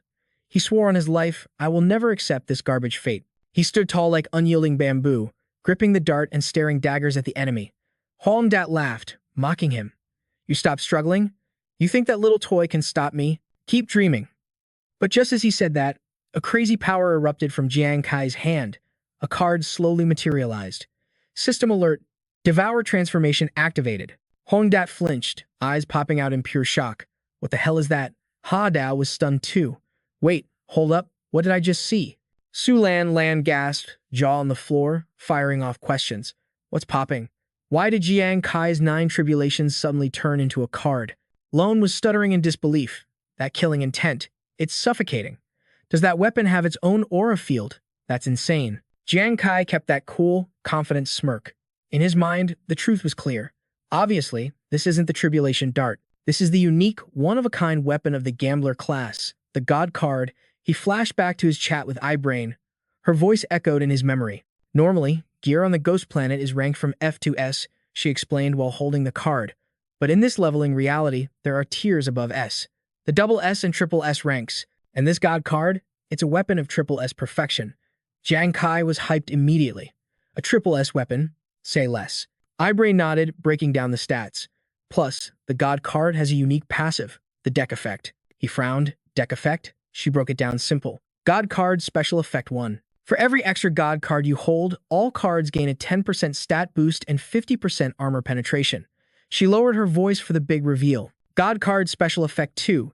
Devour transformation. It can swallow other throwing weapons and steal their stats. But this transformation doesn't change the card's original stats when it turns back. Back in the present, Jang Kai chuckled, eyes narrowing. Before this started, I already used Devour to disguise it as the Tribulation Dart. And since cards ain't magnetic, your super crystal is useless against it. He glanced at the card, his voice dropping to a chilling low octave. Yo, Hoang Dat. Listen up closely. The only one who's going to be kneeling is you. Murderous intent flashed in Jang Kai's eyes like a demon. But you won't be begging for mercy. You'll be begging me to end you, just to stop the pain. Hoang Dat started sweating bullets. Wait, what is this brat planning? Across from him, Jang Kai narrowed his eyes and unleashed a thunderous roar. Wrath of the Gods. He hurled the card, sending a massive energy beam crashing straight at that shield. Hoang Dat grimaced, trying to block the impact, mind totally confused. What is this force? My Titan shield is an S-rank weapon. It's OP. It's just a flimsy card. How can it pierce my defense? But before you could even blink, Jang Kai's power drilled right through that impenetrable wall. Boom! The shield shattered into 1,000 pieces. The blast sent Hoang flying, coughing up a mouthful of blood. Hoang Dat flew back, slamming violently into the green barrier wall with a nasty groan. He collapsed, totally out cold, and the supermagnetic crystal dropped to the floor with a thud. As the crystal fell, the sword and compass it stole dropped with it. The field was down. Nearby, Yuan Shu gritted his teeth and felt the weight return to his sword. Hu Yan screamed out, "The magnet is broken. Counterattack right now." Instantly, Yuan Shu swung his blade with renewed energy, blocking the squad's attacks. Hoang Dat's eyes bulged in disbelief. What the? On the other side, the bald fighter was still spamming attacks on Ruan Yu. He held his shield firm, but then Ruan Yu's voice turned super soft and creepy. "Oh, wifey, why are you attacking your own family? You're being very naughty." The bald man froze, face twisting like he just saw a ghost. In the observation room, the viewers watching Jang Kai were sweating bullets. Chat, is this for real? Is this some kind of prank? A paper-thin card just punched a hole through a Titan shield like it was wet tissue paper. Everyone was losing their minds trying to figure out the secret behind Jang Kai's devastating attack. How is his power level this broken? Hang Dot lay smashed against the cold floor, grinding his teeth in total denial. How is this possible? It can't be. How could I get clapped by this trash? Damn it, I can't even stand up.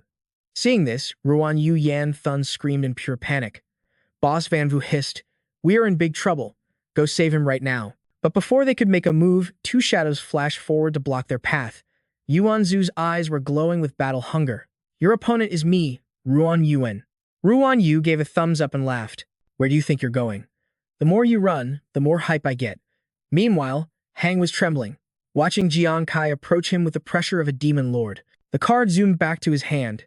Jang Kai crushed it in his grip, eyes radiating pure killing intent. Hang Dot, the real game has only just begun. Hearing that dark declaration, Hang Dot's eyes bugged out like he was staring at a living nightmare. Jang Kai unleashed a razor-sharp slash.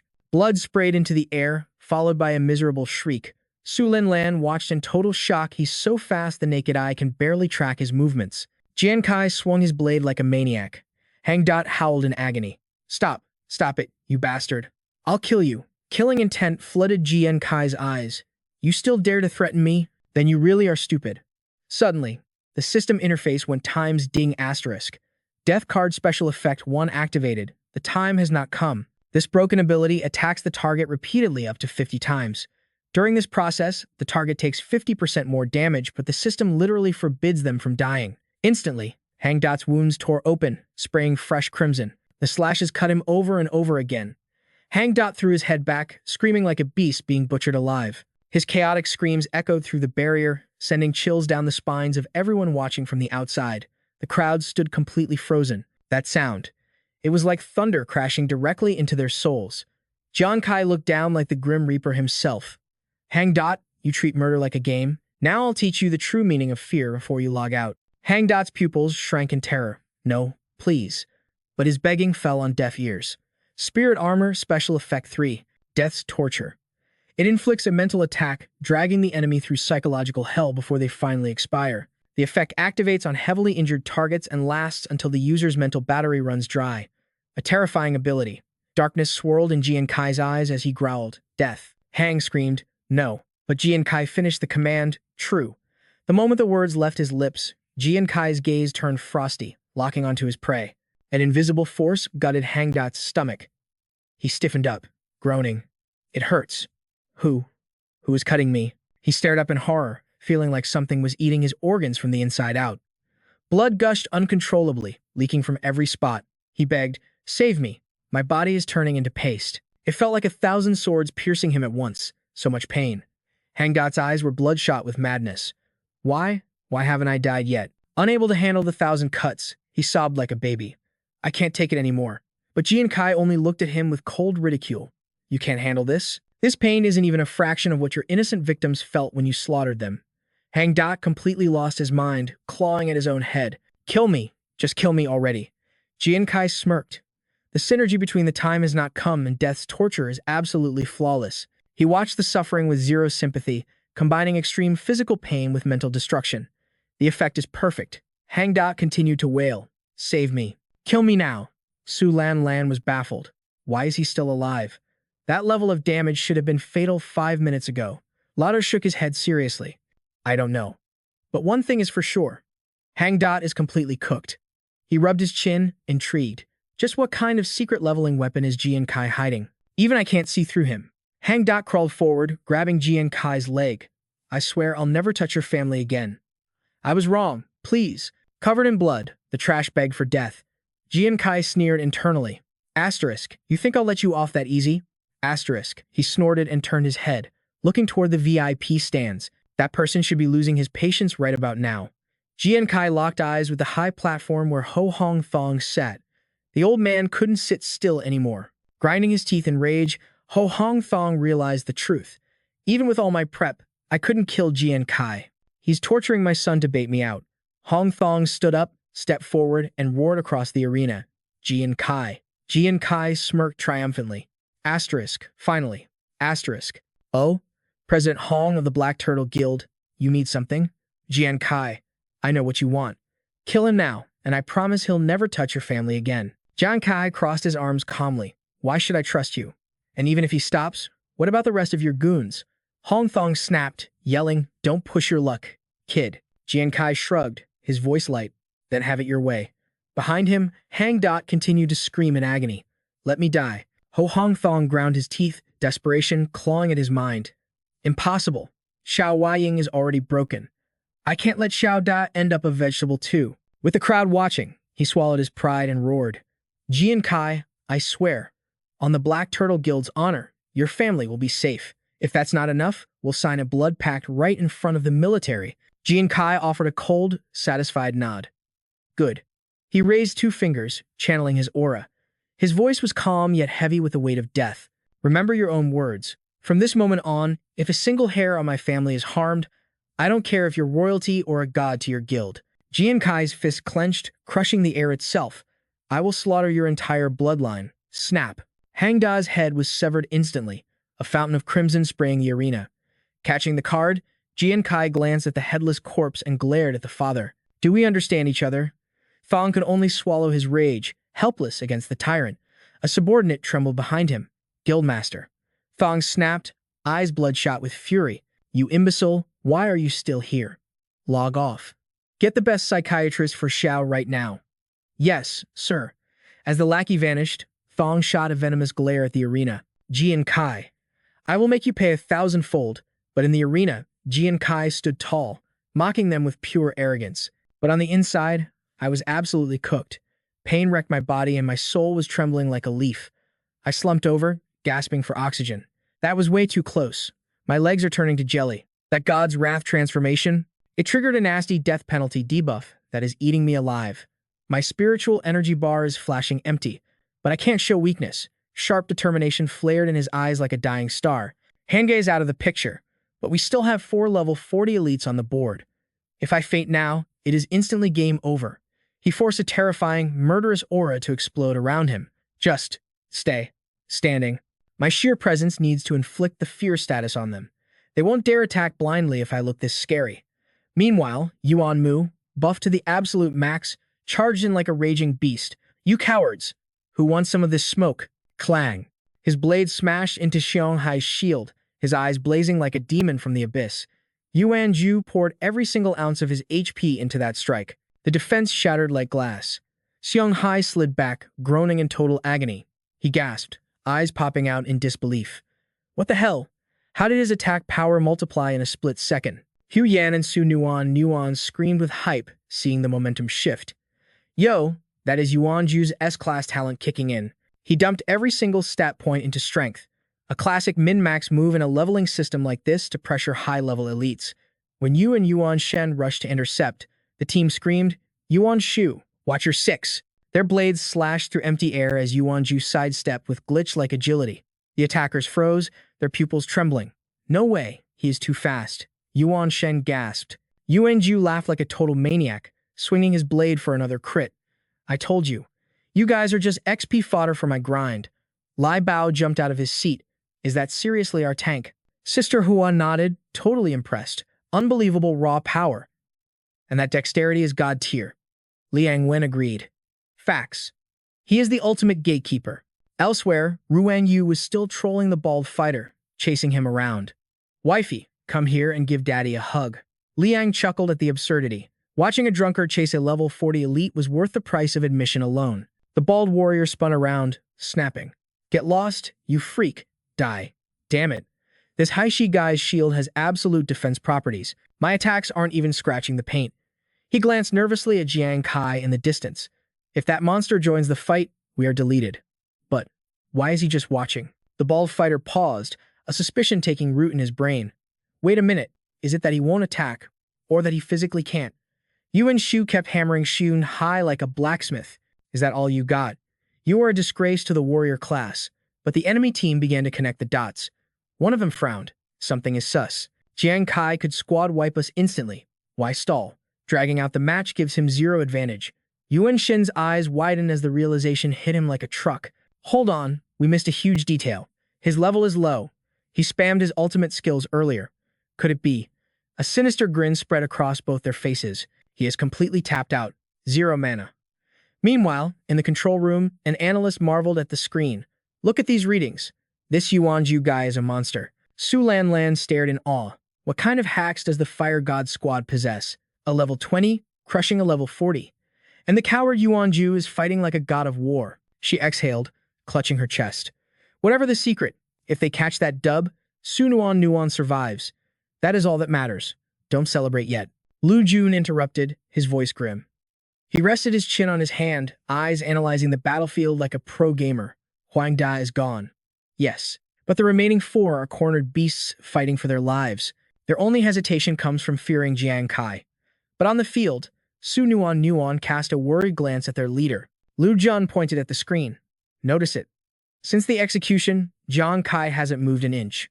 Su Lan's face fell. He looks like he is dominating, though. Lu Jun continued coldly. But what if he isn't waiting?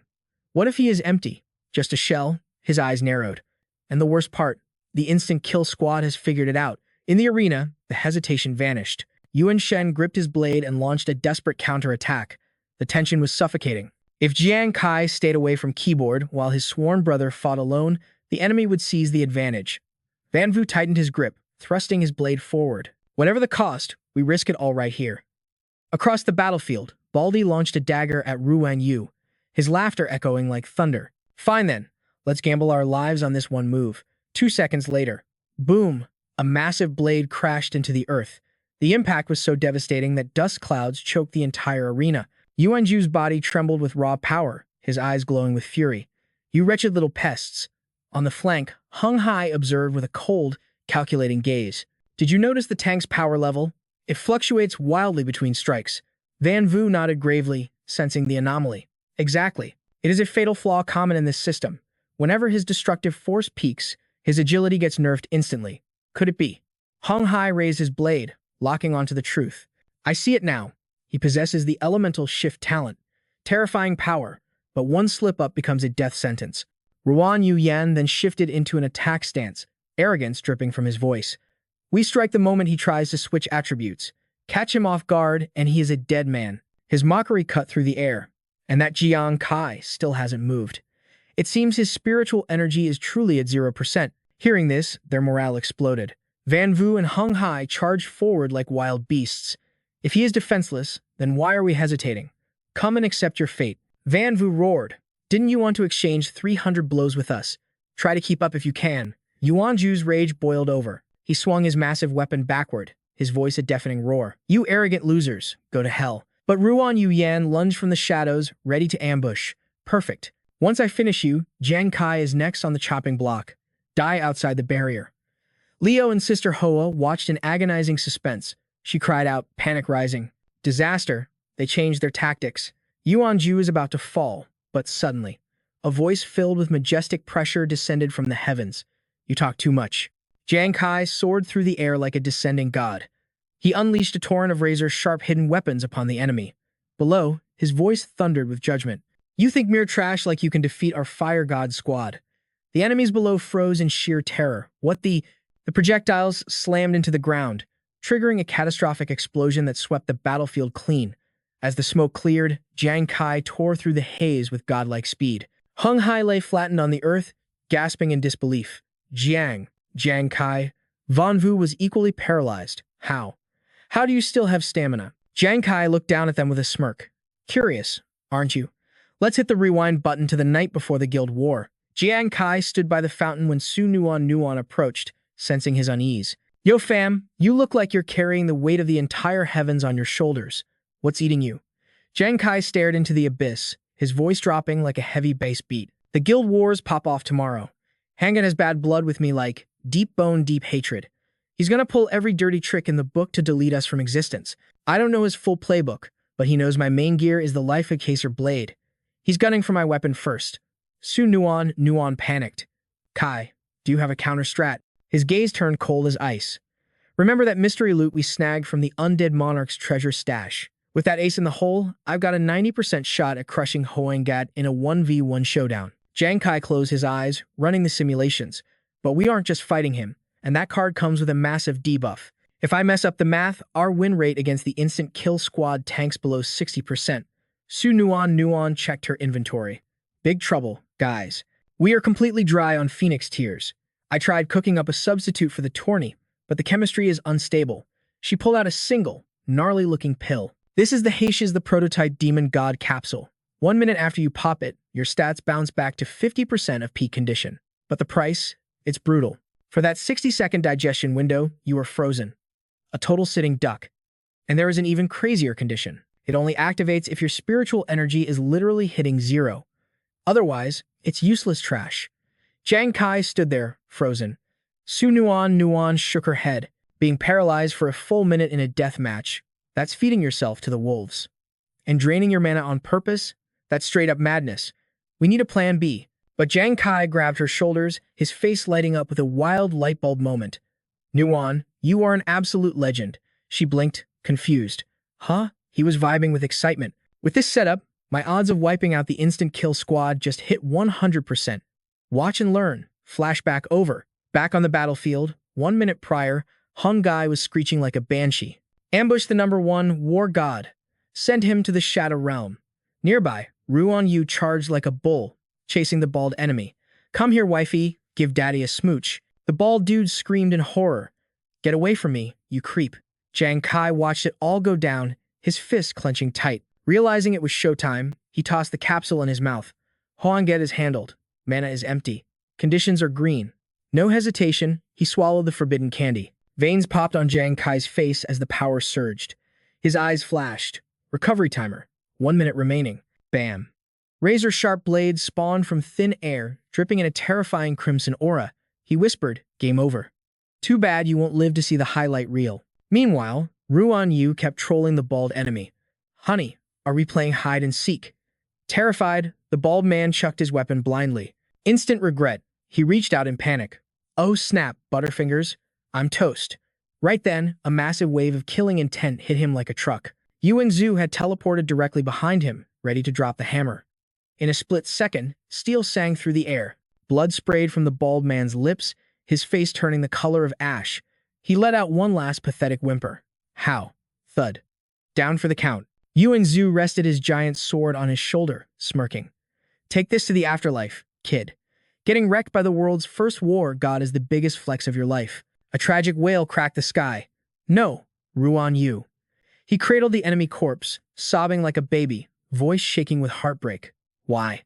Why did you end my precious darling?" Yuan Zhu threw his head back, laughing like a villain. "Why did I kill him? Bruh. What a dumb question for a leveling manhwa recap. Because I can. I am the supreme god of war." Ruan Yu's vibe flipped instantly. He grinned, rushing toward Yuan Zhu. "Since you broke my toy, you gotta replace it. Come here and give me some sugar." Suddenly, a nasty green mist hit Ruan Yu in the face, leaving him dazed. "Oh, not that smell again." Jang Kai checked the spray bottle, sighing in relief. "Thank goodness I told Su Nuan to prep some anti-pervert spray." He thought, "We are definitely going to need a truckload of this stuff." Ruan Yu's drunken mode was evolving into something way scarier. He stood up, spotting the girls running over. "Hu Yan. Su Nuan. You guys good?" Hu Yan waved cheerfully. "Chill, Captain Kai. We're Gucci." As the enemy bodies dissolved into digital particles, the announcer grabbed the mic. "I officially declare the winner is..." Suddenly, Yuan Zhu stepped up, leaking boss-level killing intent. "Who's the new guy? You want a piece of this too?"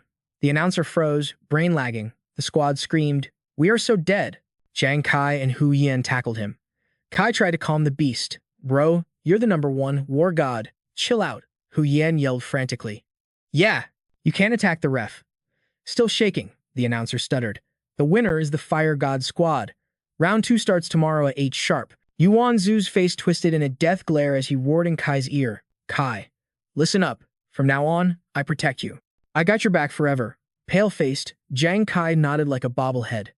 "Got it. I got it." Behind them, the announcer had already bolted. Jang Kai signaled the team. "Nuan, Yan, let's bounce." The girls groaned. "So embarrassing." They dragged Ruan Yu away while he wailed wifey. Hu Yan sighed. I'm listening. Nuan forced a smile while Kai struggled to haul the big guy. Move it. Ruan Yu raised his sword, screaming. "Shishi's war god is in the house. Who wants some?" The crowd watched, jaws on the floor. "Hold up." The commentator was shook. "Did I just see that right? The Fire God squad actually took the W? Some random no-name team just wiped the legendary instant kill squad? And that drunk dude? Isn't he a trash class? How is he that OP? He soloed a level 40 fighter. And Jang Kai, what is his build? And that black card? That's a game-breaking item." The stadium erupted. Total hype for the victory. Up in VIP, Hong Wang crossed her arms with a smirk, turning to her partner. "Brother Ha, now I get it. This Fire God squad, they definitely put on a show worthy of a manhwa recap." Meanwhile, Xuan Lan was absolutely losing it. Jang Kai, they actually caught the dub. Liu Tan kept his eyes glued to the monitors, shaking his head in pure disbelief. Even against the Flame God squad, Jang Kai's plays were totally cracked. Commander Wei must be refreshing her feed, waiting for the new rankings to drop. Suddenly, a notification ping echoed through the room. "Time to see the stats, fam." The ranking assessment results were finally live. Inside the lab, Professor Lee stood in front of the data stream, looking stunned. Yuan Zhu's potential just hit rank SS. But for Su Nuan, since she hasn't flexed any other skills yet, she's stuck at rank C. Hearing that mid-tier score, Xuan Lan gasped out loud. Rank SS though? That is legendary status. Fanjiang Middle School hasn't seen a SS rank under level 40 in literal years. Even Luo Tan couldn't hide the hype. If Yuan Zhu is already hitting SS, it's basically guaranteed. Once his class hits level 60, he can walk straight into the reserves for the Divine Light War God Temple. Let me break it down for you guys in the chat. To fight off the endless monster waves, nations built these war god temples. They created reserve teams to groom the absolute best talents into future gods of war. Luo Tan started analyzing the meta. There are two ways to get in. First, you grind through local tournaments and show off your combat skills. That's the path most normies take. The second path? That's for the chosen ones. You get handpicked by the military directly if your class is broken enough. If they scout you, you skip the line completely. People who get that invite are literally 1 in a million. Xuan Lan cut in immediately, her voice trembling like she just saw a ghost. Direct entry into the reserves? In the entire Holy Light Kingdom, maybe one person a year pulls that off. I never guessed Yuan Zhu was hiding that kind of OP potential in this mana world. Luo Tan turned to the prof. Right, Professor Lee? But what about our boy Jang Kai? What's his score? Professor Lee frowned, looking super serious, unable to determine. Wait, what? Luo Tan and Xuan Lan shouted at the same time.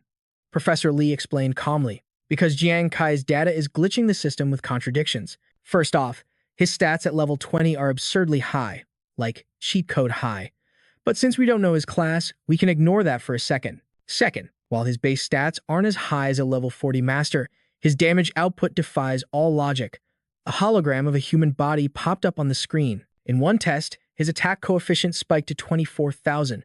That is mind-boggling. Professor Lee pointed to the image of Jang Kai's weapon card. Not only is there zero data in the archives for this weapon, but it also caused a calculation error in the system's algorithm. It literally broke the computer. He paced around the room. The only thing we know for sure is that while Jiang Kai secured a surprise victory, he burned through his stamina way too fast. As a captain, he let his teammates run wild with zero strategy. Professor Lee rubbed his chin, thinking hard. If I have to give him a rank, let's tentatively set it at rank D. Rank D? They both screamed. But after a second, Luo Tan cooled down. Understood, Professor. I'll report the final results to Commander Wei. Thanks for the hard work. Leaving the lab, Xuan Lan chased after Luo Tan, absolutely fuming. Jiang Kai getting a D rank? That is total cap. Luo Tan just sat on a bench, replying with zero emotion. Of course he isn't a rank D, Luo Tan said. Xuan Lan snapped back. Then why didn't you object earlier? Luo Tan glanced at her, dropping some wisdom to chill her out. Professor Lee's evaluation isn't wrong. The problem is with the whole evaluation model itself. The system is broken. This system relies on data from the past to calculate results. It's just a compilation of old strats. But Xuan Lan, think about it. If a man walks a path no one has ever dared to walk before, then judging him by the standards of a typical system would be a fatal error. His face turned grim, a shadow covering his eyes. Luo Tan whispered, Jiang Kai, you are just like Commander Wei Ying. I am dying to see what kind of chaos you unleash next. The next day, the squad was vibing through the city streets. Hu Yan's eyes lit up and she pointed. A pharmacy. Yo, we should restock our miscrafting mats while we can. The whole team agreed and stepped into the store. The clerk behind the counter beamed with that customer service smile. Welcome, hunters. What loot is your party looking for today? Hu Yan didn't waste a second on small talk. She slammed her hand on the counter like a boss. Boss, do you have glazed root, hallucination mushrooms, and dark acid fruit? A blonde clerk named Yun Fei stepped up briskly. Yes, yes, and yes. We got the goods. Follow me. Meanwhile, Jiang Kai scanned the room, his instincts flaring up. Someone was missing. Yo, where did Su Nuan go? He frantically looked down the aisles until he spotted her. She was standing frozen in front of an old shelf, totally zoned out. Jiang Kai walked up, his eyes narrowing at the labels. I didn't realize this place sold vintage formulas like these. He frowned, staring at 3 dusty scrolls tucked in the corner. The names were straight up ominous. Eternal Winter Frost Poison, Crimson Blood Kiss, and the Greenwater Ghost. Su Nuan grabbed one, her eyes popping out of her head. She whispered, This is a poison recipe, but it's super sus. I've never seen the Greenwater Ghost listed in the exchange shop before. Just then, Boss Lu, the owner, stepped in looking serious. That Greenwater Ghost is incredibly rare. S-tier rarity. It drops from the mutated Warlord Water Ghost in the Pacific Mountain Dungeon. Jiang Kai frowned, skepticism clouding his gaze. He turned to the owner. The Water Ghost? Do people actually risk their lives going there? Boss Lu chuckled. A low, hearty sound. Of course they do. Assassins love the aesthetic. That class is always mysterious. They crave solitude and thrive in places where danger lurks in every shadow. I only got that item by sheer luck from a hunter who was hanging by a thread. He shook his head, looking at Su Nuan with genuine concern. Listen to me, little girl. The toxicity of the Green Water Ghost is devastating. but the conditions to trigger it? Absolutely tyrannical. You risk poisoning yourself just trying to craft it. And even if you succeed, using it is a nightmare. It's a treasure that just sits here collecting dust. I strongly suggest you pick something else. But Su Nuan didn't even blink. Her expression turned deadly serious. Boss, spill the tea. What kind of poison is this really? Boss Lu sighed, realizing he couldn't stop her. Fine. The green water ghost is a fatal toxin. Once thrown, it pierces armor and clings to the enemy's skin like a curse. But here is the catch. The enemy must be fully submerged in water for the poison to activate. Jang Kai and Su Nuan froze, their eyes locked, sparking with the exact same big-brain realization. Water, they shouted in perfect sync. Boss Lu Shuan gave a solemn nod. Facts. But listen, you risk your life making it. You gotta actually hit the target for it to work. Unless you dunk them into a lake or a river, it's useless. And let's be real, you can't guarantee a swimming pool on the battlefield. But before he could finish his lecture, Jang Kai and Su Nuan locked eyes. That devious bestie energy was off the charts. A wicked scheme was already cooking in their heads. They didn't even let the old man finish his warning. With aura blazing around them like Super Saiyans, they slammed their cash on the counter. Perfect, we'll take the whole stock. Boss Lu stood there, totally shook. A second later, asterisk boom, asterisk, a thunderous explosion rocked the pharmacy as their hype blew the roof off. Meanwhile, over in Jiangzhong City, the Black Tortoise private hospital loomed in the moonlight. It was late, and the shadows were creeping in like bad omens. Inside a dim room, a silhouette sat frozen in a chair. The vibes were heavy with straight-up despair. Huang Tong pursed his lips, peeking through the crack in the door. He stared at the broken mess of a man inside. The assistant's trembling report about Huang Da's condition echoed in his mind like a nightmare. Guildmaster, the young master is cooked. His spirit took a critical hit. He's showing signs of early-stage mental collapse. We need to treat him, as soon as possible. He needs to stay far away from the ghost planet. We're talking at least 3 months of therapy to fix his brain. After his duel with Jang Kai, Huang Da was nothing but an empty shell. He sat there with dead, fish-like eyes, drool running down his chin like a zombie. Seeing his nephew looking that pathetic, Huang Tong finally snapped. He punched the wall, rage boiling in his veins like lava. Damn it, little Wei Yang isn't even cured yet, and now little Da is destroyed too? He was the Huang family's golden boy, and Jang Kai ruined everything. Huang Tong replayed the moment Jang Kai decapitated Huang Da's avatar in 4K resolution in his mind. The humiliation burned like fire. He swore a blood oath right then and there. Jang Kai, I promise not to touch your family in public, but I never said I wouldn't touch times, you asterisk. The guild challenge ain't over yet. Suddenly, a tall shadow stepped out of the hallway darkness. Guildmaster, you rang? It was Shu Fei Xiang. Huang Tong narrowed his eyes, a twisted, villainous grin spreading across his face. Ready for round 2 of the guild challenge, the tournament was far from finished, fam. The arena was packed to the rafters. Thousands of fans watched with bated breath as the battles raged on. Yo, if you're enjoying the recap, make sure to smash that subscribe button. Some teams were so terrified of Jang Kai's brutal finishing moves, they rage quit before the match even started. Others fought bravely but got absolutely crushed by the Fire God Squad's OP power level. Finally, Jang Kai carried his team straight into the top 16. On the massive bracket screen, only Jang Kai's face remained lit up among the losers. Night fell, and the moon climbed high. Back at their safe house, Hu Yan was shouting with hype. Captain Jang. The intel for tomorrow's match just dropped. The squad rushed over as the blue system interface popped up. Main God Guild notification. Fire God Squad match details. Congrats on reaching the top 16.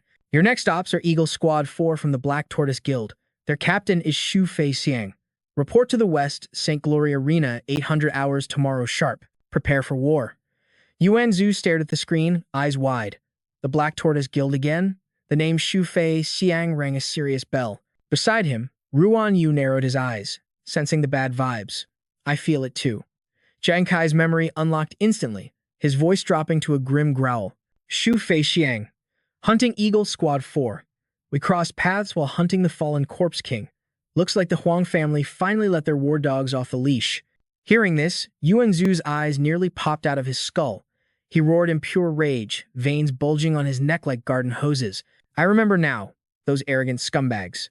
Hu Yan frowned, her face turning serious. From what I know, Hunting Eagle Squad 4 isn't just strong. They're the apex predators of the Black Tortoise elites. Even the Shield Kill Squad looks like a joke compared to them when it comes to raw, bloody combat experience.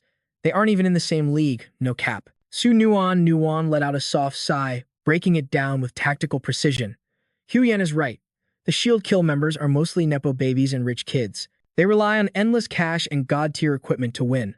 Her brow furrowed, a dark shadow casting over her face as she dropped the truth bomb. But Shu Fei Xiang's team, they're monsters forged in the fires of real war. Their combat adaptability and reflexes are terrifyingly high. Panic crept into her voice as she turned to the team leader, especially Shu Fei Xiang. I told you before, his agility is inhuman. Jang Kai, you gotta watch your six around him. His expression mirrored her seriousness as he gave a solemn nod. The next day, the arena exploded with noise. The crowd roared with bloodlust as this recap reached its climax. It's the Black Tortoise hunting eagle versus the Master God's fire deity squad. This is going to be a clash of titans, folks. Down in the arena, the two squads stood face to face, aura clashing violently. The stands buzzed with gossip. Everyone knew the beef between Jang Kai and the Black Tortoise Guild ran deep. The tension was thick enough to cut with a knife. Rumor had it, Shu Fei Xiang called himself Jang Kai's natural predator. Seeing his prey, Shu Fei Xiang grinned like a maniac, throwing out a taunt. Jang Kai, fate brings us together again. Do you remember my promise? I'm gonna rip that arm off your body myself. Jang Kai remained stone cold, simply raising a hand to stop Yuan Zhu, who was already foaming at the mouth with insults. Don't count your chickens, Shu. Look what happened to the arrogant Huang Da. The grass on his grave is already 3 meters high. Once Yuan Zhu finished roasting him, Jang Kai finally locked eyes with his enemy. His voice was calm, deadly. Shu Fei Xiang, save your breath. Let's let our strength decide who lives and who dies. Suddenly, host Wu Wei Yang raised her mic, her voice piercing the tension. Contestants, ready yourselves. The 36th Guild War, round of 16. The countdown begins now. Her voice echoed through the stadium like a judge's gavel. 10, 9. The audience screamed, eyes glued to the giant screens showing Jang Kai and Shu Fei Xiang. It's starting. The real show begins. Wu Wei Yang continued the fatal count. 8. In the VIP box, Su Lu Lan whispered her sister's name like a prayer. Beside her, Lu Jun held his breath, thinking, Jang Kai against the hunting eagle. Can you pull off another miracle? Sister Hua couldn't contain her hype, cupping her hands to shout, Yuan Zhu, give him hell. The captain and I are right here with you. Li Hao sat like a stone statue, eyes laser focused on the arena. The countdown reached fever pitch. 3, 2. With a final wave of her hand, she screamed, 1. The war began instantly. Yo fam, hit that like button if you're ready for chaos. Shu Fei Xiang's squad just went full beast mode, their war cries literally shaking the map. But on the flip side, Jang Kai is locked in. Formation stays sharp. The squad's sync is absolutely goated, they move like one brain. Yes, sir. Jang Kai stomps the earth like a boss, launching skyward. Then bam! He unleashes a rain of throwing knives. Hu Yan is back there flexing, shouting, check this OP barrage of life exacers. She's hyping it up like, this is how our captain breaks the meta. Shu Shang charges straight into the steel storm. But wait, why is he grinning like a total creep? Predictable. He hits the brakes hard. His team flows around him like water, talk about liquid movement. Then Mochen steps up with a glowing card. Leave it to us. Mana surge detected. Shui Xiang is cackling from the backline, looking absolutely toxic. Jang Kai, welcome to school. Today's lesson, absolute party synergy. A massive energy shield pops up an iron wall that just eats Jang Kai's ultimate attack like it was a snack. 0 damage taken. The fire deity team is shook. What the actual heck? In the VIP seats, Sister Hua's jaw is on the floor. That reaction speed is cracked. Lang Wen is gasping for air. He's analyzing the play like a pro caster. They were full aggro, then instantly swapped to tank mode. They blocked all 6 projectiles at once. That's insane APM. The knives are drilling into the barrier, sparks flying everywhere. But that shield is built different. It's an impenetrable fortress. Liang Wen is fanboying over Mochen's technique. Even with the critical hit proc, the dude didn't even blink. He just used the impact to slide back like he's on ice skates. Smooth operator. Dust clears. And Hu Lin bursts out from behind the tank. My turn to DPS check him. Mochen gives the signal, and the formation shifts again. Lang Wen can't believe his eyes. Unreal. The vanguard tanks the hit, and the rear guard uses that momentum for an instant counterattack. That's 200 IQ gameplay. Hu Lan jumps into the mosh pit, weapon blazing like a supernova. Fire deity squad, eat my scorching flame whip. Lang Wen is shivering at this tactical genius. They switch from absolute defense to a one-shot kill setup in a split second. Boom. That fiery whip slams the ground, sending a shockwave rippling through the arena. Jang Kai combat rolls just in time, screaming, "Fall back, now." Watching the stream, Suin Lan is clutching her fists, stress levels through the roof. I heard rumors about hunting Eagle 4, but seeing this high-tier mana battle in real life is terrifying. No wonder they're the kings of team PvP. Lu Jun nods, face super serious. Straight facts. Solo, they might be mid-tier in the Black Tortoise Guild. But together, they're a different breed. Their synergy makes them a legendary unit. Back in the arena, Jang Kai is done retreating. He's standing his ground. He stomps down and launches himself back into the storm. His eyes are sharp, downloading their moves' patterns. He recalls his projectile and starts analyzing the soaring squad's true power level. That kind of flawless synergy. You can't fake that. That's forged in the fires of 1,000 life or death raids, constantly living on the razor's edge. Jang Kai analyzes every frame, heart pounding. A single exchange proved these guys are leagues above that scrub instant kill squad. But the soaring squad isn't playing nice. The enemy leader pulls out a dirty trump card, the ominous glow of his super violet crystal. With a twisted smirk, he taunts. "You want your toy back?" The chat goes wild as a blonde guy points at the screen. "Yo, check it. It's the super violet crystal." The fire weapon gets nerfed instantly. The audience is roaring, thinking Jang Kai has to burn his secret ult right at the start of the match. Everyone is shocked until someone shouts, "Wait, hold up, zoom in." Jang Kai's squad is standing there, flexing weapons that shouldn't exist. A sharp-eyed fan gasps. The super violet crystal. It glitched. It failed. How? The purple-haired enemy is salty. "Did you trash modify your gear?" Jang Kai's eyes glint with cold amusement. "Surprise, surprise, noob. Did you think we wouldn't prep for the rematch? In a leveling manhwa, adaptation is the meta. Flashback to the prep room, let's go. Captain, thank the system you saved those ores from the mermaid labyrinth. I found a rare killer stone that hard counters the violet energy. I've completely modded everyone's kit, and he wasn't lying, the table was stacked with anti-crystal gear." Jang Kai daps up Ruan Yu. "S tier work, Ruan Yu." The tech genius is grinning ear to ear, hyped to be the MVP. Back in the arena, Jang Kai leaps up, voice steady as a rock. "Tu Fiang, I'm about to teach you that even perfect teamwork cracks against absolute speed."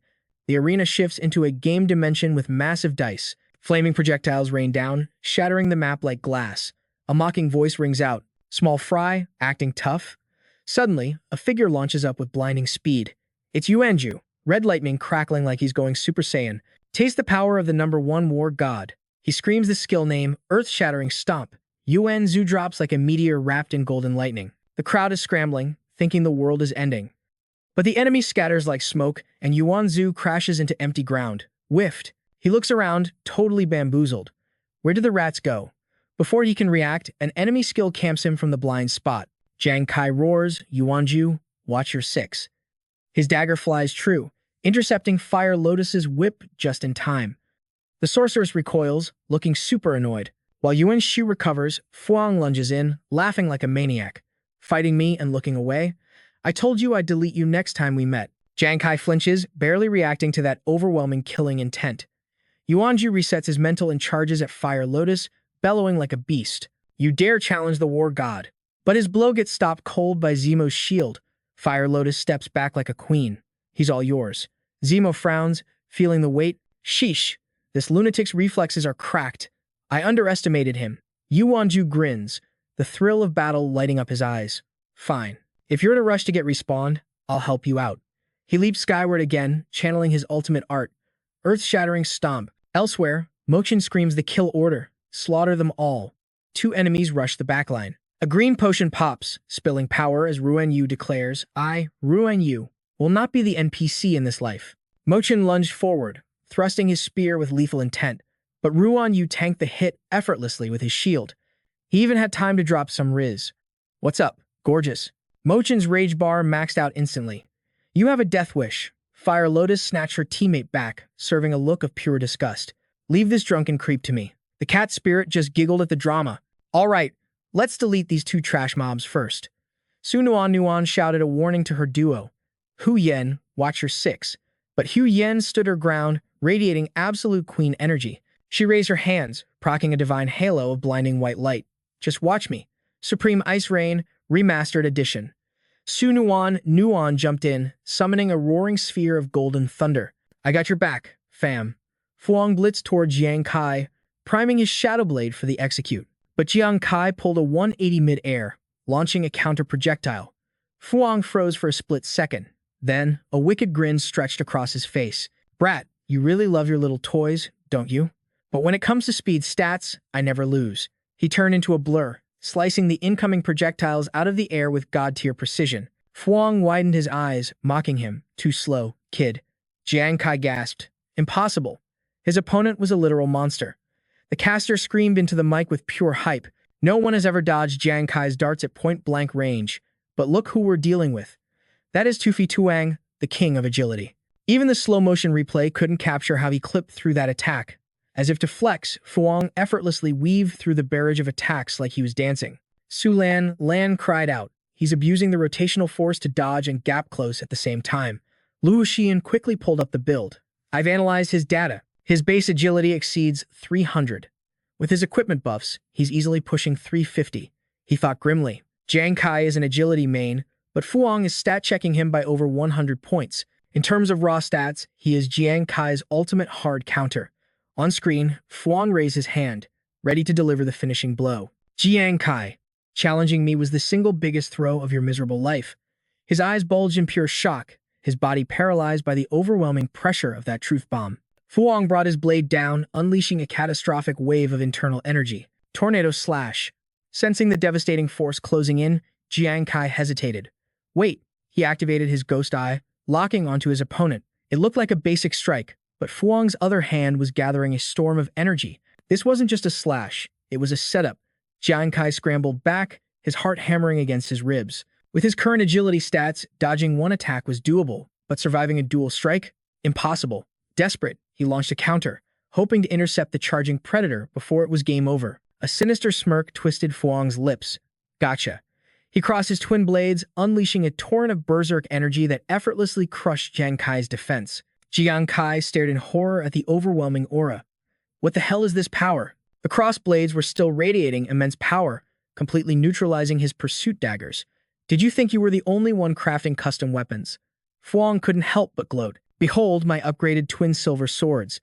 I may not have ranged hacks like a high-tier psychic, but in close quarters, it's more than enough to shut down your little toys. Jiang Kai clenched his fists until his knuckles turned white. You planned this from the start. You baited me into using more daggers just to trap them. So what if I did? Fuang sneered.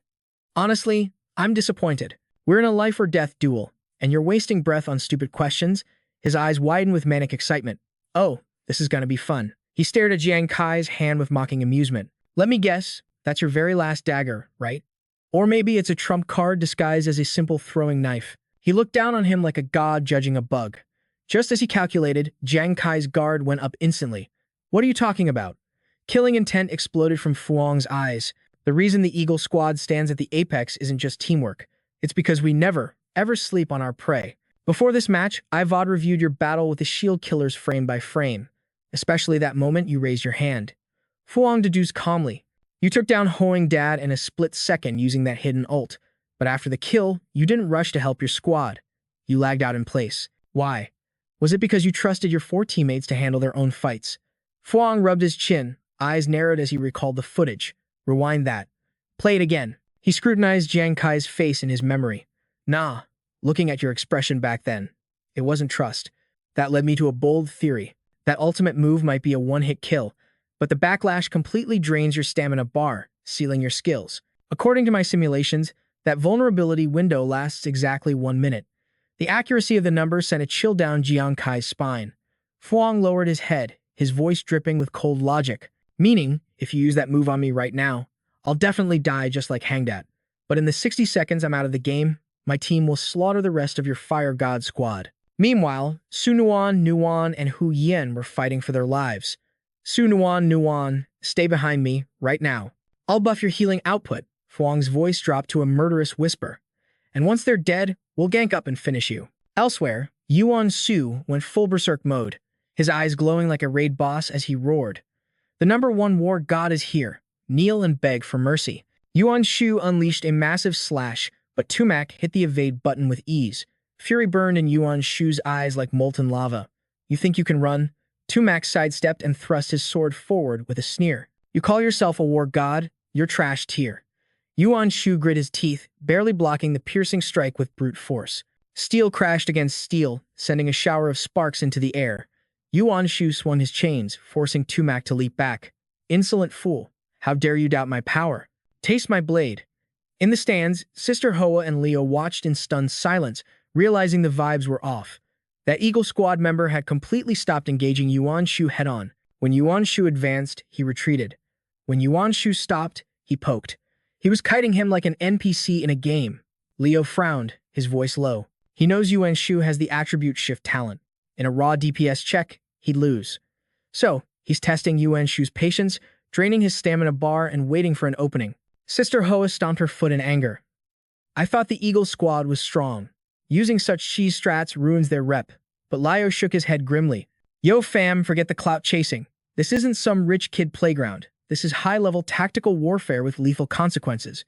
They know the drill in these awakening Manhwa battles. You catch that dub by any means necessary. He watched Yuan Zhu spamming frantic attacks with a heavy heart. True pain to watch. You gotta clutch up. But yo, check Ruan Yu in the corner, simping hard and blowing kisses. Yo baddie, that waist, those legs, I'm catching feelings for real. Mac Tran was triggered instantly. Zip it. Once a drunk, always a drunk. Literally the most trash tier class in the meta.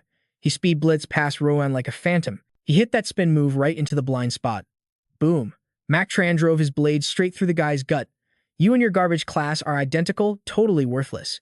With a savage twist, he ripped the weapon out. Ruan Yu dropped, leaking crimson everywhere. The squad froze, screams ringing out like a horror movie. Su Nuan started bugging out, rushing to his side. Hu Yan, hold the aggro. Don't let them pass. I gotta pop a heal. Stat. But Holian cut her off with a tackle. Healing in my face? In your dreams, noob. Hu Yan jumped in, body blocking for the healer. Nuan, dip. I'll hold the frame. But suddenly, a shadowy hand reached out from the void, charging up some sinister dark energy. Miaoling struck like a viper, launching a fatal combo right at Hu Yan. Let's see if you have the guts to tank this damage, scrub. No dodge cooldown. Terror flooded her eyes as she braced for impact. Su Nuan froze, face pale as a sheet, screaming her teammate's name. Fire Lotus cracked her whip, straight toxic. A dirty scammer and a 0 DPS healer, you bots dare challenge the Eagles. Miaoling kept pressing W, laughing like a maniac. Don't wait for a carry. Your captain is barely keeping his head attached right now. Suddenly, Yuan Zhu charged in like a human fortress. You clowns. The god of war is in the building. Su Nuan caught her falling teammate, staring at that massive back protecting them. But Zemo flashed forward, eyes burning with that kill streak hunger. Fast for a kid. Huh. Yuan Zhu swung his greatsword with rage, but the enemy vanished like smoke. Lag switch? Nope, just speed. Damn it. Quit kiting and fight me like a man. Zemo smirked, eyes locking on like a predator closing the gap. Total NPC energy. You rely on stat swapping, so why would I play into your hand? In this arena, it's do or die. He sneered, realizing the big guy was tilting hard. Yuan Zhu roared, aura exploding like a nuke as he gripped his blade. Delete this. He lunged blindly, but Zemo danced around him like he was away from keyboard. Zemo's eyes snapped open. There's the opening. With a blinding flash of steel, he delivered a ruthless critical strike. Yuan Zhu couldn't even react. His HP bar plummeted as the pain hit. The crowd gasped, eyes popping out of their skulls. Zemo stood over him, flicking blood off his blade like a boss. What's wrong? Lagging on the stat switch? Yuan Zhu collapsed, utterly cooked. Zemo looked down with that arrogant pity. Truly bottom-tier trash. Meanwhile, Fei Xiang shrugged at Jang Kai, dripping with ego. Yo Jang Kai, check the scoreboard. Your squad is eating dirt. This match is a wrap. The first victim is already down bad. But hey, if you can't watch them get deleted, you've got a choice. Jang Kai narrowed his eyes. Silence his only weapon. The villain grinned, revealing his sick game. Pop your ult, save exactly one person. Fei Xiang glanced at the fallen psychic. But remember, you only get one save. He looked at the healer and the tank, voice dropping to a growl. Who's it gonna be? Finally, he pointed to Zemo, blade raised for the finish. His eyes danced with psychotic glee. But just so you know, whoever you save, Team Fire God still takes the L. Jang Kai stood motionless, shadowed face while the enemy laughed. Suddenly, the sky started crying. Rain began to patter on the arena floor. Jang Kai finally broke his silence, calm amidst the storm. Is that right? His ghost eye activated, glowing with terrifying light. I beg to differ. Fire Lotus scoffed, winding up her final strike. You think a trash weather skill like rainfall can stop us? Cringe. Meowling readied her fan, laughing like a villain. Time to send you all to the Shadow Realm. But Su Nuan was quick with it, yeeting 2 green vials. Who said the rain was the damage dealer? Smash. The glass broke, spraying weird green slime all over the enemy duo. What the hell is this goop?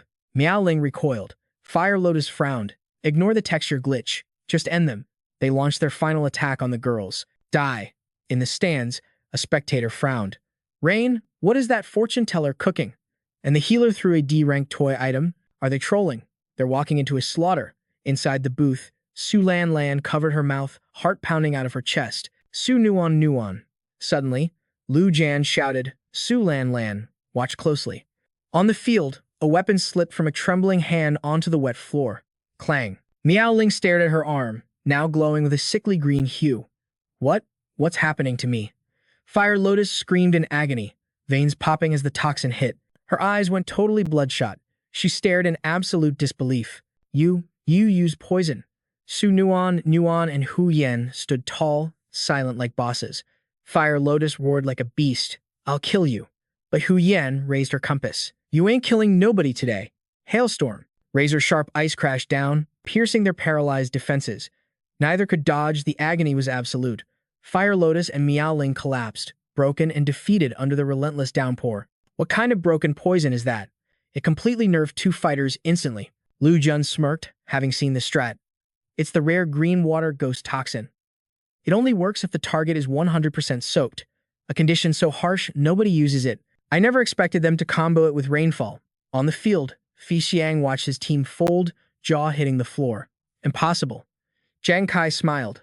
The aura of a true 5-head tactician surrounded him. A useless class, a trash skill, a harmless poison, but when combined perfectly, it creates a miracle that breaks the system itself. Rage burned in his eyes as he looked at Fei Xiang, who just shrugged back with that toxic arrogance. If y'all think the Fire God Squad is weak, you're making a fatal mistake. Up in the stands, the crowd gasped, eyes popping out like they'd just seen a ghost. Yo, peep that. The drunkard is rising from the ashes. Down in the arena, a battered figure stomped his foot, sending dust flying like a shockwave. It was none other than Ruan Yu. He clutched the hole in his stomach, shaking but forcing himself to stand tall like a true legend. Matron looked down on him with pure disgust. You got a death wish, kid. You're nothing but a trash-tier drunk. You really think you can step to a gladiator class? His voice went sub-zero. I'm gonna wipe your whole squad, starting with your neck. But Ruan Yu? He just grinned, his aura blazing. Ruan Yu, ain't never bowed to nobody. I don't care who you are, bro. I ain't scared. Matron froze.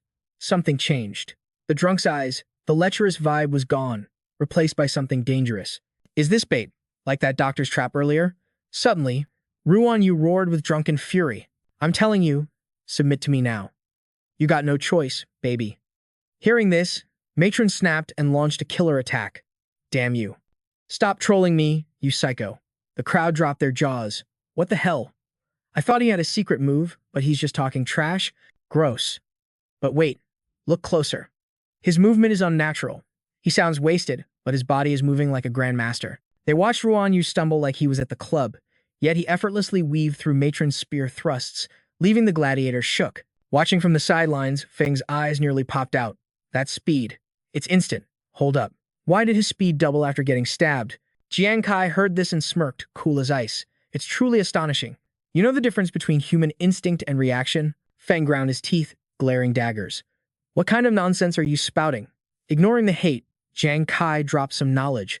In battle, humans rely on past experience and logic to calculate a move.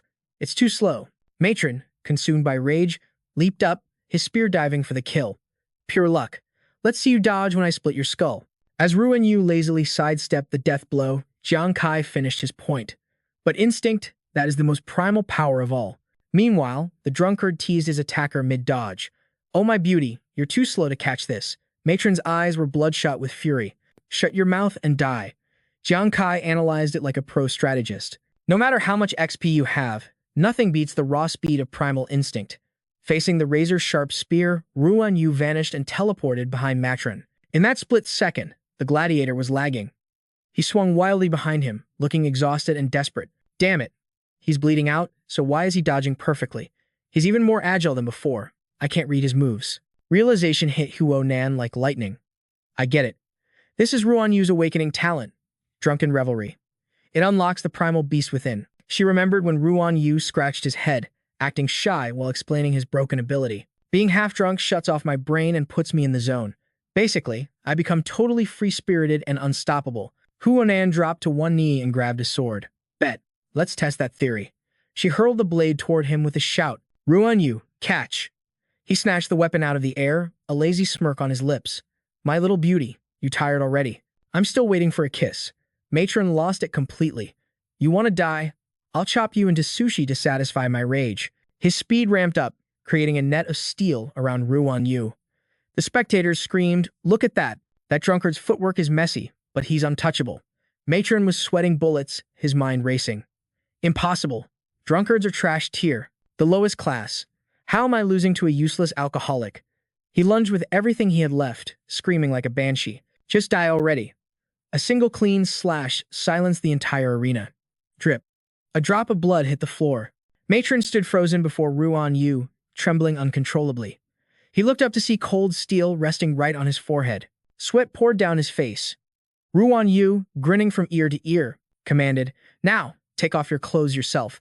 The humiliation was max level. Matron shook with rage, eyes rolling back, nearly coughing up blood. The stands erupted into chaos like nothing they'd ever seen. Oh my god. Everyone thinks the drunkard class is trash, but he just wrecked a gladiator. This is some main character energy right here. The Falcon squad lost 3 members. Is the Fire God squad actually going to pull off a legendary comeback? On the other side, Feng rushed forward, veins popping with frustration. But Jang Kai blocked his path like an immovable mountain. He finally revealed the card he'd been hiding. What's wrong? Can't handle the heat? Feng, didn't you come here just to fight me? Feng ground his teeth, resentment boiling over. Jang Kai, so that's the trump card you've been holding. Suddenly, Feng curled his lip into a sneer and laughed like a maniac. But don't get too arrogant, fam. My team hasn't lost yet. Smash. A sudden slash shattered a potion bottle. Su Nuan stared in horror, screaming, oh no. Feng pointed his spear right at her. Su Nuan, you annoying little healer trying to poison me. Fine. If you want to die, I'll kill you first, then I'll finish off this coward. Her eyes went wide as the blade descended, terror gripping her heart. Fuang moved like a total glitch in the Matrix. Speed so broken she couldn't even twitch. But the damage, it never hit. She cracked her eyes open and saw a legend standing in front of her, tanking the fatal shot meant for her heart. It was Yuanzu. He threw himself into the fire. Termek watched in horror as the blade turned his teammate into a shish kebab. But Yuanzu wasn't done. His hand snapped up and locked onto the enemy's wrist like a vice. He crushed Fang's arm. A terrifying aura exploded from his body, leaving his opponent lagging in total confusion. Killing intent flashed in Yuanzu's eyes like cold steel. He swung his sword and roared. He was baiting the attack, converting his own HP bar into raw physical damage. Next, Zemo's eyes went bloodshot with shock. He couldn't believe the gameplay. Yuanzu had ruthlessly driven his sword straight through the throat. Blood sprayed into the air like a crimson fountain. Even Fei Xiang went pale at the gruesome sight, gasping out, yo, how is that even possible? Jang Kai had predicted this exact play. A cold smirk played on his lips as he roasted them. Didn't I tell you earlier? You want to spawn camp my teammates. It won't be that simple. Fei ground his teeth in hatred, his mind racing. Damn it. How did these fire god noobs suddenly become boss-level threats? According to my data, they had 0 chance of winning. It's like they suddenly powered up like main characters in a leveling manhwa. Before the enemy could react, Jang Kai whipped out a card with blinding speed. Now the real PvP begins. Shu Fei Xiang, I'm about to hand you a massive L. Fang snapped completely. He clenched his jaw so hard it nearly cracked. His body trembled like a bomb about to detonate. His eyes burned red with madness as he stood tall and screamed. Jang Kai, don't get cocky just yet. My goons might be trash, but I, Shu Fei Xiang, will personally clap you. Jang Kai didn't waste breath on trash talk. He simply clenched his jaw, his mind running calculations like a supercomputer. In battle, the fastest way to the dub is a full-power preemptive strike. Opposite him, Fang charged like a rabid beast, eyes spitting fire. Die. Explosive duel slash. Jang Kai stood unmoving as a mountain. His eyes suddenly glowed with that eerie green light. Ghost eye focus. His burst damage is overwhelming. Just milliseconds before the blade deleted him, he shifted his body. A frame-perfect dodge. But his mind was still racing. A full-power strike from Shu Xiang. Even if I dodge the direct hit, the splash damage will still tag me. But this also means his stamina bar is empty. Jang Kai's lips moved slightly, whispering in a raspy voice, "Execute the second strike immediately." Instantaneously, he launched himself into the air like a rocket. Fei Xiang's massive slash only decimated the dirt. His eyes widened in disbelief as his ultimate hit absolutely nothing. What the hell? Jang Kai hovered in the air, looking dark and terrifying as a grim reaper. "Shu Fei Xiang, it's GG." As the words left his mouth, he activated the death card. Torrential power surged forth like a breaking dam.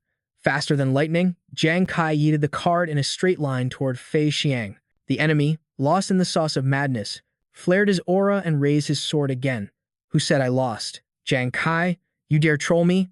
I'll kill you." Jang Kai narrowed his eyes, calmly watching the chaos. "The more tilted you get, the easier you lose."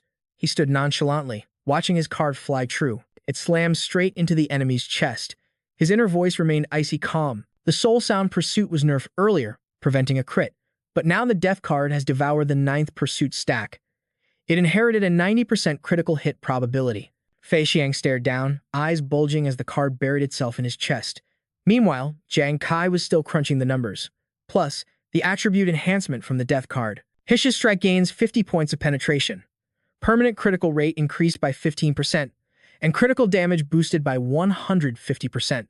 Veins popped on Fei Xiang's face as he gasped, "How? How can this be?" Jang Kai smirked coldly in his heart. "Shu Fei Xiang is cooked." Boom. An explosion rocked Fang's body, drowned out by his agonizing scream. The sky darkened instantly as rain began to pour. On the ground, a blood-soaked hand fell limp. Under the drizzling rain, Jang Kai calmly retracted his soul power. He glanced indifferently at the broken figure on the ground. "I told you, you lost." Witnessing this brutal finale, the spectators dropped their jaws, pupils shaking. "Oh my god." Then the entire stadium erupted. Everyone stood up cheering wildly. Heavens, the Fire God squad won again. They swept the Shu and Wu elite squad back to back. This is a historic miracle. Jang Kai smiled with satisfaction. Hu Yan and the others threw their hands up in victory. The Shang group let out long sighs of relief. Su Lanlan shot up from her seat, unable to believe her own eyes. Is it finally over? Luo Jun shoved his hands in his pockets, walking away with max swagger. It's over. That was truly a feast for the eyes. Jang Kai's performance was spectacular as always. Yuan Zhu didn't let me down either. But surprisingly, Su Nuan's performance was the real highlight. He smirked, recalling the battle details. Poison healers rarely fight on the front lines, but that little girl set up a complex green water ghost formation and applied it perfectly in combat. Her mastery of poison is terrifyingly high. Su Lanlan closed her eyes and nodded in agreement. It's a pity Professor Li's board already finished the evaluation. Otherwise, I'm certain Su Nuan would have been graded. Rank A. Meanwhile, Zihang sat slumped on the ground, wailing while hugging Mo Chen. "Oh my beauty, my precious baby. Why did this happen?" Instant karma struck. Someone sprayed a cloud of gas right in his face. Zihang collapsed instantly, foaming at the mouth. Hu Yan shook the spray bottle, looking smug. "At critical moments, you still have to rely on me." Wu Weiying was terrified by this chaotic display and backed away. What are you planning now?" Yuanzhu raised his sword angrily, ready to charge again, but was held back. "Come at me. You dare challenge the war god? You better be prepared to get wrecked." Jang Kai and the others grabbed him, struggling to hold him back. "Yuanzhu, calm down, man." Jang Kai rubbed his forehead in exasperation. Hish's team is getting harder and harder to carry. Just then, Wu Weiying raised her hand, cutting the tension. "I hereby declare." A forced smile plastered on her face as the giant screen behind flashed the final results. Victory belongs to the Fire God squad. The crowd roared like a tidal wave, chanting in perfect rhythm, "Fire God, Fire God, Fire God." Jang Kai stood center stage, chest puffed out, feeling that sweet taste of glory swelling in his heart. Let's be real, feeling like the main character isn't half bad. Bathing in the applause, Jang Kai and his crew strutted toward the backstage tunnel like absolute legends. Long live the Fire God. Long live the Fire God indeed. But high above the arena, a mysterious figure watched from the shadows. He let out a low, menacing chuckle, a sharp, villainous grin cutting across his face. The Fire God squad. Huh. Interesting. Very interesting. Darkness swallowed the sky as the moon took its throne. Fast forward several days at the main God Guild. Frantic footsteps slammed against the corridor floor like a drumbeat. Captain Jang Kai. "Yo, Captain." The whole squad froze, whipping around in surprise. "What's the panic? Why do you look like you just won the lottery?" Hu Yan was gasping for air, practically dragging Zihang behind her as she screamed the news. Ruan Yu and I just checked the market. The price for class advancement materials, deep job changes, and voodoo master items, they didn't just go up. They are completely sold out. Gone. Zero stock.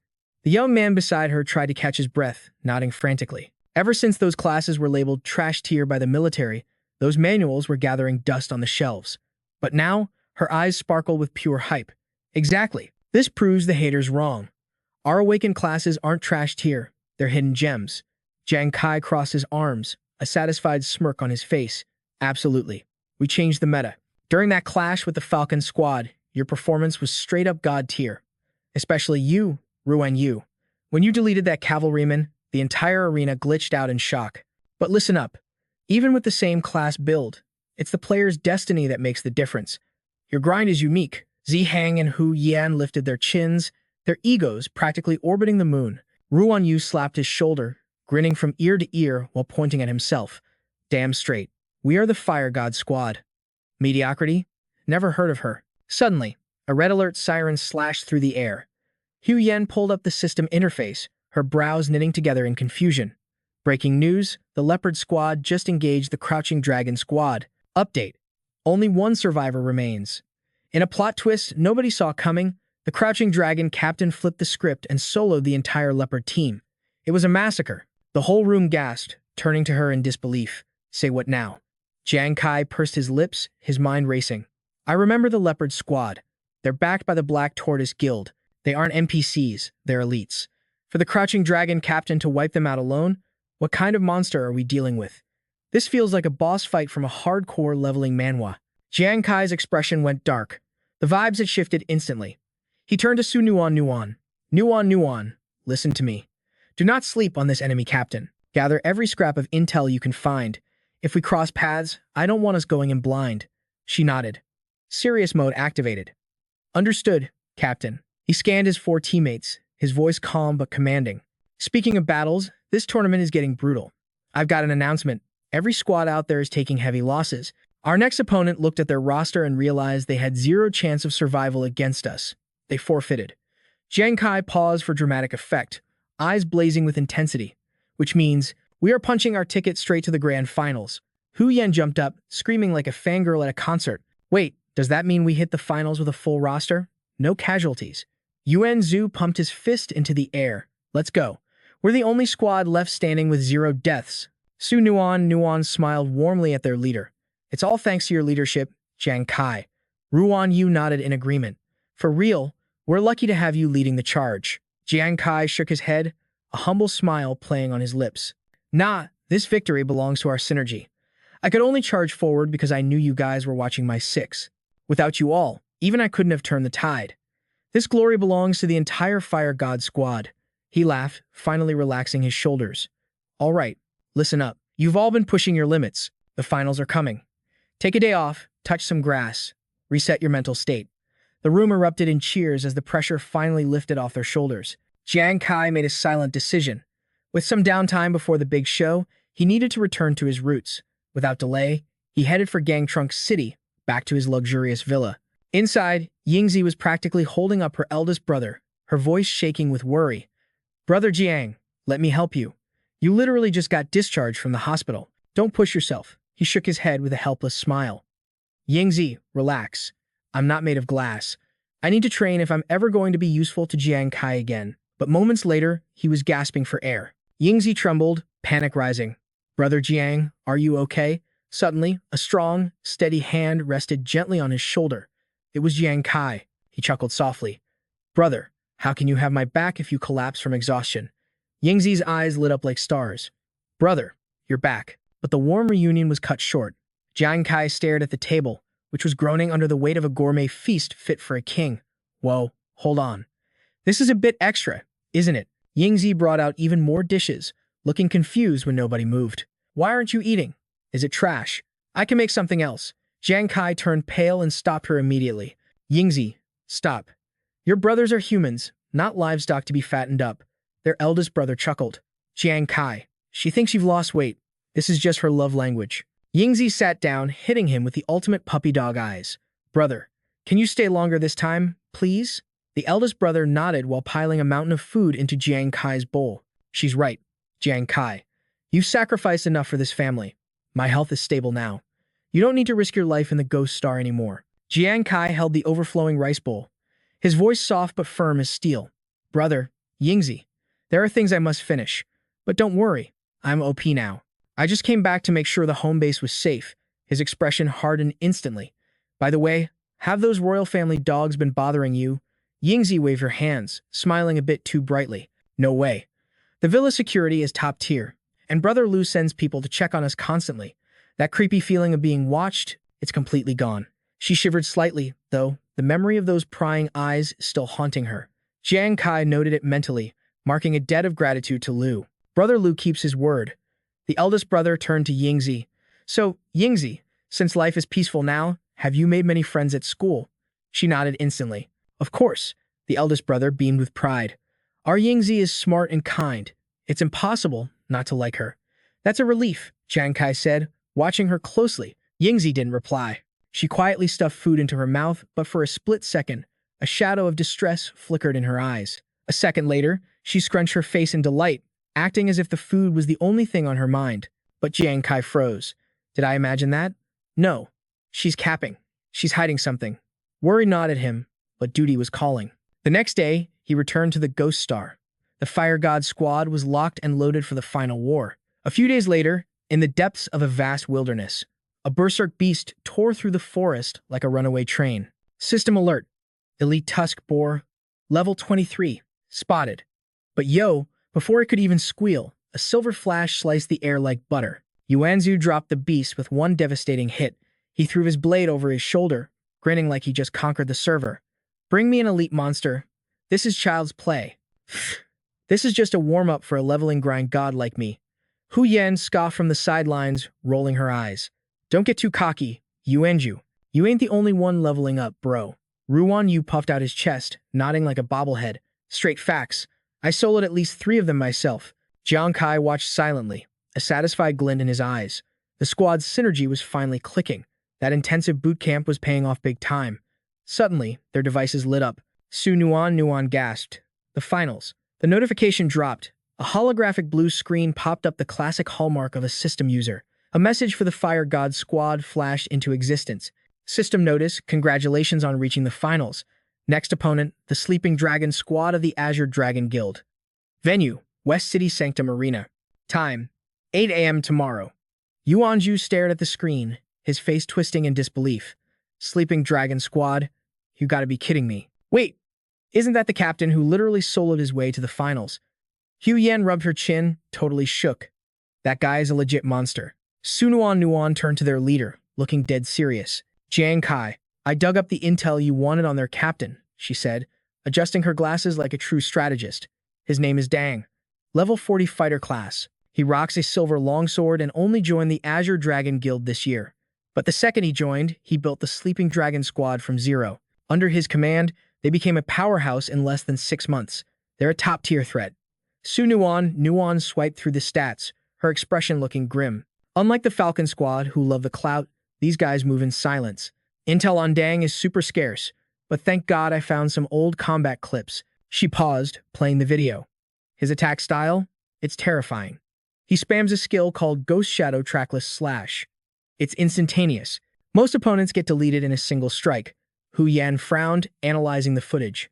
Ghost Shadow? Sounds like some kind of broken speed buff. Reminds me of that speedster Xu Fei Shang from the prelims. Jang Kai nodded slowly, his expression darkening as he processed the data. Similar vibes, maybe. But Dang rose to the top of a major guild in just 6 months. He soloed his way here. His power is leagues above Xu Fei Shang. Suddenly, a twig snapped. A strange wind howled through the trees.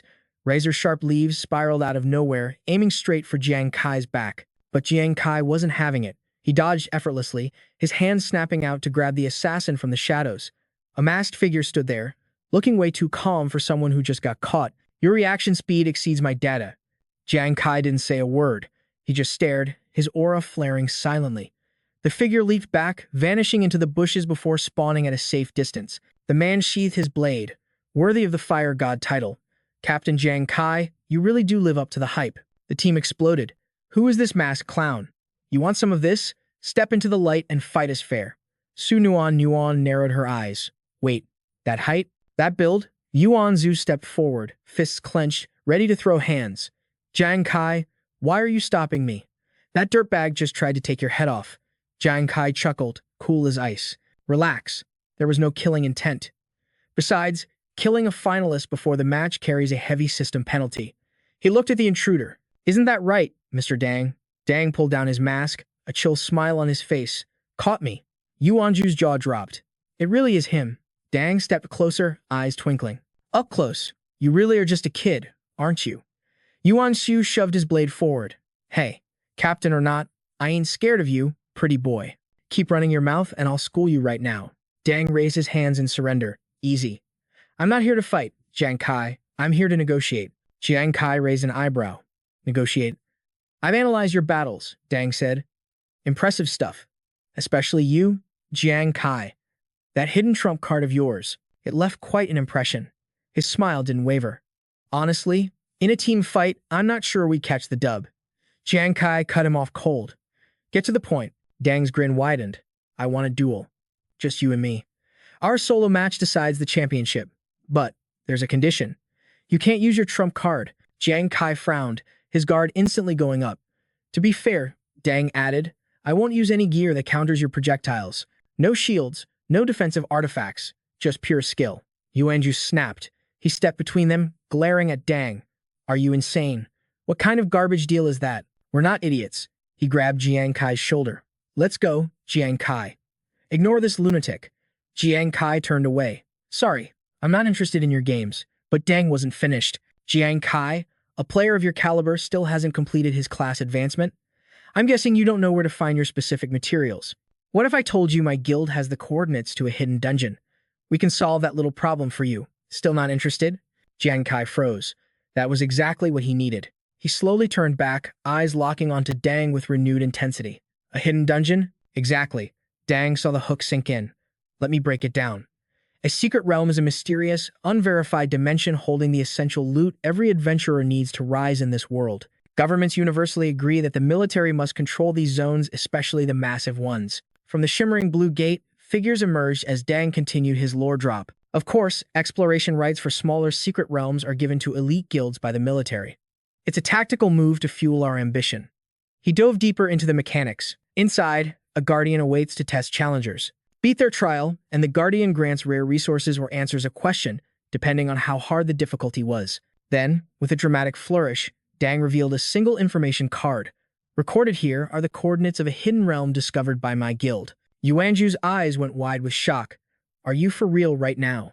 The rest of the team fell into a heavy silence, processing the news. Nuan broke the quiet first. It must be true. I heard my sister mention that the Azure Dragon Guild located a new secret realm in the national sector recently. Dang pocketed the card, his gaze piercing through them. I hear the royal family is making your life difficult. By the way, guys, smash that like button if you want Jiang Kai to win the finals. You're thirsty for that class advancement, aren't you? His voice dropped to a chilling whisper. Defeat me, and the intelligence is yours. Dang smirked like he held all the cards. It's a sweet trade, right, Jang Kai? But the answer he got was colder than ice. Your offer is tempting, but I refuse. The rejection hit Dang harder than a fist, freezing him in sheer disbelief. Yuanju lost it, shouting in total confusion. Are you crazy, Jang Kai? Isn't awakening your class exactly what you've been grinding for? Hu Yin nodded aggressively. He's right, Captain. If you secure that advancement, your path to the top is smooth sailing. Dang stepped closer, his shadow looming over the boy. Jang Kai, are you sure? But Jang Kai stayed silent, thinking of the blood, sweat, and tears they'd shed. I am the captain. If I trade the Vulcan squad's glory for my own selfish greed, what kind of leader am I? What kind of friend? I wouldn't deserve your trust. The team beamed with pride, hearts swelling. Except for Yuanju, who looked ready to explode. Jang Kai turned to leave. We're done here. Back to training. Suddenly, bam! Yuanju's sucker punched him right in the face. Jang Kai stumbled back, clutching his burning jaw. Yuanju, have you lost your mind? But his friend's face was pure shadow and rage. Jang Kai, do you not trust yourself? Or is it that you don't trust us? His roar shook the entire room. You won't sacrifice the team's glory for yourself, but you expect us to stand by and watch you throw away your future for us. The words hit harder than the punch. Hu Yin cracked a grin, the tension shattering. Real talk? I'm dying to see Captain beat the living daylights out of that arrogant jerk. Ruan Yu chimed in, eyes sparkling. Exactly. Captain, get that class changed so you can carry us to the absolute peak. Su Nuan stepped up. Stop stalling. You always put us first. Now let the team bet on times you asterisk. We've got your back, unconditionally. She smiled like a literal ray of sunshine. That's what being a team means, right? Warmth flooded Jang Kai's chest as he looked at their stubborn faces. He lowered his head, a helpless smile forming. You guys are impossible, he chuckled. Don't come crying to me if I lose, okay? Deal. The squad grinned, pure hype radiating from them. Jang Kai turned back to Dang. I accept. But know this, you're going to regret betting against me. His killing intent spiked. Because I am going to personally end you. Dang just threw his head back and laughed like a maniac. Scene switch. The massive arena was packed with thousands. The announcer screamed, the moment of truth is finally here, fam. The finals for the level 20 to 40 bracket start now. And get this, it's no longer a team battle, but a solo deathmatch. The giant screens lit up. Jang Kai of Vulcan Squad versus Dang of Hidden Dragon. The crowd went wild. One-on-one? Is he crazy? Why give up the team advantage for a solo duel? Jang Kai is getting way too cocky. But hey, this is going to be a show. Dang is a total monster compared to him. Place your bets. In the stands, UNG was sweating buckets.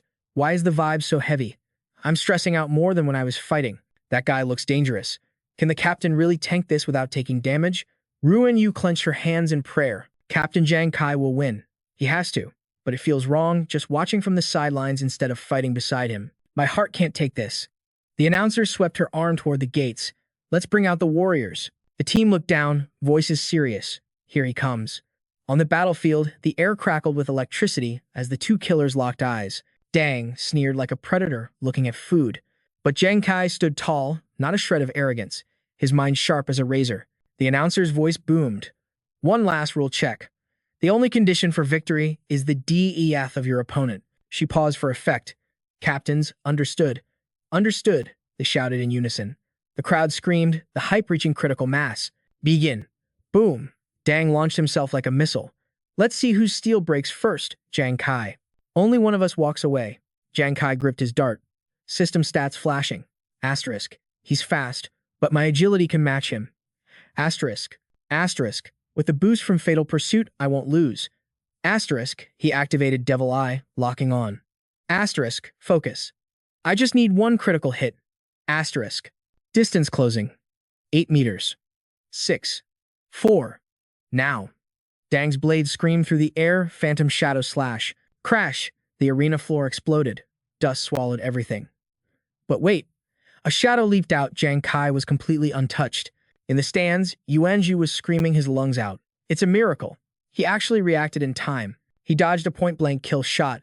His burst speed just went off the charts. Su Nuan analyzed rapidly. Heart pounding. That was the Ghost Shadow trackless slash. It fuses offense and defense perfectly. It's Dang's ultimate trump card. Through the dust, Jang Kai appeared behind him. Asterisk. Gotcha. Asterisk. He unleashed a surprise death blow to the back. But Dang moved like he saw the future. A smug grin twisted his face as he whipped around. He blurred past Jang Kai. A defensive slash stopped the MC cold. The steel tip hovered inches from Jang Kai's eyeball. Jang Kai froze. Asterisk. Too fast. He's even faster than the data said. Asterisk. Dang grinned like a wolf. Looks like I win, kid. But Jang Kai didn't waste breath. He roared with every ounce of his soul voidification. Instantly, he vanished like a glitch in the Matrix. His squad hyped him up, screaming, yes, Captain. By the time Dich Tang realized what was happening, Jang Kai had already ghosted right behind him. A cocky smirk played on Jang Kai's lips. He thought, bro, during my prep time, I analyzed every single frame of your combat footage. Compared to this god-tier speed, he was definitely sandbagging in the earlier matches. Dich Tang's expression turned grim, his voice dropping to a dangerous whisper. Is that the phantom armor penetration? Can't believe you actually dodged that. I gotta win for the guild, but fighting a sweat lord like you actually gets my adrenaline pumping. Dich Tang threw his head back and laughed maniacally, his eyes burning with the thrill of the hunt. Su Nuan watched with bated breath, her heart racing like crazy. This opponent is a straight-up monster. The pressure on our captain must be absolutely crushing right now. Even Yuanu was sweating bullets. That guy is toxic as hell, but I can't deny his skill. He's actually got the stats to back up all that trash talk. The rest of the squad could only stand there and pray for a miracle. Back in the arena, the two warriors stood face to face, waiting for the slightest lag in movement. Jang Kai didn't rush in blindly. Instead, he finally clapped back at Dich Tang. I'm gonna return those words right back to sender. You just woke up my competitive side. The swordsman smirked, staying arrogant. You got guts, kid. It's almost a shame to delete you from the server. Tell you what, even if you take the L, I'll get you a spot in the Blue Dragon Guild. It's the meta strategy for a talent like you. Jang Kai didn't even entertain that offer. He stomped the ground and launched into the air, roaring, "Cut the cap. This fight isn't over until the screen fades to black." Tang raised his blade, clearly amused. Just the answer I expected.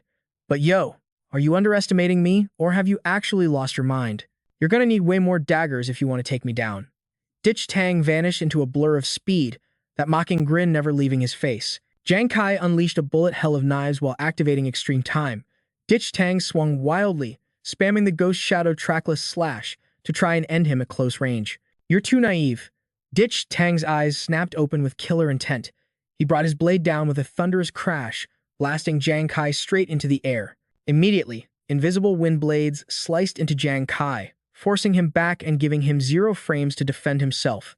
Jang Kai gritted his teeth, tanking the damage, unable to counterattack. Watching this, the squad was paralyzed with absolute horror. "Captain Jang Kai," they screamed. The spectators watching the scene couldn't help but gasp at the overwhelming power gap. That is Dich Tang's ultimate move. If just the shockwaves did that much damage, a direct hit would have been an instant, one-shot kill. Back in the dust, Jang Kai staggered to his feet. Why? His mind raced. Why isn't the math mathing? Flashbacks of Tang's blade flooded his mind. The first time he used that move, he was holding back, so I managed to cheese my way out of the danger zone. But that last attack, I used full stamina to dodge, and I still got shredded.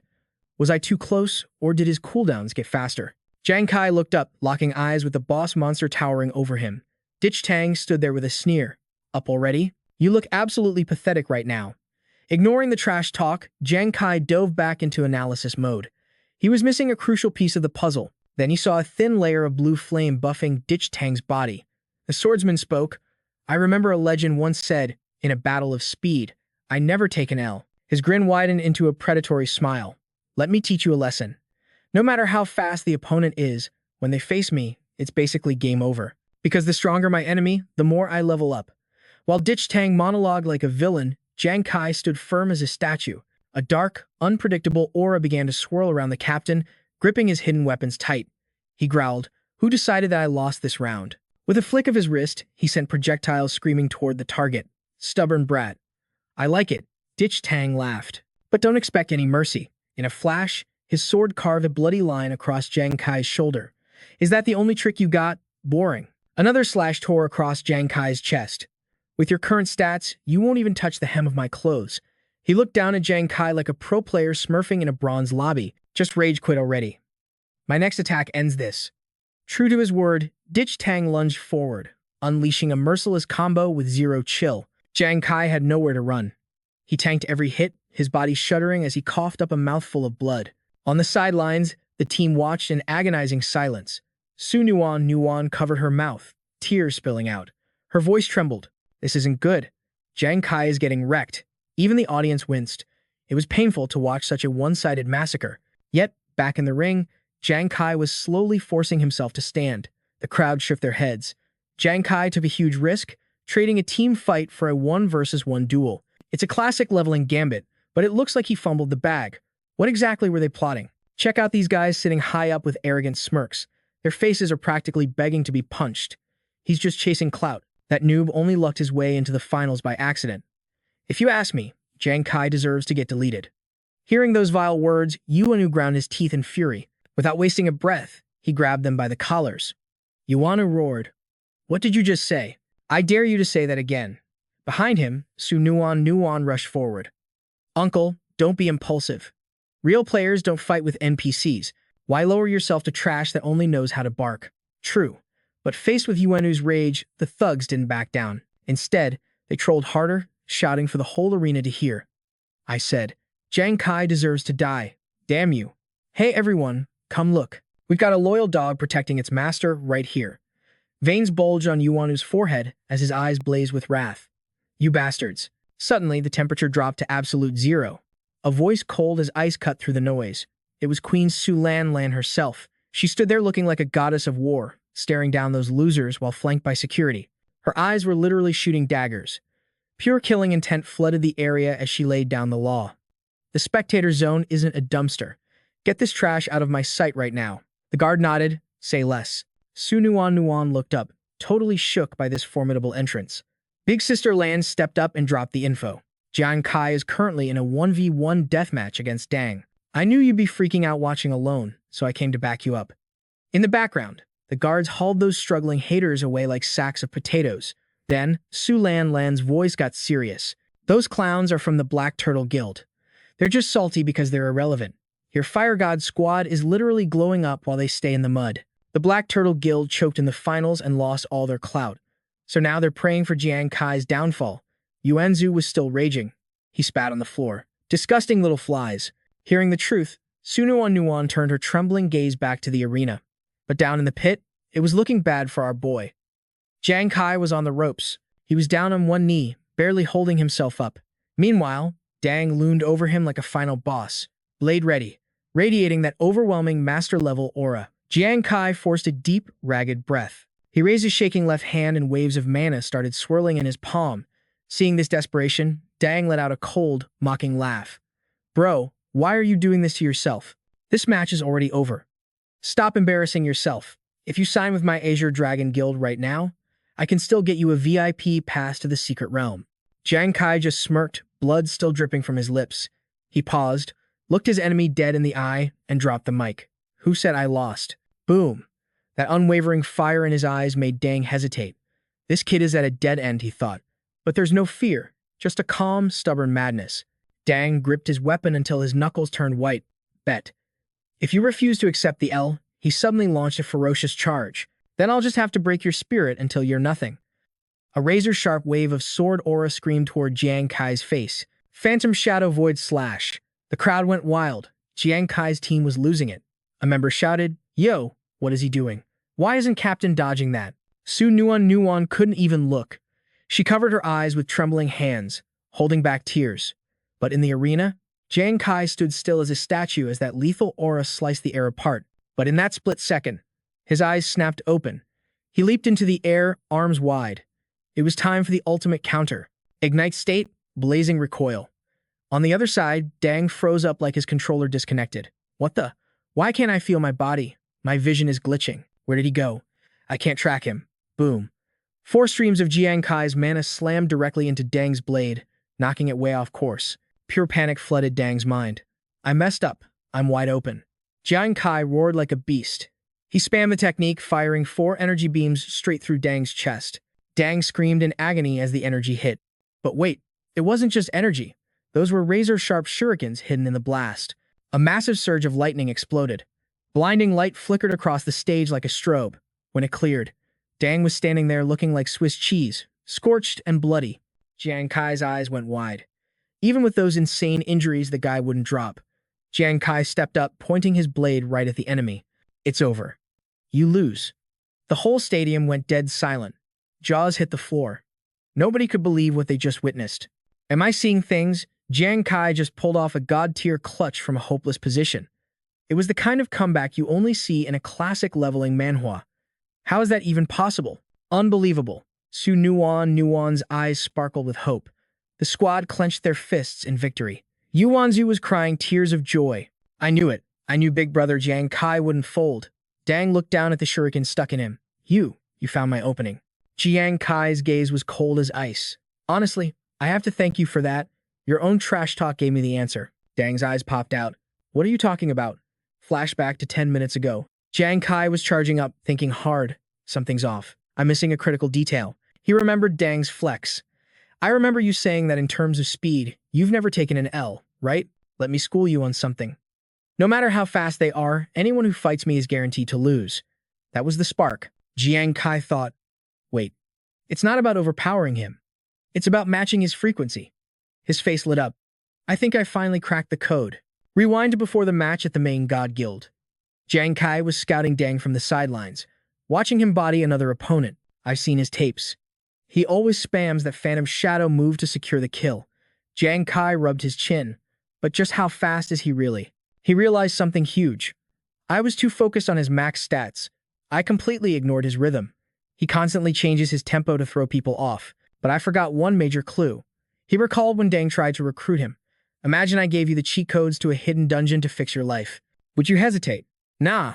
You said you'd do anything for the W, even selling out secrets. Let's pause right there. Do you remember that look of pure, desperate hunger on his face?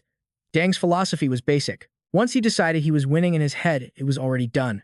Look at how he speedran his previous fights. If his first hit wasn't a kill shot, he was just testing the waters. But the second he saw a weakness, boom. Godspeed strike to delete the enemy instantly. Jang Kai's gaze turned razor sharp, exposing the truth. But that's not what you did with me, is it? Dang had stood there like a classic villain, toying with his food. Even against speedsters, your stats are high enough to end the match in one breath. Jang Kai broke it down, his voice cold. You weren't just fighting, you were hunting, like a predator savoring the chase. But playing with your food, that logic didn't add up. During our clash, it hit me like a lightning bolt. I latched onto one tiny detail and formed a reckless, insane theory. Your blade tracked me perfectly. It felt like you had future sight, predicting my moves before I even made them. Was I hallucinating? For a split second, I thought I was tripping, but my gut feeling was screaming the truth. That wasn't an illusion, fam. The memory of his bloodied avatar launching a counterattack flashed through his mind like a cinematic cutscene. Who decided it was game over? I thought back then. I ain't done yet. Instead of just waiting to get frag, I grabbed Destiny by the throat to test a crazy theory. To prove it, Jang Kai revealed, I was manipulating the combat distance and the rhythm of my attacks, constantly vibe-checking your reactions while we traded blows. It was a gamble with his life as the poker chips. He literally offered up his own body as bait just to see if he could hook this monster. And just like I predicted, the result was always the same. Your fancy Ghost Shadow trackless slash couldn't actually land a direct hit on me. However, I couldn't escape the splash damage from the aftershocks. I remember that moment in 4K resolution. A neon blue beam of energy tearing right through my chest. You are obsessed with catching that dub, Jang Kai declared. You wouldn't waste time toying with me unless you absolutely had to. So, I deduced the truth. He paused for maximum drama. You're rocking a divine tier sensory skill. You are stream sniping my movements. That is your true trump card. Da Chang's eyes were practically bleeding with rage, capillaries bursting as he glared at the man who was stripping away his secrets like a hacker. I'm guessing this sensory power reads micromuscle contractions and changes in air pressure.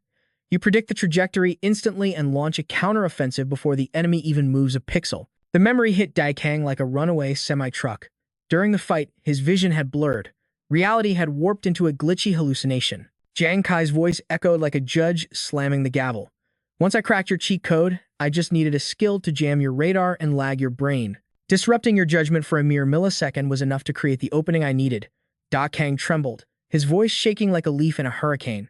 Is that it? But it was just a theory. Weren't you terrified you were wrong? Even knowing that, how could you be sure you catch the dub? He scoffed. Isn't that arrogance? Jang Kai shot back, cold as liquid nitrogen. The only arrogant one here is you, bro. Daikang flinched. You named your technique Ghost Shadow to mask its true nature as a psychic ability, deliberately trolling your enemies. To maximize your kill potential, you dumped all your stat points into agility and strength, totally neglecting your spirit stat. That is a fatal flaw in any system mana logic, and that imbalance gave me the key to shatter your defense. Daikang's face twisted in horror. You were gambling with death. Correct. Jang Kai replied, calm as a still lake. But the house always loses. You got clapped back by your own pride, broken by the very skill you wouldn't shut up about. Daikang stood frozen, a statue of pure despair. His eyes lost their light, jaw hanging slack as his entire world crumbled into pixels. Finally, a raspy whisper escaped his throat. So, that's how. On the stage, Jang Kai looked down at the fallen king with eyes devoid of pity. The giant toppled, crashing to the floor in total defeat. Bloodied but unbowed, Jang Kai whispered, "It is finished." Then the announcer's voice ripped through the silence. Oh my god. Ladies and gentlemen, did you witness that gameplay? Against all odds, with zero advantage, he found the needle in the haystack and delivered a critical hit. He is the definition of a turnaround. A textbook comeback. The massive holographic screens lit up with Jang Kai's stoic, handsome visage. The stadium erupted. Jang Kai is the G. O-A-T. That was legendary. Back off, he's my new religion. Jang Kai's squad rushed the stage. Yuanju pumped his fist. Bro, that was god tier. You were so cool, my brain literally short-circuited. Nuon clutched her chest. Seriously, I forgot how to breathe for a second. Watching that, Jang Kai flashed a rare, gentle smile. Sorry for the jump scare, guys. Ruan Yu and Ho Nani gaze at him with sparkles in their eyes. Captain Jang Kai, you are literally the shining star of this arena. Don't forget your #1 fan. Hey, count me in 2. Ruan Yu chirped. Captain, you're absolutely broken. 2 up. Yuan Shu threw a fist at the sky. That settles it. Tonight we feast. Once Nuan heals our MVP, we aren't going home until we are totally wasted. Wait a second. Jang Kai stammered. Isn't there still? But a hand clamped onto his shoulder, dragging him off. Less talking, more walking. Let's go. Drinks are on me. Ho Nanny cheered. We're going all out. Heck yeah. Ruan Yu agreed. Meanwhile, the announcer screamed helplessly in the background. Hey, come back. I haven't even declared the winner yet. Giving up, Vuvi roared into the mic. I officially declare the champion of the tournament, Jang Kai of the Fire God Squad. The crowd transformed into a roaring ocean of noise, chanting one name in unison. Jang Kai. Jang Kai. Ignoring the chaos, the squad walked into the sunset, laughing like main characters. Suen Lan watched them go, whispering, he didn't just create a miracle. Jang Kai is the miracle. An imposing fortress dominated the horizon, exuding pure power. The silence of the guild hall was shattered as a voice rang out. Everyone, gather round. The military just delivered our loot boxes. I mean, spoils of war. Yuan Zhu held a bronze box in his palm. It shimmered with an ancient mystery, its material unlike anything from this server. The team huddled together, skepticism painted on their faces. Ruan Yu scoffed. That tiny thing? What can it possibly hold? The military is being stingy, Yuan Zhu smirked, popping the latch. Judge not by size, fam. Watch this. The lid cracked open, and 4 emerald beams shot out like meteors. They moved with a mind of their own. Jang Kai's eyes went wide as one of the lights locked onto him instantly. Another beam zoomed toward the chubby Ruan Yu, while the last one hovered before Hu Yan's chest. She realized. So, the rewards are dispensed like gacha cards in a system mena. Jang Kai stared at the object floating before him. Speechless, he reached out, his instincts screaming that this was raw power. Contact. A blinding aura erupted the moment he touched it. The light intensified into a brilliant flare, but Jang Kai didn't flinch. He gripped the card tighter, refusing to let go. A holographic interface materialized in his vision. Congratulations. You have received the S-rank upgrade, 9 Tribulations Fate Chaser. The weapon stats flooded his mind like a data download. S-rank 9 Tribulations. Strength plus 14. Penetration plus 17. Agility plus 21. Special Effect 1.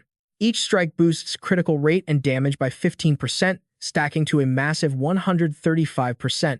Upon a critical hit, all buffs from the Fate Chaser will reset. Special Effect 2. Armor Stripping. Each blade deals area damage in a small radius. Continuous attacks in this zone will shred the enemy's defense, melting their armor over time. He gasped in pure shock. An upgraded Fate Chaser. Jang Kai realized this was the core mechanic of his leveling mana journey. These rare S-class weapons had evolution paths like Tier 1, Tier 2, and beyond. I never expected the Faticacer to have a second form this soon. Heishi is a total game changer. With a 15% crit boost, I'm guaranteed a critical hit every 7 strikes like clockwork. Combine that with armor stripping, and even those tanky high-defense boss monsters won't stand a chance against me now. Just then, another card floated his way. He blinked, confused. Yo, what is this one? Ruan Yu grinned like he knew a secret. Captain Jang Kai, I recognize that item. It's a genuine treasure. That is the mother-child stone. It's made of 2 parts that share an absolute magnetic attraction to one another. Ruan Yu visualized the combo, chuckling. If you attach one to your glove and one to the Fate Chaser, you'll be absolutely unstoppable. Hu Yan was hyping it up. That strategy is genius. Her own card depicted a masked woman wielding violet orbs, surrounded by arcane runes and dash symbols. Her eyes were literally sparkling with delight. Incredible. This is class advancement material for a necromancer, levels 41 to 60. This was a true awakening moment for her. Meanwhile, Ruan Yu was staring at his gourd card with a goofy, happy grin. He announced proudly, Hishishi. Behold, the drunken immortal gourd. It boosts wine effects by 30% and cuts cooldown times by half. Jang Kai looked down at the loot in his hands. These rewards. It's like they were custom-made specifically for our builds. Suddenly, it clicked. Wait, Nuon, where are yours? Yuan Shu smiled, keeping it chill. Relax, Jang Kai. We're military personnel. Commander Li Bao already secured the bag for us. He leaned in, draping an arm around Jang Kai's shoulder, and whispered, "Besides, you guessed right earlier. These rewards weren't random. They were chosen based on our combat data and personal needs. The commander really went all out for us." Su Nuan added, "Facts. Brother Lu's messenger said Commander Wei Ying personally requested these items for the squad." Jang Kai was stunned. Commander Wei Ying did that personally? Hu Yan gazed at him with pure hero worship. "It's all because of you, Captain Jang Kai. Your reputation is legendary out here now." Ruan Yu nodded in agreement. "That's right.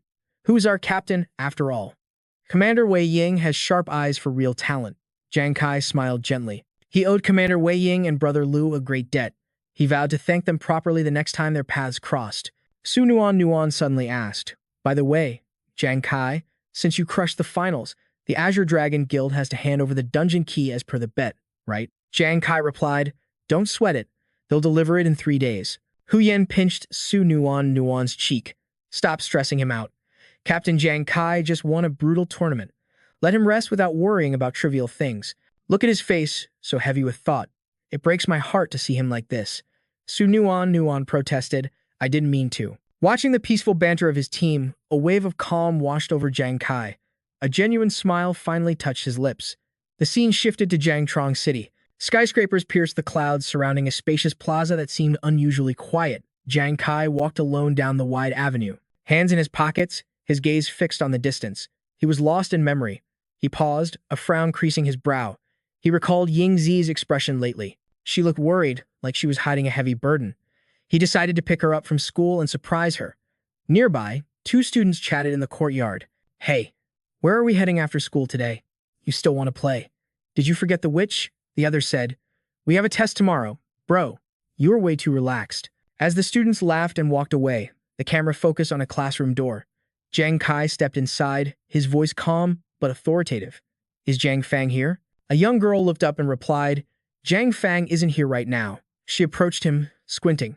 "She got called away." "Wait, you look familiar." "Hold up, you are her big brother, right?" Jang Kai nodded. "Called away? By whom?" "By a teacher." The girl looked grim, chin resting on her hand. "No, actually, a group of seniors has been targeting Jang Fang lately." Jang Kai's eyes darkened. He grabbed her shoulders, intensity flaring. "Targeting her? What do you mean?" The girl recalled the thugs with fear.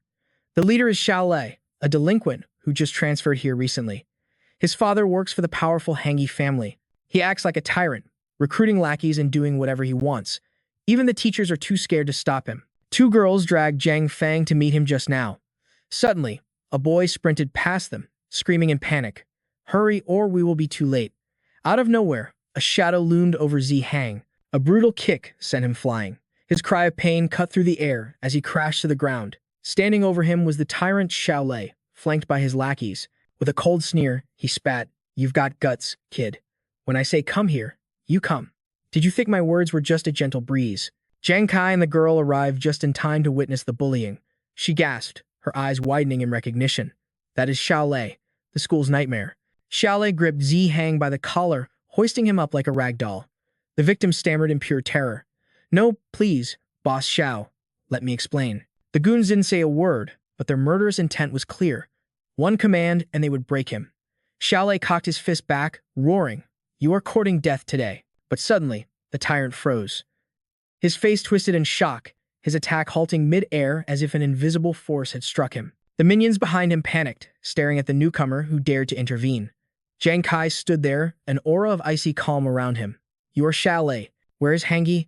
Xiao Lei shoved Hang aside, his fury shifting to this new target. "Who the hell is this blind fool? You know who I am and still dare to act arrogant? You must be tired of living." Jang Kai's voice was low, carrying a dangerous weight. "I am Jang Ying's older brother." His gaze sharpened like a blade. "Where is she?" Xiao Lei laughed, a sound dripping with malice. "Oh, another insect defending the heavens. Why should I answer a nobody like you?" His expression turned savage. "However, if you get on your knees and bark like a dog, I might just feel generous enough to tell you." Jang Kai looked at him as if he were already a corpse. "I am afraid you couldn't handle my kneeling." The calmness in his voice made Xiao Lei grind his teeth in rage. "Die then." Xiao Lei launched himself forward, fist raised. "I will make you regret being born. Boss, save your energy." One of the lackeys stepped in. "We will handle this trash for you." The hallway buzzed as students gathered to watch the slaughter. Check it out. Another fight. Who is that unfortunate guy provoking the young master? It felt like the opening scene of a leveling manhwa. Yet Jang Kai stood still, an unmovable mountain amidst the chaos. Whoosh. In a split second, Jang Kai vanished from their sight. He ghosted them effortlessly, leaving nothing but a glitch in the matrix behind him. The lackeys were lagging, their brains too slow to process his max-level speed. What the? Jiang Kai planted his foot and unleashed absolute hell. His movements were like liquid lightning. Bam! Pow! Critical hits landed with surgical precision, dropping the goons instantly. The thugs hit the floor, twitching in agony. The sudden silence was only broken by their groans. Xiao Lei's expression turned dark. Useless trash mobs, he cursed. If you want to play the hero, I'll teach you the cruel mechanics of this world myself. Meanwhile, in a shady corner of the map, the sickening sound of impact rang out. A girl lay huddled on the ground, enduring a storm of violence. Yijing twirled a bat, grinning like a devil. Oh, clumsy girl. We asked you to fetch the ball, not catch it with your face. Ruo Sulan chimed in, her voice dripping with toxicity. Exactly. Don't make it look like we're bullying you. That would be so sus for us. Vipers in human skin. Zhang Ying trembled on the asphalt, pain pulsing through her server. She swallowed her pride, whispering, I'm sorry. At least you know your place. The bully just scoffed at her submission. She grabbed Jiang Ying's backpack and dumped it upside down. Crash. Why is your inventory so filthy? Just like you. Trash and books scattered everywhere. Then, a photograph caught Yijing's eye. Oh, what is this little rare item? Jiang Ying's eyes snapped open. She scrambled up, desperation giving her a buff. Give that back. It's mine. Memories flooded her mind. That photo was her lifeline, the last happy birthday with her brothers. Yijing held it out of reach, totally amused. Why so loud all of a sudden? Look at her getting all aggro over a piece of paper. Ruo Sulan pinned Jiang Ying's arms back. The girl screamed, tears streaming down her face. Return it to me. Yijing smirked, holding the photo by the corner. Keep yapping and my hand might just slip. Oops. Ripped to shreds. Ring. A phone buzzed, interrupting the torture session. Yijing answered, annoyed. What? I'm busy farming tears here. But her expression shifted to pure shock. Huh? Someone named Jiang Kai is throwing hands with Zhao Lei? Is there actually an idiot reckless enough to court death like that? Jiang Ying froze. Brother. The name triggered an explosion of adrenaline. She went feral and sank her teeth into the arm holding her. Ruo Sulan shrieked in pain, loosening her grip. You crazy little witch. She bit me. Is she insane? Jiang Ying didn't wait. She broke free, sprinting with everything she had. Fear for her brother fueled her legs, turning her into the wind. Blood dripped from her face, but she felt nothing. Faster. I have to be faster. They'll delete him. He's outnumbered. A scream tore from her throat as she ran. The thought of her brother's suffering was a nightmare she couldn't handle. Back in the hallway, Jiang Kai stood over the defeated minions. Zhao Lei was losing his mind with rage. Jiang Ying burst onto the scene, but the sight before her stopped her cold. Hearing her arrival, Jiang Kai turned, relief washing over him. Ying. She stood there panting, covered in bruises and dirt. Brother, are you okay? But then her eyes widened in absolute horror. She looked past him. Jiang Kai saw her injuries. The battered state of his little sister shattered his self-control. Veins bulged. A demon's rage awakened within him. Ying, he whispered. But behind him, Xiao Lei saw his opening. It's too late to beg for mercy now. Die. The coward launched a lethal sneak attack. Jiang Kai seemed frozen in place. Jiang Ying screamed, a sound of pure despair. Brother, watch your six. Time slowed to a crawl. The image of the impending strike burned into her retinas. Bam! Like a master from a system manhwa, Jiang Kai reacted without even looking. A spinning kick connected with devastating force. Zhao Lei's face met instant karma. The impact was catastrophic. Zhao Lei crumpled to the floor, eyes bulging in shock as blood sprayed from his mouth like a fountain. Meanwhile, a group of students were struggling with heavy desks nearby. Round 3 of this torture. One groaned. The teachers lounge in air-conditioned luxury while we're treated like pack mules. I swear, I hope lightning strikes these desks and turns them into firewood right now. Quit dreaming and keep grinding. Another side. The sooner we finish this heavy lifting, the sooner we can escape this dungeon and go home. Suddenly, the shrill shrieks of 2 vicious harpies pierced the air. Yijing and Ruo Sulan shoved their way through, shouting, "Move it, NPCs." Ruo Sulan's eyes burned with murderous intent as she hissed. Jiang Ying, where are you hiding? That little brat dared to draw my blood. Just wait, I'll rip every tooth out of her mouth, she screamed. But suddenly, a blinding light erupted from the end of the corridor, cutting off her rant. Wait, is that Zhao Lei? Someone gasped. He was flying backward like a human missile. After taking Jang Kai's kick head-on, he slammed violently into Ruo Sulan. His lackey screamed in panic. Brother Xiao, big sis. The furniture was reduced to splinters by the impact. A student stared blankly at the wreckage. Well, it's sawdust now. Guess we don't need to move it anymore. Should I go buy a lottery ticket?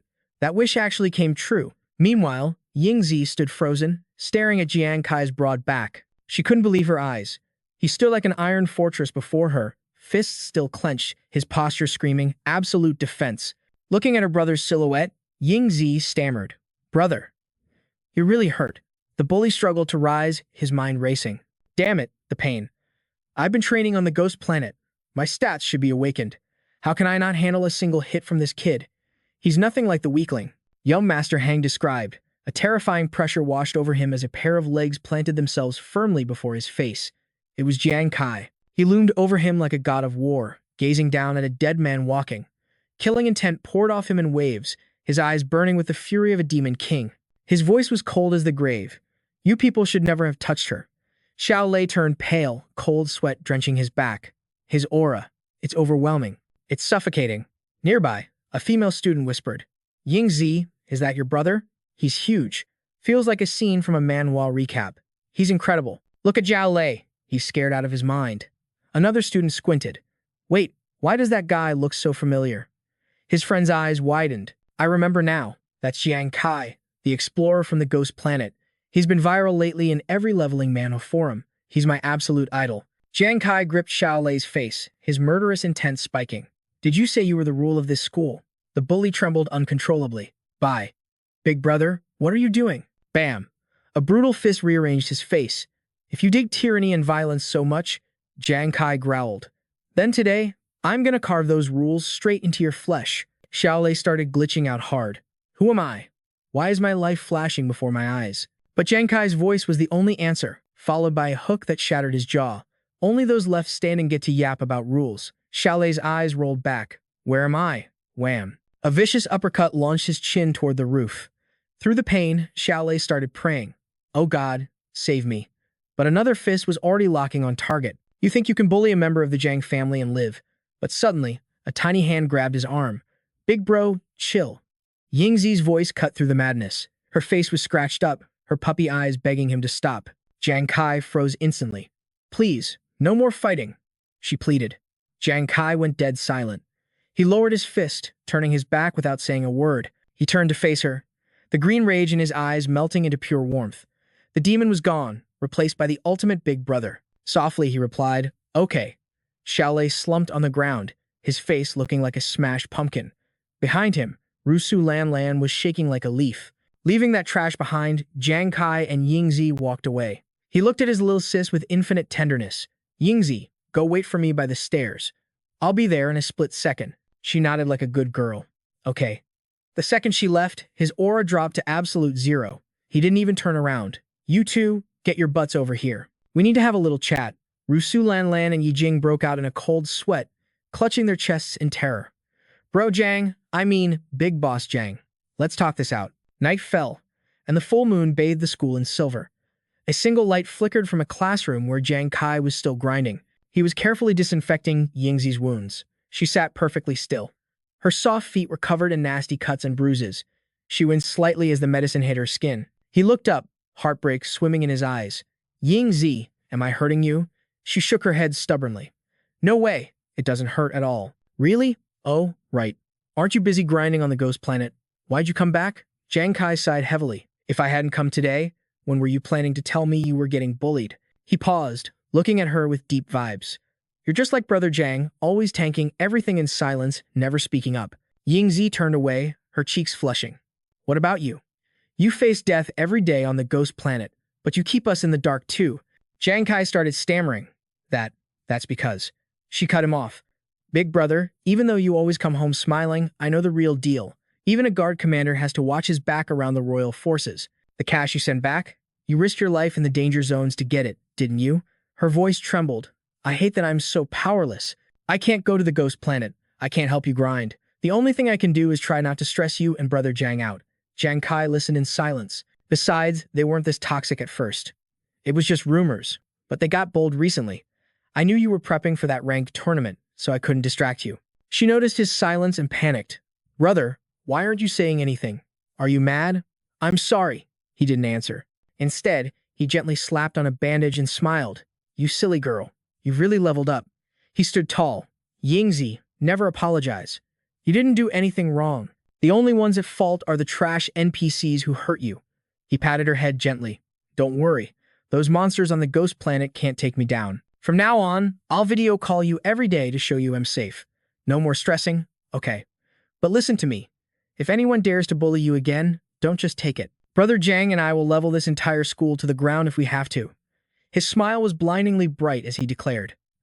After all, it's only natural for a big bro to protect his lil sis. Yingzi's eyes glistened with tears, moved by his ride-or-die love. Jang Kai handed her a family photo. Keep this safe. It was a picture of pure vibes. Yingzi holding a birthday cake, flanked by Jang Kai and their older brother, looking at her with eyes full of love. Clutching the photograph, Yingzi's eyes glistened with unshed tears. I understand. Thanks for everything. Jang Kai broke the silence. All right, let's head back. Brother Jang will be hyped to see us return together. Yingzi nodded, a bright smile breaking through. Okay. Several days later, on the ominous Demon Star. A solitary wooden cabin stood bathed in gentle sunlight, surrounded by towering ancient trees.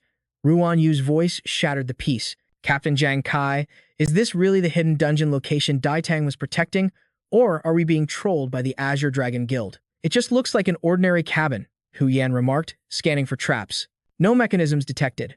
Jang Kai narrowed his eyes. It's not a fake. Let me break it down for you guys. Look closely. The exterior is weathered and worn, yet the interior is spotless. Someone has already turned this place upside down looking for loot and clues. Furthermore, the earth in the courtyard is uneven. It's been dug up and refilled, evidence that they were desperately searching for the entrance to the secret realm. Recalling Daitang's arrogance, Jang Kai scoffed. A man with his god complex wouldn't stoop to petty tricks, even in defeat. Hu Yan sighed. So the massive Azure Dragon Guild tore this place apart and still found nothing? Then how are the three of us supposed to succeed where an entire army failed? Ruan Yu nodded in agreement. Exactly. Scratching his head, Ruan Yu lamented. If only Sun Suan Nuan were here. Her intel gathering skills are S tier. She would have cracked this code instantly. Hu Yan pictured their farewell with a heavy heart. It can't be helped. The military drafted them. Jang Kai added, we only borrowed Yuan Shu Zi and Sun Suan Nuan for the guild challenge anyway. The competition is over, so they had to return to training. As the sun dipped below the horizon, he commanded, we camp here tonight. We need to observe the area. Golden hour light bathed the mysterious cabin, casting a deceptive, dreamlike vibe over the danger lurking within. Night descended. The pale moon replaced the sun, draping the world in an eerie mist. Ruan Yu was already fast asleep, drooling while hugging a rock, like it was his waifu. He mumbled in his sleep, honey, you've lost weight. You're so hard now. But I still love you the most. On the hilltop, Jang Kai stood like a statue, his gaze locked on the cabin. Nothing, he thought. Hours of surveillance and zero anomalies. Did I miscalculate? Unbeknownst to him, a shadow materialized from the darkness. A figure with long flowing hair standing silently at his back. Feeling a hand on his shoulder, Jang Kai didn't flinch. Who is this mystery figure? Smash that like button to find out. Yo, Hu Yan, I ain't tired. No need to swap shifts. Go catch some Z's. But only silence answered him. A sudden wind kicked up, sending a chill straight down his spine. His instinct screamed, danger. He spun around nothing but vibing grass and dancing leaves. He checked the squad at the camp. Hu Yan was knocked out next to Ruan Yu. Cap. Let me solo this mob, Hu Yan mumbled in her sleep. Suddenly, a massive shadow blocked the sky above Jang Kai. His pupils went wide. A nightmare looked back, crimson eyes, death-pale skin, and hair flowing like spilled ink. She locked eyes with him. A red tag popped up in his HUD like a boss alert. Phantom Banshee. He blasted backward like a rocket. Skill activation. Life Hater. He unleashed a killer strike, but his blade phased through her ghost body like it was smoke. No way. Jang Kai's brain raced. Physical immunity? The Banshee let out a silent scream and zipped away, her face twisted in a creepy grimace. She was glitching through the air with insane speed. Jang Kai tracked her path. She was beelining straight for the cabin. Like a true main character, he didn't freeze. Before we continue, smash that like button. Jang Kai flared his aura. Skill. Demon Eye Focus. He turned into a blur, busting through the door. Wood chips flew everywhere as he landed, but he froze cold, gasping at the creepy sight. The Banshee was chilling at the vanity, looking in the mirror and brushing her spectral hair with zero care in the world. Jang Kai stood paralyzed. The reflection wasn't a girl. It was a bleached skull with burning red sockets, combing away with bony fingers. He gritted his teeth and launched a devastating aerial attack. But the Banshee didn't even flinch, just kept on with her spooky ritual. Skill. Tempering Fire.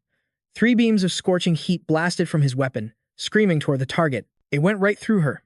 Damn it, Jang Kai roared, dumping his whole kit. Take this full combo. She didn't even bother dodging. She literally didn't care.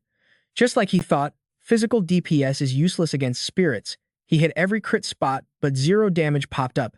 Sweat started dripping. Through the broken window, morning light started peeking in. Suddenly, a mysterious card appeared in his hand, leaking dark smoke. One last shot. Jang Kai flicked the card with sniper precision. It sliced the air, stopping inches from her skull in a heartbeat. Still, she ignored her executioner. Suddenly, the sun burst through the window, flooding the room with blinding holy light. Time seemed to freeze. The card hovered millimeters away. Then, Jang Kai's eyes went wide in total disbelief. Poof! She vaporized into nothing. Gone. His mind went blank. The room lit up, and Hu Yan's shocked voice echoed from outside. Cap, are you for real? A ghost just clipped through the wall. Ruin Yu was shaking, sweating buckets. Yo, was that a ghost girl? Jang Kai walked out, sheathing his blade. It happened too fast to wake the squad. Shishi's spirit is glitchy. It didn't aggro me. It just rushed inside to comb its hair. Hu Yan tapped her chin, deep in thought. Is this linked to the hidden quest of the cabin? Jang Kai replayed the fight. Agreed. My attacks did 0 damage. When the sun hit, the mob just despawned. The memory replayed like a cursed cutscene. She sat there, then vanished. Hu Yan frowned. That's super sus. Suddenly, a creepy laugh echoed. The trio froze. A new player stepped out of the shadows, voice dripping with amusement. Surprised you noobs found this spot. Jang Kai narrowed his eyes, locking onto the stranger. State your IGN. The leader spoke up. I'm Yu, captain of the Azure Dragon Guild, a pioneer server player. His voice carried major authority. Yu stood there with the arrogance of a top-tier player, staring down Jang Kai. Hu Yan snapped. Azure Dragon. You knew about this boss and camped here? Sketchy. Jang Kai's team glared hard. Wan Mo stepped up, his aura flaring with rage. Watch it. Yu raised a hand. Chill. She's right. We wanted to see your power level with our own eyes. Nothing personal. He paused, eyes gleaming. Jang Kai, you're actually decent. Let's party up. Jang Kai didn't hesitate for a frame. Thanks for the hype, but hard pass. I don't carry randoms I can't trust. Jang Kai turned his back. Hu Yan, Ruan Yu, let's bounce. We're out. Dingha twitched in annoyance. Why's that kid so salty? He's unique. Another member scoffed. Yeah, right. We've been grinding here 2 months with no loot. He thinks he's a pro? Tuan Vu sneered. Those noobs didn't even detect us. Yu just smirked. I actually dig his reckless style. Let's see his build. Night fell, and a pale moon cast a ghostly glow over the map. A whisper, target spotted. A white dress floated behind the cabin. Jang Kai's squad chased immediately. Execute the plan. On the hill, Yu's squad watched like admins. Cap, should we raid? Yu replied calmly. Nah, hold up. If Jang Kai wants to solo, let him cook. Ruan Yu gripped his weapon, grinning like a maniac. Miss me? Ugly? He charged like a human missile, smashing through the wall straight at the ghost. Hu Yan winced. Is he good? The spirit just turned her head. A creepy smile curved her lips. Jang Kai analyzed coldly. Even Ruan Yu's raw DPS failed. Physical attacks are trash against this boss. Hu Yan sighed, dragging the KO'd Ruan Yu by his leg. Jang Kai was out of strats. Shishi is a puzzle boss. His mind raced. What's the mechanic here? He stared hard at the spirit's reflection. It seemed to stare right back. Suddenly, her red eyes glitched with a sinister light. Too fast for normal eyes. Jang Kai flinched. Something just flickered. Behind him, Hu Yan was still lecturing Ruan. Yo, drink this potion, fam.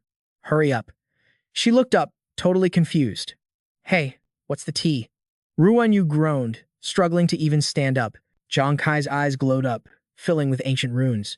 Straight up anime power-up. Something sus in the reflection. You see it? Hu Yan squinted but saw nothing. Nah, just a creepy mirror. Bestie. She turned to Ruan Yu. You seeing this? He shook his head, blind as a bat. Hu Yan frowned. Bro, are you hallucinating from the glare? Jang Kai totally ignored her. Demon eye is at max focus. I never miss. He drilled his gaze into the reflection, piercing the illusion like a boss. The face in the mirror turned pitch black. Glitch in the matrix? Nope. In her eyes, text began to manifest. Eye of terror. Hu Yan watched him, low-key worried. What are you yapping about? Jang Kai's voice trembled with realization. The eye of terror. Instantly, the spirit's head snapped a full 360 degrees. Blood-red eyes bulged out, locking onto him. She opened a mouth full of jagged teeth and hissed. You. Her voice was heavy, freezing the air. Conditions met. Activating Eye of Terror. Opening the gate of horror, Jang Kai's pupils dilated. A massive sense of doom washed over him. Boom! In a blink, he vanished right before their terrified eyes. They screamed. Captain Rage Mode activated for Hu Yan. You bastard. Bring Captain Jang Kai back. She lunged, ready to tear the ghost apart.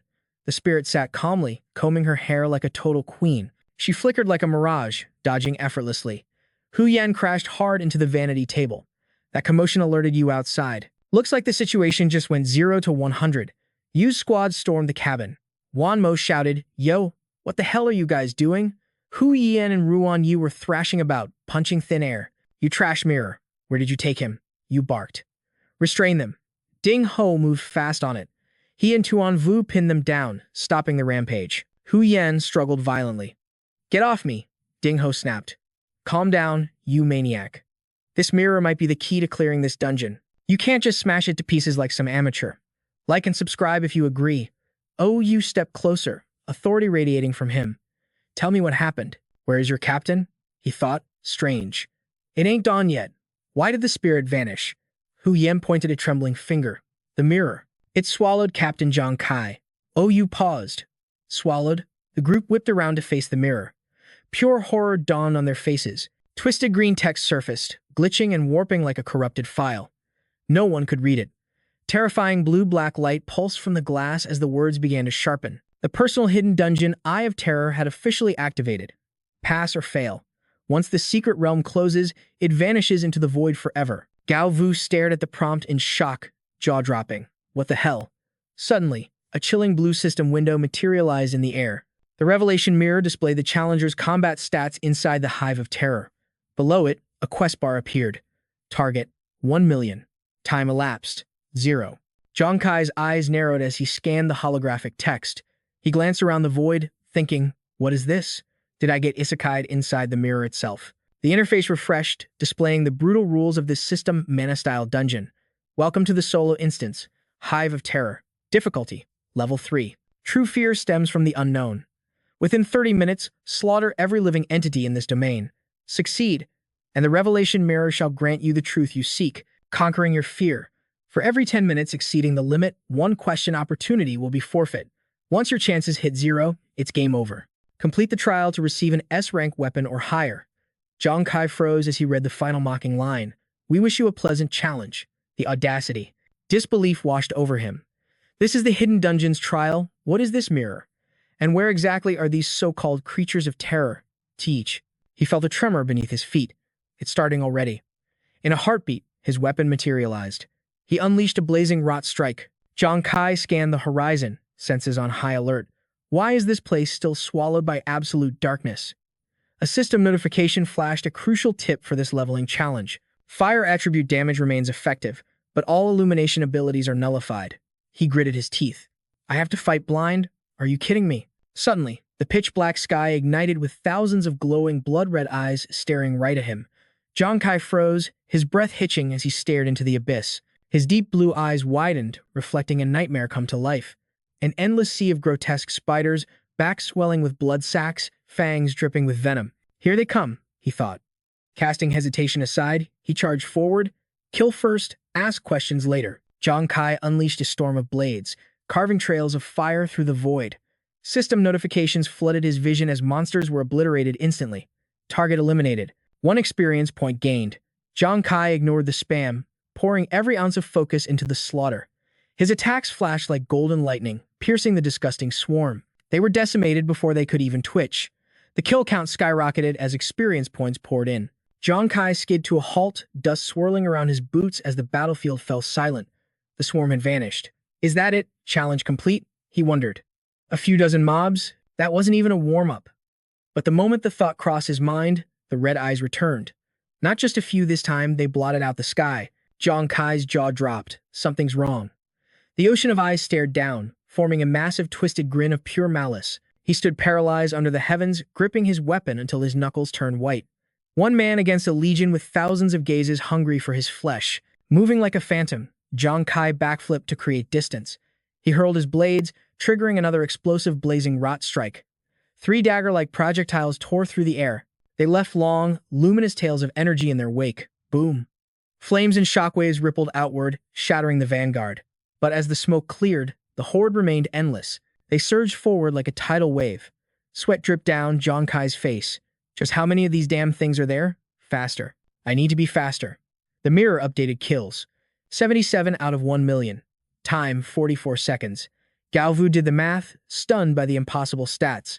Does that mean he slaughtered 77 monsters in under a minute? Quan Mak added, and those aren't weak mobs. He's insane.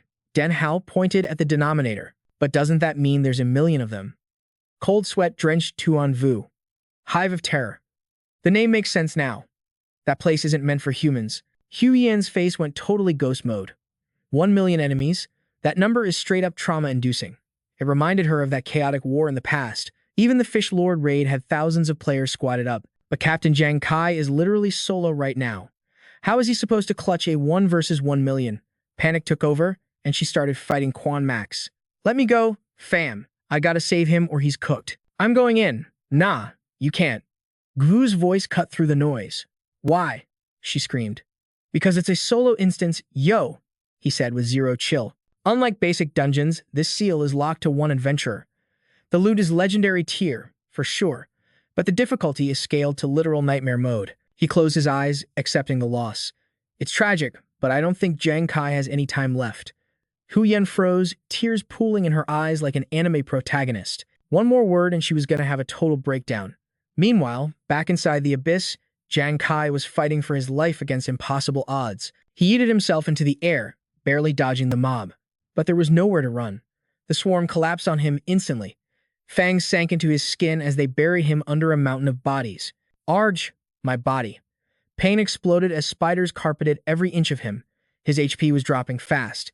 Is the skill gap really this wide? Is it game over? He clenched his fist, crushing a spider like a soda can. Like hell, I'm gonna be eaten by these trash-tier bugs. Blood dripped from his chin, mixing with the grime of battle. Rage blazed in his eyes as he roared. I refuse to die here. Death was inches away. But then, the system intervened. A dark azure card glitched into existence, hovering right before his eyes like a lifeline. Blue runes exploded around it, framing the chilling image of the Grim Reaper. Scythe in hand and a sinister smile on its face. That is some serious edgelord energy. The stats flashed before him. The gambler's exclusive weapon, the Death God card. Hidden effect, Wheel of Fate activated. But a question echoed in Jang Kai's mind. What was that voice just now? His consciousness got pulled into a realm of blinding light. His physical form began to dissolve, fading into drifts of azure smoke like he was lagging out. Staring into the haze, he whispered to the light. His eyes shifted, revealing the intricate swirling patterns of the focused demon eye. Time seemed to lag and freeze. Reflected in his gaze was a figure, a girl with flowing white hair holding a floating card. Then the notification chimed. Congratulations, near-death state confirmed. Hidden effect, Wheel of Fate of the Death God card has been triggered. Spinning the wheel now. A random outcome will be selected. Staring at the card in her hand, he thought, the Wheel of Fate? I didn't know the Death God card had a hidden mechanic like this. She raised her hands high as the mechanical voice droned on. Every outcome carries a dual effect, a reward and a punishment. Ideally balanced, as all things should be, right? Once the user spins, acceptance is mandatory. Warning. The gambler talent will amplify both effects exponentially. This effect can only be triggered once a month. Refusing to spin is basically forfeiting the game. Jang Kai locked onto the card. Double the reward, double the punishment. Is this a buff or a one-way ticket to the afterlife? The ultimate question appeared. Do you wish to spin the Wheel of Fate? Blood trickled from his lips, but a smirk cut through the pain. Do I even need to think about it? Of course I do, he roared. Spin that thing. The card erupted with blue energy, casting strange glowing runes across the void. Reality warped. Jang Kai's body turned pure white, yet his signature emerald eyes remained piercingly unchanged. Waves of raw, OP power pulsed from him. The agonizing pain that had wrecked his body vanished in an instant. He inspected his new form. Is this my mental space? My domain of consciousness? A brilliant golden flash caught his attention. He frowned, focusing on a massive clock manifesting before him, surrounded by swirling bands of golden runes. It was unmistakable. This was the Wheel of Fate. The needle jumped from the dead position, moving toward 1 o'clock. Jang Kai realized what was happening. Here comes the RNG. The needle didn't stop. It began to spin faster and faster, blurring into a circle. He stood frozen, a spectator to his own destiny. The needle spun endlessly until snap. It froze in place. Wheel of Fate, rotation complete. Jang Kai's eyes went wide as the final verdict scrolled across the screen. Positive status, rapid recovery. Combat fatigue will be restored instantly. This was the ultimate buff, the kind you only see in a top-tier pay-to-win system. Mana duration, 60 minutes. Talent amplification. Rapid recovery upgraded to extreme speed regeneration. All consumption is replenished at maximum speed. Physical condition set to peak performance, but then came the price tag. Negative status, exposed weakness. Critical hit chance increase when injured. Duration, 60 minutes. Talent amplification. Exposed weakness upgraded to fragile constitution. All injuries cause severe consequences. Pain reception doubled. Golden light exploded, wrapping Jang Kai in a cocoon of energy. The flow intensified, turning him into a beacon of blinding radiance. It felt like a warm current rushing through his veins. It's soothing, he thought, like chilling in a hot spring. The energy detonated within him. His entire body seemed to ignite, radiating an aura that scorched the air itself. Back in reality, the surge of power changed everything. The comeback starts now. He looked down at the monsters, not as prey, but like a god viewing insects. Those gross spiders lunged, totally oblivious to the fact they were about to get deleted. With a single spin, he unleashed a shockwave that blasted them back. He screamed the name of his salvation, Death God. The card moved with terrifying velocity. It pierced through the spiders like a needle through cloth. Controlled by his will, it slaughtered them in the blink of an eye, leaving nothing alive in its wake. He flicked his wrist, and the card obeyed the summons, snapping back into his grasp instantly. Jang Kai turned the Death God card hovering obediently above his palm. The pieces are set, he said coldly. A dangerous smile played on his lips. Now, let's gamble with our lives. Golden flames erupted from the card, streaking through the air. One by one, the monsters were skewered, their blood painting the ground in a gruesome display. But the swarm was endless, like a glitchy spawn point. No matter how many he slaughtered, it was like a drop in the ocean. The spiders kept coming. Jang Kai analyzed the battlefield instantly. The gambler active only lasts 10 seconds before a long cooldown. I can't sustain a drawn-out war like this. Then it clicked. Wait, the Death God card devoured the upgraded Fateacer skill. Its attack efficiency should be on a whole new level. He unleashed a massive strike. A shockwave of pure energy blasted the surrounding monsters backward, clearing a path. The card reappeared in his left hand, pulsating with raw power. He didn't hesitate. With a violent throw, he commanded, go. Before we see the destruction, smash that like button if you want this card. Yo fam, the impact was straight up apocalyptic. That card ripped through the air like a supersonic jet, dragging a tsunami of hellfire right behind it. He was literally counting down the slaughter. 3, 2, 1, boom. A chain of explosions rocked the map, sending shockwaves rippling out like an earthquake. The ground beneath his feet just gave up.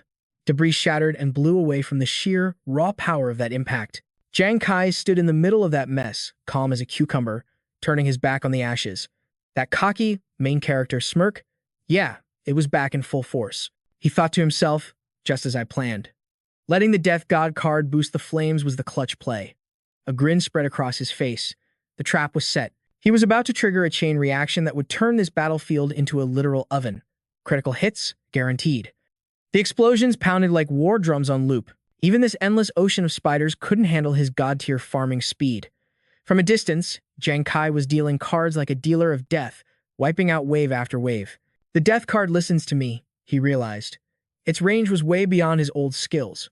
We're talking map-wide devastation here, guys. I can roast this entire battlefield in a single breath. The skull on the death card seemed to twist into a creepy grin, cackling as it feasted on the XP. The fire raged with zero mercy.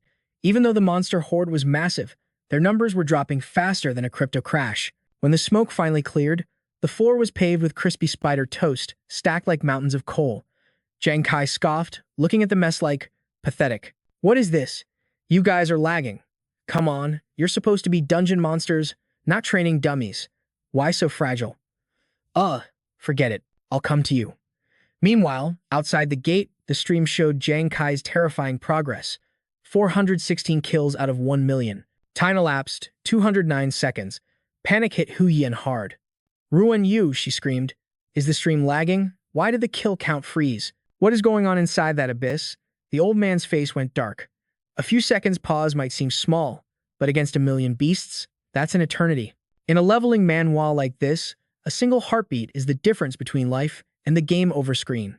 Quan Max sneered, loving every second of it. Exactly. This secret realm is hell mode. Obviously, he hit a wall. Don't worry about the dungeon. Book him a therapist for the PTSD he's about to have. Hu Yen started crying, but she snapped back, fierce as a lioness. Shut your trap. You're the crazy one. Nothing is decided yet. I believe in Captain Jang Kai. Quan Max just rolled his eyes. Look at the stats. Girl.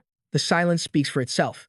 We grinded for months, but this noob just stumbled in by luck. If he actually survives this, I'll eat my words. But let's be real against a beast tide of 1 million. Jang Kai's walking dead meat. You want to bet on that? A deep voice cut through the noise. It was Ruan Yu. He glared at the hater, fists shaking with rage. Quan Max shut his mouth, frowning hard. The sheer pressure of Ruan Yu's aura choked him up. Ruan Yu stepped into his face. I asked you a question, bro. What are you willing to put on the line? Quan Max snapped, losing his cool. You people are delusional. Fine. I'll make it crystal clear for you simpletons. If Jang Kai walks out alive, I will kneel right here and call him daddy. But if he dies, he got right in Ruan Yu's grill. You kneel and call me father. You got the guts? Ruan Yu didn't hesitate for a microsecond. Bet accepted. Suddenly, Hu Yen's scream pierced the air like a siren. Oh my god, look at the screen. The two men broke their stare down and whipped their heads around. The kill count updated instantly, 6,201. Inside the dungeon, boom. A cataclysmic explosion tore reality apart. Blinding light swallowed the cave, shattering the earth into straight-up dust. Another wave of spiders screeched, rushing him. Jang Kai dropped from the sky like a literal god of war. So you were camping here. Come on, have some dignity. He was spitting fire with every word. Each attack detonated like a tactical nuke. Seeing the horde try to run, he laughed. Running away? The party is just getting started. Don't you dare quit on me now. The beast tide was swallowed by a pit of hellfire. Countless bodies vaporized in a snap, turning the cave into a chaotic storm of ash. Any beast lucky enough to survive the fire got sliced by his razor-sharp cards. The explosions rang out in a terrifying, unending symphony of destruction. After an eternity of violence, the noise finally stopped. The flames died down, leaving pillars of black smoke. Jang Kai stood in the ruins, the death card pulsing in his hand like a heartbeat. A blue system window popped up. Objective complete. All entities eliminated.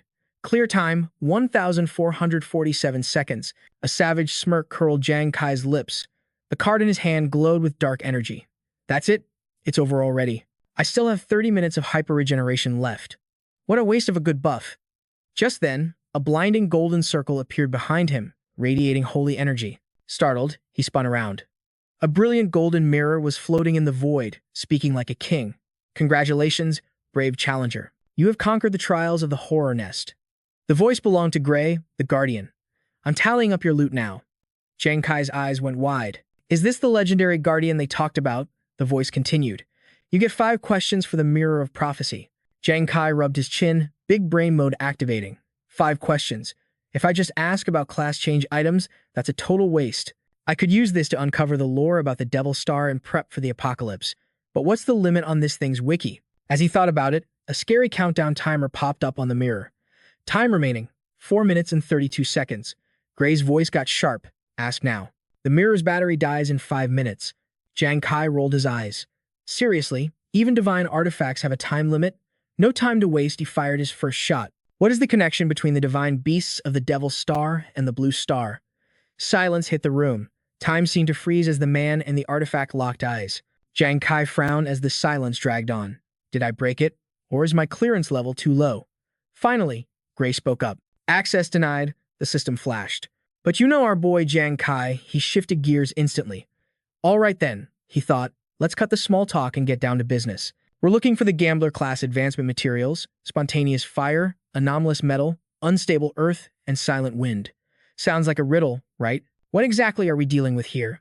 Suddenly, the mirror surface rippled like a disturbed pond. Golden light started weaving together, sketching out a hologram. A smirk played on his lips. Bingo. Across from him, the gray figure moved with the elegance of an angel but the pressure of a demon. Hands went up, and boom! The mirror exploded with holy light. Jang Kai's eyes almost popped out. Hold up, he thought. The image showed a withered ancient tree, completely engulfed in flames that never burned out. He gasped. The heavenly fire tree. He stood there, totally mesmerized by the projection of this legendary plant blazing in all its divine glory. Then, a ball of pure concentrated fire appeared, radiating heat so intense he could practically feel the burn. Suddenly, Nuon's advice clicked in his brain. Regular fire trees are 20 years old, but the ones over 30, they evolve into spirits. Fam. If you clap that monster, it might drop the fire tree heart, a rare mat that boosts flame stats. Jang Kai's eyes lit up. That's it. It doesn't need fuel. It generates the heat itself. The heart isn't an organ, guys. It's the core of spontaneous combustion. The answer had been staring him in the face since the blazing mountain range arc. The mirror rippled again, resetting the scene. Jang Kai locked onto the next puzzle. White silver iron. I know this one. It's that metal from the Phantom Realm. Liquid at room temp. Shapeless metal, right? A spark of genius hit him like lightning. The reflection shifted, showing a totally dead wasteland. No life, nothing. He analyzed the vibe. Barren land? Nah, that's too easy. He squinted at the orange-red void. No people, no buildings, just emptiness. But wait, tiny white specks were dancing in the air. His mind started racing. Dust particles. Dust settles to become earth, but floats as dirt in the wind. The mirror swirled again, showing a crystal-clear blue sky with clouds drifting by. Jang Kai rubbed his chin, deep in the zone. The sky. But there's nothing there. Is it the stillness? No. Then he caught a tiny detail. Wait, it's not empty. It's the air itself. Ding. A notification chimed. 5 riddles solved. Jang Kai stood there, tallying up his score. Fire, heart, silver, iron, dust, air. He chuckled to himself. Turns out the materials for the level 20 gambler upgrade are things we see every single day. The key was breaking out of NPC logic to see what others missed. If the pattern holds, the river source must be. He said it out loud. The eternal cycle of heaven and earth. It's rainwater. A winner's grin spread across his face. Answer confirmed. Like a true main character, this new class was about to give him a god-tier power boost. Klee's voice cut through the hype. Now, receive your second reward. Jang Kai froze in his tracks. Time slowed down as an octagonal, glass-like artifact floated silently in front of him. System alert. Congratulations. You have received an SS rank weapon. Holy Radiance Crystal. SS rank. He whispered the name like a prayer, reaching out to grab the loot. The stat window popped up immediately. Holy Radiance Crystal. A psychokinetic weapon. When activated, it forms a holy halo within a half-meter radius. Halo effect, Soul Cleanse. It purifies mental debuffs and grants immunity to one random spiritual attack for anyone nearby. Jang Kai mused, it's not just for me. I can protect the squad with this. It's controlled by willpower, just like my death cards. Perfect. His grip tightened around the crystal. But that purification stat, that's the real game changer. Humans are usually trash against mental attacks. Remember that Siren Elite? Her despair scream alone wiped out countless adventurers. He smirked with full confidence. With the necro armor I snagged earlier, and now this. I'm basically immune to psychological warfare, fam. Another notification blinked. Combat mode. The halo binds the target, locking down all movement, 0 energy cost for the user, and kills recharge the battery. Bind duration, 3 seconds to 180 seconds. It depends on the power gap between you and the enemy. He scanned the text, stunned. It's even got crowd control skills. Unexpected. But for an SS rank, isn't being purely defensive and support a bit underwhelming? Why is the rating so high? As if reading his mind, the system updated. Note, the Holy Radiance Crystal is a unique Phantom tier weapon. Upgrade it with Tears of God to unlock double activation. Unique Phantom tier. His voice dropped to a whisper. My death card is unique to the Gambler class. But this is the only one in the entire Phantom realm. That meant one thing. This is my new trump card. Meanwhile, outside the mirror, the progress bar hit 100%.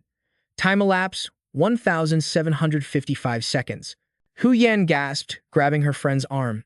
Oh my god, Ruan Yu. Look, count the zeros. Am I tripping right now? Ruan Yu roared with hype. It's 1 million. Captain Jang Kai actually did it. He cleared it. Nearby, Govu went pale as a ghost. What? He killed 1 million monsters. Quanex scoffed, arms crossed. Impossible. That machine is definitely broken. Suddenly, the mirror exploded with light. Blinding radiance flooded the hut, forcing everyone to cover their eyes. Hu Yan peeked through her fingers, eyes sparkling with pure hero worship. Silence fell over the room. Jang Kai appeared out of nowhere. He stood there, calm, composed, with that confident main character smile. Captain Jang Kai. The cheers erupted instantly. The wooden hut began to dissolve, glitching out into digital pixels before fading away. The simulation ended, bringing them back to the real hillside. Ruan Yu rushed over, voice trembling with excitement. Captain, was there really a monster nest in there? How did you slaughter 1,000,000 of them? Hu Yan chimed in too. And the traps. Did the warden try to stop you? Jang Kai smiled softly, keeping it cool. Hu Yan, Ruan Yu one at a time. I can't answer everyone at once. Suddenly, Gavu's voice cut through the noise. Jang Kai, I'll keep it real. I don't know how you pulled it off, and my pride is hurting. But congratulations on clearing the dungeon. He paused, extending a hand. Also, my bad for the earlier attitude. I shouldn't have used the demoness to test you, or look down on you. I gotta admit, you're the most cracked young explorer I've ever met. A smirk tugged at the corner of Jang Kai's mouth. Yo, what kind of person am I? I don't need nobody else to define my vibes.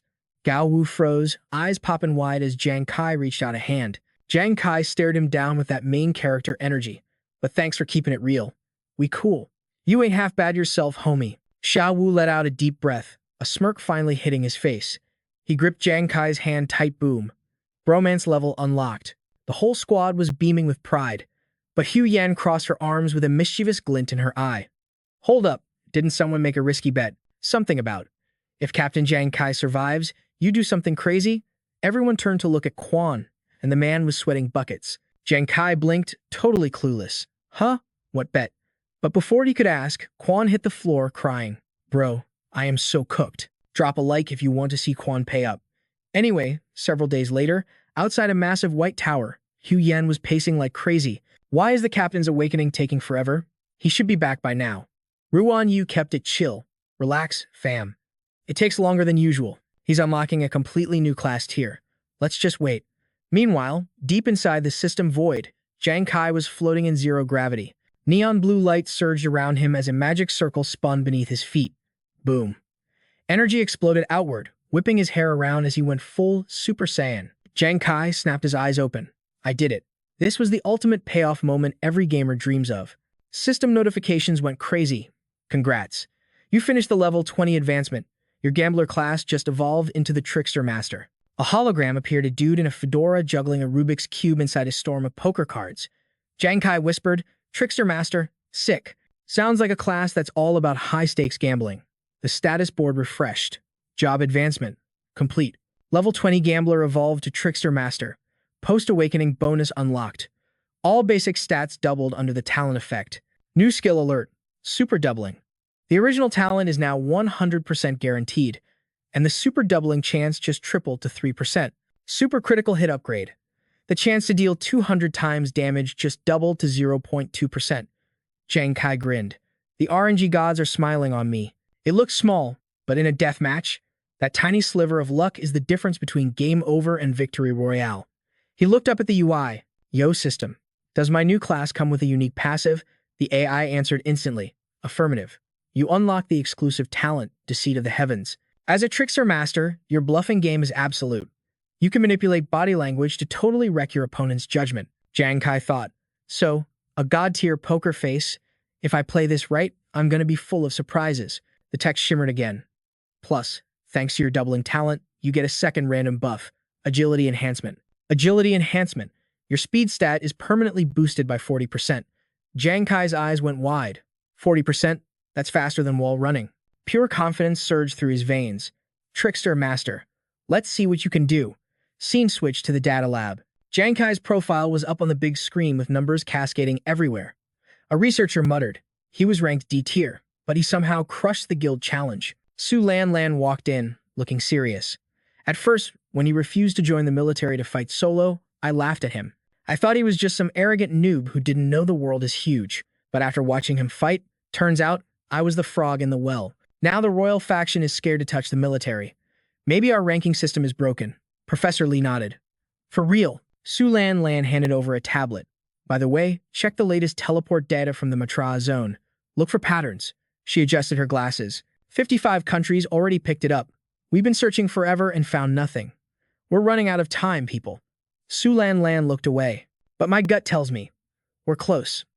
As the sun went down, moonlight filtered through the spooky forest canopy. The trio walked through the shadows until Hu Yan leaned against a tree. I'm dying, bruh. We've been walking for hours. Where are the howling moon wolf demons? Ruan Yu frowned. Captain, you think someone else already farmed this spot and wiped the whole pack for XP? Jang Kai shook his head. Impossible. Howling moon wolf demons ain't your average doggos. They walk on two legs like us. That means they got hands.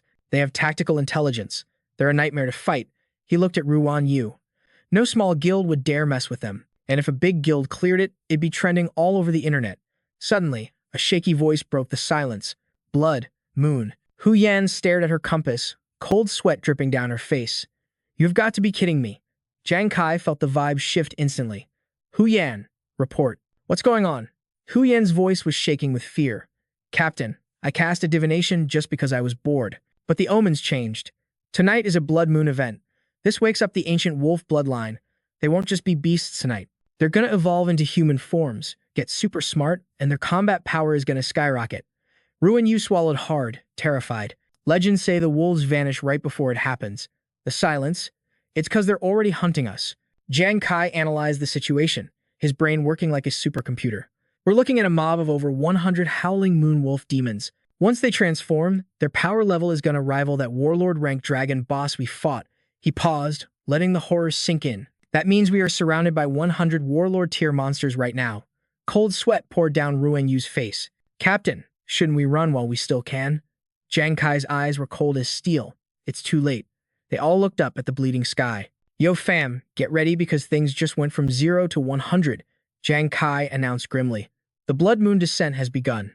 Above them, that celestial orb turned a sickly, malevolent crimson. The whole server looked like it was drowned in a horrific red glow, making the very air feel heavy enough to crush you.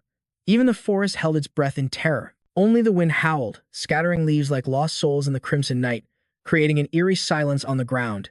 The gale force blinded Hu Yan, and her precious BWA compass slipped. No, my artifact. The compass rolled away, and she scrambled after it in a total panic. Disaster, my compass is gone. But from the shadows, blood-red eyes ignited. A predator locked onto its prey, staring intently at the intruders. Hu Yan remained oblivious, desperate to find her gear in the underbrush like a total noob. She had zero danger sense that a reaper was standing right in front of her. Suddenly, a shadow burst forth. Like a black arrow of death, it shot straight for Hu Yan with killing intent. Fear paralyzed her. She stood frozen, eyes wide, watching the beast close the distance. The shadow moved like a phantom, zigzagging through the air with lethal precision to strike her down. Jang Kai channeled his energy, roaring. Hu Yan dodged instinctively, threw her hands up, and caught the projectile midair. Her eyes went wide, staring into a pair of stunned purple eyes within her grasp. Holding the small creature aloft, she wailed in despair, completely ignoring the danger. I am doomed, my compass.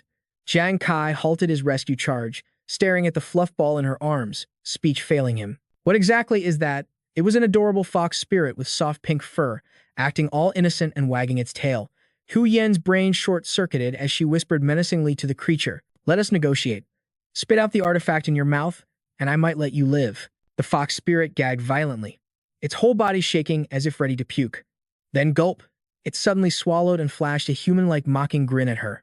Hu Yan's expression shattered. She looked completely done with life, her smile uglier than crying. She erupted in tears, screaming, You little thief, spit it out right now. Jang Kai and Ruan Yu rushed to hold her back. Calm down.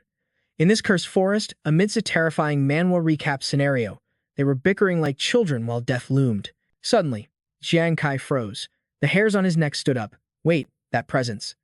Hundreds of eyes lit up the darkness behind him. In the center, a massive demonic gaze burned like hellfire. The beast stepped into the light, wolf-like, but standing on two legs. Muscles rippled under fur and their fangs dripped with saliva, looking like nightmares brought to life. A holographic interface flashed, warning. Mutated monster detected. Howling moonwolf demon. This is a classic awakening Manhwa crisis.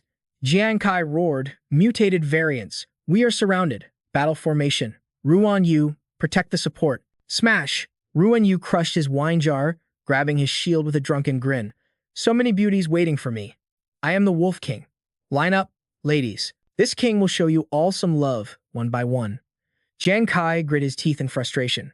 Bad move. He has not entered the drunken stupor state yet. The frost shield alone cannot withstand a horde of high-level mutants attacking from all sides. He dashed forward to intercept. Hu Yan, stick to the tank. We move together. Hu Yan responded instantly. Roger. The flank 5 mutated wolves lunged at Ruan Yu. Jang Kai unleashed a blaze of fire from the rear, calculating rapidly. High attack, 0 defense. I need to kite them and nuke from a distance. The projectile struck true. The beasts could not react in time. The blast pierced their chests in a spray of gore, executing them instantly. Boom! Their bodies detonated into pure energy from the overload. System notification. Mutated howling moonwolf demons. Level 45, eliminated. Ruan Yu wailed like a maniac, tears streaming down his face. My beauties. Damn it! Who dares ruin the Wolf King's harem time? Jang Kai stood behind him, his expression grim. A suspicion took root in his mind. There is a swarm of them. Why attack in small waves instead of a full rush? A realization struck him like lightning. Wait, are they testing our power levels? As if to confirm his fear, a fresh wave of monsters stepped forward from the pack. Jang Kai's combat intuition was never wrong. Staring down the horde, he knew his hypothesis was correct. No time for hesitation. He unleashed a volley of flame strikes. Whoosh! The weapons flew, tracking the monsters. Boom! Immense energy erupted, creating a shockwave of fire. The center of the formation turned into a blazing inferno. The smoke cleared, but the nightmare was not over. Behind the charred corpses, more mutated wolves advanced, utterly devoid of fear and eager for blood. Hu Yan screamed in panic. Captain Jang Kai, my chasing order skill triggered 4 critical hits, but I only dropped 4 of them. There are 17 left in this wave alone. Jang Kai's mind raced, looking for a strategy. These beasts are cunning. They are spreading out to nullify my area of effect damage. Behind you. Hu Yan's warning pierced the air. A mutated wolf had ghosted into Jang Kai's blind spot, claws raised high to crush him. Time seemed to freeze. Jang Kai stood with his back turned, motionless as a statue, showing 0 reaction. The razor-sharp claws descended with crushing force. In the final microsecond, Jang Kai's eyes shifted. A glint of absolute dominance flashed. Slash! The claws passed harmlessly through his body. An after-image, he had vanished into thin air using the deceiving the heavens technique. He materialized high in the sky, looking down like a god. The reality you see is only what I allow you to see. Now, embrace the agony of death. He spun in midair. Life Chaser, go. His weapon pierced the beast like a judgment bolt. Light exploded from within the monster, followed by a scream of agony. System. Mutated howling moonwolf, level 55, slain. Meanwhile, Ruan Yu charged 3 monsters with a shield, drooling. Come here, my beauties. Wolf King brother is here for you. It was pure chaos, typical of a leveling Manhwa. His expression twisted in pure chaos. Scorching streaks of fire blazed right past him, yet he remained oblivious to the danger. Boom! 3 mutant wolves were instantly incinerated. The system chimed with a cold notification. Mission update.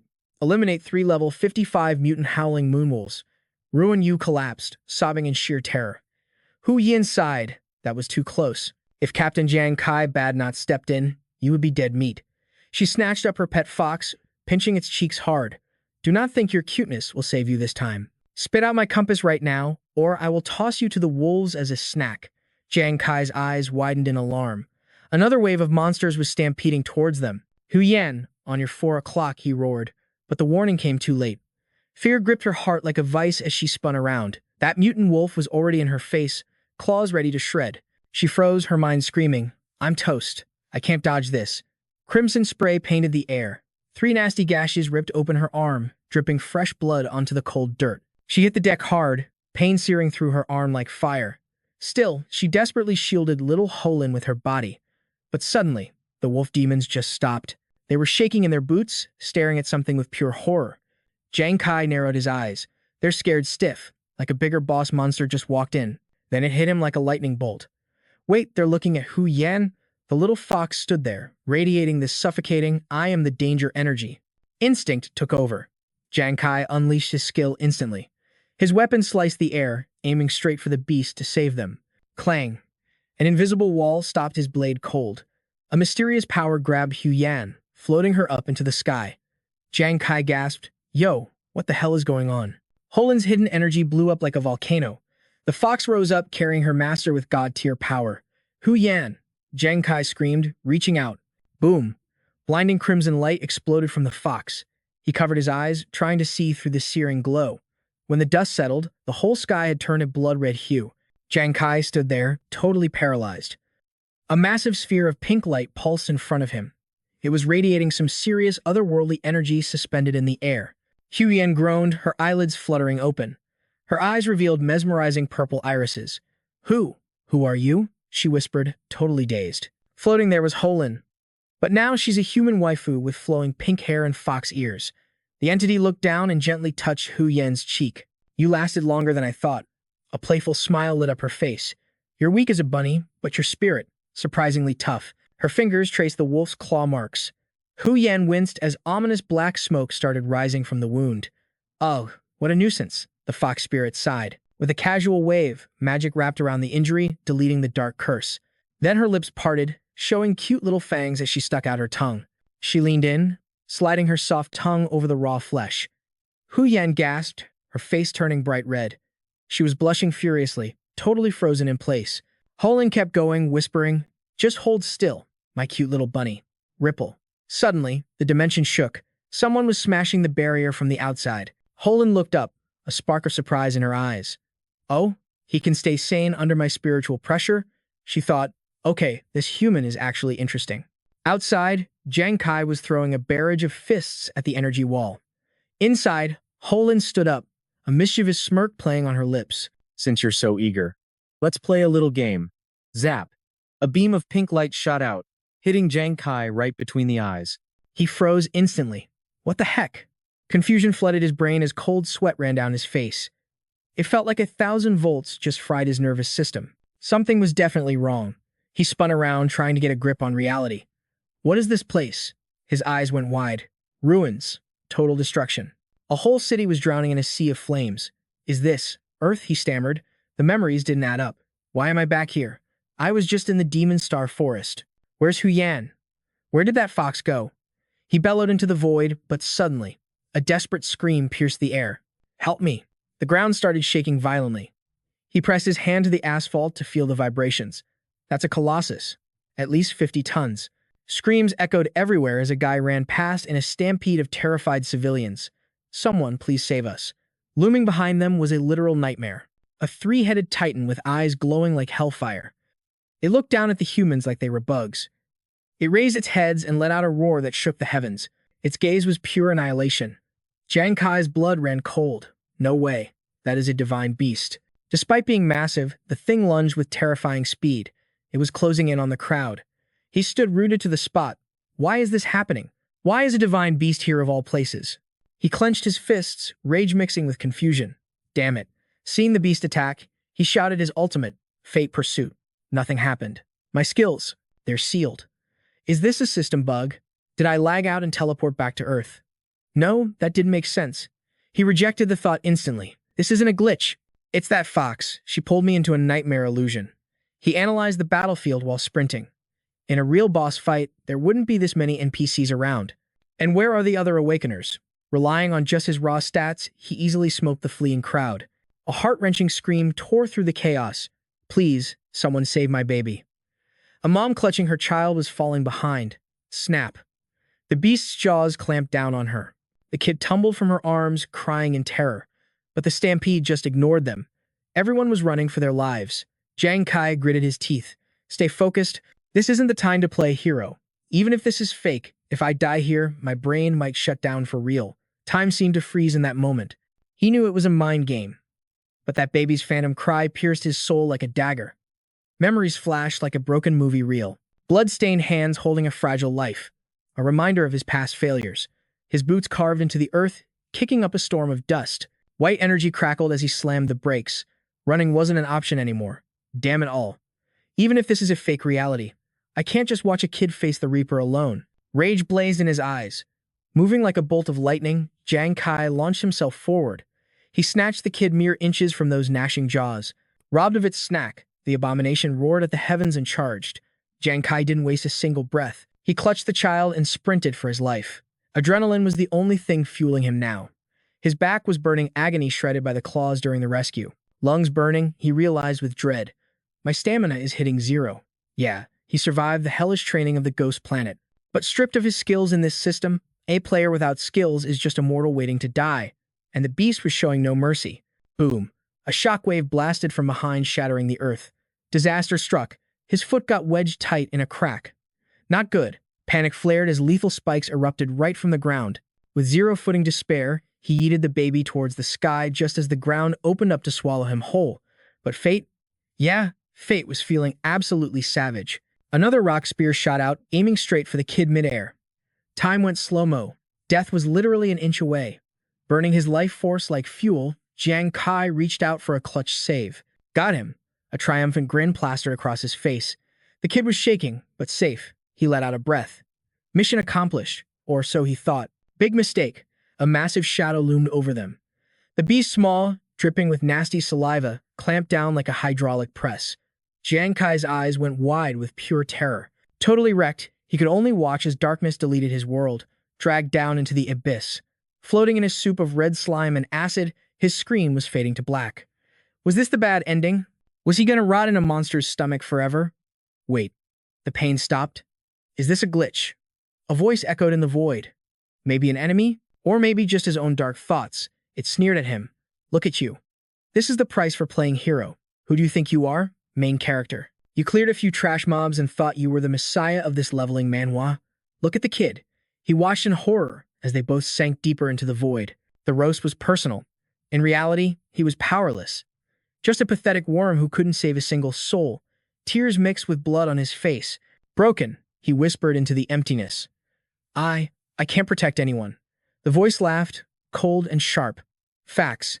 Admit it. You can't even save yourself, so why bother with the NPCs? Through blurry vision, a figure walked up. It wasn't a stranger. It was his own reflection, staring back from the darkness. Humans are selfish creatures, the shadow whispered. Seeing you suffer is cringe. You've done enough, haven't you? The shadow Jang Kai gently touched his face, pulling him into a hug. Stop fighting the inevitable. Just sleep, bro. The abyss started to fade. He felt like he was sinking into the ocean. But then... Bubbles? Sunlight pierced the gloom. The scene switched instantly. A warm voice called out, "Little Jang Kai, why are you zoning out? Sit down. Eat before the food gets cold." Next to her, a man lowered his newspaper. The boy is fried. He pushes himself way too hard. It was the perfect picture. A happy family. A table full of home-cooked love. Jang Kai froze. He was still wearing his battle-damaged armor, dripping blood. Yet, standing in his living room, his mom chuckled softly. That's our boy. Even when he scrapes his knees and wants to cry, he insists he's Gucci. His dad nodded. True. Our little Jang Kai always tries to be the man. But no matter how tough he acts, he's still our kid. Jang Kai stood there, paralyzed. Shock turned into disbelief, then heartbreaking longing. His lip quivered as he choked out, "Mom? Dad?" His father's voice was deep and soothing. "Come on, son. If you're tired, just come home." That call hit him right in the feels. He felt like a little kid again. The smell of roast chicken and warm rice was begging him to give up. His hand, suddenly looking small and clumsy, reached for them. "Home?" he asked weakly. The young Jang Kai reached for the bowl, his voice shaking. "I'm sorry." His parents watched in silence. Suddenly, the small hand transformed armored, muscular, and jacked. Bam! He smashed the table. "But this is the path I chose." The adult Jang Kai stood tall, his conviction shaking the room. Seeing this, his parents just smiled. White mist with soft blue light started drifting from them. Well, his dad laughed warmly. "Guess there's no stopping him, huh?" "That's right. He's leveled up. He has his own will now." As they started to fade, they dropped one final truth bomb. "Never forget your origin story, son. March forward with courage. We are always proud of you." Jang Kai clenched his fist, tears drying instantly. "I will." As the last wisp of smoke vanished, he smiled. "I get it now." The peace lasted for a split second before reality crashed back in. Boom. The cozy room shattered like glass. Jang Kai was sucked into a blinding vortex. Shards of the illusion, reflecting his past self, were breaking apart. Behind those shards, hungry beasts were waiting. But weirder still, a copy of Jang Kai stood there, eyes wide in absolute shock. "What the?" the imposter gasped. The real Jang Kai glared back, fury burning in his eyes. "So this entire awakening manhwa nightmare was your doing?" Without hesitation, Jang Kai summoned his divine weapon. Aura exploded around him. The clone regained his cool, smirking with arrogance. "Well, aren't you full of surprises? You rejected a perfect paradise. Was it not sweet enough for you? Jang Kai's face went dark, his eyes shining with lethal intent. The only thing sweet will be your defeat. No matter how you gild this cage, facts remain. It is nothing but a fragile, beautiful delusion. Rather than hide inside this fake world, I'll shatter it with my own hands. A mocking sneer twisted the clone's lips. A beautiful delusion, huh? You mean something like this? Pink energy swirled from his hand, suffocating the air with hypnotic vibes. His grin went full predator mode. Interesting take. I like it. Let's play a game then. In this world of lies, think you can end me?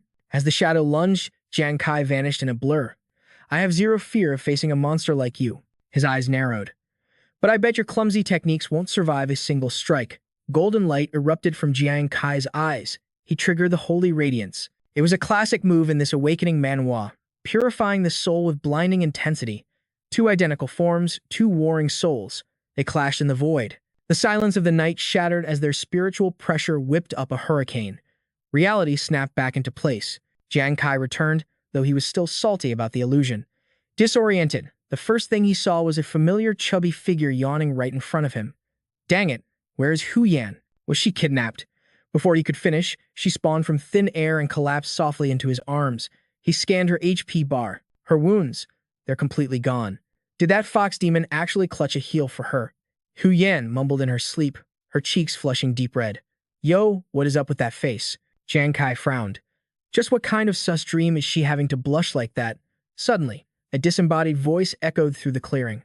An adventurer from the Holy Divine Kingdom. You are way more entertaining than I thought. Who's there? Jang Kai's senses sharpened, scanning the empty woods. He gently propped Hu Yan against a tree and drew his weapon. Show yourself. Stop camping in the shadows. Ho Lan's voice dripped with amusement as she replied. Humans are always so messy. She laughed softly. A pity. The you of today ain't worthy to speak my name yet. Provoked, Jang Kai roared. Who you calling arrogant? The invisible entity totally ghosted his outburst. But since you're actually kinda cute, I'll give you a freebie. Her tone turned serious. Listen up. I'm only dropping this knowledge once. What kind of forced quest is this? A golden light condensed, spawning a magnificent map right in his hands. Jang Kai was shook. Yo, what is the meaning of this? Message delivered. Holland giggled with delight. Looks like my boredom is finally over.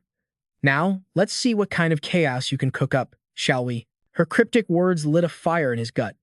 Jang Kai sprinted toward the sound, but his desperation just fed the fox demon's amusement. Stay interesting, little human. Make sure you entertain me properly next time, Jang Kai shouted into the void. Hey, wait, hold up right there. But he was left on read by the silence of the night and the pale moon hanging above. Jang Kai lowered his head, whispering, Dang, she really dipped. The next morning, the peace was shattered by a high-pitched scream. Captain Jang Kai, did I really almost get deleted yesterday? Wait, so that fox spirit actually came in clutch and saved me. Jang Kai pressed for info. Why would a demon save a human? Did she say anything sus? Do you remember the details? Hu Yan blinked blankly. Huh. She could talk? Maybe my brain got lagged. I think I slept through it all. Suddenly, a crimson blush spread across her cheeks, except for that dream. In her mind, the memory hit her in 4K. The fox lady descending like a goddess, whispering sweet nothings into her ear. Consider this a reward, much sweeter than blood. My adorable little rabbit.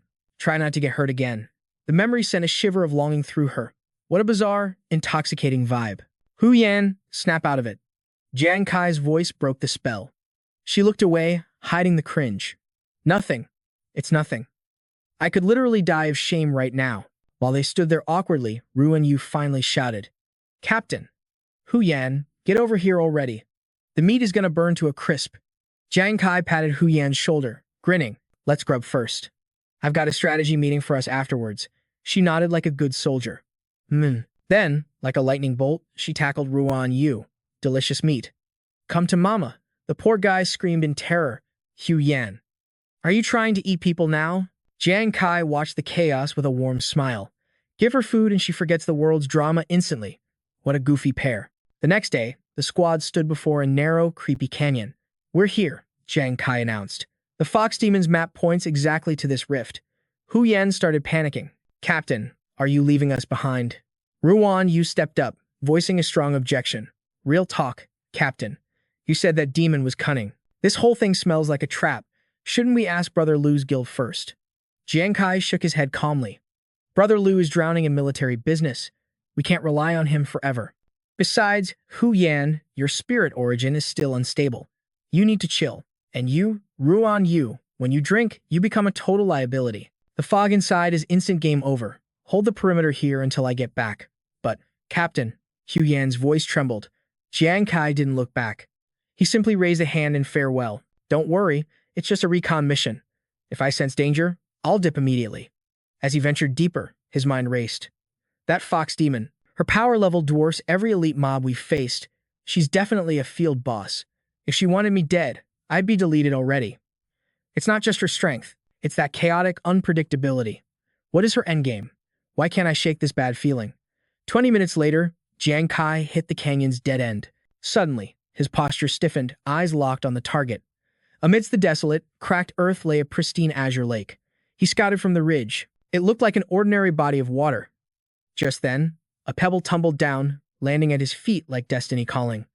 He kicked the stone into the glassy surface. Plop. Instantly, the vibe switched. Ripples turned into violent, churning waves. Jang Kai's instincts screamed. Danger! This isn't just water. His pupils dilated as he stared into the abyss beneath the surface. What in the world is that? A crushing, killing intent exploded from the depths. It was a suffocating pressure, far surpassing even the fox demon. As the water erupted toward the sky, he knew the boss is awakening. Jang Kai scrambled for an escape route. Damn it, was I played? Is this the trap she set for me? He spun around, ready to bolt. Run! I need to yeet out of here now. But he barely took a step before freezing in his tracks. His body screamed in terror as a massive shadow loomed over him. A strange, suffocating pressure crushed his chest. Why was he shaking? It felt as if terror was the only emotion left in his soul. Even when he first stepped on the ghost planet, facing down grotesque monsters and the cold breath of death, he never felt this. The despair. It felt fake, like something was intentionally hacking his brain to amplify his fear. But logic cut through the haze like a blade. If this entity was truly so terrifying, why was it hiding underwater like a frightened rat? If it wanted him close, why hadn't it struck yet? Cold sweat dripped down Jang Kai's grimacing face as his feet skidded to a halt. There was only one explanation. It was bluffing. It was trying to scare him off to protect the loot. Instantly, the paralyzing dread shattered. Jang Kai cast aside his hesitation. He unleashed his spirit aura eyes, locking onto the rising surge of water. All right, then. Let's see what kind of trick you're playing. Suddenly, shock replaced his resolve. Wait, the wave wasn't attacking? It was transforming into a swirling, luminous vortex. A holographic window popped up, a classic system trope, Monoworld. Congratulations. You have discovered the teleportation array, Temple of Mitra. He snapped back to reality where global news was already exploding. The headlines were savage. The Holy Light Nation was set to become the only country disqualified from the global hegemony tournament. Mocking voices filled the airwaves. Didn't the Holy Light Nation brag about their power? Maybe if they get on their knees and lick our boots clean, we'll toss them a hint. Facts. Grovel, beg us, and maybe we'll consider helping you find a gate. Hearing the insults, a hand gripping a chair armrest tightened until the knuckles turned white. Commander Wei Ying frowned, fury burning in his eyes. Is there truly no hope left for us? Suddenly, the door burst open. Commander Wei looked up, startled. Little Lu was losing his absolute mind. He slapped that desk like it owed him money. His face beat red with pure hype. Commander Wei, we found it. The teleportation array is real. It was Lu Jun screaming like he just pulled an SSR character. Wei Ying shot up from his chair, looking like his brain just short-circuited. Run that back one more time. The scene cuts to the ravine, and it was total pandemonium. Guards had the place on lockdown, barking at the nosy crowd to stay behind the yellow tape like bouncers at an exclusive club. Ruan Yu stood there watching the swarm, a little smirk playing on her lips. Look at them go. You think a legendary raid boss just spawned right in front of their faces. Hu Yan sighed, scanning the crowd with her eagle eyes. Can you blame them, though? Hooking up to a teleportation point is basically the Holy Light Nation's #1 quest right now. With the army rolling out like this, keeping secrets is impossible. She leaned in, whispering with that gossip energy. Captain Jang Kai, you secured the bag. Big time. Not only did we score 2,000 guild points, but the city big shots are going to treat you like royalty. Jang Kai just scratched his head, looking like the humble king he is. The trio was vibing when a massive, booming laugh echoed from behind like thunder. They spun around to see Wei Ying approaching, walking with that main character swagger. It really is a teleportation array. Jang Kai, you act like the protagonist of a leveling manhwa. Always dropping surprises on me. The crowd instantly went wild. Yo, look, it's Commander Wei's squad. Jian Kai immediately bowed out of respect, but Hu Yan, she went full fangirl mode, screaming, "It's really him, Wei Ying, the guardian deity of Jiangjiang City." A nearby officer immediately shut that down. "Watch your mouth. Put some respect on the commander's name." But Wei Ying just waved it off, smiling like a cool uncle. "Relax, soldier. This isn't a formal ceremony. Besides, any homie of Jian Kai is a homie of mine." Standing next to the commander was a man dripping with elegance and dangerous vibes. Hua Tian Chen, the head honcho of the War God Hall's reserves. He narrowed his eyes, sizing up our boy. "I've heard Commander Wei hyping you up non-stop. Finally, I get to meet the legend in the flesh." Jian Kai looked confused, like, "Who, me?" The gentleman shook his hand, grip strong as steel. "My bad. Everything's been chaotic. Let me introduce myself properly. I am Hua Tian Chen from the Holy Light Nation's War God Hall. Your clout is astronomical, Jian Kai." RMC nodded respectfully. "An honor, Instructor Hua." Behind him, Hu Yan and Ruan Yu were practically hyperventilating. The War God Hall, even the chief instructor knows Captain Jian Kai. His fame is off the charts. Wei Ying stepped in to drop some lore. "Tian Chen is also the referee for the upcoming national tournament. The second he heard you found the gate, he had to pull up with me." Hua nodded, looking impressed. "You're the real deal. You've done the nation a massive solid today, kid." Wei Ying's face suddenly got serious. "We need to reward you properly. Jian Kai, you solved a crisis that was about to wipe our country off the map. Aside from the glory, I've decided to slide my personal share of the reward directly to you." The girl's eyes widened, basically seeing dollar signs. "That is life-changing money." But Jian Kai, he shook his head. "I don't want the extra cash." The whole squad froze. "Wait, what? Did he just reject the bag?" "Commander, listen. I'm just a nobody. No powerful family, no connections, zero authority. Ever since I entered the ghost planet, the royals tried to crush me. The big guilds blacklisted me.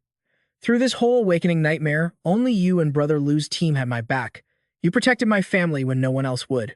That grace, that debt, I'm carving it into my soul forever." Wei Ying was stunned into silence, but he tried to argue. "Jian Kai, don't let feelings run the show. I know you're broke. You're young, fighting solo in a monster-filled world. What happens when your funds hit zero?" Jian Kai's gaze didn't flinch. "I'm not being emotional." He looked the boss dead in the eye. "Remember what you told me back at the ruins in the safe zone? When we watched that transcendent battle with the beast god," Wei Ying nodded slowly, reciting his own philosophy. "The rise and fall of the world is every man's responsibility. In this world, someone has to step up.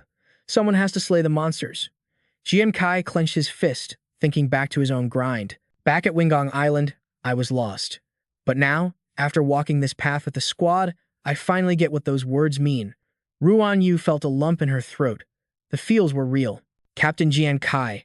He stood tall, rejecting the prize one last time. "Commander, without you, I wouldn't even be breathing right now. This reward, it belongs to you." Suddenly, sunlight broke through the clouds, lighting him up like a literal saint. "Compared to the unrivaled transcendence, I might be weak. My understanding might be shallow, but I will always fight by your side in my own way." He smiled, radiating that true hero energy. "No cap, what a legend." Commander Wei Ying's face went dark like a gathering storm. The vibe switched up so fast, even Tian Chen felt like he was suffocating. This rookie was turning down a personal gift from the commander himself. People would kill for that honor. Yet, he said no in front of everyone. Rage flared in the commander's eyes as he launched a fist forward. "You have some nerve, kid," Ruan Yu screamed in terror. "Captain Jian Kai." But the fist stopped millimeters from Jian Kai's nose. The wind pressure alone could have killed him. "You are stubborn enough that 10 oxen couldn't pull you back." The commander grunted. Ruan Yu and Hu Yan were sweating bullets, but Jian Kai didn't even blink. He stared right back, forcing the old veteran to back down. "But it is exactly that fearless grit." Wei Ying slapped his shoulder with a heavy laugh. "That makes you worthy of my respect. You fear neither heaven nor earth." Jian Kai was stunned by the sudden mood swing. The soldiers in the back dropped their jaws. "No way.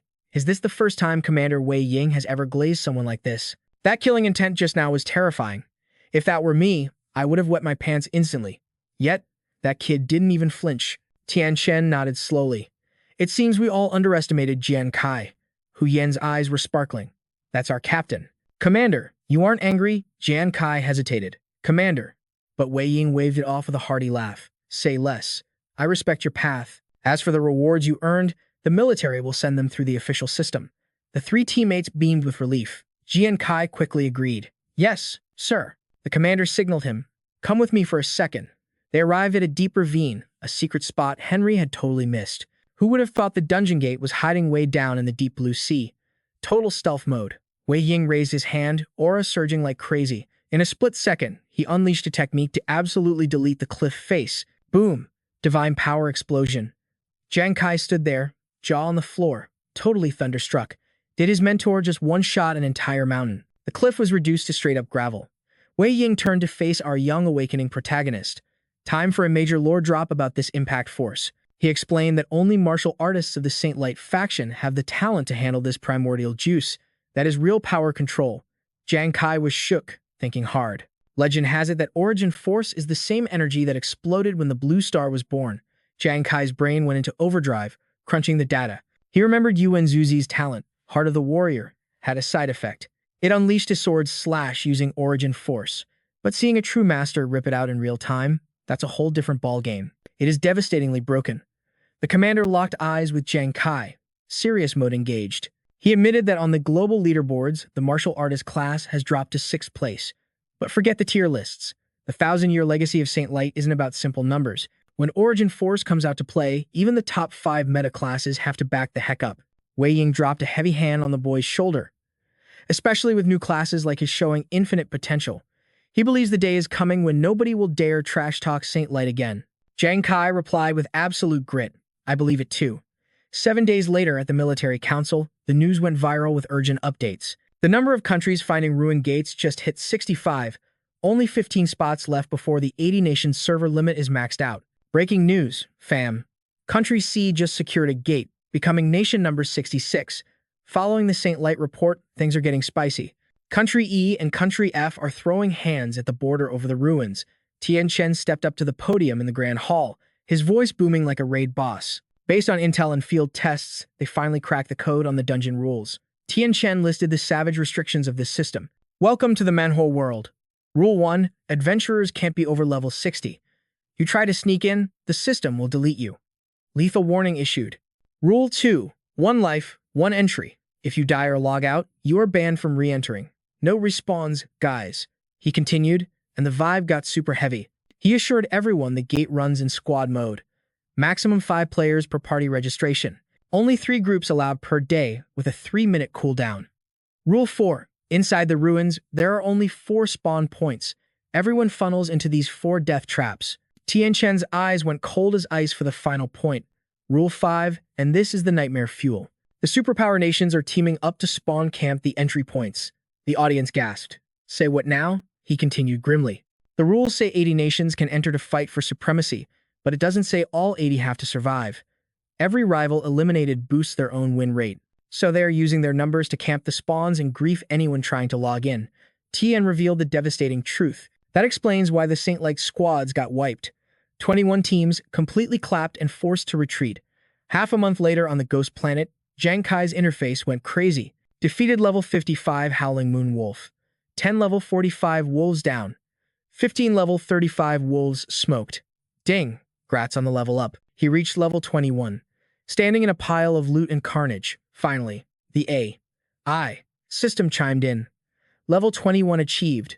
New class skill unlocked. Deceptive Shadow Clone. A hollow window popped up, breaking down the new awakening ability. Level 1 lets him drop up to 3 clones. When he pops the skill, the main body goes into stealth mode. Jang Kai's eyes lit up. A substitution jutsu? Okay, I'm listening. The system continued. The clones mimic movement, gear, and skills perfectly. But here's the catch, their attacks are fake news. 0 true damage. Jang Kai frowned, totally bummed. 0 damage, so if I get caught, I just take a beating without fighting back. But then, he read the fine print. When Deceptive Shadow Clone takes a hit, it syncs up and drains the attacker's stamina and spirit power. The clone doesn't poof, it tanks it. When he recalls the clone, all that absorbed juice transfers to the main body. A wicked grin spread across Jang Kai's face. Oh, I see you, game devs. This isn't just a meat shield, it's a battery charger. It looks like he's getting beat up, but really, he's vampiring the enemy dry. The specs flash before his eyes. Clone lasts 10 minutes. Range limit 30 meters. Absorption can't go over his own max stats. This phantom decoy technique gives him crazy flexibility. Send him all in at once or drip feed them one by one. The cost was steep, though 500 spirit points to regen a single clone. But once he hits level 30, this skill evolves. Jang Kai ran the math in his head. 500 points is heavy, but with his current regen, he can refill that in a few days. A terrifying intensity started burning in his eyes. With the gamer's double talent active, I wonder what bonus loot awaits. The hype was electric. The double talent triggered instantly, rolling for a random class ability. It's that classic gacha thrill where luck defines your fate. The interface flashed and landed on a name. Fishing in troubled waters. Level 1. Attacks the target. For every 1% of health the enemy loses, his 4 basic stats surge by 19 points. Critical hit rate and crit damage amp up by 1% too. It's a passive that scales with the chaos of battle. Upgradable at level 30. Jang Kai clarified carefully, voice trembling with excitement. So the more energy they burn, the more insane my damage gets. His mind raced with the strats. He's heard of berserkers getting stronger when they times bleed. But this makes him a god when the times enemy times bleeds. Who's the boss now? Suddenly, his wrist gadget buzzed, killing the vibe. It was Yuan Shuzi.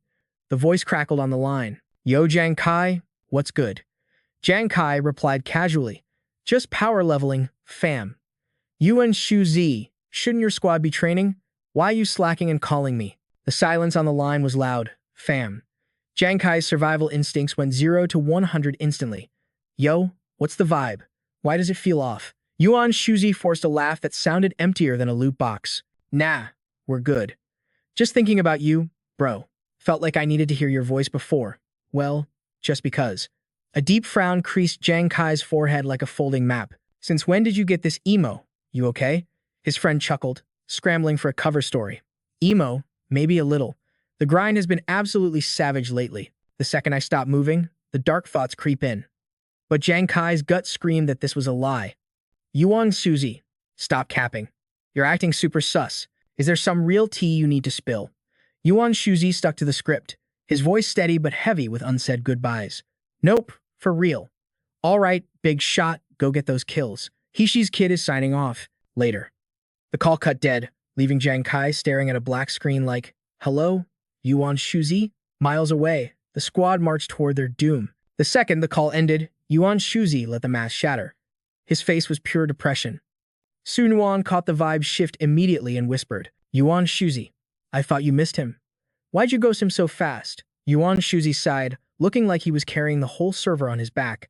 Jang Kai reads me too well. If I kept talking, he would have clocked the truth. He confessed, his voice barely a whisper. I can't have him stressing over me. Su Nuan looked confused, ready to press for the full story. But Yuan Shuzi cut her off with a question that turned the air to ice. Hey, what do you think players feel after they get PK'd and go offline? Permanently? The creepy question sent chills down Su Nuan's spine. Excuse me. Yuan Shuzi didn't elaborate. He just slapped that fake smile back on his face. Maybe they don't know anything. Maybe it's just lights out. No pain. Thinking about it like that, I don't feel so terrified anymore. Su Nuan bit her lip, fighting back the waterworks. She knew he was forcing himself to be the main character for this suicide run. Her mind flashed back to 3 days ago. The command center was packed with the elite squads, Tiger, Tunhang, and Hot Blood. The 3 captains stood like statues. Commander Tian Chen's voice boomed like a raid boss. Time is ticking. People, I'm gonna keep this brief. They were queuing up for high-level monsters, but the briefing screen showed something straight out of a nightmare. A sharp-toothed grin filled the display, dripping with pure disrespect. You think a bunch of trash mobs like you are worthy of stepping to us? Listen up, scrubs. Either you use your skills to take us down. The massive unit on the screen was the adventurer Clemente, a level 50 barbarian. Or you can crawl through my legs like the dogs you are. Behind him, his goons were spamming L's in the chat. Crawl, give us a show. Let these idiots know their place. Clemente wasn't just talk. He was a reaper who had already deleted several veteran accounts. Yang Guang clenched his fists so hard, his knuckles turned bone white. I'm gonna delete that dirtbag. Tian Chen continued, his face grim as the grave. The devs found a way to stream footage from the Matra zone.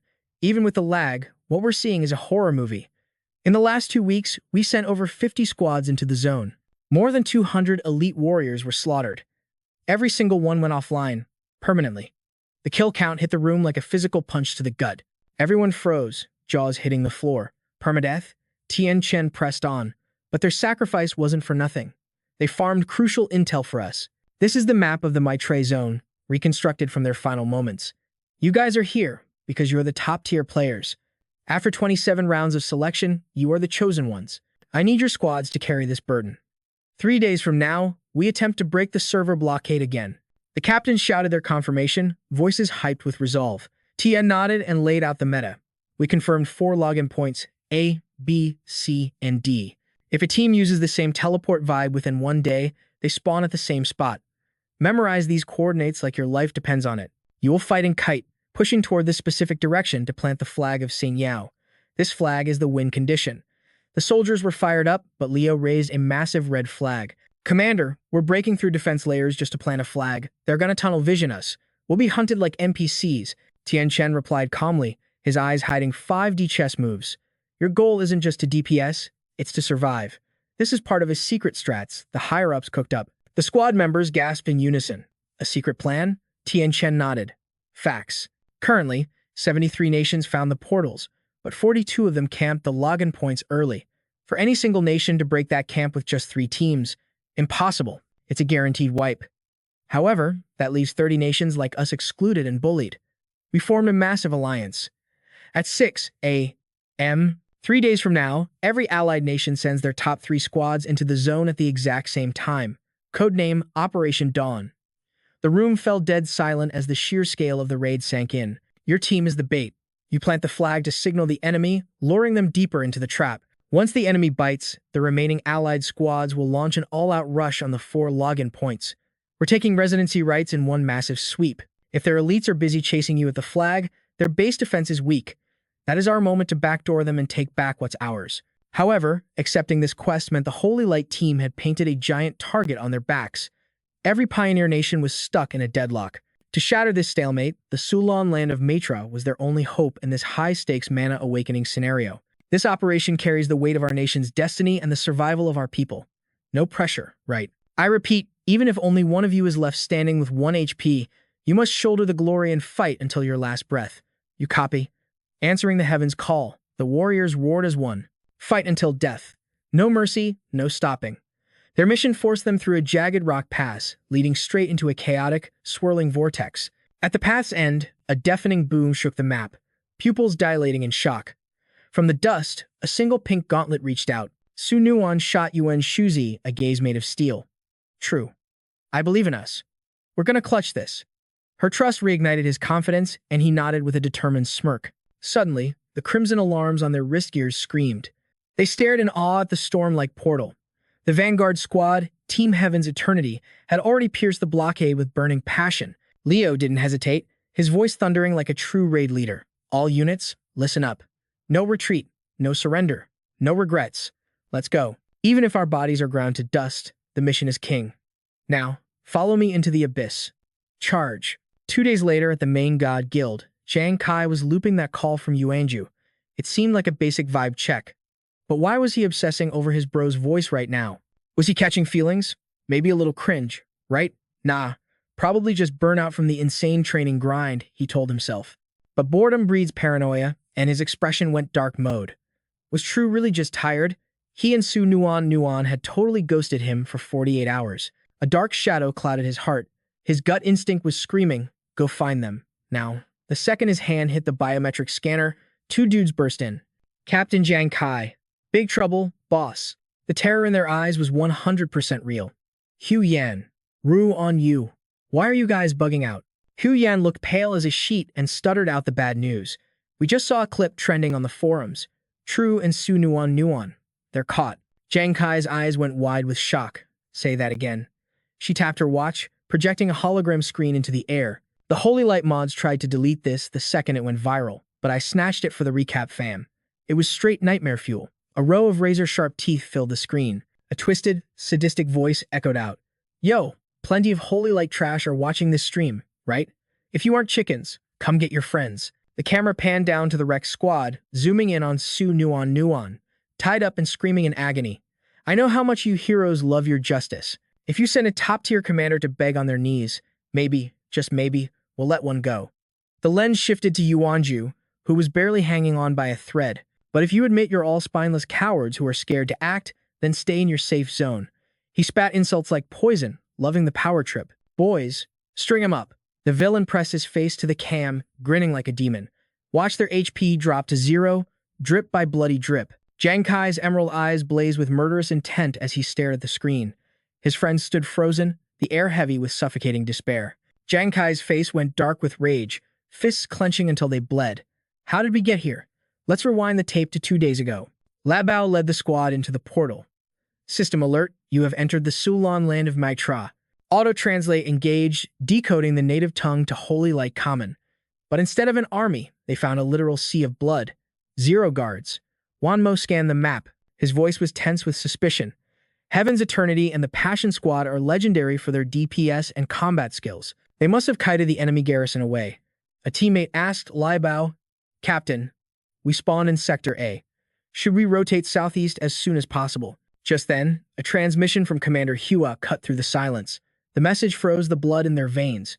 Attention all units. The op is compromised. Heaven's Eternity and the Vanguard got spawn camped and ambushed. As the words hit, countless shadows popped out of the mist. It was a trap. The ambushers stepped out, completely surrounding the 5-man squad. Their leader smirked, signaling his minions. Just as planned. The second the signal went up, you noobs came to die. He flashed a creepy smile, dragging a weapon dripping with gore. Now, let Clement Hawkman teach you the art of slaughter. Hawkman stepped up with a lethal warning. You're all gonna end up wrecked like your teammates. Enraged, Ruan Yu Yet Lin launched a blind counterattack. Die, trash. Li Bao shouted, Lin, don't int, get back. But it was too late. Lin stabbed frantically, but his blade couldn't even scratch the villain's armor. Panic set in. How? Why is his defense so high? Hawkman looked down like he was watching a bug. Are you trying to tickle me? He laughed like a maniac. Oh, forgot to mention. Unless you can one-shot me, every hit just buffs my power. It's a classic system mechanic. In a blur, his hand shot out. Ruan. Yulin. He barely had time to process the horror. What? Hawkman grinned. Time for your head to go boom. With overwhelming force, eyes glowing red, Ruan Yu Yet Lin was deleted by Hawkman's strike. The squad screamed in pure horror. Ruan Yu, Yet, Lin Yuan, Zhu, and Su Nuan watched their friend perish, eyes wide with trauma. Brother Tran. Suddenly, another figure spawned behind Hawkman. Hawkman, you're always so messy. The new guy caressed his blade. If you scare my lovely prey to death before I can play with them, I'll be heartbroken. It was Adventurer Y, a level 50 swordsman. Then a blue-haired woman appeared, looking bored. You two are boring. Cut the chat. Speedrun this kill. Adventurer Christina, level 50 sorceress. Hawkman scoffed. Hey, why are you here? I called dibs on these sheep. No way. The swordsman clapped back. You're being greedy, Hawkman. Yuanju checked their stats. Level 50. This pressure is insane, but I have to hold aggro. Li Bao shouted orders. True.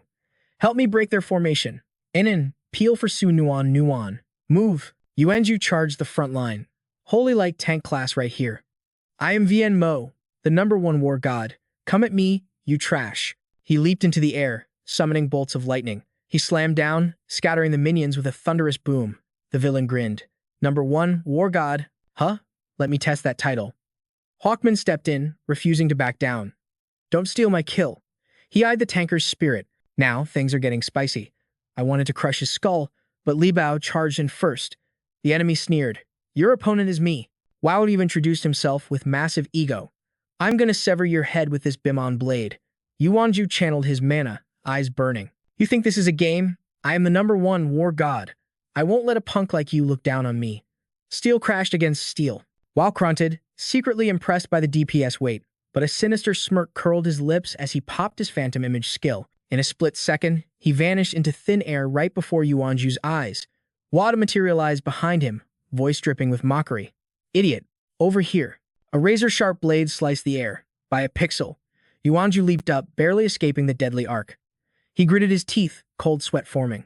This guy is way too OP. I can't even track his movements. He's moving like a literal phantom, flickering in and out of reality around him. Trash will always be trash, no matter how loud it barks. Time to die. Suddenly, Yuanzu's eyes snapped open with realization. He spotted the radiant slash coming from his blind spot. Crimson blood sprayed into the air, painting the void red. Wa gasped in shock. Captain Lio had intercepted the blade with his own body, barely struggling to stay on his feet. You want to kill him? You gotta go through me first. Yuanzu screamed in disbelief. Captain, But Captain Lio roared back, veins popping on his neck. Yuan Zhu, wake up. Grab Suan Nuan and get out of here. I'll hold them off. Go, now. But in that split second, Hu Yan landed a devastating smash directly on the captain's skull. Hey now, I thought I was your opponent. Why are you running over there? In the blink of an eye, Captain Lio was obliterated right in front of Yuan Zhu's eyes. Ice-cold shock flooded the rookie's veins. But those two monsters just stood there, cracking jokes casually. Hu Yan, you scrub. How could you let that old man interrupt me? Relax, bro. I just got distracted for a second. Suddenly, memories flooded Yuan Zhu's mind. He felt Captain Lio's hand on his shoulder, his voice warm and fatherly. Yuan Zhu, honestly, I've always admired Jang Kai. You're all my squad, but only he seems to ignite that true potential inside you. However, there is one thing where I will absolutely not lose to him. The captain had smiled with absolute conviction. And that is, I will protect my crew until my very last breath. Snap back to reality. Yuan Zhu stood trembling before the captain's blood-soaked remains, unable to contain the hurricane of rage building inside his soul. Elsewhere, Christina had already deleted Sister Hua with her magic, laughing at her weakness. Behind Suan Nuan, another assassin saw an opening. Die. Hu Yan and Wadawa started their sick little competition. These holy light fighters are total garbage. Come on, let's race to see who kills this prey first. I won't go easy on you. Yuan Zhu let out a primal roar that shook the earth beneath them. You bastards. You damn monsters. A massive surge of raw energy exploded from his body. The sudden power spike stunned both Wat and Hu Yan. What the hell is this? Meanwhile, Suan Nuan collapsed beside Sister Hua's lifeless body, sobbing. Sister Hua. Yuan Zhu grabbed her arm, yanking her up. His voice was cold as ice. She's gone. She isn't breathing anymore. We have to move. At that moment, a card in his hand started emitting a blinding light. WA recognized it instantly and charged in. So that's the original force. The thing you martial artists are so proud of. Finally, the holy light sent someone worth killing. Hu Yan unleashed a terrifying killing aura. Trying to run today? You're all leaving your lives here. Not a single rat escapes. Suan Nuan cried out in terror. Yuan Zhu, watch out. But he shoved her behind him and clashed head-on with the monsters. Steel sang against steel in a shower of sparks.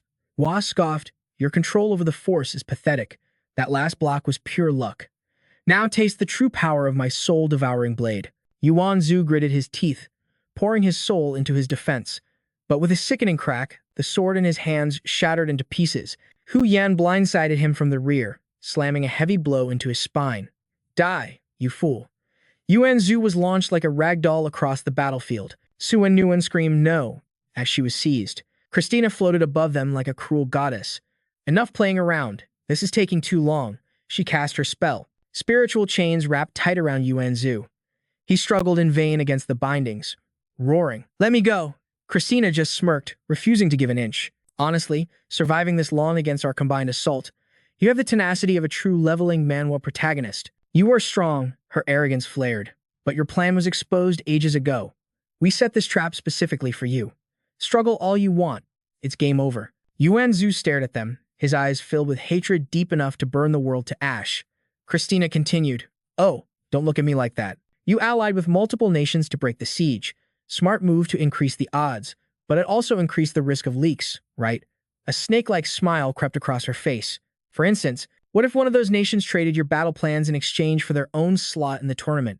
Yuan Zhu froze as the horrifying realization crashed into him. Hu Yan ground his boot into Yuan Zhu's wounded body. "Hey, Christina, what are you whispering about? Don't tell me you've fallen for this loser. Is Hu Yan actually jealous of this trash? Why added fuel to the fire? Teasing a lady like that? Hardly the behavior of a gentleman." Christina ignored their banter. Just give them a swift death. They fought well enough to deserve that much mercy. But Hu Yan intervened with a sadistic grin. "What's the rush? Keep the healer alive to patch us up. And this stubborn guy. Look at that face. He looks like a demon from hell. Let's keep him as a plaything for the holy light." On the outskirts of the forest under heavy guard, a shadow materialized behind a sentry. Before the guard could even breathe, a precise chop struck his vital point. The guard foamed at the mouth and dropped instantly, silent as the night. It was Jang Kai. His eyes were burning with pure resolve. "Yuan Zhu, Nuan. I promise I will bring you back alive." The scene shifted to the past at the gate's entrance. Suan Lan recalled the gossip of the crowd. "Did you see the video? It's been 2 days. Why hasn't the military sent a rescue squad? It takes time, bro." Besides, going in there now is just suicide. The military aren't fools, but the Holy Light faction has humiliated us. The entire world is laughing at our incompetence. Suan Lan clenched her fists, her nails digging into her palms. Is there really no one who can stop that animal? Hu Yan. I wish I could charge in there and drag them all to hell with me. The image of Suan Nguyen suffering flashed through her mind, breaking her heart. Suan Nguyen, I'm so sorry. I'm too weak to protect you. Professor Lee's voice cut through her thoughts. Compile the data immediately once we return. Yes, sir. Suan Lan hesitated. Professor Lee, is the data collection for today really finished? He nodded solemnly.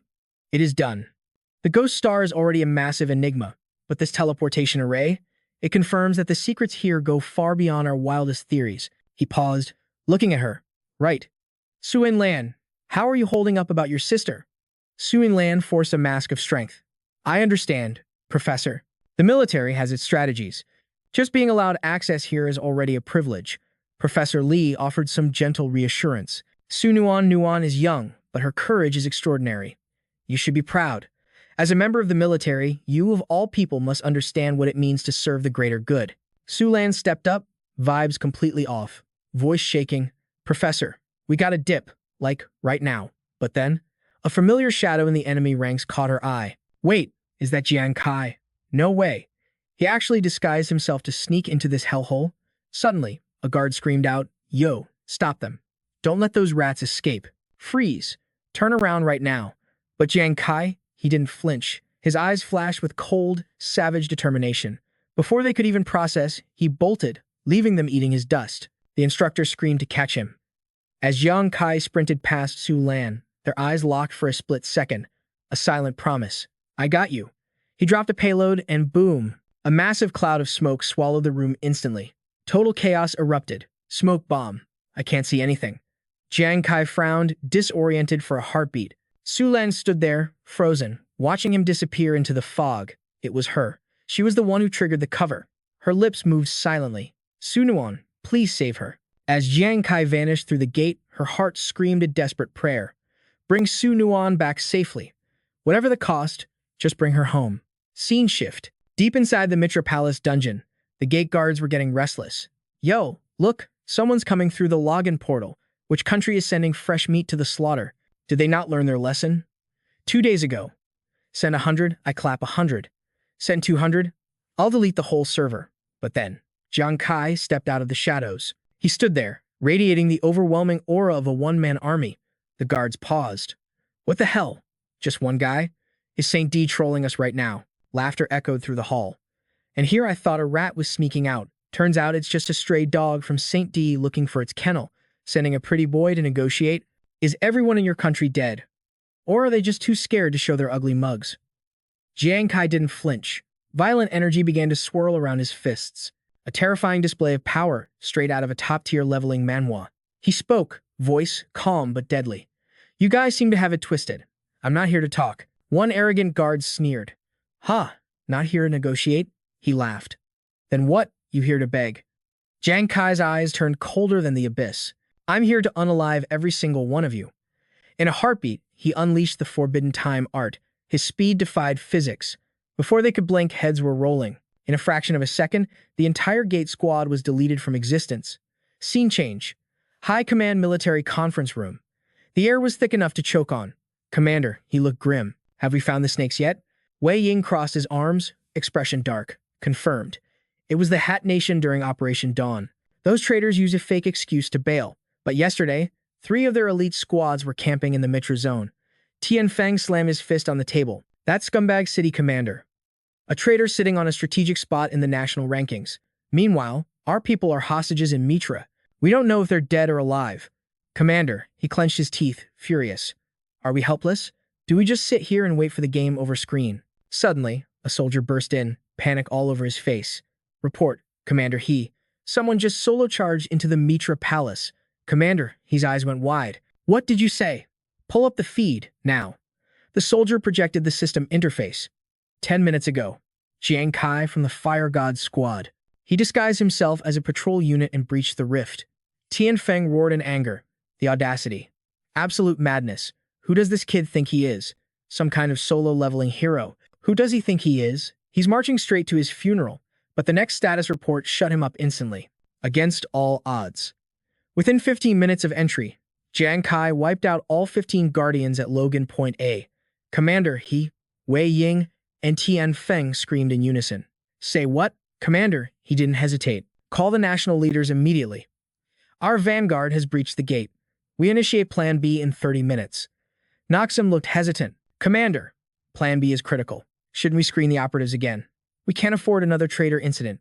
Wei Ying cut him off sharply. There's no time. 74 nations have already detected the teleport array. Jang Kai just created a miracle opening for us. We have to seize the W now. Commander, he slammed his hand down. Agreed. Execute Plan B immediately. Mobilize the entire army. We are taking the Mitra Zone by force. Yes, sir. Scene shift. Jiang City Military Psychology Center. A crowd gathered around the screens. Who is that guy? He doesn't look like a pro player, does he? Li Bu's jaw hit the floor. It's Jang Kai. Someone asked, who's Jang Kai? He's from Class 2. A Ying's class. The boys went absolutely wild. Breaking news. Fam. So cool. No cap, I can't believe he raided the palace solo. A girl leaned in. Let me see. A Ying stared at the screen, disbelief written all over her face. Brother?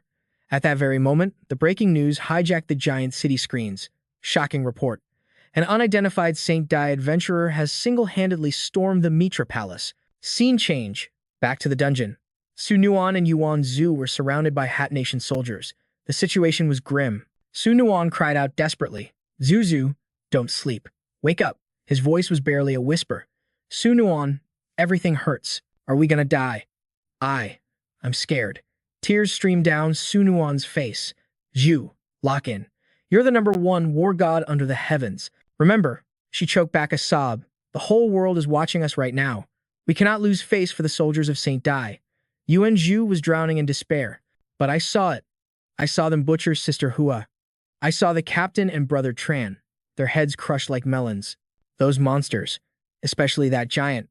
He's unkillable. His eyes grew heavy with terror. Su Nuan, I'm so afraid. I think my HP is hitting 0. Zhu, splash. A soldier threw a bucket of freezing water on him. Don't you dare sleep. Wake the hell up. It's no fun if you die while you're away from keyboard. Hey, you Saint D dogs, where are your coward teammates? Why haven't they come to save you yet? They mock them relentlessly. Saint D is truly pathetic. You've been tied up for 2 days and they haven't even dared to breathe in our direction. Bako stepped forward, grinning like a predator. Trash. Wake up and cry for me. Let the world see just how hard the backbone of Saint Dai really is. Su Nuan screamed his name. But then, a blinding golden light erupted from the void. Boom! The beam slammed into Bako, shocking him to his core. Su Nuan looked up. Yuan Zhu struggled to open his eyes. Bako was sent flying like a ragdoll. Jang Kai descended like an avenging god. The backbone of a Saint D soldier is at least harder than your cheap, brittle bones. He turned to his squad. My bad, Su Nuan. Kept you waiting. The enemy goons panicked. Yo, tell the Hawkman Guild. We got an intruder. Waste him. Jang Kai clenched his fists, veins popping like cables. Sorry, Su Nuan. Just hang tight while I take out the trash. Terrifying aura exploded from his body. Havu sneered, casting a high-level hypnosis art. But Jang Kai triggered mental cleanse instantly. Divine light bathed his form, shattering the illusion like glass. Havu stared, shook. What? My hypnosis flopped. That power. It's burning my spell. Still, he got cocky. Is that it? You can't even scratch my armor, kid. Suddenly, pure terror filled her eyes. Christina didn't just break, she detonated midair. Why is this happening? Hao Nan lunged forward with pure killing intent. Die. Phantom shadow slaughter. On the flank, Dupan leaped into the fray. You low-level trash. Taste my earth-splitting cleave. Hang Cass his wither curse. Your soul is mine, nailed to the deepest pit of hell. Jang Kai faced the trio alone, standing like an unmovable mountain. He moved like a glitch in the Matrix, leaving scorching flames in his wake. Instant elimination for all three. Damn it. How does he have so many feints? His movement is god tier. Why is my curse useless against him? Ignoring the blasts, Jang Kai continued his harvest. But danger lurked in the shadows. Kentrak drew his bow with a sick, twisted grin. One hit from this poison, and your history. Thank the heavens, Su Nuan spotted him. Jang Kai, watch your 6. He spun around just in time. A desperate dodge saved him by a hair's breadth. The arrow grazed his leg. He hit the dirt but didn't stop. A shuriken flew from his hand. You dug your own grave. The sniper got deleted instantly. Nuan was terrified. Jang Kai, go. There's too many of them. Leave us. Yuan Zhu could only mutter his name in shock. Jang Kai lay on the ground, leg trembling as the mob closed in. He's poisoned. Get him. Don't kill him yet. Let him savor the true terror of death. Keep jumping. Keep acting arrogant. We'll mince you into meat paste. This is the price of playing hero. Blades rained down on him, terrifying Nuan to her core. Even Yuan Shu shed tears of despair watching his best friend fall. Watching the livestream, Yingzi dropped her phone and collapsed. Classmates panicked. Jiang Fang, quick, CPR. Even the hospital staff couldn't believe their eyes. These maniacs deserved to be shredded. Back at headquarters, Wei Ying smashed the table in fury. Crack. A spiderweb fracture raced across the surface. He sheen, though bitter, kept his cool. Plan B. How much time left? 10 minutes and 3 seconds. He sheen grit his teeth. Plan B must succeed at all costs. I'll make them pay in blood. Yuan Shu couldn't process the tragedy. Is this real? He roared at the heavens. You bastards! Fight me like men if you dare. If I don't chop you up, I'm not your grandfather. Suddenly, a familiar voice echoed. Chill, old pal. Didn't know you could be this tough without booze. I'm actually touched. Yuan Shu froze. That voice? Nuan's eyes lit up with hope. Jang Kai was chilling up on a tree branch. All right, chill out. My fate isn't that fragile. Nuan cheered. Jang Kai, you're alive. Yuan Su burst into happy tears. Am I seeing a ghost? The rope was cut and empty. Potion bottles lay scattered. Jang Kai felt awkward under their gaze. Geez. Nuan, stop staring. You're gonna burn a hole through my face. They leaned in, inspecting him like a rare specimen. Nuan broke the silence. What is going on? I saw you get hit by poison. How are there two of you? Jang Kai smirked, raising his hand. That arrow only caught my pant leg. As for the guy getting beaten up right now, that's just a substitute puppet summoned by my new class skill. Yuan Shu gasped. A new class? You triggered an awakening mana event? Nuan was still shaken. A substitute. Exactly. Half a minute ago, he had gritted his teeth and deployed the decoy. The mob fell for it. Hook, line, and sinker. They thought he was wounded and rushed in like vultures. He's poison charged. Make him suffer. Dance for us. Be arrogant now. Wait until we peel your skin off.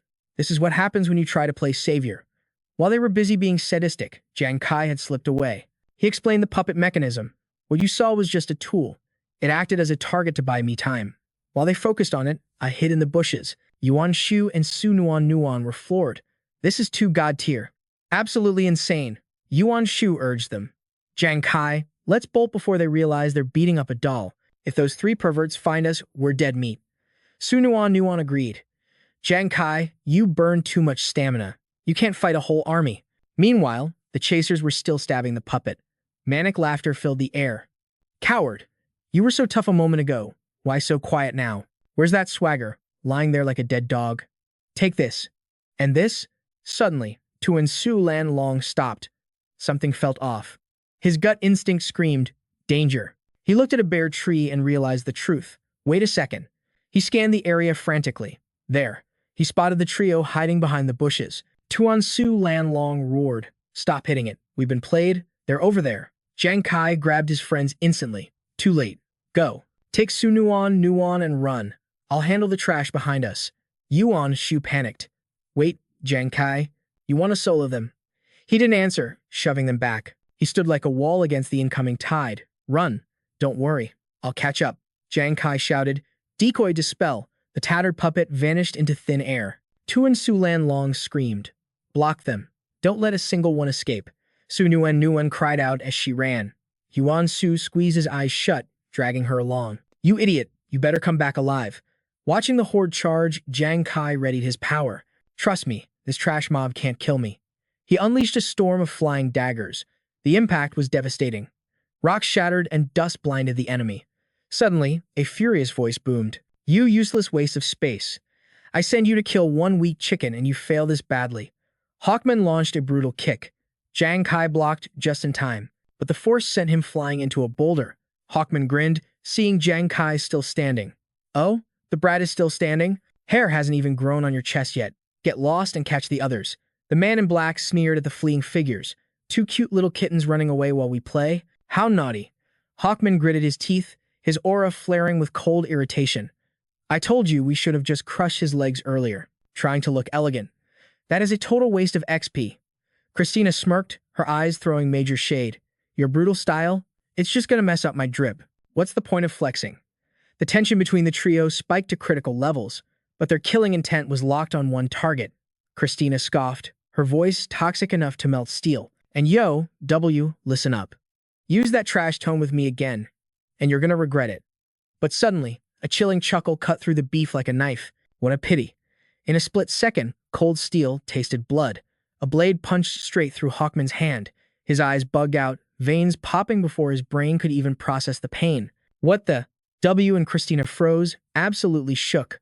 Hawkman's mind flashed back, his bloodshot eyes going wide. Damn it. Was it from that clash earlier? Let's rewind the tape to Hawkman's reckless charge. He had launched a savage kick at Jang Kai, roaring, "You useless trash. Letting a weak noob push you this far?" Jang Kai had blocked the heavy hit, but his hand was glowing with silent energy while Hawkman was too high on his own supply to notice.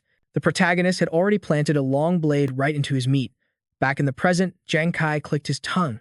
Total disappointment. Just a little more mana, and I could have turned that hand into red mist. The disrespect sent Hawkman over the edge. He laughed like a maniac, his healing hacks knitting the wound shut in seconds. You arrogant brat. You still smell like diapers. You're way too hyped on yourself. I'm gonna crush your skull and see what kind of garbage is inside. Murderous vibes exploded as Hawkman rushed in. W drew his blade, his silhouette glitching, as he joined the gang squad.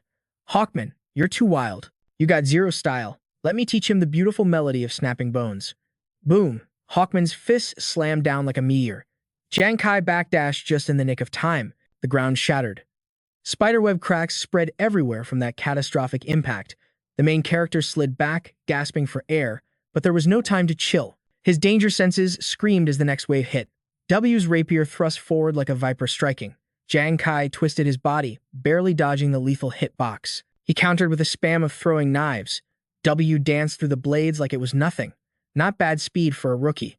The swordsman's eyes were glowing with pure sadism. Watching prey struggle is fun, but watching you accept the game over screen is even better. Void-piercing thrust. At the same time, Hawkman leaped high, blocking out the sun. Die. You little rat. I'm gonna flatten you into a pancake. Christina unleashed her dark magic, her voice cutting through the noise. Stop playing with your food, you idiots. End this quickly. The three calamities dropped the hammer all at once. Hawkman's earth-shattering smash, W's invisible sword slash, and Christina's thorny vines locking down the map. But Jang Kai, he was built different. He channeled power into his legs and vanished like a streak of lightning. He speed blitzed past the front line. W and Hawkman stood there frozen, their faces blank with pure shock. Abe using his supernatural agility, he weaved through the thorns. His target was locked. The mage, Christina. Snap. A vine coiled tight around his ankle. Christina sneered, thinking she caught the W. Did you think my witchcraft was weaker than their muscle? You really slept on me. Jang Kai stayed quiet, his hands blurring as he threw multiple blades. Christina laughed. Cutting a few vines won't save you. How basic. But the knives weren't aiming for the vines. They slammed deep into the earth. Christina's smile crashed. Wait. The ground. Her eyes went wide with horror as the blades pierced the main root system. Whoosh. Crimson flames erupted from below, roasting her magic instantly. Impossible, she shrieked. Meanwhile, in the guild's VIP room, the elites were watching the stream on the big screen.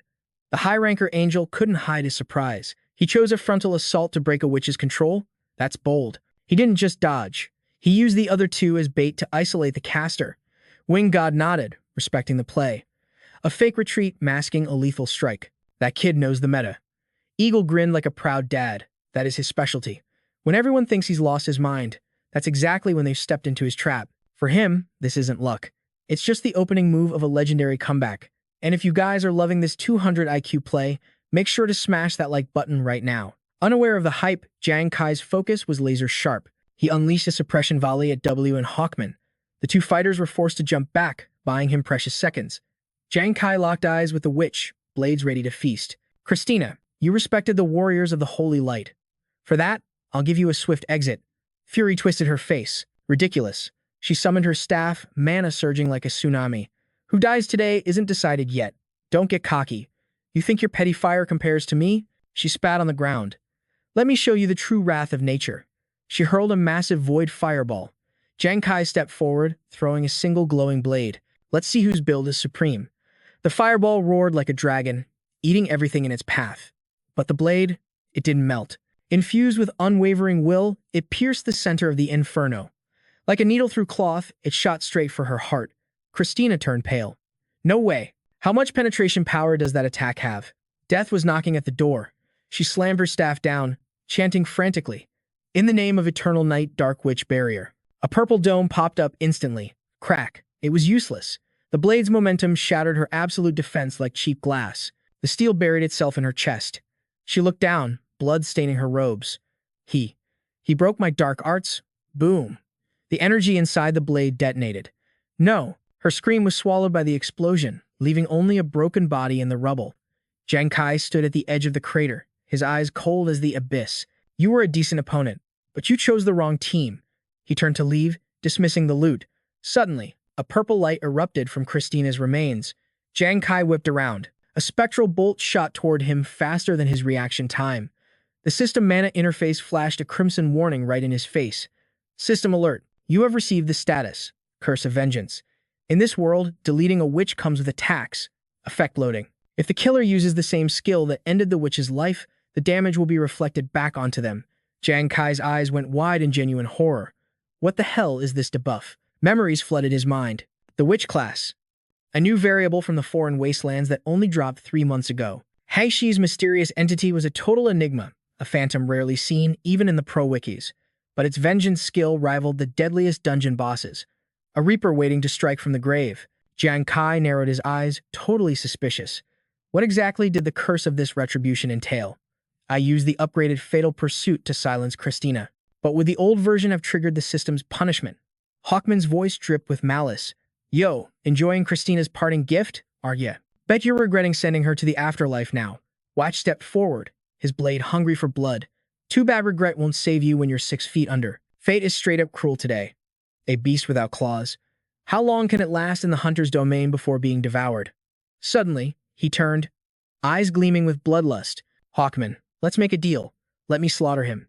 You can have the scraps. Hawkman grinned like a demon. Be my guest, homie, but save his head. I want the pleasure of blowing it up myself.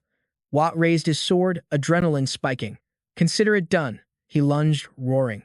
Time to feed my blade. He unleashed the Shadow Phantom arts. Jang Kai's eyes widened. Void Shift, activate.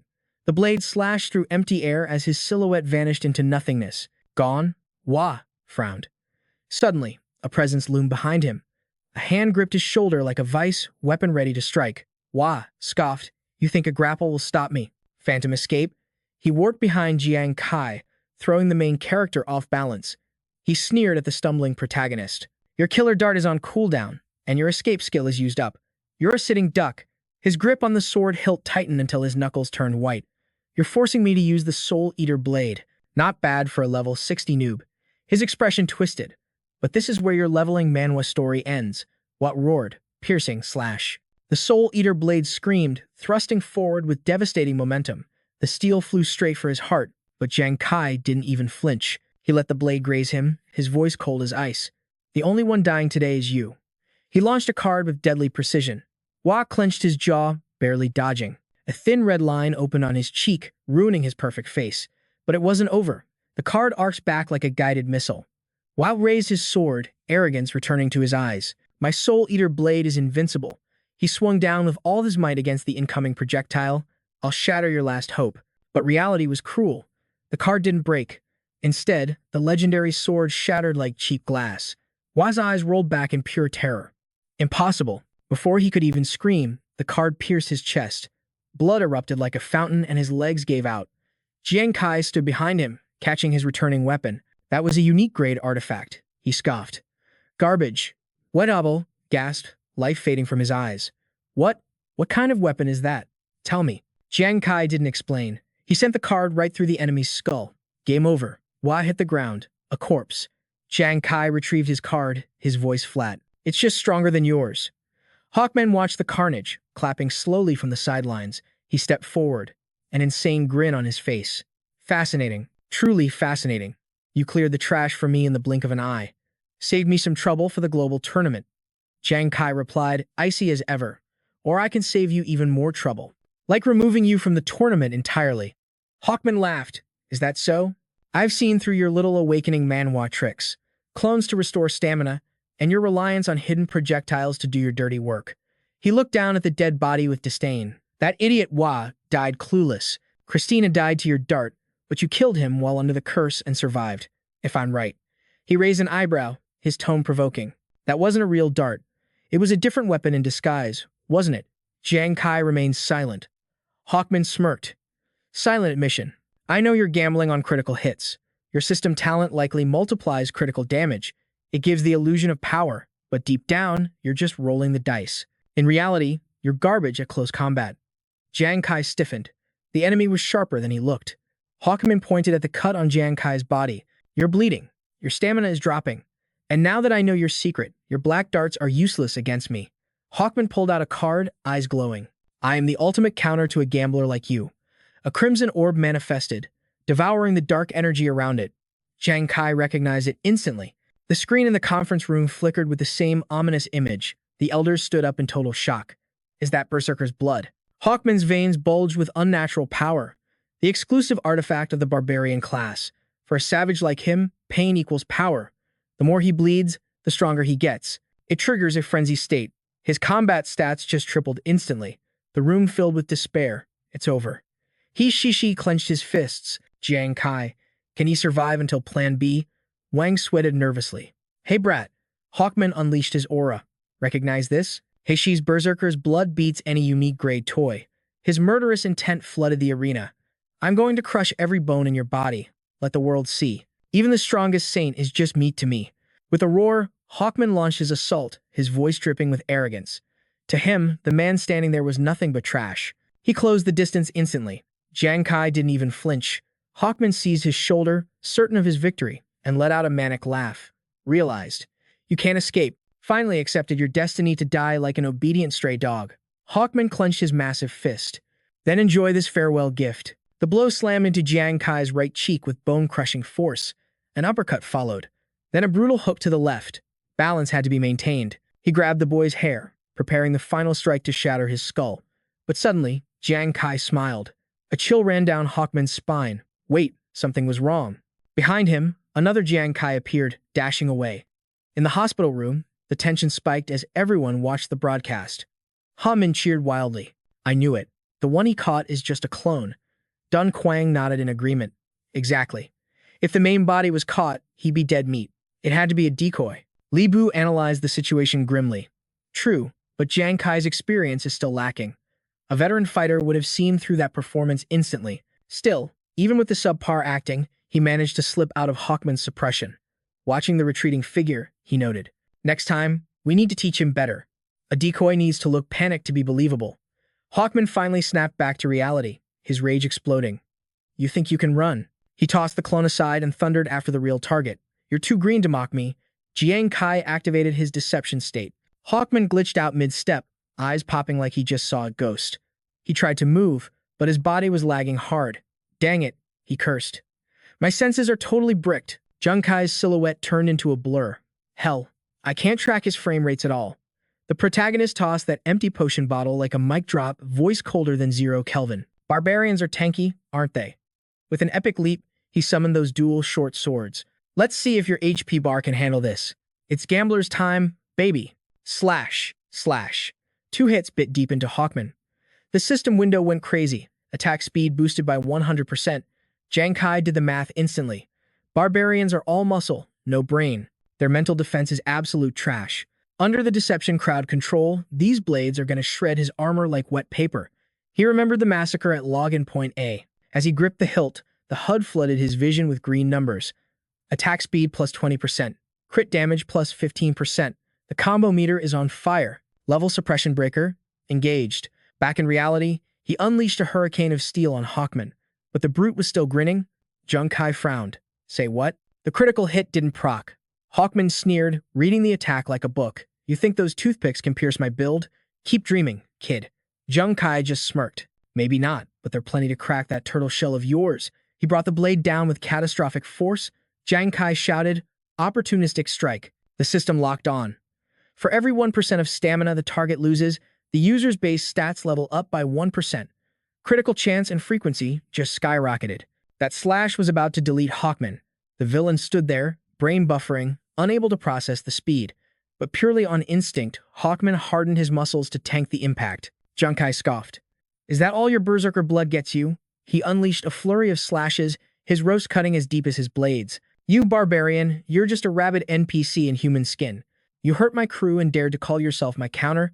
The final strike shattered Hawkman's defense like glass. A blood-curdling scream tore through the air. His massive body got launched backwards, drifting across the dirt like a car crash. He slammed into the rough earth and went silent. But in this Manhwa recap, mercy is for the weak. Jang Kai drove his blade down for the finish. Today, I main hunting counters. The strike split the ground and sank deep into Hawkman's iron flesh. Armor broken, Jang Kai thought with pure satisfaction. That's a vibe check. But at death's door, Hawkman gritted his teeth. Adrenaline dump. He forced himself up. No, I ain't losing. I will end you. Suddenly squelch. The blade pierced right through. Fresh red syrup ran down the steel. Hawkman's eyes bulged in total disbelief, staring at the swords buried in his chest. Impossible. How? Thunong screamed in terror. Hawkman has legendary defense stats. How did Jang Kai break his armor and hit the vitals? He ran a quick analysis. High-tier blade masters get attack power and speed, but they don't get direct buffs to crit rates like this. He voiced the suspicion everyone was thinking. Could it be his true build isn't range, but actually close quarters slaughter? Is this damage even legal for a level 20 class and a leveling Manhwa? Only Veong knew the tea and silently disagreed. Nah, Jang Kai has always been a long-range specialist. He recalled the old battles, but today, his melee crits are absolutely broken. Seeing that savage smirk on Jang Kai's face, Veong felt a chill. The boy was leveling up with every passing second. Don't forget to like and subscribe for more OP moments. Back on the battlefield, Jang Kai looked down at the ruined boss. Hey, big guy. You like crushing skulls, right? Jang Kai drew a card, a cruel smile playing on his lips. Actually, I have a hobby too. Let's see if you can handle the heat. Hawkman struggled to lift his head, terror filling his eyes. Jang Kai swung his blade with zero chill. Remember this, never touch anyone from the Saint Light squad again. The Grim Reaper card spawned. A voice from the abyss echoed out. The time has not yet come. Hawkman felt his soul getting ripped apart. Arg. What is this glitch? The torture was unbearable. Hawkman's voice cracked. Kill me. If you have any honor, just delete me now. Jang Kai smiled that demon grin that freezes your blood. Why the rush? The card says it's not time yet. We got plenty of suffering left. Meanwhile, at the countrywide headquarters, the boomers were debating strategy in silence. Suddenly, chaos erupted. Christina burst through the doors, fighting past the guards to drop a truth bomb. Commander Mac. We need to deploy forces to the Mactria zone. As soon as possible. Her mind flashed back 15 minutes to the sound of Hoffman screaming his lungs out. Just kill me already. Christina was shaking like a leaf just thinking about it. What kind of monster is that saint-like kid to break a beast like Hoffman? For him, death was a luxury loot drop he couldn't afford. She remembered Jang Kai's chilling words. Christina, you showed respect to my people. I'll give you a swift end. She covered her mouth, terror gripping her heart. She thought he was faking being nice, but now, a quick death was the ultimate mercy compared to the hell Hoffman was in. It was basically charity work. Watching Hoffman get tortured, she realized the terrifying truth. That boy wasn't just OP, he was a living nightmare. Back in the present, Mac's voice cut through the air like a blade.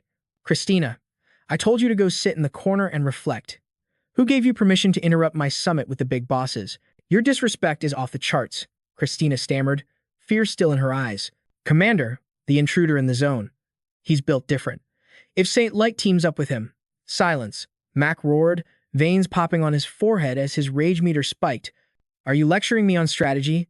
Christina froze as he roasted her in front of the whole council. You claim to be our elite squad, the ones we trusted. Yet you all got wiped by some random noob from Saint Light.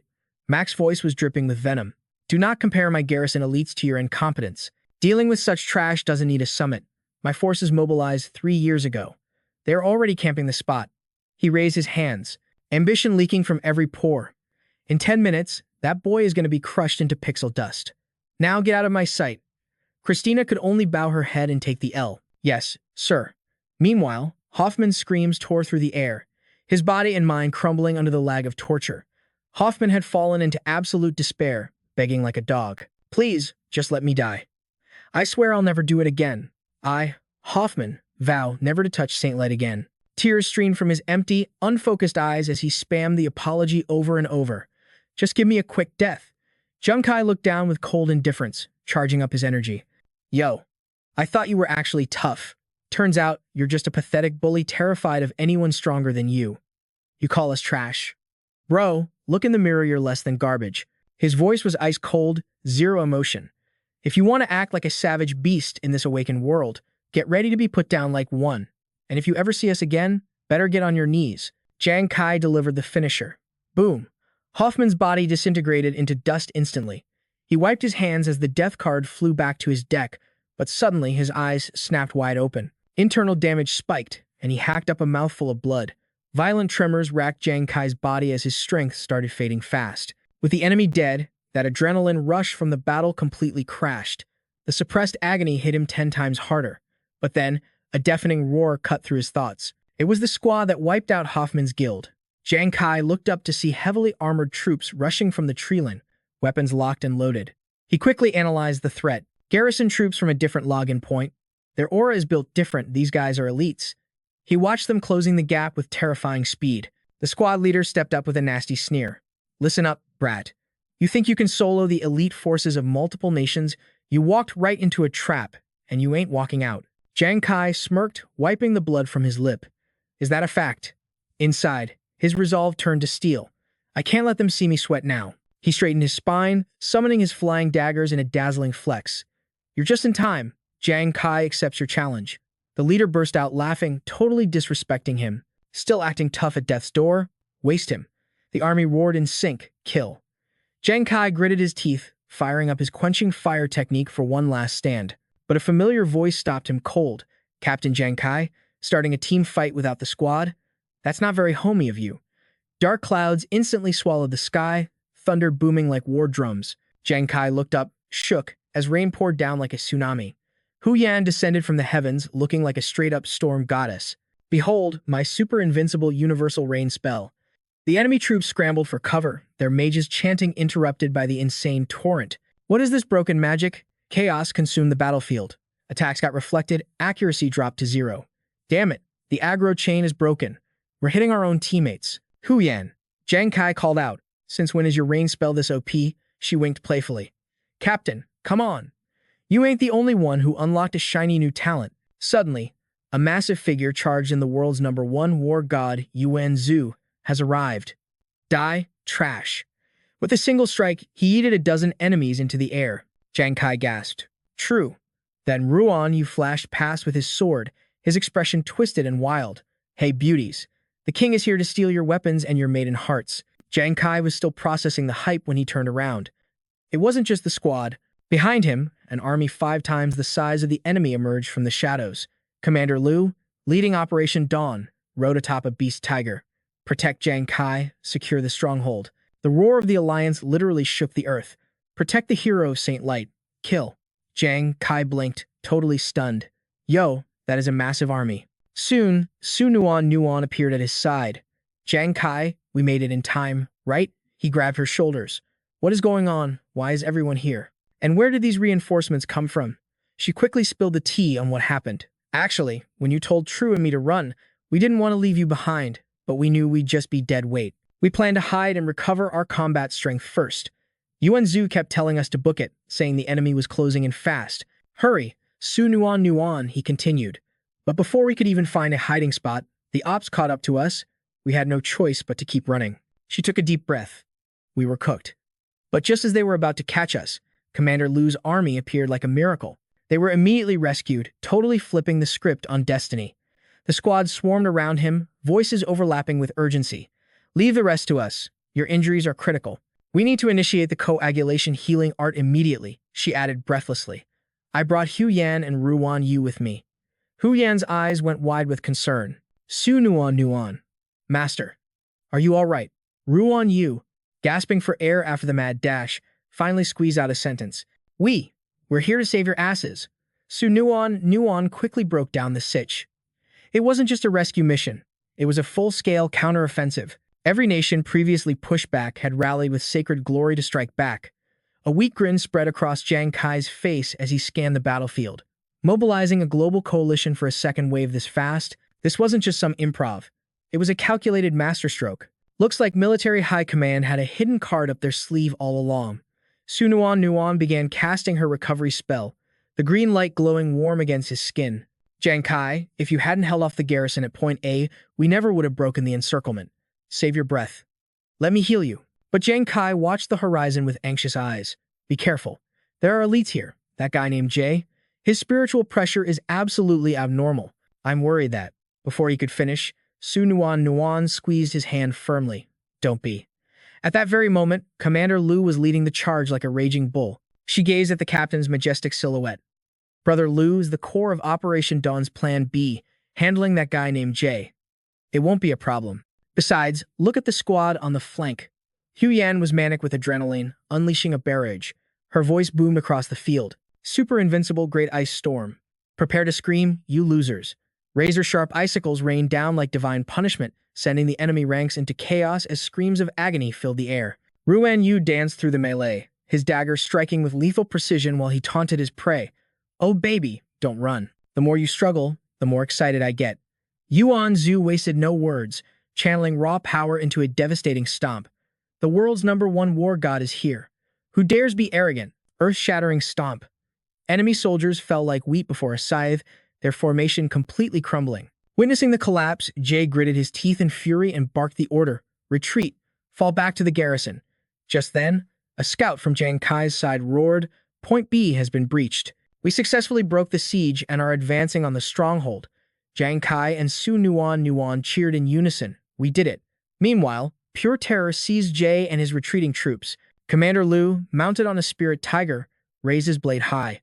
All units, listen up. Today, we teach these invaders the true meaning of the sacred glory soul. Like a total raid boss, he led the charge. His voice boomed across the map. Let's get this W for sacred glory. Fight. The enemy team, completely tilted. Their morale crashed as they turtled up, but Dan's squad hunted them down until their formation was literal dust. Su Nuan was vibing hard. Jang Kai, you beast. We actually did it. Sacred glory for the win. Jang Kai flashed a winner's grin. Good game, easy. But then, his battery hit 0%.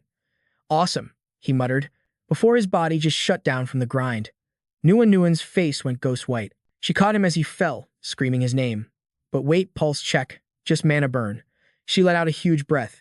He's alive, fam. She smiled softly. Rest up, king. You earned it.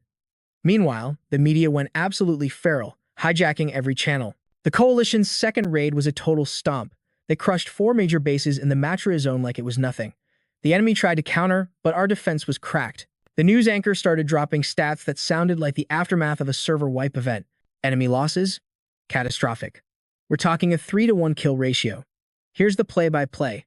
At 6 a.m. Central Jiang time, the support fleet rolled up to the Matra zone right on schedule. Alliance power levels spiked by 40%. The notifications were popping off non-stop. The third main force just broke the server perimeter. Military officials made it official. The campaign is over. The Matra zone belongs to us now. Game over. Back at the losers' HQ, the toxic chat was exploding. You guys are trash. Couldn't even stop 2 little squads. Don't talk to me, you quitters. You rage quit the battlefield first. That's why we took the L. Oh, look who's gaslighting now. Weren't you the one flexing that your defense line was uncrackable? They kept circling until they found a scapegoat. It's Mac's fault. Countrywise should have stopped being stingy with the troops. Everyone dogpiled on him instantly. Facts. This disaster is all on you, Mac. Mac's eyes almost popped out. You absolute clowns. Suddenly, a global notification pinged across the battlefield like a system admin message. The coalition declares the Matra zone is officially unlocked. No more blocking the map, everyone's invited to the server. The internet went wild with support. Back at camp, the guards were on high alert, watching for spawns. Out of nowhere, a dude spawned in. The sentry caught it immediately. Yo, heads up. We got a griefer. Intruder alert. I repeat, intruder alert. Da Chuan stepped out, locking eyes with the solo player. He frowned, barging into the zone alone. He started sweating bullets. Don't tell me it's another OP monster like little bro Jang. He glanced nervously at the tent where Jang was still away from keyboard. If this guy is high level, we're cooked. But then, the intruder threw his hands up, crying like a baby. Don't delete me. Please don't delete me. The guy was shaking like a glitch. I'm Harris from Country F. Just here to talk, I swear. Da Chuan and the boys were so confused. Then another guy popped up like an NPC. Uh, excuse me, who's the raid leader here? I'm Kim Soji from Country H. I'm here to beg for peace. But a soldier yelled, Hold up! That Harris guy is the sword saint of Country F. He camped our spawn and killed dozens of us. Another soldier spat. And Country H, those backstabbing snakes, they got nerves showing up here. Harris tried to save his skin. Look, I'm serious. Country F is willing to pay big money for a slot in the competition. We're whales. Kim saw he was losing the bid and panicked. Bro Jang, we had no choice. We messed up. Country H will pay double. Just let us play. Harris laughed, full of salt. Oh, Country H is balling now. Huh? Rich kids entering the chat. You paid to win once, and now you want to do it again? Kim snarled back. Who asked you? Mr. Strongest Metal Guest. Don't make me laugh. The Saint Yao War God one-shotted you. If you scrubs weren't so bad, we wouldn't be in this mess. They got in each other's faces, barking like dogs. Say that to my face. I said you're trash. They didn't even notice the mood shift. Da Chuan was shaking with rage until he snapped. Shut up. Both of you. The vibe instantly turned terrifying. Da Chuan looked at them with a cold smirk. Oh, now you want to make a deal. Too bad. I missed that update. Take him out. The squad rushed them like a tidal wave, pitting the troublemakers to the dirt. Meanwhile, next door, Jang Kai was finally logging back in. He opened his eyes to see Hu Yan and Ruan Yu staring at him like creeps. Captain Jang Kai. You finally respawned. Jang Kai scrambled back. Whoa, personal space. Have you guys been watching me sleep? Weirdos. Hu Yan pouted. We were just worried. You totally crashed after breaking the defense line. Lights out. Ruan Yu nodded. You were out for 3 whole days. Then he face-palmed. Oh right, almost forgot the tea. 2 days ago, we heard your sister saw the clip of you soloing the Matrad Temple. She freaked out and fainted at school. Jiang Kai jumped up, eyes popping. What? Su Nuan collapsed. Hu Yan sighed.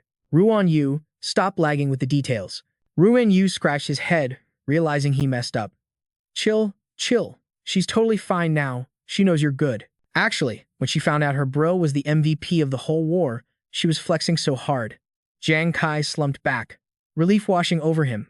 Thank goodness. Seeing the vibes finally chill out, Hu Yan seized the moment to share her own hype. To celebrate our massive dub, I am gonna let you guys in on a little secret. The other two leaned in, totally hooked. Curiosity piqued instantly. What is the tea? Hu Yan's eyes were literally sparkling with excitement. Yo, Captain Jang Kai. Remember when you asked why my rain-calling skill suddenly went totally OP? Jang Kai nodded slowly. Right. You mentioned unlocking a new talent. Did you finally level up in this mana-crazy world? Ruan Yu groaned, losing patience. Come on, Hu Yan. Quit stalling and drop the info already. Okay, so check this. Ever since we left that howling moon wolf territory, my mana flow has been hitting different. Like, way smoother. Then, boom, the system interface popped up a few nights ago. Big congrats to me. My base stats went through the roof. A violet aura surrounded me, and a notification flashed. New talent acquired. Elemental control. As she flexed her new power, fresh green leaves started dancing above her palm, held up by zero gravity. And then, the lightning show started. Violet electricity crackled at her fingertips. Look at this drip. My new talent lets me control nature itself. Wind, thunder, and water. To prove it, she summoned a swirling hydrosphere. The boys circled her, eyes wide with shock. Bro, she's actually insane. Hu Yan, you seriously mastered hydrokinesis? That is legendary tier. But just as the praise was landing, she fumbled the bag. Splash! A jet of water blasted Ruan Yu straight in the face. Hu Yan's smile froze, turning into a cringe. Oops, my bad. I guess I am still a noob at the basics. For a storm class attack like before, I still need my compass artifact to actually aim the energy. Ruan Yu didn't even rage. He calmly wiped the water off, looking at her with total respect. That is miraculous.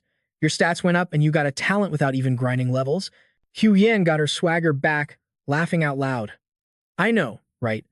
Do you think the system glitched and I just got lucky with the RNG? Jang Kai narrowed his eyes, his inner thoughts turning cold. Nah, there are no glitches in this world. My gut tells me this is a blessing from that crafty fox demon. It definitely took a liking to Hu Yan. Suddenly, a thunderous growl erupted. But not from a monster. It was from Jang Kai's empty stomach. He coughed loud, trying to cover up the cringe noise. Hu Yan gasped. Oh snap. We have been yapping away while you have been starving for 3 whole days. She immediately bolted for the tent exit. Hold tight, Captain. I am on a food run. Ruan Yu scrambled after her, shouting, "Wait up!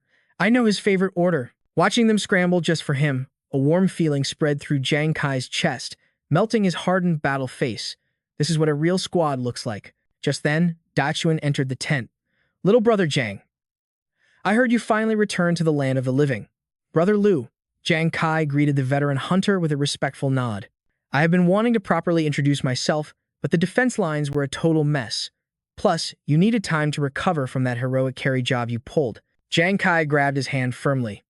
"Thank you, Brother Lu, for saving Suan Nuan and for saving me." Dachuan laughed, shaking his head. "Stop the cap. Without you, Operation Dawn would have been a total game over. You are the undisputed GOAT of this war." But then, his face got serious. "That being said, little brother Jang, we got two major topics to discuss." Dachuan raised a finger. "Real talk time. First up, those enemy factions we wrecked, they are begging for a ceasefire.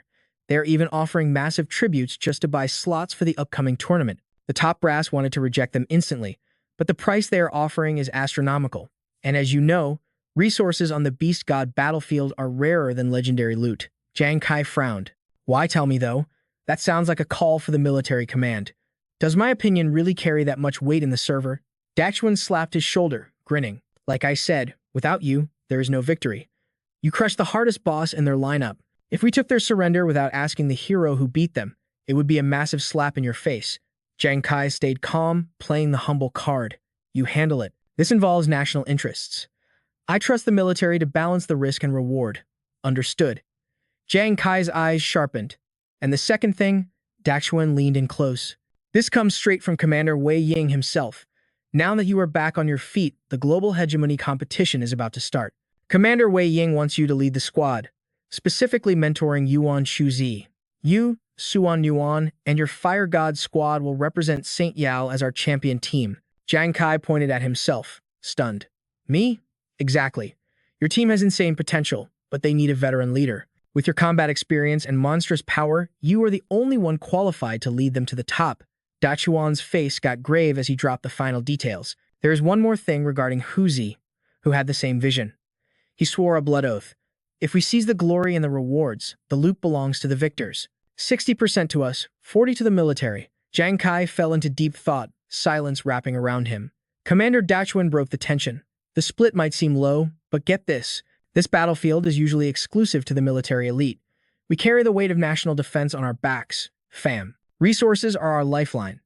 If we open the gates to every random awakener, the whole nation would crumble into chaos. Brother Jang, do you see the logic here?" Jang Kai remained unreadable, neither bowing nor refusing. "Brother Lu, do not mistake my silence. Representing the Saint Yao sect is a trial by fire. I would gladly accept. My blade is ready, but this path leads to the edge of life and death. I cannot gamble with my squad's souls. I gotta check with my comrades first." Dachuan nodded, respecting the code of brotherhood. "Your logic is sound. Your teammates are free spirits, not bound by military orders. They have no obligation to march into hell." Seizing the moment, Jang Kai's eyes gleamed with a plan. "Tell me, Brother Lu, if the Fire God squad commits to this war, can I ask for one crucial favor in advance?" The commander paused, intrigued by the audacity. "Name it." 15 minutes later, Hu Yan and Ruan Yu burst into the tent, the smell of a feast trailing behind them. Captain Jang Kai. "We are back." Hu Yan blinked, seeing the empty seat. Did Brother Lu dip already? The plates were swept clean, proving the hunger of true warriors. Jang Kai wasted no time spilling the tea on the negotiation. "Listen closely, team. This global hegemony competition. It is going to be a nightmare unlike anything we have faced. I need you to weigh your lives against this decision right now." But before he could even finish that warning, a roar of pure adrenaline shattered the silence. "Yo, that is absolute legendary status." Hu Yan's eyes were literally sparkling with battle lust. "Captain, take me with you. No shot I'm getting left behind while you conquer the world." Ruan Yu stepped up, her resolve straight up ironclad. "Count me in. As long as I'm standing behind Captain Jang Kai, fear isn't even in my vocabulary." Jang Kai sighed, totally defeated by their crazy courage. "You two really don't fear heaven or hell? Huh." Flash forward 1 month to the frozen planet. Boom! A silhouette erupted from the icy depths. The dude gasped for air, staring at this wild anomaly. Terror flooded his eyes. Fam. A dimensional gate materialized, followed by that creepy blue glow of a system interface. "Congratulations, You have discovered the Mitra Sanctuary. Across the world, a thief and an explorer froze as the Mena reality hit them like a truck. Even a cavalryman pulled his reins in shock. The system dropped the bomb. The conditions for global hegemony have been met. Is go time. Countdown to chaos, 12 hours. The planetary network lit up with spiritual energy, ley lines hooking up to the sanctuary like a giant spiderweb. At point A, the Sentinels got the bad news. The system declared Haitia's carnage is going to be broadcast in 4K for the whole world to witness. Each nation is capped at 3 squads, 5 warriors per squad. No more, no less. You break the quota, instant execution. Deleted. Random members catch sudden cardiac arrest, forced logout permanently. Jang Kai's squad studied the death game rules. Nuon's voice was shaking. The final gate has been located. The war begins now. Yuanju frowned, sensing a trap. Damn it, these rules are trash. It only tells us how we die, not how we fight. Where's the win condition? Ruan Yu tilted her head. Maybe it's just a pure brawl? Hu Yan scoffed, ice cold. Hardly. The system is way too sadistic for that. It waits for the bell to ring to tell us whose throat to slit. Jang Kai nodded grimly. She's right. But this chaos is a buff for us. Cheaters can't rig a game they don't understand. He gave a little smirk. Then his command cut through the air. Rest now. Charge your aura. In 12 hours, we march to war. The squad roared in unison. Darkness retreated as a blood-red sun rose up. Then the system voice boomed across the entire planet. Global hegemony competition. Phase 1. Initiate. The rules dropped hard. Once it starts, all combatants get yeeted to random spots across the sanctuary. You got 3 minutes of prep time. During this window, you are Invincible God mode active. The countdown of destiny popped up in the sky. The system displayed a messed up scenario. Once the barrier drops, one member of every squad gets hit with the imprisonment curse. Paralyzed. They are dead weight, can't move, just fully vulnerable to getting clapped. And the nightmare gets worse every 2 hours. Another teammate catches the curse. If a prisoner gets executed, the curse instantly jumps to another survivor. The chain continues until the whole squad is wiped from existence. However, the system offers a bloody path to salvation. Clap an enemy and you earn a rescue card. Collect 5 cards to shatter the chains on a teammate. But watch out, you ain't alone. The mobs are hungry. Commander tier horrors will spawn at the edge, pushing a tide of death inward. The safe zone is shrinking, guys. Run or get devoured. 3 golden insignias flashed. Finally, the win condition revealed. The slaughter only ends when 3 squads are left standing. Rankings will be decided by the number of free survivors and unused rescue cards. The stage is set. The system started the final countdown. 3, 2, 1. As the final syllable echoed, columns of light slammed into the earth, dropping the players onto the battlefield. Jang Kai hit the ground, senses screaming. Competition start. All around him, white silhouettes flickered in. Enemies spawning in close quarters. He scanned the faces. Strangers, all of them. His eyes narrowed with cold precision. Yuan Zhu and the squad were nowhere to be seen. Without a word, the mob scattered to the winds. Jang Kai analyzed it instantly. Forced separation, random imprisonment. The system wants us isolated. He moved like a phantom, mind racing. If the curse hits someone surrounded by ops, it's an instant death sentence. Haitia's rule looks like a solo survival test. But that's cap. This game is a brutal test of squad coordination and protecting the carry. Jang Kai hit the gas, blurring through the terrain. If a teammate is isolated and butchered like livestock, the penalty chain destroys us all. The system voice cut in. Haisha. 30 seconds remaining. Jang Kai's tactical mind went overdrive. Will I be the one in chains? He had to gamble while immunity holds. I gotta vanish into the shadows. Hide first, regroup later. His gaze hardened. To survive this leveling nightmare, he had to shatter the imprisonment seal immediately. Meanwhile, tension choked the Jang Trung command center. Screens flickered with the live feed. Then Fun gasped, Yo, what in the world is happening? Why have all the participants ghosted into the shadows? Is this some twisted game of hide and seek? Then replied grimly, this shift is likely tied to the hidden meta. Only those fighting inside the Matraz zone truly get the system's cruelty. He turned to the side. Commander V, what's your read on this? Wei Ying furrowed his brow, voice low. It feels like the calm before the storm. The prelude to slaughter mode, he added with conviction. But the 3 squads St. Yao sent are forged in the fires of war. The Red Squad has overwhelming power. The Shanhe Squad radiates unshakable confidence. Wei Ying declared, no matter the odds, we gotta put 100% faith in our warriors, especially the Fire God Squad led by the legendary Jang Kai. Back in the Mitra zone, Hu Yan and Nuon moved through the dense forest. Their senses were on high alert. Suddenly, killing intent spiked from directly above. Reflexes kicking in, they leaped back just as the ground exploded. Boom! Huyan hissed, fury in her eyes. Which lowlife dares ambush this sorceress? You have a death wish attacking me. But as the dust settled, Yuan Shu landed like a meteor, grinning at them. Thank the heavens I finally found you too. The girls gasped, Yuan Shu. He scratched his head with an awkward laugh. Did I scare you guys? Who? Yan lowered her guard. Bro, when did you even get here? Yuan Zhu blinked blankly. Me? I've been lurking here the whole time, fam. He grinned like he just won the lottery. Lady Luck was definitely on his side. I spawned right next to the base in the forest. I tried to ping the squad on my wrist comms, but the system's mana restrictions shut me down hard. The match was officially live. Since the signal was dead air, I figured you guys would follow your gut and head straight for the rendezvous point. So, I posted up in a tree and played the long game. And boom, just like that, you two showed up. After yapping for a bit, Yuan Shu finally asked the million-dollar question. Yo, how did you two link up so fast? Su Nuan answered with that soft voice of hers. Hu Yan and I bumped into each other on the road. We both had the same big brain play to group up at the base. Hu Yan rubbed her chin, nodding in agreement. Exactly. If we crack the code, you know Captain Jang Kai and Ruan Yu are on the same wavelength. Unless they got snagged by a trap, they should be pulling up any second. Su Nuan bit her lip, worry clouding her gaze. I just pray the next face we see is a friendly one. Suddenly, the bushes rustled nearby. Yuan Shu snapped into a combat stance, ready to throw hands. Someone's coming. But then, a familiar pair of legs stumbled out. The squad's eyes went wide with relief. It was Ruan Yu. He collapsed, gasping for air like a fish out of water. Ha! Hu Yan. I knew you guys would loop back here. Right at that moment, the system timer hit 00. The prep phase was over. Panic hit the team like a truck. The player locked in the cage was none other than their leader, Jang Kai. Meanwhile, miles away, Jang Kai froze mid-step. Horror washed over him. No way. My body is totally locked up. You've got to be kidding me. He gritted his teeth, cold sweat dripping down his face. This is bad. Really bad. I can sense another presence nearby. His eyes locked onto a shadow beneath the opposite tree. A figure geared up and ready for the kill. Jang Kai's mind started racing at 1,000 miles an hour. That guy is staring right at my soul. When did he get so close? I didn't hear a peep earlier. A terrifying thought struck him. Was he camping this spot the entire time? Did he watch me parkour onto this branch? Jang Kai cursed in his head. Damn it all. But seconds ticked by, and the enemy didn't make a move. Then it clicked. Don't tell me. The imprisonment curse clapped him too.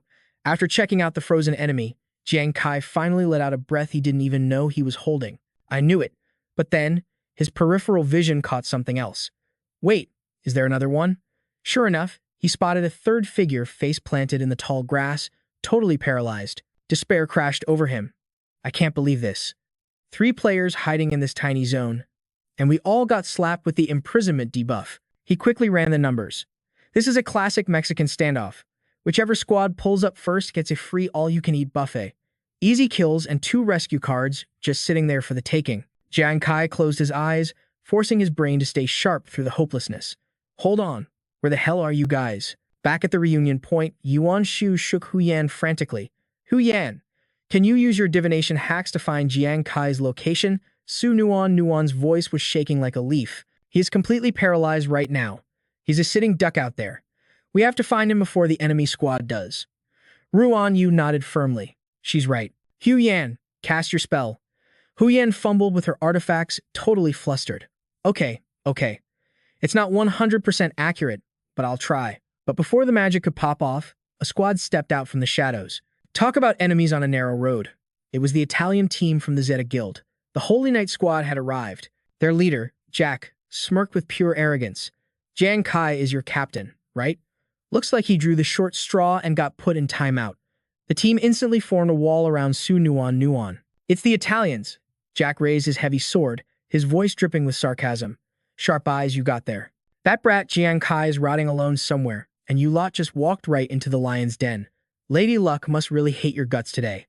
Yuan Shu didn't back down an inch. He stepped up, radiating pure menace. I wondered who it was. Just Christina's countryman? Wasn't the beatdown we gave you last time enough?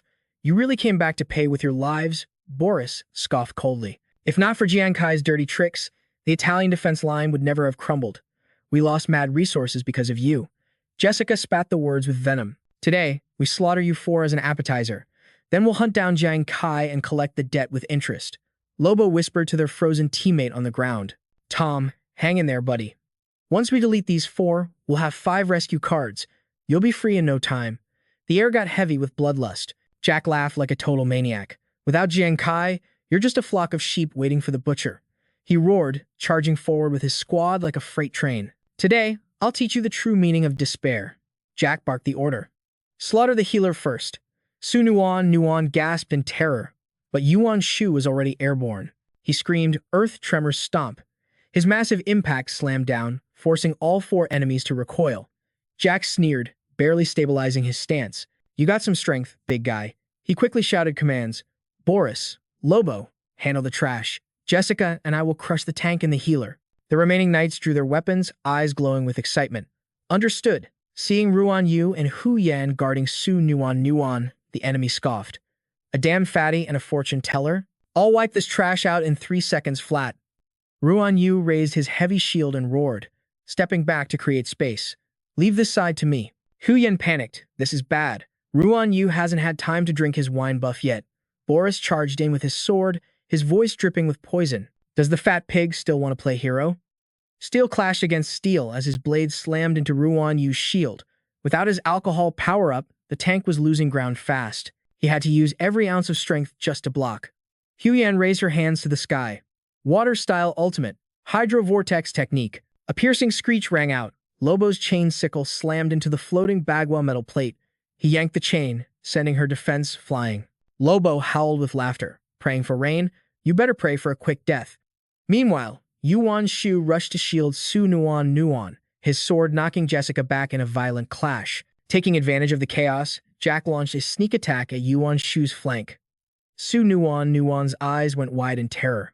Yuan Shu, watch out. Hearing the scream, Yuan Shu whipped his head around in a panic. He barely managed to raise his sword horizontally to block Jack's lethal strike, but Jack's strength was overwhelming. The pressure forced Yuan Shu to slide backward, digging his heels into the dirt. Jack glared through the crossed blades. See that? That's the look of fear I love. The villain grinned like a straight-up demon. Trash like you thinks he can protect his team? Jack put his full weight into the blade, laughing maniacally. Go back to the women and cry, you loser. Yuan Shu was shocked by the guy's monstrous strength. His stamina was hitting 0. Su Nuan wasn't playing games. She hit him with that dark art, gloomy depression. Boom. Countless needles erupted from under Jack's skin. He froze, totally shook by the attack. Jack screamed, what kind of sorcery is this? Meanwhile, our boy Jang Kai was camping in a tree like a pro. 30 minutes had passed. He wondered, is the squad even surviving down there? Suddenly, a massive wave of killing intent hit him. He whipped his head around. A hulking brute smashed through the bushes, exposing Harris's hiding spot instantly. The giant grinned like a predator, finding its prey. Found you, little rat. Harris was paralyzed with fear, totally unable to move. Flash! The brute slashed down in a split second. Blood sprayed into the air like a fountain. Harris got deleted from the server before he could even scream. His body ragdolled through the air, landing right next to Spikehead. The giant spotted the camper and laughed, dragging his blade closer. Another one for the collection. Spikehead was trapped under a log, completely immobilized. Cold sweat drenched his face. He was screaming internally, but there was 0 escape. The brute stomped toward him, then froze. He looked up. Boom! Eye contact with Jang Kai in the tree. The killer lowered his blade, sensing a bigger prize. Jang Kai's heart hammered against his ribs. The giant laughed in pure ecstasy. Jackpot. A triple kill waiting to happen. With 0 hesitation, he ended Spikehead. Instant elimination. The brute licked the fresh blood off his blade, smiling like a total psycho. That is just nasty. Thanks for the XP, bro, but don't expect mercy. Spikehead turned into particles of light, dropping a shiny golden loot card. Humming a creepy tune, the giant snatched the loot and walked toward Jang Kai. You're the main course, Jang Kai grimaced. Damn it, is this really game over for me? I'm debuffed and paralyzed. If Yuanju doesn't clutch up, I'm toast. But then, a light bulb moment hit him like lightning. He replayed his thoughts. I can't move. A savage smirk formed on Jang Kai's lips. He cracked the code. The brute leaped up the tree, dual blades swinging, roaring, die. Jang Kai didn't flinch. He stared death in the face with pure arrogance. His mind was as calm as still water. My body is frozen, but my skills aren't. Whoosh. The death card shot out from behind him. The giant didn't stand a chance. The The giant tried to counter, but the card slashed his chest open. It looped back like a boomerang and pierced right through his heart. Critical hit, one-shot kill. Jang Kai used telekinesis to grab the 3 loot cards. Death card, retrieve. A golden aura exploded as the loot flew to him. The card returned to his inventory. He did the math. I've got 3, but I need 5 rescue cards to cleanse this paralysis debuff. Still short, then, a devious plan sparked in his eyes. 5 minutes later, Jang Kai set the trap, 3 cards floating in the open as bait. A random player walked by and gasped, "Holy cow, RNGesus bless me. Free loot," but then, he froze. His spidey senses tingled. Wait, this is sus. Why is S-tier loot just sitting there? He scanned the perimeter. Fresh blood. A battle just happened. Did they double K? Oh, but the greed was too strong. Those cards were too valuable to ignore. Greed overpowered his brain. Maybe the winner ran away. Clinging to that delusion, he crept forward. But the closer he got, the heavier the air felt. He hesitated. The killing intent was suffocating. Something is wrong. Too late, buddy. Jang Kai's death card materialized and slammed into his back. The guy's eyes bulged. It's a trap. Eliminated in one move. He dropped his own card. Jang Kai smirked. 4 down. 1 more for freedom, he chuckled. This feels just like a system quest. If you're enjoying this 200 IQ play, smash that like button. But then, anxiety hit. How is the squad doing? Back on the main battlefield, Yuanju was clashing with Jack. The villains scrambled to create distance. Jack's goons rushed in to gank the tank. Suan Yuan screamed, "Yuanju, watch your 6." Yuanju grit his teeth, but the ambush was too fast. He tanked the hit and jumped back, clutching his wound. 4 against 1. You shameless scrubs. Suddenly, Ruan Yu tossed a bottle through the air. Taste my new brew. Yuanju caught the wine perfectly. The enemy sneered. Drinking to numb the pain? Pathetic. Jack laughed coldly. Enjoy that last sip before I take your head. You were courting death the moment you challenged me. A goon charged with a chain, totally clueless about the danger. Boom! A terrifying aura exploded from the duo. Yuanju looked like he just popped an ultimate. He roared, I am the war god of this world. Gods block me, I kill gods. Demons block me, I slaughter demons. Ruan Yu entered berserk mode. He roared, I have never lost a fight in my life. Where are the ladies at? Jack's squad trembled as the power gap became massive. Yuanju moved like a bolt of lightning. One sword flash sent the whole squad flying. Jack grit his teeth, eyes burning with rage. The war god gave him 0 breathing room. Yuanju leaped high, blade descending like divine judgment. Kneel and accept your death. Jack's eyes nearly popped out. His hands shook uncontrollably. His brain short-circuited in fear. This is the true power of Yuanju. The blade fell without mercy. Jack's weapon snapped in 2. Blood sprayed everywhere as he was sent flying for miles, snapping trees like twigs. Boris watched in horror, voice trembling. I've seen many swordsmen, but your technique, it's a ghostly masterpiece. Ignoring the praise, Ruan Yu stumbled forward, face flushed red. He pointed his blade at Boris. Shut your trap. Take off your clothes right now. Cold sweat drenched Boris. His eyes widened in confusion. What is going on? The drunkard stumbled closer. The rumors were true. This guy becomes a beast after a few drinks. Boris stood frozen as Ruan Yu closed in. His movements were erratic yet fluid, seamless as drifting clouds and flowing water.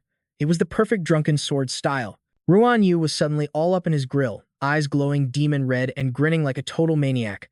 Let's rewind the tape to a few days ago in the squad's tent. Captain Jang Kai had dropped a massive knowledge bomb on him. Listen up, Ruan Yu. You aren't a swordsman class, but your drunken talent syncs perfectly with this build.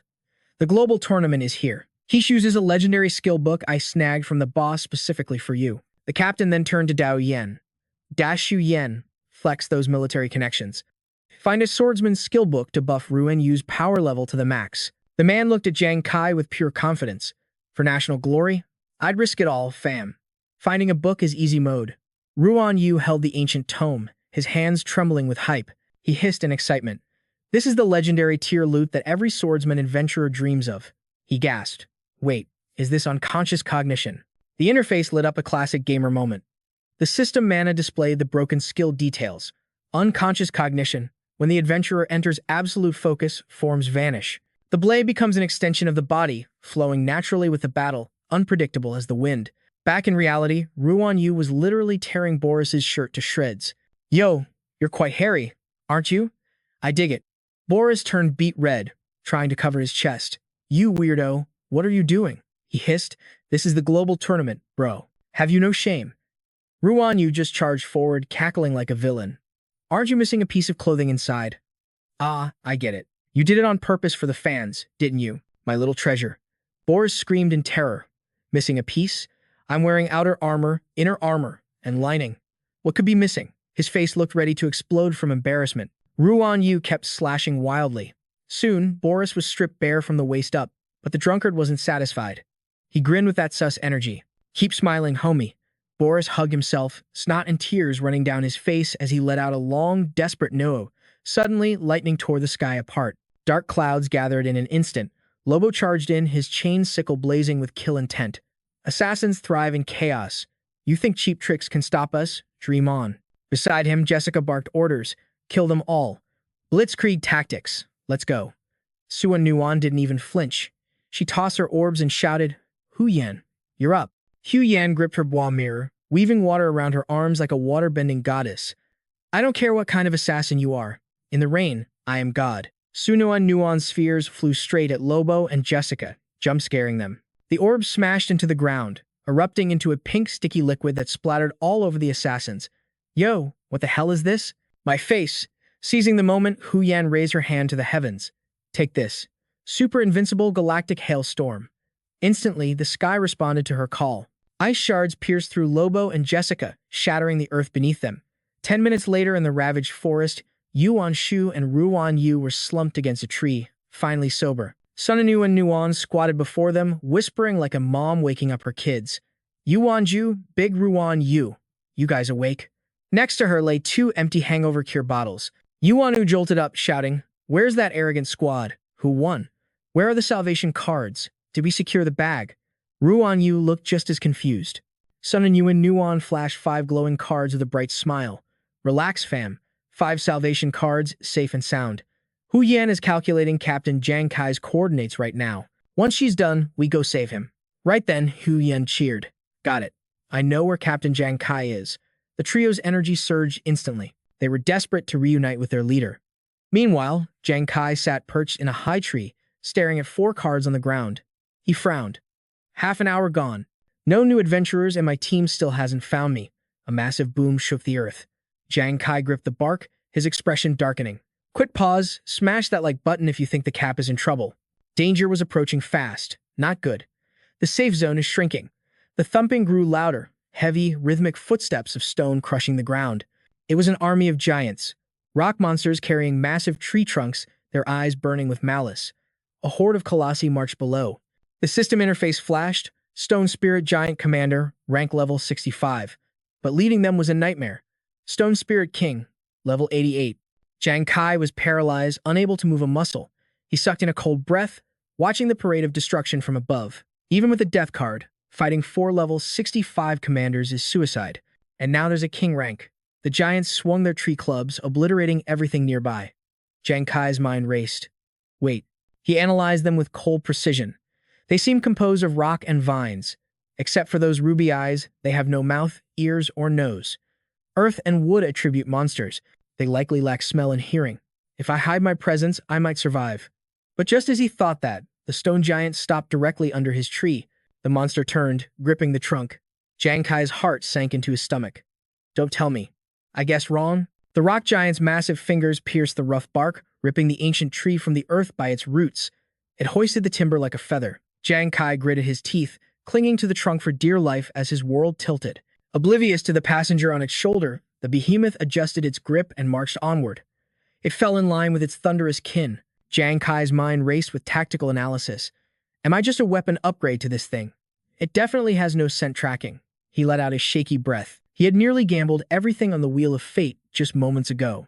Suddenly, the horde accelerated. The rock giant king took point, dragging the entire earthquake of monsters toward a sheer precipice. Below lay a battlefield. 2 factions were locked in mortal combat, completely blind to the catastrophe looming directly above their heads. Jang Kai narrowed his eyes, sweat forming on his brow. A mountain blocks the view, and these monsters are deaf and blind. How are they tracking the prey with such precision? How do they know? But the answer came too late for the players below. They spotted the avalanche of stone giants and broke formation, fleeing in sheer terror. But the king giant was ready, channeling raw seismic energy into its palm. It slammed a fist into the earth, splitting the very ground asunder. Boulders cascaded down like rain, sealing the escape route. It wasn't random destruction. It was a calculated checkmate to trap the humans. Then came the slaughter. The other giants swung their makeshift clubs, swatting players like flies. Screams of agony echoed through the canyon as bodies were sent flying. Jang Kai finally understood the mechanic: vibrations. These monsters hunt by sensing the tremors in the earth. That explained his miraculous survival. He wasn't just hidden by the foliage. By staying off the ground, he was effectively invisible to their seismic senses. I have to stay on this weapon, he realized, his grip tightening. If this giant throws the tree, I hit the ground and I'm dead meat. The trapped players were absolutely cooked, staring up at a wall of stone monsters while despair hit them harder than a lag spike during a boss fight. Oliver, trying to be the hero, went for a Hail Mary play. Airborne strats only, fam. Stay off the floor. He leaped at the roaring giant like, I'll 1v1 you myself. From his camping spot, Jang Kai analyzed the power gap like a true max-level pro. A level 60 combatant versus a king-tier boss?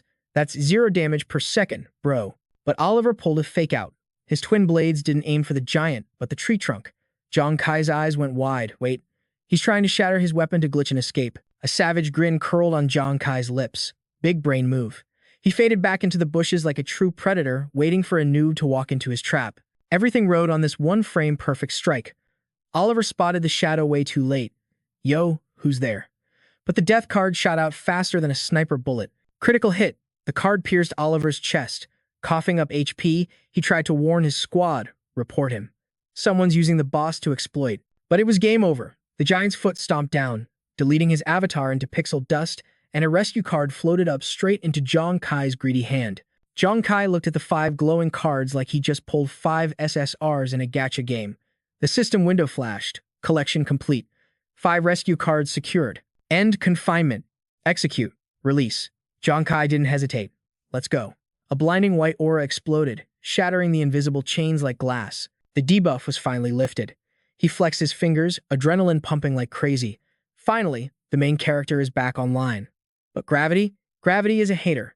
The king giant suddenly ripped the tree out of the ground, winding up for a home run swing at a new target. Jang Kai gripped the bark, knuckles white with fear. He's distracted. I can bail. But then major vibe check, a chill ran down his spine as the sky tore open into a golden portal. The system voice boomed like a server-wide announcement. Phase 1 complete. Phase 2 initiated. Rescue zones unlocked. Exchange cards for OP items. But here comes the classic pay-to-win twist. One member of each squad will now be randomly nerfed with confinement. The confined players are basically away from keyboard dead-weight targets to be saved or slaughtered. The tree crashed down, but Jang Kai clung to that branch like Spider-Man. Meanwhile, deep in the jungle, Yuanzu's squad was speed-running. Move it. We gotta link up with Captain Jang Kai. The system's countdown started ticking like a bomb. RNG selection incoming, Yuanzu hissed. No time to argue. Sunuan Yuan pointed to a hollow trunk, screaming, camp inside, now. They dove into the hiding spot just as the clock hit 0. Hurry up. They huddled in the dark, eyes shut, praying to the RNG gods. They waited for the banhammer to drop. Silence. No paralysis. No chains. One by one, they did a stat check. I'm clean. It's not me. But then, realization hit Ruan Yu like a truck. Wait, if we're all good. The scene cuts to Jang Kai, looking absolutely done with life. You gotta be kidding me. A giant red skull icon hovered over his head. You have been selected. Jang Kai screamed internally. My luck is actually trashed here. Below him, it was a total party wipe. The rock giant had absolutely mopped the floor with the other players, deleting their accounts instantly. Jang Kai watched the carnage, surprisingly chill. Respect. A commander-tier boss wiped an elite squad in under 60 seconds. That's a speedrun record. His mind went back to the notification. Rescue zones. Functional items exchangeable with cards. Functional items? That sounds like dev speak for unique artifacts. In a broken game like this, vague descriptions mean game-breaking meta gear. Whether I need to unshackle myself or grab that loot, his eyes narrowed. I need to farm more cards. As soon as possible, the giants started rotating to a new lane. They're moving out. He got comfy in his tree. Fine, I'll ride this bus and let the boss clear the map for me. Asterisk crack. Asterisk. A nasty sickening sound pierced the air. Jang Kai froze. No shot. He looked down. A spiderweb fracture was spreading across his branch. Dang it, durability is 0. It must have taken damage during the fight. If this breaks now, Jang Kai cursed. I'm cooked. If I drop, I'm served up on a silver platter. All that grinding for nothing. He started chanting a mantra to stay calm. Hold tight, do not fall. The Titan marched on, totally oblivious to the passenger clinging to his weapon. The branch groaned, about to snap like a twig, caught in a nightmare scenario. The Titan's foot crashed down, and the timber snapped. Jang Kai's breath hitched, bracing for the game-over screen. Meanwhile, Yuanzu's squad was deep in theory crafting. Could the confined player really be Jang Kai? Wait, wasn't he already stuck in the last zone? Han dropped a theory. Captain Jang Kai must have been carried by another squad. He's moving again, which is why my tracking spells are glitching out. Yuanzu exhaled. The Enlu Guild is a powerhouse. That's the only logic that tracks. Ruin Yu sighed, shaking his head. Captain Jang Kai's account is cursed. Fam. Freed from one trap just to walk into another? The mood was heavy until Su Nuan stepped up to carry the team's morale. Yo, snap out of it. It sounds bad, but it proves our boy is still alive and kicking. Our mission hasn't changed. Read the map, then regroup with Jang Kai. Ho Nan nodded. Su Nuan continued. Phase 1 is done, but we're flying blind on the scoreboard. Who got eliminated? Who leveled up? We know nothing. But the new rules mention special loot. Suddenly, she locked onto something. Yo, check that violet mist. What is that energy? Yuanzu gasped. That fog just spawned in out of nowhere. Ruan Yu shivered. Is that a boss aura? Are we getting aggroed? Su Nuan shook her head. Nah, it's too quiet. My gamer instincts say there's something critical inside. Then full send, Honan declared. They sprinted into the purple abyss. What they found on the other side had their jaws hitting the floor. A massive earthen pillar stood there, crowned with a statue shining with holy light. Instantly, a system pop-up appeared. System alert. Achievement unlocked. Sanctuary zone discovered. Exchange rescue cards here for functional items. The team went wild. A sanctuary zone. Honan grabbed Su Nuan's arm, dragging her to the monument like, let's go. Time to see what loot we can snag. The ancient text revealed a map card effect. Reveals locations of all teammates, mobs, and zones. Literally legal wall hacks. Yo, Hong Han's eyes just lit up like Christmas lights. This item is a straight-up game changer. We could ghost past beasts, locate Captain Jang Kai, and dominate the map with perfect efficiency. Su Nuan was nodding frantically like, yes, please. But then she saw the price tag and fam. It was brutal. Cost, 8 rescue cards. Hong Han's jaw hit the floor. 8? That is straight-up highway robbery. No way we can afford that trip. Su Nuan sighed. Next. Meanwhile, Ruan Yu was already scouting the other loot. They scanned the list. A single teleportation card to warp anywhere on the map, 7 rescue cards. Still too rich for their blood. The next item was terrifying. A target lock card that gives you literal wall hacks to find a specific enemy for 2 hours, cost 6 cards. Another slab offered a status cleanse card to wipe debuffs 4 times, also 6 cards. After scanning the area, the squad huddled up around the final, ominous stone. Yuan Su's voice got serious. This is the endgame item, the global intel card. It updates the entire server status every 20 minutes. It's a classic cheat code in these system manhwas. It even lets you spectate 3 enemy squads or boss-tier monsters to analyze their stats. Price: 5 rescue cards. Ruan Yu scratched his head nervously. It is the cheapest option, but it will bankrupt us. We'll have 0 currency left. Hong Han wasn't having it. Finding this sanctuary was RNG from the gods. We won't get this lucky again. We gotta ball out. Su Nuan nodded. Knowledge is the meta. Running blind looking for Jang Kai is a straight-up throw. In a death game like this, intel is the difference between a dub and a game over. Yuan Shu. What's the move? Yuan Shu's face went stone cold. Cop it. We use the global intel to track Brother Zhonglu and Brother Trun. That leads us straight to our boy Jang Kai. Su Nuan stepped up, the tension thick enough to cut with a knife. Bet. She flashed those 5 golden cards, whispering a prayer. Here goes everything. She slapped her hand on the cold stone. The cards floated up and got sucked into the monument like offerings to the gacha gods. Su Nuan channeled her mana. And boom. The stone erupted in azure light. System exchange successful. Item global intel card acquired. Balance: 0. Su Nuan was beaming. We in there.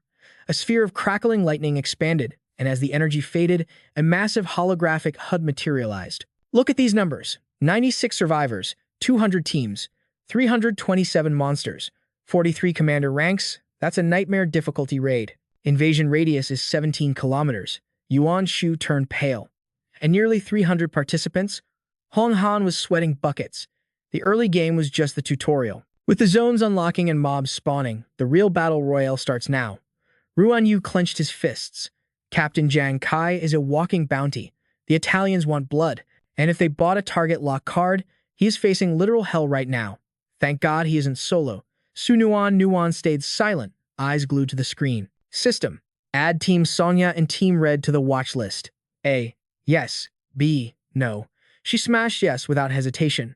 We need to know if the fam is still breathing. But fam, the recap is about to get dark. The global map loaded in. Team Mountain River. 3 survivors remaining. Team Red. 2 survivors remaining. The announcement blasted through the speakers. What? Ruan Yu's voice cracked with pure terror. Captain Jang Kai. Su Nuan's eyes went wide, refusing to believe the devastating report. Jang Kai got separated from Lu's group. Meanwhile, in the admin room, Heian was watching the chaos on his monitors. Excellent. Looks like Team Fire God found the pay-to-win shop. Although other squads found their teammates, the kill count is skyrocketing in this brutal leveling dungeon. Then Fong looked up at the screen with a frown. Yo, where on earth is Jang Kai hiding? We haven't seen a shadow of him. He hasn't been caught on 4K once. Wei Ying dropped his voice low. Judging by the carnage, Jang Kai must have been captured at least twice by now, which means one thing. My guy broke out of jail solo. After all, nobody helped him. Heian let out a cold, amused chuckle. Facts. I still don't get how that kid plays, but he never fails to hype me up. Suddenly, Wei Ying spotted a glitch in the matrix. Wait, what is that? He snapped at the tech guy. Row A, column 3. Zoom and enhance, stat. The screen zoomed in, revealing a squad of absolute demons. It was the Slaughter Squad. The leader in the hat is level 60, and every single goon behind him is at least level 50. Heian furrowed his brow, ordering a full background check on the Slaughter Squad and every battle receipt they had since the start. The tech guy was typing at light speed. Sir, every national team is taking L's, but Japan's Slaughter Squad is built different. He pointed at the leader. They have a perfect KG ratio. 0 damage taken. That's Willis, one of Japan's top-tier swordsmen. The tech guy's voice was steady, but the info was nightmare fuel. Intel says after Willis hit level 60 a year ago, he voluntarily de-leveled back to 40, only to speedrun back to 60. We think his innate talent is. The tech guy gulped before whispering the forbidden word. Reincarnation. Heian gasped. No way. Reincarnation. Then Fong panicked. Does such a broken cheat code even exist? That's literally hacking. So this guy looks like a level 60, but his real combat power is off the charts? Wei Ying looked grim. It's worse. I've heard rumors of this build. He started explaining the horror. The terror is in the stat stacking. After every rebirth, his base, strength, vitality, agility, and spirit get a permabuff. The more he resets, the more monstrous his stats become. He is a walking raid boss. The scene shifted to the battered Mountain River squad. Little Jiang was carrying a teammate, her voice shaking with worry. Boss, you're leaking HP again, she cursed. Those sweats from Country K and G have 0 honor, teaming up just to spawn camp us. If it wasn't for them, Huang Vai wouldn't be locked up. And you wouldn't be critical right now, boss. Little Jiang gritted her teeth, tears streaming down her face. Treeman and Tran. I ain't letting their sacrifice go to waste. Da Shu Yan cut her off, his voice ice cold. Yo, zip it. Is this really the time for a pity party? We wasted way too much time dipping out of there. Pick up the pace, fam. If we catch a vibe from any monsters now, it is game over. Understood. Little Jiang shouted, but suddenly, a rain of arrows blotted out the sun. Dao's eyes went wide. He deflected the barrage with a desperate swing. Who's pulling up on us? It was the Slaughter Squad from the Solar Eclipse Guild. The leader stepped out, looking mad, arrogant. Didn't expect to be taking out the trash from St. Light while hunting for Jang Kai. Standing there was the adventurer Willis, the level 60 swordmaster. He smirked, introducing himself like the Grim Reaper. The name's Willis.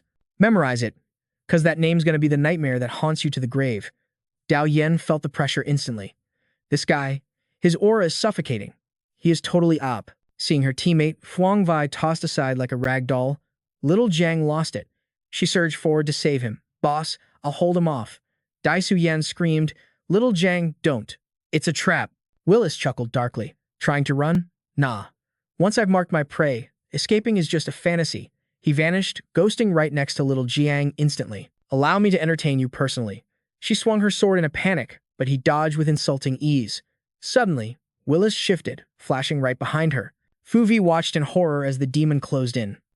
Moving faster than the eye could track, Willis grabbed his head and slammed it brutally into a boulder. Fong Vai, little Jang screamed, her eyes burning with pure rage. "You monster, I'm gonna end you," she charged blindly. But Willis stayed cold, unleashing his ultimate skill, Blizzard Slash. A vortex of blade energy exploded outward. Dao Yan lunged forward, grabbing her shoulder. "Watch out." He yanked little Jiang back just as the lethal energy sliced the air where she stood. "Captain!" she cried out. Dao Yan leaped into the air, pouring every ounce of his remaining mana into one final, desperate strike. Overlord Saber. Willis didn't even flinch. The blade struck his shoulder. Got him, Daisu thought, but his eyes bulged as his blade stopped dead in midair. The Willis he hit turned into a block of wood. Panic seized Da Shuyan. Damn it, a substitution jutsu? Before he could even react, Willis teleported directly above him. His eyes glowed with an eerie light. Phantom Flash, Invincible Slash. Neither of them could defend against the onslaught. 1,000 cuts shredded through them, their screams echoing in the valley. Once the carnage ended, Willis landed softly, barely breaking a sweat. He looked down at Dao Yan, who was twitching on the ground. Amazingly, the captain fought through the agony, forcing his broken body to stand. Willis sneered. "I told you, my prey doesn't escape, whether it's you or Jang Kai. Do you have any last words?" Dao Yan smirked through the blood, his pride completely unbroken. "Jang Kai. He's going to conquer this entire competition for Saint Light." Willis tossed his sword aside, mocking him. "I'm afraid your dying wish is delusional." A crimson blade materialized in his hand. Blood Devourer. He thrust it deep into Daishu Yan's chest, sending a spray of fresh blood into the air. The light faded from the captain's eyes as his body collapsed. Dao Yan was eliminated. A rescue card dropped, and Willis snatched it with a satisfied grin. His subordinates laughed. "Boss, this trash wasn't even worth the effort. You got your hands dirty for nothing. But hey, with these 3, we've collected all 7 rescue cards." Willis activated the tracking card, his eyes narrowing dangerously. "Jang Kai, I am dying to meet you." The ultimate mana showdown was about to begin. Make sure you smash that like button if you're hyped for this fight. Back in the High Council chamber, the 3 celestial observers stared at the screens in total disbelief. I recall Lu Dechuan's combat power was phenomenal. He was rated S rank by the system, yet he was slaughtered like a common NPC by this monster. Their anxiety spiked. If that beast could crush an S rank, does Jang Kai even stand a ghost of a chance? Wei Ying fell into a heavy silence, deep in thought, as the scene shifted back to the main character's desperate situation. The area was a graveyard of timber, and he was still clinging to that branch, frozen in the exact same posture to avoid detection. Flash back to 20 minutes ago, just as the branch beneath him cracked, and Jang Kai stared death in the face, a terrifying sight unfolded. A King Tearstone crystal giant stomped forward, carrying that very tree trunk. Its expression was cold as ice, and its steps shook the earth. Suddenly, the behemoth's body shattered into fragments, dropping the log and Jiangai to the hard ground. Right then, the blue screen flashed with the cold logic of a system. Manhwa alert. The stone crystal giant has entered hibernation mode. Time remaining, 19 minutes and 59 seconds. Like dominoes, the entire legion of stone giants collapsed into slumber. Jiankai's mind raced with calculations. 15 minutes had burned away, leaving only 5 minutes until this sleeping nightmare would experience a mass awakening. Suddenly, movement from the tree line caught his eye. Multiple squads were encroaching on his position. His heart skipped a beat. The guests had arrived. Whispers spread among the International Alliance members. "I seriously don't get how the Huo Jang Kai Guild lost," one muttered. "How could an army fail to kill a single target? It's not like this is a leveling Manhwa where he has plot armor." Another scoffed with disdain. "Please, if St. Yao hadn't triggered the second phase of the attack, that rat would never have escaped our encirclement." The humiliation burned, but they quickly refocused. "Whatever. Let's slaughter the St. Yao members to vent our rage. Then we settle the top 3 rankings with raw power." A voice cut through the noise. "Jang Kai is close. Our squad's tracking card has him pinned." Jolly Hang roared, holding up the device. "He can't escape the heavens this time. Look over there." All eyes turned as Willis's squad emerged from the shadows. His teammates were confused. "Strange. The target should be right here." The crowd buzzed with gossip. "Isn't that the Hunter Squad? The arrogant ones who refused the Alliance to hunt Jang Kai solo?" While other national teams had suffered heavy casualties, this elite unit had survived the chaos without a scratch, proving their terrifying strength. Tongvu kicked a pebble in frustration, his patience wearing thin. "Pure luck. Today, I'm taking Jang Kai's head as a trophy, no matter what." They fanned out, scanning every inch. Found him, yet nothing here. But the tracking zone says he's right on top of us. Tongvu cursed, kicking a nearby tree trunk in a fit of rage. Damn it. Did that brat sense our aura and bolt? As he glanced upward, his eyes locked onto a silhouette in the shadows. Tongvu froze, his jaw dropping. Inside the hollow of the tree, a person. His pupils popped out of his head like, "Yo, Jang Kai." But our boy, stone cold. He just smirked like, "RIP to you guys. You clowns think you're chasing prey, but you just walked straight into the boss room." The mob went feral on that tree, screaming, "Where is he at? Drag him out." All that noise caught Willis's ear just as Tongvu pointed a shaky finger at the sky. "Yo, look up. He's camping right there." Everyone looked up to see Jang Kai standing absolutely frozen. Why is he glitching out like that? Is he hit with a paralysis debuff? One of Willis's goons sneered. "A seal? No way, that's impossible." Tongvu screamed his lungs out, making sure Jang Kai could hear. He was moving 5 seconds ago. Last time he used a clone. Now he's faking a lag switch. Jang Kai, stop with the cheap tricks, bro. The system says your status is clear, so quit acting. The whole squad started roasting him. Facts. He used that same fake body strat to clap Huo Jang Kai. Man, don't let him hustle you. Look at his face. He's shaking. Jang Kai looked down, acting all scared. But inside, his brain was running calculations like a supercomputer. 60, maybe 70 ops. The odds are trash. I gotta stall until the cooldown hits 0. He scanned the crowd and locked onto one dude, Willis. The guy was smiling, but his aura was dripping with pure bloodlust. Jang Kai squinted. That killing intent is straight up suffocating. Willis started dragging his massive greatsword toward the tree like a horror movie villain. "Yo, there was a guy named Lu Dan in your crew, right? Saint Yao clan?" "Yeah, my squad wiped them. Every single one." His voice was absolute zero, and the sound of his blade scraping the dirt sent chills through everyone. It was sad, honestly. Trash like that couldn't even put up a fight. I used this exact sword. One clean swing took the leader's head off, and the rest, I turned them into ground beef. Willis looked up with a twisted, psycho grin. "Name's Willis, by the way." "Tell me, Jang Kai, don't you want to get revenge for your boys?" A bolt of lightning shot straight down Jang Kai's spine. He killed Brother Lu and the squad. Willis didn't even wait for a reply. Die. In a split second, he launched himself into the air like a human cannonball. Willis flew at the tree, swinging that giant slab of iron. "Let's see if your little hacks can save you from this one." Jang Kai gritted his teeth as adrenaline flooded his system. Willis was inches away from landing the finishing blow. Jang Kai stood still, accepting death.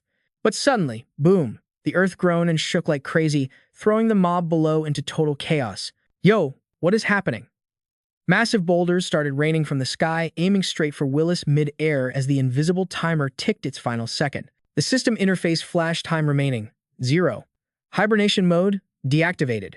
Jang Kai's lips curled into a ruthless, savage smile. Right on cue, the falling rocks slammed Willis back to the dirt. All around them, sleeping giants started waking up, hurling massive boulders into the crowd of players. Pure terror erupted. "Watch out for the rocks." More giants woke up, their roars blowing out eardrums as they charged. The arrogant hunters broke formation instantly, running for their lives. "It's a trap. It's a legion of crystal giants. Damn it. So that's why the global map showed red dots here. They were asleep. Run. If we stay, we're cooked." Jang Kai looked down from his high ground, his voice cutting through the panic. "Trying to dip? I don't remember giving you permission to leave. Death card, go." The card sliced the air with a sonic boom. Wherever it flew, a rain of boulders followed, crushing the fleeing enemies into paste. The card danced around the giants, guiding their rage. A giant slammed a tree trunk down, launching players into the sky, only for Jang Kai's card to snipe them midair. Some got snatched up by massive stone hands and crushed like bugs. Others just got trampled into the dirt. The giants unleashed a barrage of boulders, sending bodies flying in a grotesque display of ragdoll physics. Agonizing screams filled the whole forest. Willis, stripped of his earlier swagger, was now shaking in his boots. Jang Kai is controlling these mobs. How the hell did he tame a dungeon boss? He scrambled backward, but a massive boulder slammed down, blocking his path. A giant swung a tree trunk, smashing Willis with the force of a runaway freight train. He got sent flying, but in that split second between life and death, Willis roared a final cheat code, secret art, woodbone substitution. He vanished into thin air. A broken log took his place in a flash of magic. Meanwhile, dozens of cards flowed like a river of XP straight to Jang Kai. The stone giants rampaged. The earth shattered under their blows, opening up abyssal fissures that swallowed the helpless players whole. Screams of pure terror echoed as they fell into the darkness. High above, Jang Kai stood perched like a predator. Golden light exploded from his body. The system chime rang out. Rescue card confirmed. Seal status. Shattered. With a surge of adrenaline, he launched himself skyward, snapping the branch with pure explosive force. Looking down, a victor's smirk played on his lips. Perfect execution. He landed gracefully right in the middle of the chaos left by the king-tier bosses. Total devastation. Using a king-tier monster to farm kills is way faster than hunting them down one by one. But the memory of Willis's twisted grin cut the celebration short. Damn it. That snake escaped before I could avenge Brother Liu. His eyes locked onto the golden loot floating above. A massive haul like this is exactly what you want to see in a manhwa recap. Meanwhile, inside the military command center, Commander Wei Ying was barking orders. Rewind the feed. Drop speed to 10%. Analyze that blur at 9.2 seconds. Yes, sir. The image sharpened, revealing our boy Jang Kai. Then Fong gasped, unable to believe his eyes. That kid. Jang Kai? He was in the tree the whole time? Wei Ying smirked, realizing the genius play while his subordinate looked confused. So that was his play. Then Fong turned to the commander. Sir, how did he even pull this off? The veteran calmly broke down the strategy. That monster is a rock spirit giant. Massive damage, but its senses are trash. It has no sight or hearing and hunts solely by detecting ground vibrations. Wei Ying's eyes narrowed. As long as his feet didn't touch the dirt before it scanned the area, he was effectively invisible to it. He visualized Jang Kai's cold calculation. The moment the seal hit, the kid was already elevated. A ghost in the canopy, completely undetectable to the giant. When the king-tier boss uprooted the tree to use as a club, he just rode the momentum, Wei Ying explained. Then Fong nodded in total awe. Exactly. Even while paralyzed by the seal, he wasn't defenseless. We all saw it. He's got a hidden ace. I suspect his weapon is controlled by pure will, Wei Ying stated, silencing the room. This dude is absolutely cracked. He manipulated a boss monster to wipe the entire lobby, farmed their loot, and broke his own seal twice. Even the commentators are losing it. But Wei Ying just dropped a bombshell. Breaking the seal? That was just the tutorial level. The real boss battle starts when he faces the god of harmony. Back in the server, Jang Kai was speedrunning for 30 minutes before he slammed on the brakes. His spidey senses were screaming, "Yo, danger incoming! Incoming!" The sky literally ripped apart and blasted a massive laser beam into the ground. Phase 2 is done, fam. Phase 3 is starting, and the red alerts are flooding his vision. Monster spawns are cranking up, and the invasion speed just got buffed by 200%. The system voice turned ice cold. New patch notes just dropped. Get this, one member of every squad gets randomly nerfed with the seal status. The player is totally paralyzed and has to be backpacked by their teammates. The hologram showed a terrifying diagram. Time limit, 30 minutes. If they don't cleanse the debuff in time, boom, instant self-destruct. New pay-to-win items just spawn in the safe zones. Jang Kai grit his teeth. The devs are really trying to wipe everyone out with these toxic rules. Exploding players? Seriously. A chill ran down his spine. If he hadn't glitched out of his seal earlier, he'd be confetti right now. Time to scramble for cover. Round 3, let's go. RNG time. Is he getting nerfed again? He held his breath as the clock ticked down. 2, 1. The result flashed. Not me. He let out a massive sigh of relief. Suddenly, some epic purple loot glow on the horizon caught his eye. That violet energy was swirling in the air, so Jang Kai tracked it right to the source. It's a mysterious altar surrounded by ancient stones. System alert, rescue zone unlocked. Time to trade those cards for some OP items. Jang Kai's eyes turned into dollar signs. A shop. He checked the interface. Positioning maps, single teleport scrolls, target tracking, and even debuff cleanses. Even global hacks. The inventory was absolutely stacked. These weren't trash drops. They were game changers. But then, he froze in front of one specific item. The arena duel card. It selects one enemy and one ally for forced combat. It teleports you to a shadow realm for a deathmatch where nobody can interrupt the 1v1. The seal only breaks when a winner is decided. During the fight, you're invincible to outside damage. The price? A mountain of rescue cards. That's over half his stash. It wasn't cheap, but in this broken game, a high price tag means god-tier power. Golden energy flared in his hand. He's buying the Force 1v1. It's the only offensive card in the deck, and I don't play tank. With a savage glint in his eye, he went all in. If you're enjoying this recap, smash that like button right now. Purchase confirmed. 3 minutes later, the transaction was done. He's down to 5 rescue cards, but he bagged the duel card, a map, and a teleport scroll. Seal problem solved. Loadout upgraded. Now he needs to carry his squad. But wait, a shadow of worry just crossed his face. Who caught the L with the random seal this time? Miles away. Ruin Yu was frozen stiff like a statue. The panic in his eyes was real. He realized he was totally helpless. Yuan Shu instantly realized they were in deep trouble. He started shouting with Hu Yan, frantically trying to find a strat to save him. Looks like the RNG gods cursed Ruan Yu this time. The third stage hit them with terrifying speed. We barely clutched the ambush and only got 4 rescue cards. It's not enough to break the seal. Suan Nuan's voice was trembling as she explained their desperate struggle. Non-stop battles drained them dry, and their stamina bar was blinking red. Finding Jang Kai while hunting for cards in this chaos? That's a near impossible quest. Suddenly, the blue system window popped up with a global update. And chat, let me tell you, the stats on this leveling competition are looking grim. Only 305 survivors left across 75 teams. The monster invasion is accelerating with 542 commanders and 61 king-tier beasts on the prowl. The Battle Royale circle has shrunk to just 38 kilometers. Hu Yang gasped when he saw those devastating numbers. The second stage alone deleted over 600 competitors. With the beast tide speeding up, the final boss fight is knocking on the door. Asterisk snap, asterisk, and noise in the bushes put the squad on high alert. Who's camping there? 2 treacherous dudes, Tuvu and Bakfi, stepped out with evil grins. We've been stream sniping you guys for a while. Your 4-man squad is wrecked, 1 away from keyboard, 1 healer, and 2 injured noobs. Those 4 rescue cards are basically free loot delivered to our doorstep. No way they'd let an easy gank like this slip by. The trio instantly got ready to throw hands. You want to take down the fire god? Try it if you have the guts. The aggressors lunged at Su Nuan and the others, trying to crush the weak links first. Look at your hands shaking. You can't even aim. Pathetic. We're gonna wipe your team and steal your inventory. I'll take your heads for the trophy case. Suddenly, times whoosh, asterisk red projectiles tore through the air and trapped the villains in a storm of fire. Su Nuan's eyes lit up as she recognized those flaming daggers. Hu Yan felt it too. That sneaky attack pattern? It could only belong to one person. Just like his teammates, Yuanju grinned as he felt the impact. Through the smoke, the silhouette of Jang Kai emerged like a returning legend. Sorry I'm late, guys. Had to wipe 3 ambush squads on my way here. The doom and gloom instantly shattered. The carry has arrived. Jang Kai's teammate pinched his own cheek. Ouch. Okay, I'm not dreaming. But wait, wasn't Jang Kai supposed to be banned by the system? Hu Yan nodded, totally confused. Exactly.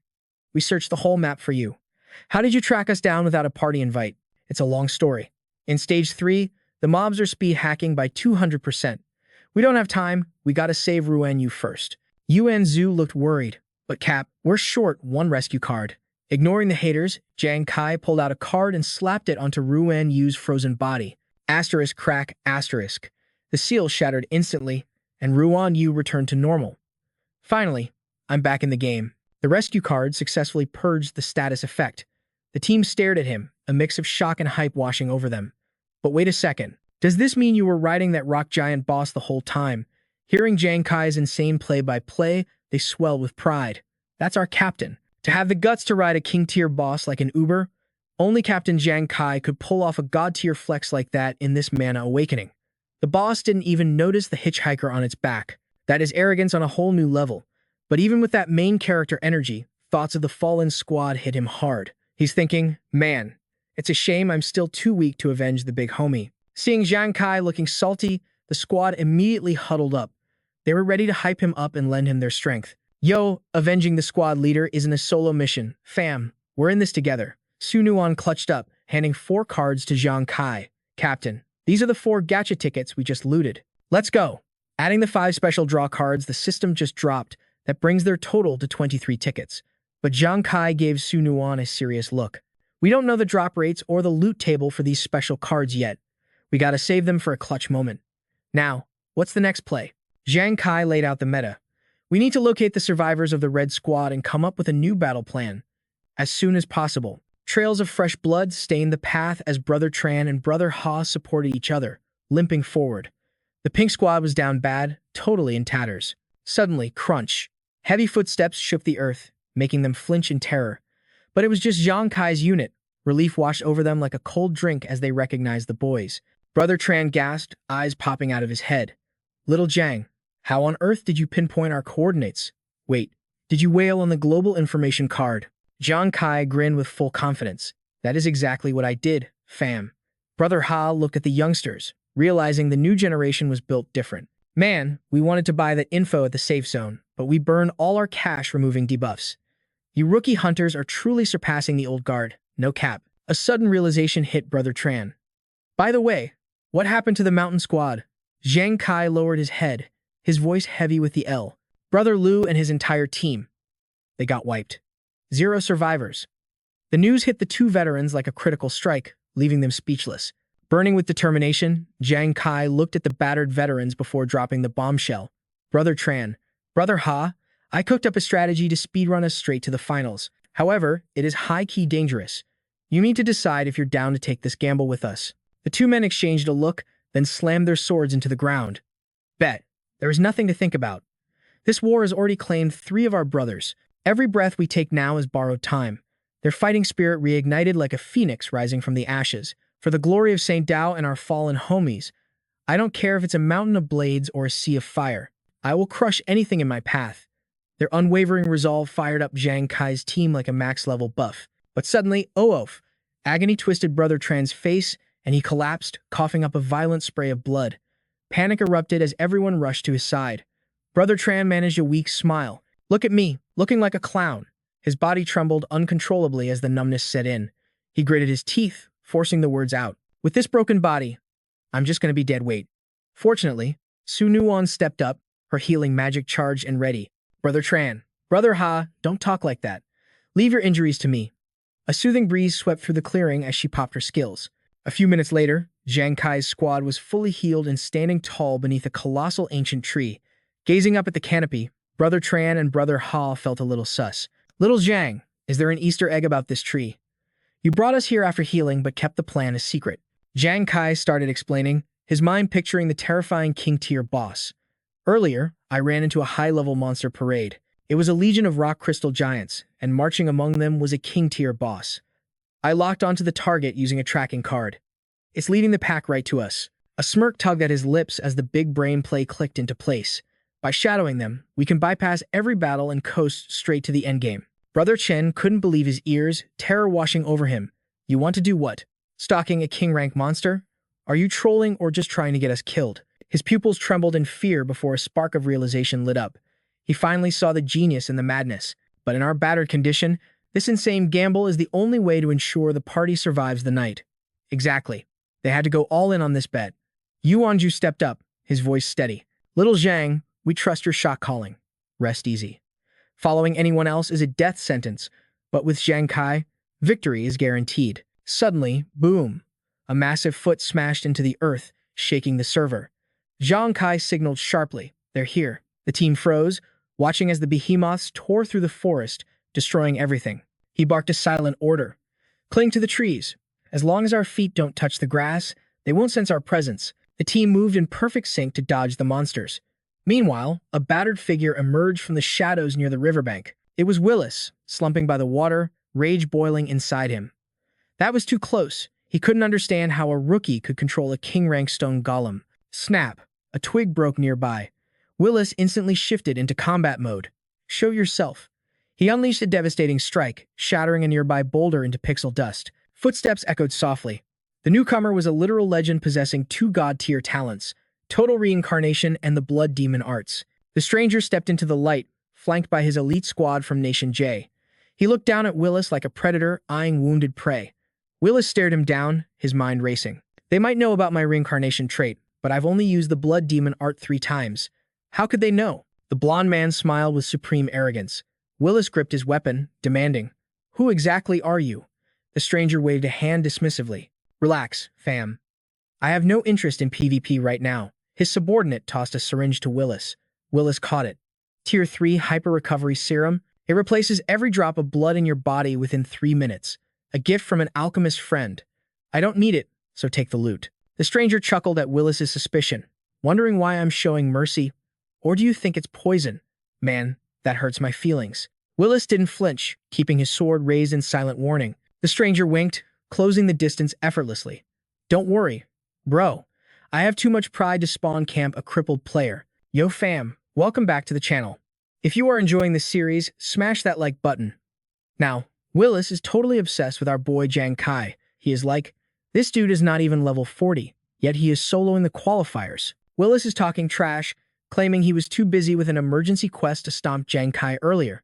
He reaches out with fake sympathy, practically dripping with arrogance. Someone as interesting as you must be dying to test his strength.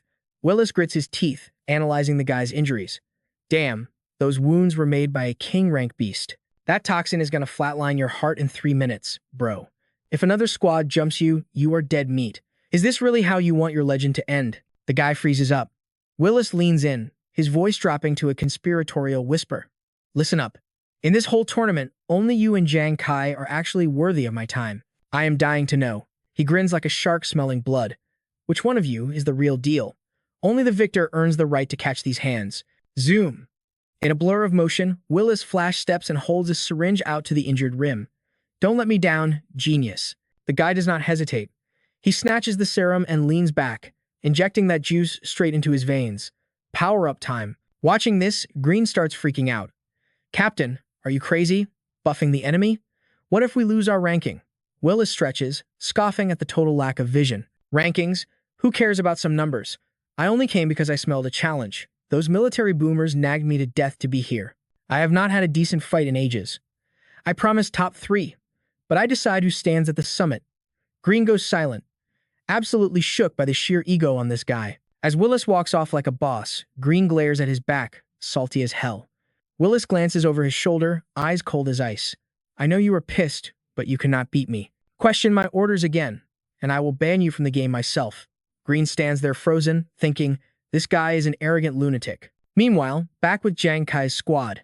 The stone giants are marching like it is a parade, shaking the whole earth. Brother Ha is hyping it up. Yo, this is absolutely legendary. Aside from a few bumps, it has been a free ride. Hu Yan hugs a tree trunk, flexing their win streak with a massive grin. Captain Jang Kai's parasitic beast strat is 200 IQ. And did you see the solar team's faces right before they got wiped? Their jaws dropped so hard they nearly hit the floor. Hilarious, Yuanju chimes in. They tried to ambush the Sacred Glory Guild, but we crushed their entire nest instead. Justice served ice cold. Brother Chen's eyes get dark. If I had this kind of tactical brain sooner, the red team would not have lost anyone. But hold up. The giants suddenly slam on the brakes, moving cautiously. Su Nuan blinks, confused. Yo, why are we slowing down? Are they out of stamina? Jang Kai frowns, activating his demon eye. His irises glow with that creepy eldritch light. Remember the rules of this elimination game, guys. The monster zone shrinks over time. His voice drops low. And right ahead, I sense a terrifying concealed energy signature. The sky itself seems to glitch out, twisting with bizarre ethereal energy. Jang Kai's expression gets serious. I wondered what force could stop the beast tide, he mutters. Now I see. It is a barrier. Suddenly, the forest screams, trembling violently under a force wave bigger than the giants. Ruan Yu screams a warning, but Jang Kai's instincts are already flaring like a siren. He snaps his head around. Something massive is barreling toward them. Incoming, Jang Kai roars. More monsters on our tail. Unseen by the group, Fang nightmares surge from the shadows, eyes burning with bloodlust. Jang Kai realizes the truth instantly. The stone golems were blind to them, but these new predators, they have the scent of fresh blood. Meanwhile, the giants crash into those strange energy currents.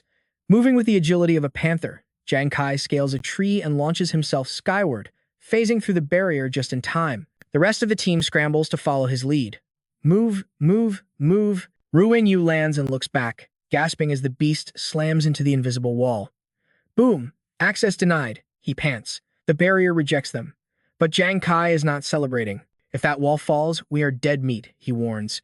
Taking command, he orders. While the phase holds, move. We need distance between us and that horde. The team shouts their agreement, sprinting after him. 10 minutes later, the suffocating embrace of the forest still has them trapped. High above, predatory eyes are tracking Jang Kai's movements. Assassins lurking in the canopy. But Jang Kai's senses are already screaming. He knows they are being hunted. Instinctively, the team looks up. But Jang Kai is faster. In a heartbeat, he manifests daggers wreathed in scorching flames. With a flick of his wrist, he sends the fiery blades screaming forward. Hu Yan, now, he shouts. She raises her hands, weaving water and frost into a magnificent 8 trigrams formation. Witness the supremacy of silver ice, she cries out. Tremble, you fools. Slash! 2 razor-sharp crescents slice through the canopy, sending the ambushers crashing to the forest floor. A massive mace shatters the earth. It is the Bird Country's tribal squad. The owner of the weapon, a dude from the Cheetah team, glares at them. Henry smirks, twirling his weapon like a toy. Busted. From the shadows emerge the Mist Country squads, mocking them. The Saint Light team has sharp senses. Alice purrs, eyeing Jang Kai with dangerous interest. Quick reactions, and cute too? Jang Kai's eyes turn cold, a smirk playing on his lips. Did you honestly think we walked into this hell without preparations? He recalls the moment 3 minutes ago. Su Nuan had checked the interface. A global notification flashed before them. A chilling update for this survival game. Current survivors, 25. Teams remaining, 11. Monster invasion progress, 1,400 units. Commander grade beasts, 100. King grade beasts detected. Safe zone radius, 298 kilometers. Yuanju gasps. Only 11 teams left already? Su Nuan remains calm. The monster pressure is forcing everyone toward the center. Encounter rates are spiking. The slaughter is only going to get worse. This battle royale is reaching its climax. Jang Kai grits his teeth. Excluding our Saint Light teams, the other 9 squads likely share national origins. They know each other's skills and have formed alliances. A heavy silence falls over the group as the gravity of his words sinks in. We must assume the remaining squads have united to crush Saint Light. We are the targets. Jang Kai's eyes darted through the thick timber. He Shish's forest was basically a death trap. The ops are definitely camping here. Stay frosty, fam. The second you see a shadow move, go full nuclear mode. Back in reality, the Flying Bird and Paladin squads from Country N stepped up, looking at our squad like we were something they stepped in. Total disrespect written all over their mugs. Yo, Alice, wipe that drool off your face, one guy hollered. We clap these Saint Light losers first. We can squash the beef between our nations after we catch these bodies. Brother Chin and Ha were looking straight up shook. Ha whispered, shivering. Little Jang called it. They really teamed up just to jump us. Jang Kai shouted, is this the whole circus? But inside, his brain was doing flips. The vibes were rancid. He had felt a nasty, familiar killing intent just seconds ago. Henry swung his heavy mace, grinning like a demon. I can turn you into ground beef all by myself, you little punk. But out of nowhere, whoosh. Ice spikes screamed past him. William roared out, Jang Kai is my kill. Before Henry could even blink, the attack shredded his arm. Blood sprayed everywhere as his limb flew off. His goons screamed in pure terror, rushing in. Boss, they cried, totally blind to the Grim Reaper standing right behind them. Slash. William's blade was a blur of silver light, cutting through all 3 dudes in one bloody horizontal sweep. Watching them drop, William cackled like a maniac. Lucky me. Less XP to share. Suddenly, a voice dripped with pure venom. Jang Kai. Surprised to see me? Willis stepped from the shadows, eyes burning with contempt. At the end of the day, you and your trash team are just bugs dancing in the palm of my hand. The squad froze up, but Jang Kai kept it icy cool. So, you're still breathing. His gaze drifted to the blonde guy smirking in the back. Wait, those 2. Jang Kai analyzed the stats. They do not look like locals from Country Y, especially Blondie over there. His aura feels unnatural. Hu Yin dropped into a combat stance, shaking with pure rage. You zeroed, Brother Liu. Today, blood pays for blood. Ruan Yu and Yuan Zhu roared in sync. That is right. Willis lunged, thrusting his weapon with lethal speed. You lack even the qualification to beg for mercy at my feet. Jang Kai backflipped, launching 3 throwing blades. Cut the arrogant act, he shouted. I am taking your head as a tribute to Brother Liu. Meanwhile, William carved a deep scar into the earth, barking orders. Saint Light has the numbers advantage. Wipe their squad while they are distracted. Alice raised her hand, channeling the scripture of repentance. She huffed, don't tell me how to do my job. Boom. Blinding magical light exploded. Jang Kai's crew stood paralyzed as a pale purple mist swallowed them whole. Yuan Shu, Ruan Yu, Nuan Yuan, Hu Yen. One by one, they got glitched out. The mist locked their bodies tight. Jang Kai spun around, horror crashing over him as he saw the containment sphere trapping the homies. Seizing the opening, William and his pack of wolves charged in for the execution. Jang Kai grit his teeth, rage burning a hole in his chest. Damn it, it is mind control sorcery. If I do not make a move right now, they are toast. Forgetting the duel, he sprinted toward his team. I have to save them first. But Willis wasn't about to let Jang Kai go, soaring into the sky to block him. He sneered, radiating lethal killing intent. Little brat, didn't I tell you? You are nothing but XP waiting to be farmed. Willis unleashed his phantom invincible slash, but Jang Kai roared, firing a blur of arcane magic that caught the villain completely lacking. On the other side of the screen, then Fong, Hishian, and Wei Ying watched the battle, forgetting to breathe. Then Fong couldn't hold back the shock. That was way too close. Jang Kai nearly got sliced in half right there. Jang Kai's teammates were shaking under Alice's nasty debuff. One guy dropped to his knees, sobbing, "Oh God, please forgive me. I am trash." Wei Ying grit his teeth watching the feed. It is the pious repentance skill. That Ishishi's spirit control witchcraft drowns the victim in an endless abyss of guilt. The harder you resist, the heavier the sin weighs on your soul until you lose all will to fight. Heen slammed the table in fury. Jang Kai can barely protect himself. Damn it. Is the Holy Light Squad really gonna get wiped? Suddenly smash. Ruan Yu broke a wine bottle. He bellowed. Repent for what? I didn't do anything wrong, bro. The trio watching the screen jumped at his sudden drunken outburst. A goofy grin was plastered on his face as he charged with his shield. Hey, beautiful. Your big brother is coming for a hug. He swung his sword at Alice, making her shriek. What the hell? Alice frantically blocked the strike with her staff, panic all over her voice. Get away from me, you fat loser. Snap. The binding spell instantly shattered. Brother Ha turned to Brother Tran, totally confused. Wait, we were hit by a skill just now. How did it suddenly break? Hu Yen explained fast. That guy, Ruan Yu, gains natural resistance to mental attacks when he is drunk. Just like when he tanked the Banshee's scream. Crash. Another bottle shattered. Vien. Two leaped 30 feet into the air, sparks flying from his aura. His voice was steady as steel. I am the first war god. Gods or demons. I cut them all down. Kill. With a roar, Vien 2 slammed his blade into the earth, triggering a massive explosion that blasted the enemies away. He rested his sword on his shoulder, overflowing with arrogance. You want to touch my crew? Ask my sword first. William gasped in pure horror. That is origin power.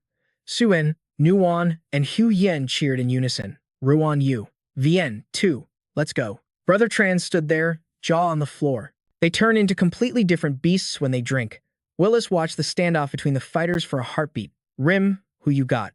Who is stronger between those two? Rim answered slowly. I do not know. It looks like neither of them has gone all out yet. Willis flipped a coin with a single finger, grinning like a shark. Bingo. As expected, even you noticed it. Crunch. He crushed the coin in his fist, terrifying killing intent radiating from his body like heat waves. His voice dropped to a sinister whisper. Then it is time to give these two lazy cats a little wake-up call. Boom! A blinding pillar of light shot up from the center of the forest, sending out a massive shockwave. The interface popped up, signaling a classic twist in this leveling manhwa. Stage 4 of the global tournament had begun, and the monster barrier collapsed instantly. Willis smirked. Looks like I don't even need to get my hands dirty.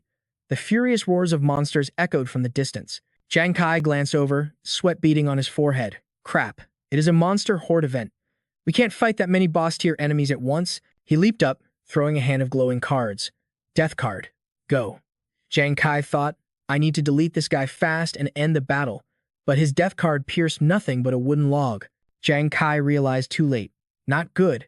It is a substitution jutsu.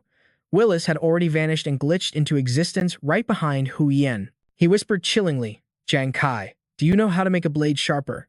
Jang Kai screamed, Hu Yen, look out. But the words barely left his lips before Willis skewered Hu Yen straight through the stomach. He laughed cruelly.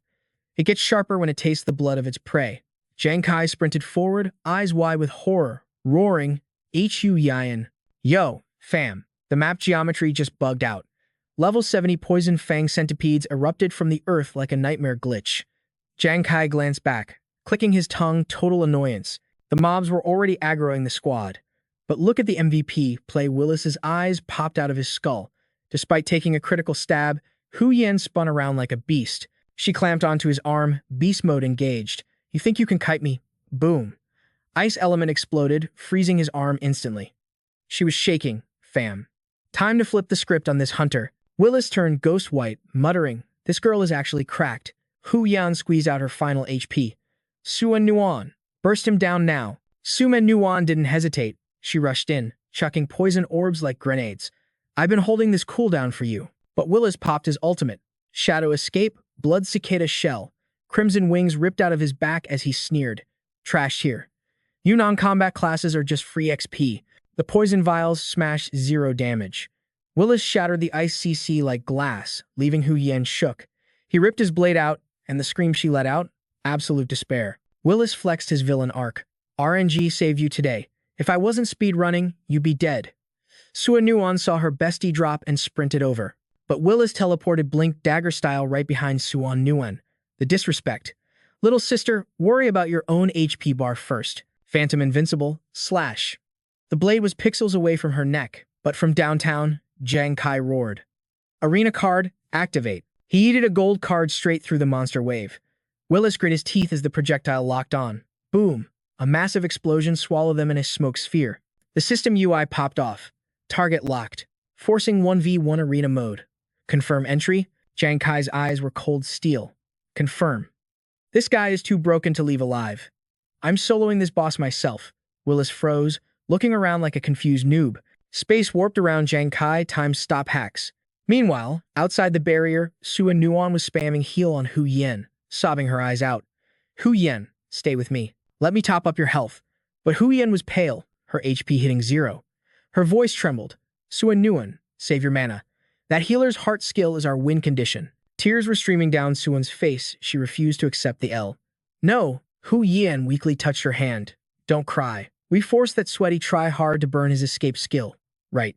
Hu Yan's avatar began to dissolve into data particles. She whispered, buff Captain Jang Kai. Get that dub for us. Sua Nuan hugged the fading light, wailing in grief. Taking advantage of the drama, the enemy team rushed in. Focus the healer. She's squishy. Delete her. But suddenly, Yuan Zhu leaped into the sky. Lightning aura exploding like a Super Saiyan.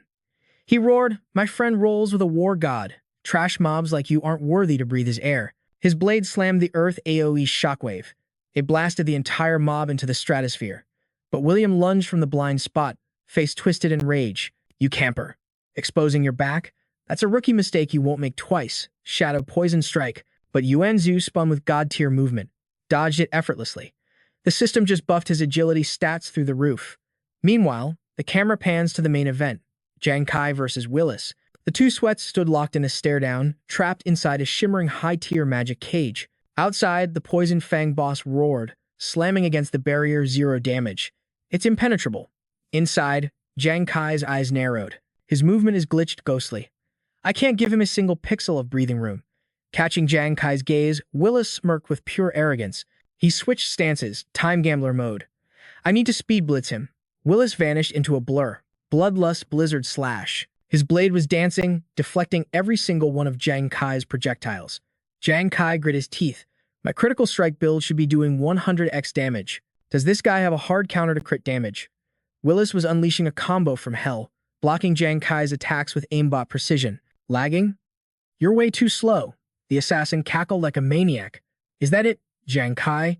Your DPS is pathetic, yet our MC refused to fold. He launched a storm of razor cards, even as Willis parried them like it was nothing. Meanwhile, high above, the spectators were watching this death match like it was Netflix. The mysterious observer rested his chin on his hand, eyes glowing. One is playing 4D chess. The other is pure speed. What a stream. This is peak mana entertainment. I wonder which main character survives. Suddenly, the Poison Fang boss spotted the VIPs and spat toxic slime. The magic carpet strafed upward instantly, dodging the acid spray. The partner stepped up, purple mana flaring. Shadow ambush. They vanished into stealth mode, leaving the monster confused. The beast scanned the server, no targets found, and retreated to the jungle. The observer chuckled. Your stealth build is OP, my friend. Now, let's watch the finale. Back in the gulag, Jang Kai strained his eyes. Ghost Eye focus maxed out. He vaulted into the air, dodging a lethal combo while firing a fresh volley. Seeing Willis's smug face, the realization hit him like a thunderclap. I was wrong. He isn't tanking the critical hits. At the very last frame, he's parrying the side of my cards. Minimal force to deflect the trajectory. He's guiding them into the unbreakable floor to cancel the kinetic energy. Seeing Willis lunge, Jang Kai went all in. Let's go, he screamed, hurling a card. Willis countered instantly. Bloodlust Ghost burst. A massive explosion of smoke. The card pierced the fog, hitting nothing. Willis had ghosted. Jang Kai's face twisted. Damn it, he clipped through reality again. How many lives does this rat have? We're in a cage match and my Reaper cards still missed. He summoned a shining card, Holy Light Halo. I'll nerf his movement and force him out. But before he could cast, his pupils shrank in terror. A cold presence spawned directly behind him. Madness danced in Willis's eyes as his blade hunted for a kill shot. A true assassin moves like a phantom, he whispered. pure cringe-worthy edginess. Blood drain spikes erupted from the blade, digging deep into Jang Kai. The MC threw his head back, screaming in agony. But then snap! Jang Kai's hand locked onto Willis's wrist like a vice. He turned, eyes burning with fury. Gotcha! Blinding light charged in his palm. Willis didn't even blink. Fam. His expression was dripping with contempt. Pathetic. He basically said fighting back now is just the final twitch of a dying bug. You ain't even worth my clock, bro. Willis flexed, and this nasty, thick black aura started dripping off his arm. Jang Kai stumbled back, totally shook. What the actual hell is that? Willis grinned, cause he knew he had the dub in the bag. Yo, you think this blade just sips on blood? He mocked him. Trying to trade lives? That's cute, but stupid. Then he unleashed it. Blood sacrifice. He shoved that blade straight through Jang Kai's gut. The scream the MC let out was straight up nightmare fuel. Outside the barrier, Yuan was losing it, staring in total horror while Ruan Yu started shaking uncontrollably, and Ha's eyes popped out of his skull, pupils shaking in panic as he saw that fatal wound. From way back, Sunua Nuan watched Jang Kai get swallowed up by those creepy crimson vines. She screamed her lungs out, but yo, that noise woke up the boss monster. The giant beast burst out of the ground, locking onto the healer. Watch your back! On Tran and Ha dove in, clutching the play and blocking the monster just in time. Heads up, but Yuan Shu totally lost it, going full berserk mode and charging him blind. I'm gonna end you. This is unforgivable. But Willis and his goons saw the opening and swarmed him like angry bees. Ruan Yu tried to pull up for support, but she got cut off before she could even move. A savage kick sent her sword flying into the stands. Alice stepped up with her squad, grinning like a hyena. Look at this coward trying to play hero. Know your place or get deleted right here. Back in the cage, things were looking bad, guys. The blood sacrifice lifted Jang Kai up before slamming him into the concrete like a ragdoll. That hit deleted half his HP bar instantly. Willis pulled his blade back, smirking like the king of the hill. When the dust settled, our boy Jang Kai was cooked, broken, battered, and soaked in red. He wasn't moving. Outside the barrier, Sun Suan Nuan was absolutely losing her mind. She pounded on the energy wall, desperate to get in, while Jang Kai's screen started fading to black. Suan Nuan just stared at his body, completely helpless. Jang Kai is wrecked. Is he even breathing? Tears were streaming down her face as panic set in. She frantically spammed her healing spell. Hold on, I got you. But the second her magic hit the barrier, a cruel system window popped up. Error. Target is currently in an unhealable state. Her heart literally stopped.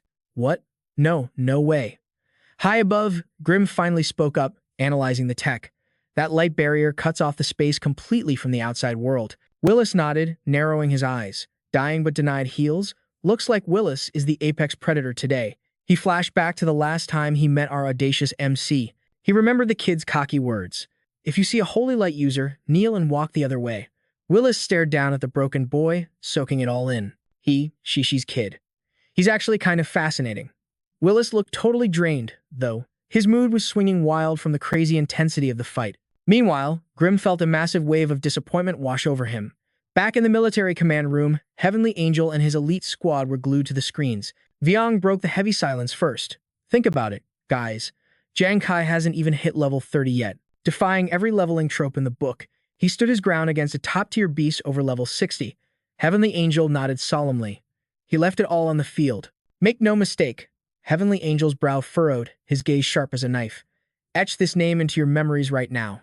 In this Manhwa recap, we're watching a legend being born, chat. There's going to be a day when he becomes the #1 threat to Saint Glory. But even seeing the MC broken and defenseless, the enemy refused to show any mercy. Willis unleashed another brutal combo of sword strikes. Jang Kai, already wrecked, could only let out a painful groan. The villain paused, eyeing his prey up and down. Was the boy finally broken for good? There was zero resistance left. Willis sneered, his ego overflowing. Have you finally accepted your pathetic destiny? Jang Kai trembled, gritting his teeth to hold back the scream. This had to be the end, right? But then, a smirk curled on Jang Kai's bloody lips. A golden card materialized in his palm, pulsing with epic light. He gripped it tight, eyes burning not with fear, but with wild excitement. The card shattered into a blinding golden dimension. Jang Kai's broken body floated at the center of a colossal ancient clock, ready for the upgrade. A new holographic interface flashed open. Classic system mechanics, baby. User status, near death. Hidden effect activated. God of the Wheel of Fate, online. The gears of destiny started turning. Do you wish to spin the wheel? His body looked as fragile as a cloud, but his spirit was made of iron. "Spin it," he commanded with absolute resolve. The massive clock hands began to tick, speeding up until they were just a blur of motion. The hands whirred like a hurricane. Then, snap silence. Both hands froze perfectly at the number 0. The wheel of fate had made its choice. System notifications rained down like loot. Reward acquired. Primary force attack talent. Duration, 60 seconds. Passive effect, talent activation doubled. Force power doubled. But infinite power always comes with a price tag. Penalty. Select a talent to seal away. Seal duration, 10 minutes. Because of the double activation, the tax was steeper. You must sacrifice 2 active talents for the next 10 minutes. The menu expanded with options: super multiplication, super critical hit, agility enhancement, and deceiving the heavens. Please make your sacrifice. Jang Kai didn't hesitate for a second. He locked in his choice instantly, burning super multiplication and agility enhancement. His mind was racing with cold, hard logic. Multiplication was useless in a 1v1 duel, and no speed buff was going to let him outrun Willis anyway. No, he needed raw power to exploit that one single opening. He bet the whole house on critical damage. A blue aura wrapped around him as the system confirmed the trade. Super multiplication and agility enhancement invalid. Congratulations, you have obtained primary force attack. This power could buff his defense or unleash devastating elemental destruction. Jang Kai's spirit body shone so bright it nearly dissolved into pure light. His mind slammed back into reality with a massive jolt. Damn it, he thought. My life force is still leaking out like water. The wheel of fate gave him power, but it didn't give him a miracle. It couldn't fix a body that was already knocking on death's door. But just as the darkness tried to take him, warmth flooded his veins. Green healing markers popped up everywhere, stitching him back together. His pupils dilated, igniting with a crimson flame. Back in the real world, Willis was just watching the broken heap of his enemy. Seconds ticked by. Yo, strange, he muttered. The body isn't dissipating. Is this insect still trying to hang on to life? A cruel smirk returned to Willis's face. He twirled his blade, getting ready to hit that final delete button on his opponent. He thought his shadowless strike was invincible, that it would erase Jang Kai from the server. Snap. Jang Kai's eyes flew open, that red glow exploding into a blazing inferno. His power erupted in true Awakening Mana style. He bolted upright. Teeth grinding, he glared at Willis with a rage that looked like it could tear the heavens apart. He moved faster than thought, unleashing his fate pursuit technique. Willis, arrogant to the end, never expected a corpse to bite back. The attack slammed home. What? Willis gasped in disbelief as they both landed. Jang Kai stared him down, his voice dripping with absolute ice. I told you, fam. When you see someone from street glory, you kneel and crawl the other way. Watching from afar, Thunfang's eyes nearly popped out of his skull. Am I going senile, or did that actually just happen? Even Heavenly Angel was shaken. He didn't just see it, he felt it. The sheer combat power, the tsunami of fighting spirit erupting from the boy, it was suffocating. What in the world is going on? V Young stood there, jaw hitting the floor. Grim was equally paralyzed, the words dying in his throat. Impossible. Meanwhile, Willis leaned forward, eyes sparkling. Well, now things just got interesting. On the field, Willis wiped blood from his lip. Do you possess a self-regeneration talent? Willis demanded answers. Jang Kai didn't say a word. He stood like a statue, his mind drifting back to the prep phase. Flashback to 1 hour ago. The team was huddled together, eyes glued to the glowing golden card in Jang Kai's hand. This is the arena card, he explained. Cost me 30 rescue tickets, so listen up. It traps one enemy and one ally in an isolated dimension. Total immunity to outside interference. A 1v1 duel to the death. Only death ends the lock. Honan's face went pale. An isolated dimension? She stammered. If damage can't get in, that means support can't get in either, right? If you get critically injured, you're just left to the mercy of fate. Ruan Yu nodded grimly. Exactly. But then Nuan perked up. Wait, I might have a workaround for that. Professor Lee's latest prototype, the symbiotic pupils. She revealed 2 crystal artifacts shaped like flowers, one azure, one rose pink. They pulse with an otherworldly luminescence. The wearers of the blue and red petals share a spiritual link within 3 meters. It can bypass spatial barriers to transfer energy. The transmission loss is currently about 10%. She handed the pink crystal to him, leaving the team stunned. Jang Kai looked at her with serious eyes. Nuan. Even bypassing the barrier. A 10% energy burn is dangerous. Unless it's absolutely critical, do not activate it. Prioritize your own safety. Nuan smiled, agreeing without a hint of hesitation. I promise. Snap back to the present, Jang Kai glanced past the energy barrier. There, slumped on the ground, was Su Nuan. She was trembling violently, drained of all strength. She forced her head up, eyes locking onto him through the void. Jang Kai, you have to win. With those final words, she collapsed, her avatar fading into particles of light. As the last pink sparkles of her presence vanished, Jang Kai felt her strength coursing through him. I will, he vowed, his eyes radiating pure, unadulterated killing intent. We fight together now. Jang Kai's resolve hardened like steel. Su Nuan activated her symbiotic link, channeling every ounce of her energy straight into him. Willis, however, only laughed like a madman, his arrogance overflowing. Jang Kai, you drained your spirit just to drag me into this barrier? Did you think this trap would stop me? I am unstoppable. Once I paint the ground with your blood, every single member of Holy Light will follow you to the grave. The sheer audacity of his words ignited a fire in Jang Kai's heart, gritting his teeth until they nearly cracked. The main character shifted into his ultimate combat stance. Azure energy exploded from him, weaving together into a terrifying formation, the Death Card skill. A torrent of blue devastation surged forward, clashing head-on against Willis's crimson aura. The two forces collided in a cataclysmic shockwave. Jang Kai's eyes darted, hunting for a weakness. Now, a mysterious tome shot out from the energy stream like a hidden dagger. Willis froze in shock a ranged attack, but his class isn't a martial artist. Shaking off the surprise, Willis charged, roaring. Trash belongs in the garbage bin. I will snap every bone in your body and drag your soul down to hell myself. In a heartbeat, Willis closed the distance, his blade descending in a bloodstorm slash. But Jang Kai merely watched with eyes cold as ice. Your blade is too slow. Suddenly, the earth beneath Willis shattered. Gravity betrayed him, and panic flooded his veins. No, impossible. Is this a joke? Jang Kai let out a mocking laugh. Now tell me, who is the real trash? A hidden artifact at Willis's waist detonated with scorching firepower, forcing a gut-wrenching scream from his lips. Agony ripped through him. He couldn't accept reality. His eyes bulged with blood vessels bursting. Arg. How? How could I lose?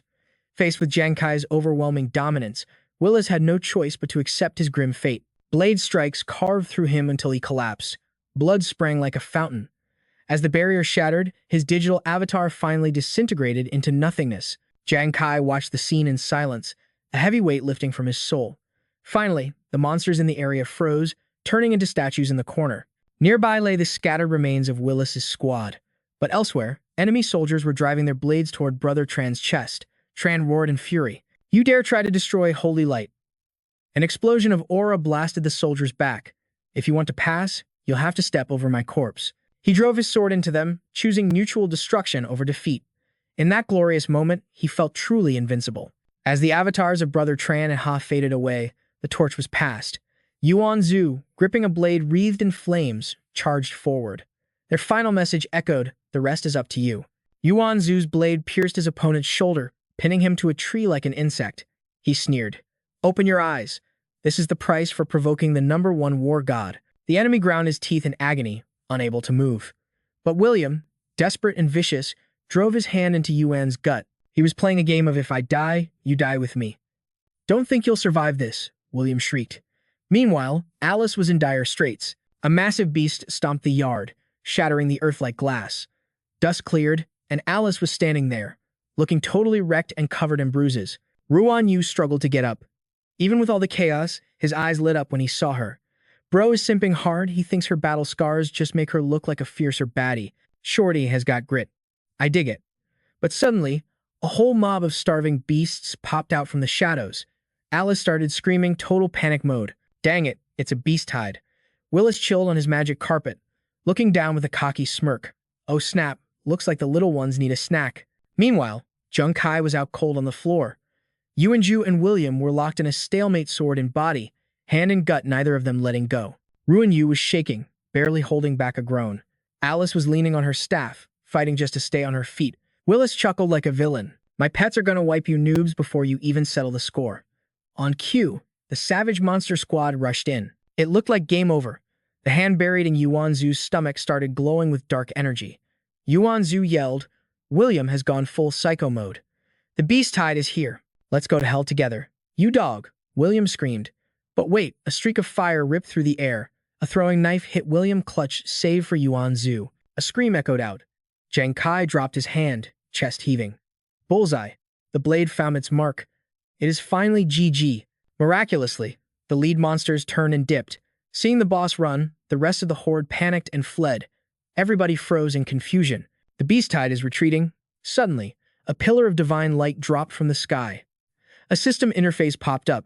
Classic leveling, Manhwa vibes. Fam. System alert. The top 3 teams of the global competition are locked in. Healing all survivors and calculating stats now. As the robot voice faded, warm light bathed the squad. Jang Kai was stitching back together. Yuanu watched in awe as his fatal wounds vanished, HP fully restored. Ruan Yu, still totally out of it, hugged a monster's tail like a body pillow. Oh, babe, so squishy. Alice healed up but jumped back, like, ew, gross. Jang Kai looked at his throwing knives, a grin lighting up his face. My power. It's all back online. Ruan Yu finally woke up and locked eyes with the nasty monster. Ah, a monster. He scrambled away and tackled Jang Kai in a hug. Bro, Jang Kai, are you good? The system projected a giant hologram, counting survivors. Ranking time. First up, Alice got a golden key. Rank 3, Noble Squad, Country N. Survivors, 1. Rescue cards, 38. Reward, key to the Sulin land of Maitreya. Next, the spotlight hit Willis. Rank 2, Angler Squad, Country J. Survivors, 2. Rescue cards, 98. Reward, 2 keys. Willis scoffed, looking salty. Only second place. He dangled the keys, whining to his teammate. Jem, I grinded so hard and we still took the L. My heart is broken. Bro, comfort me. And finally, the champions, rank 1. Holy Light Fire God Squad. Survivors, 3. Rescue cards, 108. Reward, 3 keys. Yuanu was shook. Jang Kai snatched the loot, grinning like a boss. Why are you standing there like a statue? His smile was blinding. Holy Light takes the dub. Reality finally slapped Yuanju and Ruan Yu in the face. Screaming with joy, they tackled Jang Kai in a massive victory pileup. We actually won. I knew we were goated. The command center went absolutely nuts as the screen showed the victory. Shen Fang was still reeling, stammering. Am I tripping? Is that the alcohol saint? Our alcohol saint just took the global #1 spot. The whole hall exploded. Officers were jumping around like excited kids on Christmas. General Wei Ying looked at the screen, full of respect. Fire God, you did magnificent work. Absolute legend. Tian Shen turned around with serious main character energy. Everyone, listen up. He clenched his fist over his heart, voice trembling with hype. Hishi's victory belongs to every hero who risked it all on that battlefield. This is the unyielding spirit of the Sacred Glory faction. Tian Shen pressed his hand harder on his chest, voice booming with pride. Starting today, the name Sacred Glory is going to trend across the entire globe. General Wei Ying, Commander Shen Fang, and the crew felt their hearts swell. They saluted in sync. Yes, sir. Respect. Rumor has it the hidden quest rewards are S-tier legendary items. Massive treasure chests started spawning one by one. System announcement. Global Arena closes in 10 minutes. Victorious team, grab your keys. You can re-enter on the 15th at 1 p.m. Time to raid the lost ruins and unlock the mystic treasury. The blue barrier started fading, and the system took back all the cards. A blue vortex swirled open the dimensional gateway. Please exit the arena immediately via the teleportation circle. Alice dragged her feet to the portal, complaining every step. Finally, I need a bubble bath, as soon as possible. I'm covered in slime and sweat, totally disgusting. Yuanzu saw the crowd leaving and threw his arm around Ruan Yu, buzzing. Let's roll, Jang Kai. Gotta rush back and tell the Warmth Guild the good news. Ruan Yu beamed, nodding. Jang Kai's gaze lingered on the scene, eyes getting serious. The sacrifices made today, they finally paid off. But suddenly, his instincts flared up. His eyes darted to the side like daggers. Jang Kai noticed Green and Willis whispering in the back. Those two. Super sus. He analyzed them silently, guard going up. Nothing about this was simple. Hoarding 98 rescue cards, that defies game logic. And teaming up with a tyrant like VSAD, Jang Kai replayed the battle tape in his mind. I saw it clearly. They used some hidden cheat code to erase their presence. In a leveling manhwa, that mechanic is totally broken.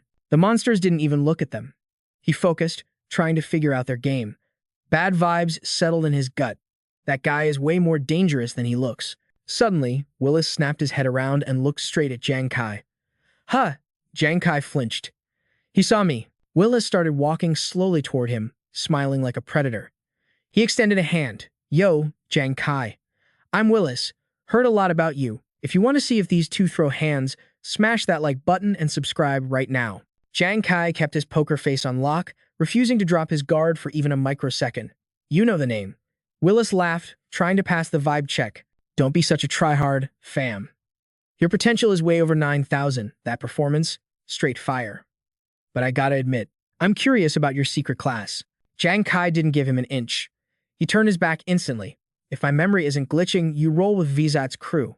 We definitely ain't homies. Yuan Shu, Ruan Yu, let's bounce. He drew a hard line in the sand. No way was he getting tangled up with a sketchy player like this. Yuan Shu and Ruan Yu saw their leader's mood and followed without a word. But yo, Willis wasn't done yet. Boom. With a burst of god-tier speed, he flickered right in front of Jang Kai. Path blocked. Yuan Shu saw the disrespect and surged forward. Hey, this loser still has the nerve to show his face. You want some of this? Willis just stood there with a cunning smirk, charging up a blue energy ball like a villain. Jang Kai reacted like lightning. He shoved his bro back and launched himself into the fray. Yuan Shu, stay back. Jang Kai threw 3 daggers, but that blue orb, it was sentient. It dodged the blades effortlessly and shot straight for his dome. Jang Kai's knives hit the dirt mist. The blue orb was inches from his face. Jang Kai froze. Caught off guard by this insane attack pattern, Ruan Yu and Yuan Shu screamed in terror. Captain, move. But Jang Kai was lagging, paralyzed by the orb's impossible speed. It's too fast. Just before impact, the orb swerved. It shot up and detonated. A shockwave rippled through the air. But the pieces didn't disappear. They started rebuilding themselves. It transformed into a letter sealed with a skull emblem. Major Creek Factor. The letter drifted down, landing softly in Jang Kai's palm. It glowed with that signature blue mana. Jang Kai stared at it, totally confused. Mission accomplished. Willis and Grimm turned and walked into the portal. Before dipping out, Willis dropped a polite goodbye. It was a pleasure meeting you.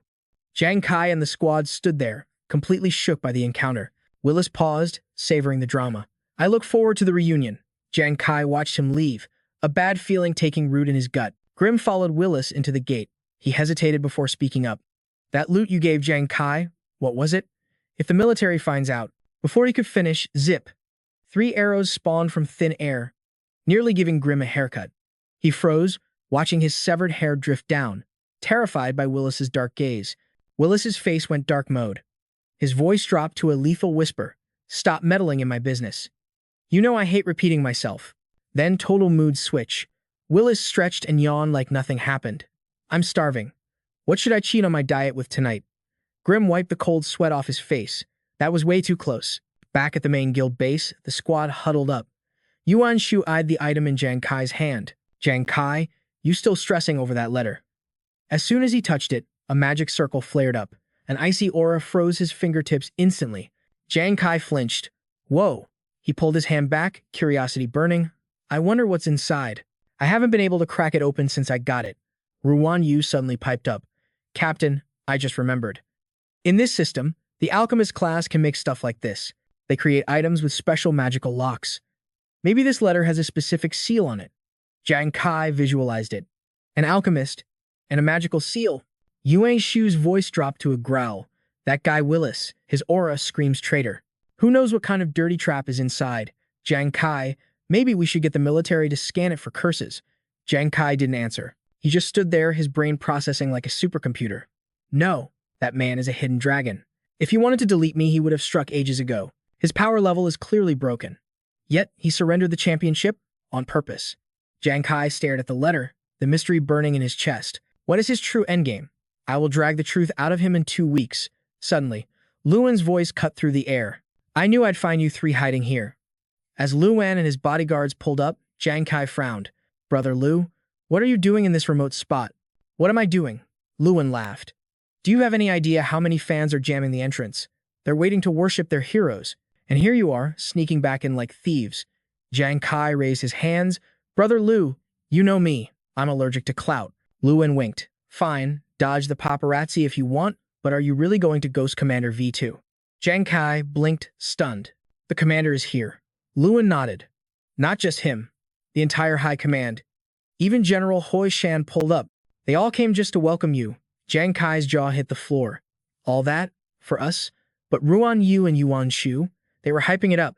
Finally, we're getting the legendary treatment. Jang Kai, since I enlisted, I've never seen such a glorious welcome. Luwen smiled. All right, I know you like to move in silence, so I dispersed the crowd. Jang Kai let out a huge sigh of relief. But then he got serious. Wait, brother Lu. How are the others, Hu Yan Su and the squad? Ruan Yu chimed in. Can we visit them? Yuan Shu nodded. Yeah, are they good? Luan shook his head. Visiting isn't the play right now, but don't stress. Everyone who went offline was rushed to top-tier therapy. They should be fully recovered in 7 days.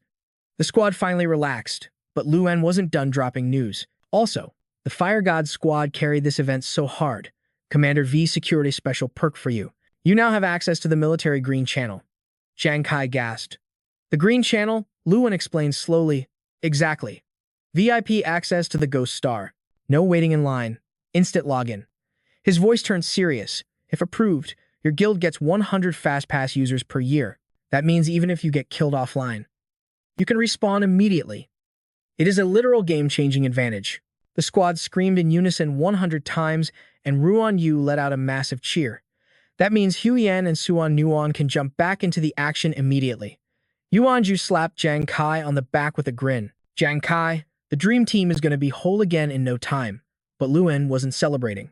He grabbed Jang Kai, his vibe turning serious. Jang Kai, listen up. I gotta drop a warning on you real quick. Luan's eyes went dead calm as he dropped the name of the Huan Vu Guild. Jang Kai's expression went dark instantly. What's the deal? Are those royal losers coming after my brothers again? Luan waved him off. Nah, relax fam. Ever since you absolutely crushed them in the guild challenge, the royal family has been terrifyingly quiet. He thought back to the pathetic state of Hong Wei. Rumor has it, ever since you destroyed him, he's been muttering like a psycho, totally broken. Luan pictured the guy screaming under his blankets. No, stay away. I don't want to log in. He is trapped in a nightmare loop, and you are the monster, Jang Kai. Just hearing your name sends him into a full-blown mental breakdown.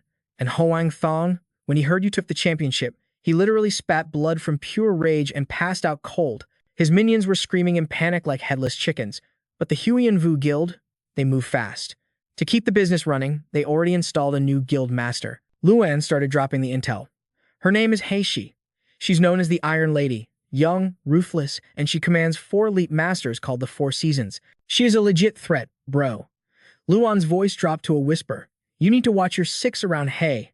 Jang Kai narrowed his eyes, sensing the danger. Was this just a heads up, or was Luan hinting at a coming war? Luan patted his shoulder. She's a distant relative of the royals. She might be holding a serious grudge against you. Hopefully, I'm just overthinking it. Yuan Ju grinned, cracking his knuckles like a beast. Gang or no gang, it doesn't matter. If she wants to touch Jang Kai, she's got to go through me first. Ruan Yu stepped up with his chest puffed out. And me too. Jang Kai looked at his brothers, their eyes burning with that ride-or-die determination. Yo, I am the captain of Fire God. Anyone dumb enough to mess with us, they are the ones who should be having nightmares. 7 days later, in a scene straight out of a leveling manhwa, the squad faced a horde of level 45 elite vampire water buffaloes and a level 65 warlord. The earth shook as the beast charged. Ruan Yu raised his shield, rushing in with his usual sus dialogue. Oh, babies, your skin looks so soft. Let brother Jang Bull King take you for a dip in the pool of love. Suddenly, a bolt of lightning tore through the battlefield. Jang Kai descended like a literal thunder god, electricity crackling around his body. As the beast dropped, the system window popped up. You have slain 20 elite vampire water buffaloes. But the herd wasn't done yet. The survivors charged in a frenzy. A massive warlord buffalo, teeth dripping with malice, roared and led the stampede straight for him. Jang Kai smirked. Time to wrap this up. He launched himself into the air, spinning with perfect grace. Card activate. Death God's Decay Fire. The cards pierced the beasts like phantom daggers. The system chimed instantly. You have slain 3 warlord vampire water buffaloes. You have slain 35 elite vampire water buffaloes. As Jang Kai landed softly, the experience points rained down like confetti. The elite vampire water buffalo fell defeated at last. Multiplier times 40 confirmed. Congratulations on reaching level 31. He stared at his hands, shock washing over him. Less than 7 days to hit level 31, Jang Kai looked up as the AI brain materialized before him. The system interface shimmered into view. Level 31 achieved. Talent unlocked. Super multiplier. This was the peak of a true system Manhwa experience. Guys, notifications flooded his vision. Strength 280. Constitution 284. Agility skyrocketed to 552. Passive skill activated. Agility overdrive. Jang Kai's eyes locked onto the stat sheet. His agility, now buffed, hit a staggering 772. A grin spread across his face. The super multiplier was finally his. But great power came with a heavy cost. The screen flashed a warning. Weak constitution. Double the pain, double the damage received. He calculated the odds in his mind. Since the talent upgrade, the probability for the super multiplier had risen to 3%. It sounded small, but the difference was massive. From 1 in 100 strikes to 1 in 33, the RNG gods were finally on his side. He checked his strength stat again, 280 points.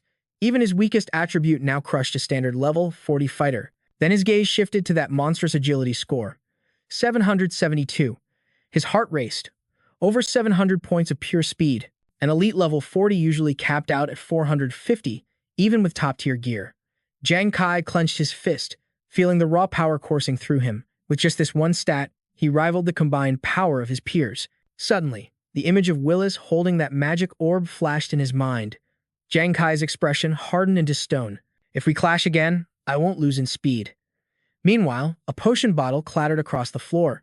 Ruan Yu stared at his own system window. Adventurer Ruan Yu, Class Death Warrior, level 34. He shouted in excitement. Captain Jang Kai, look at the drip. I hit level 34. 6 more levels and I'm ready for my next class advancement. Jang Kai walked over, patting his shoulder. Good work, bro. The grind was brutal, but you leveled up fast. Ruan Yu scratched his head, laughing sheepishly. It's a shame Yuan Shuzi went back to the military. If he was here with you, Captain, he'd be even stronger than me. Jang Kai smiled warmly. Yuan Shuzi has his duty. The military has a different path for him. He looked toward the forest, shifting the topic. Hu Yan should be back by now. Let's head back to the guild. But they hadn't gone far when a massive convoy appeared. Ruan Yu blinked in confusion. Look at that army. Where are they all going? Jang Kai narrowed his eyes, recognizing the direction. That's the quarantine zone, the front line against monster raids. Suddenly, a familiar voice called out from behind. Jang Kai. It was Su Lan Lan. She walked over, looking totally surprised.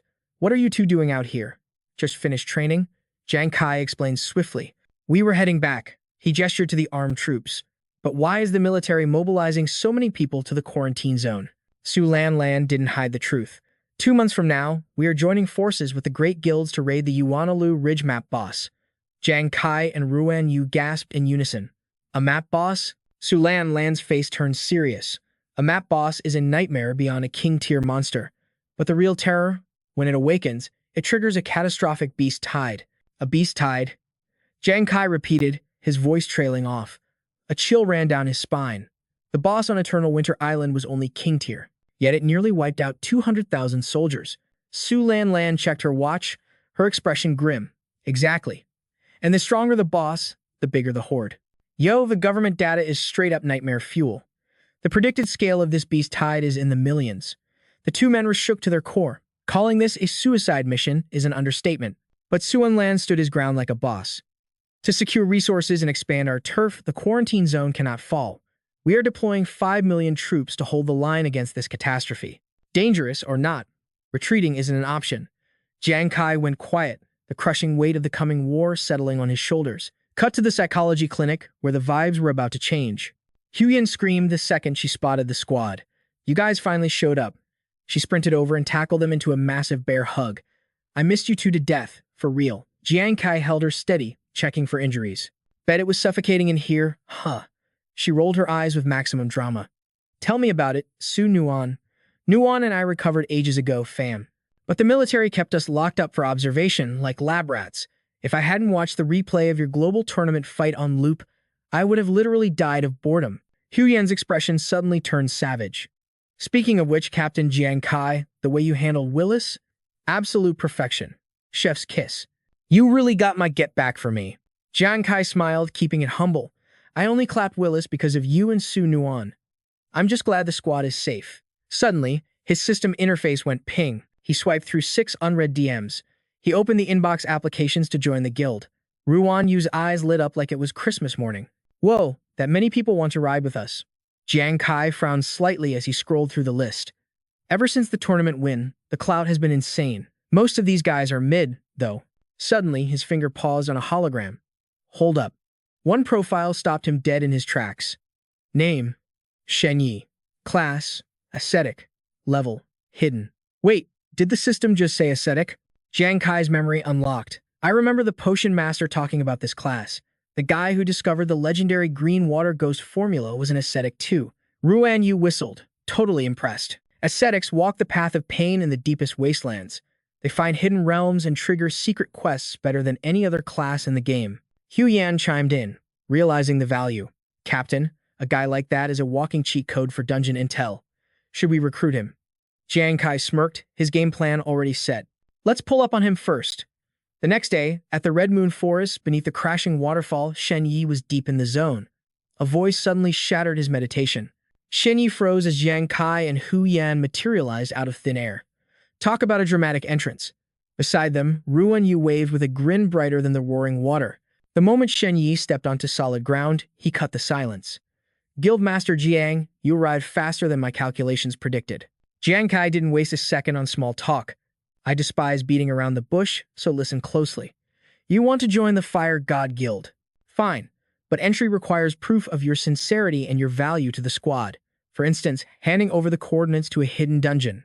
Shen Yi weighed the offer in silence before his eyes hardened with resolve. Deal. But I have one condition. Power level me to level 41. Hu Yan frowned, letting out a heavy sigh. The audacity of this guy. You want to join us, yet you're the one making demands. Shen Yi countered with cold, hard logic. Selection goes both ways. I have the intent to join, but I also reserve the right to walk away, don't I? If that's too hard for you guys. Jiang Kai cut him off with a sharp glare. Just level 40? Shen Yi scoffed, barely hiding his doubt. You talk big. That grind takes a full year of blood, sweat, and tears. A smirk played on Jiang Kai's lips as he dropped the bombshell. 1 year? Please. I'll drag you there in 5 days. Maybe even less. Fast forward to 3 days later. Deep within the Red Moon Forest, a massive water buffalo let out a death scream as steel pierced its heart. As the beast collapsed at Shen Yi's feet, the system window flashed gold. Congratulations, you have reached level 40. Pure dopamine flooded his veins as he roared. Level 40. I finally hit the big 4-0. Jang Kai stepped forward, calm as a cucumber amidst the victory. Grats. Once we find the class change material, you can evolve your build again. Shen Yi was trembling with excitement. Gods, this is absolutely insane. 8 levels in 3 days. I gained more XP in this short grind session than I did in a whole year of solo struggle. Hu Yan skipped over, teasing him with a smug grin. See the difference now, newbie. Do you still dare to underestimate Captain Jang Kai? Ruan Yu chimed in, puffing out his chest with pride. Exactly. I wasn't bluffing, fam. Our Captain Jiang Kai is in a league of his own. Shen Yi turned to Jiang Kai, his expression sobering into absolute respect. Guildmaster, I bow to your strength. You have my loyalty and the intel I promised. Jiang Kai raised an eyebrow, waiting for the lore drop. Shen Yi began his tale. Remember where you found me? Cultivating in front of that massive waterfall, there is actually a hidden cave behind that curtain of water. Every 6 days, a mysterious sphere of light spawns there. Jiang Kai's eyes widened. A mysterious sphere. Hu Yan and Ruan Yu stood there with their jaws on the floor. Shen Yi nodded gravely. Correct, but its speed is godlike. It only appears for 10 seconds before vanishing into the void. I tried to snatch it once, but the backlash nearly shattered my bones. Jiang Kai narrowed his eyes. When was the last spawn? Shen Yi did a quick mental calculation. 5 days ago, which means it is destined to respawn tomorrow. Hu Yan turned to her leader, concern etched all over her face. Captain, that doesn't sound like any mob we know. Jiang Kai crossed his arms, his aura flaring slightly. My instincts are screaming that this is a hidden encounter. If destiny has placed this loot in our path, we gotta face it head on. The team accepted his command without hesitation. Understood. They marched to the thundering waterfall, the entrance to the unknown. 4 figures stepped into the darkness of the cave. Shen Yi gestured around the cavern. This was my temporary base. My gear is untouched, so no one else has discovered this spot. Hu Yan gazed up at the ceiling, totally awestruck. This cavern is massive. How did you even stumble upon a place like this? Shen Yi scratched his head, smiling sheepishly. I was just looking for a cultivation spot when I ran into that light sphere. It smashed the rock so hard the debris knocked me out cold. After waking up, I used the waterfall to heal my HP. I didn't dare provoke that thing again. Luckily, it had no interest in eating me, so we just coexisted. As he spoke, Jiang Kai approached the scarred cave wall. He traced the cracks, calculating the sheer force. This rock is incredibly dense. For a mere ball of light to shatter it like glass, the danger level is off the charts. Suddenly, Jang Kai's gaze snapped to the entrance. A blinding radiance erupted near the mouth of the cave. He shouted, "Incoming!" Jang Kai unleashed 3 flame-wreathed daggers instantly. Yo fam, welcome back to the channel. Smash that like button if you want more OP main characters. Now, they tried to capture the orb, but this thing was glitching out like a chaotic star. Jang Kai was stressing. Even his legendary life features or daggers couldn't touch it. Then the orb rocketed straight at Hu Yan. He screamed, "Yo, dodge that." She raised her compass just in time. Invincible silver ice art, activate. But the orb ghosted right through her defenses like a phantom. She was completely shook. What the heck? Crash. The sphere slammed the wall, and the whole cave started collapsing. Jang Kai went full hero mode, throwing a blade to stop the roof from squashing her. "Get low." She dropped instantly. Bam. His dagger dusted that massive boulder into atoms. Jang Kai sprinted after the light like a madman. Cut off its escape. Shen Yi and Ruan Yu blocked the exit, trying to trap the loot. We got this, but this glowing sphere was speed hacking.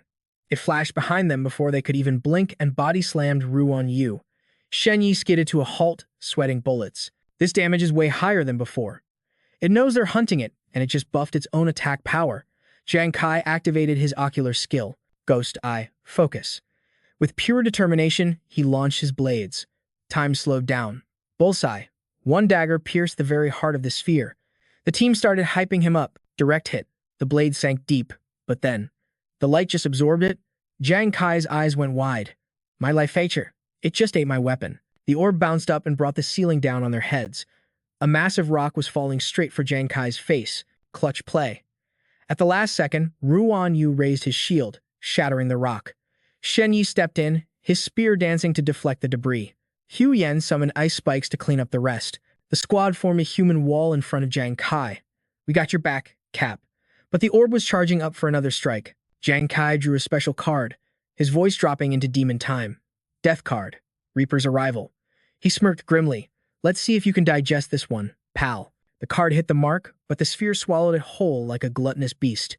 Jang Kai lost his cool. You gotta be kidding me. It can even eat a death card. Seeing the entity try to dip, panic set in. Dang it, it's trying to run. Jang Kai sprinted after the escaping light, roaring like a boss. Death card. Return to me, now. His team scrambled behind him, totally freaking out. Captain. Guildmaster. He gritted his teeth, cursing the RNG gods. What is this hellish energy? The sphere suddenly stopped and exploded with a pulsating emerald aura. It expanded like a giant maw, but Jang Kai locked onto his card's signature with sheer willpower. There. A glimpse of the corner. It was still within grabbing range. Seizing the split second, Jang Kai moved like lightning. He lunged forward, desperate to reclaim his ace card. Just as his fingertips grazed the light, a blinding radiance exploded. The system window flashed, Divine Realm Intervention. Blocked. Downgrading to Hidden Secret Realm. The system kept spamming notifications. Master Swindler detected. Reward reconfigured to Gambler class exclusive weapon. Jang Kai crashed into a new dimension called the Light God Domain. He woke up groggy in a sea of mist. Where am I? What happened? A divine realm? This feels way different than any dungeon I've run before. Suddenly, realization hit him like a thunderbolt. Hold on. There on the ground lay his death card. And in the distance, the whole squad, Hu Yan, Ruan Yu, and Shen Yi were rushing toward him. The whole team got isekai'd. The blue system interface popped up again. Welcome to the Hidden Realm. Warning. Demon Army Assault in 3 minutes. Mission objective: defend the Light God token for 300 seconds. Victory rewards: a secret realm treasure chest. But there was a catch. S-rank items exceeding current class level are sealed. Jang Kai whipped his head around. He was stunned. They just got nerfed. The team regrouped, looking totally confused. Was that sphere actually a portal? Jang Kai ignored the chatter, trying to recall his card. Error. Death card sealed. The system wasn't joking about restricting god-tier artifacts. Suddenly, Hu Yan pointed up, her voice trembling. What in the world is that? A radiant angelic command token materialized, floating right in front of them. This must be the objective. Jang Kai muttered, his mind racing. He connected the dots to the earlier notification about the gambler's weapon. If my instincts are right, this could be my second main god card. A smirk tugged at his lips. This awakening scenario just got a lot more interesting. Hu Yan's panic pierced the air. Captain, the ground is shaking. Without a word, Jang Kai activated his eye technique. His vision became a radar, sweeping the horizon until he locked onto the threat. It's the demon army. Incoming. Shen Yi was stressing. Guildmaster, should we push out and intercept? Absolutely not. Jang Kai shot back. If we fight at the base, we'll get overrun. Our defense line is too thin. 4 people can't hold a front that wide. His voice turned to steel. We hold the high ground. Choke point defense until the timer hits 0. The team shouted, understood. The system countdown began. Demon attack in 10 seconds. 10. The tension was thick enough to choke on. The squad took their battle formations, auras flaring. 7. Sweat beaded on his brow. 5. 4. 3. Shen Yi and Hu Yan charged their mana to the breaking point. 2. 1. The barrier shattered. A massive dimensional rift tore open and the demon army flooded out like a tidal wave of nightmares. Jang Kai launched himself into the air. All units, engage. He unleashed a blazing kick, sending a torrent of flames crashing down onto a 3-headed wolf. Critical hit. Jang Kai smirked, but his smile vanished instantly. The beast roared, shaking off the flames like it was just a warm breeze. Invulnerable. Jang Kai shifted tactics instantly. Dang it, elemental immunity. Physical attacks only. He switched to his life-chasing blades. Thwack, thwack, thwack. Daggers buried themselves in all 3 skulls. The behemoth collapsed, crushing the lesser demons beneath its weight like ants, but the horde was endless. Jang Kai was getting overrun when a wolf lunged for his throat. Suddenly, a shield slammed between them. Don't worry, baby, Daddy's here. Ruan Yu blocked the fang-filled maw with a grin, then slashed the beast's snout, making it howl in agony. Above the peak, the sky turned black as mana coalesced into a storm of judgment. Hu Yan raised her staff. It's wizard time. Comment magic OP if you think they'll survive this. Yo fam, welcome back to the channel. We start with an ultimate cosmic lightning nuke incinerating the demon ranks. But look at Ruan Yu chasing monsters like he's at a club, yelling, hey beautiful, why are you running away from our date? Jang Kai is totally done, barking, restrain that idiot. Shen Yi grabs Ruan Yu's wrist like, big guy, get a grip. Ruan Yu struggles, face flushed with battle fever. Let go. Don't block my riz with these ladies. But suddenly, the battlefield vibe checks them hard. Strange entities with glowing red eyes launch from the smoke. Hu Yan gasps, Captain, what the hell are those things? My barrier is glitching out. Jang Kai scans the threat. Swamp slimes. And oh snap, they are pulling a transformation, fusing their gross mud flesh together. They're combining into a single colossal raid boss. A massive mud golem rises up, flanked by elite guards. And we only have 180 seconds left. Jang Kai analyzes the stats. We need to shatter their formation now. Their HP regen is too OP. No hesitation, he makes a play. He pops his skill, Deceptive Substitute, and vanishes into stealth mode. Release Ruan Yu, he commands. Shen Yi nods. Roger that. While the tank draws all the aggro, Jang Kai sprints through enemy lines, invisible like a ghost. Ruan Yu starts singing opera at the top of his lungs. Oh, my beloved lady, let this prince give you a burning kiss of death. The mobs are confused by this weirdo, but the giant mud boss senses something sus. Its glowing red eyes swivel around. It feels the killing intent too late. Out of thin air, Jang Kai materializes with a strike that cuts the wind itself. A blinding arc of sword light slashes forward. The boss howls as the critical hit lands. Jang Kai roars, Hu Yan, target the breach. Do it now. She begins her incantation. Universe super invincible lightning storm. Tremble before me, you useless trash. A cataclysmic bolt tears through the sky, frying the monsters. They scatter in terror, but just as they reach for the win, the enemies get a massive power surge. Jiang Kai's eyes turn cold as ice. This strike sends you all straight to the underworld. But the monster horde has them surrounded. They are trapped in the center like prey facing an overwhelming ocean of enemies. This looks bad, guys. 2 minutes of grinding later, the smoke clears. Jang Kai is fighting crushing fatigue. His stamina is hitting rock bottom. He sees 3 seconds left on the clock. Ruan Yu is still humming, completely carefree. Hot little beauties everywhere. This king loves it, but death lunges from behind. Suddenly, a holy halo erupts, trapping the beast in a sphere of light. Boom! It was Jiang Kai's refining technique coming in clutch. The beast detonates in a flash of brilliance, but the system timer is flashing red. 10 seconds remaining. 10. He watches time tick away. 9 seconds. 8 seconds. Ruan Yu collapses to the ground. 7 seconds. Hu Yan refuses to drop her guard. 6 seconds. The monster horde floods toward them like a tidal wave. The 3 of them stand their ground. 5 seconds. Jang Kai grits his teeth, rage bubbling up. Damn it, We're so close. But then, the atmosphere shifts instantly. Jang Kai freezes. Thumbnail raises his staff, aura exploding. Vajra indestructible body. Sparks fly as the artifact grinds against reality, shaking the earth. The tank skill slams down, cracking the tectonic plates.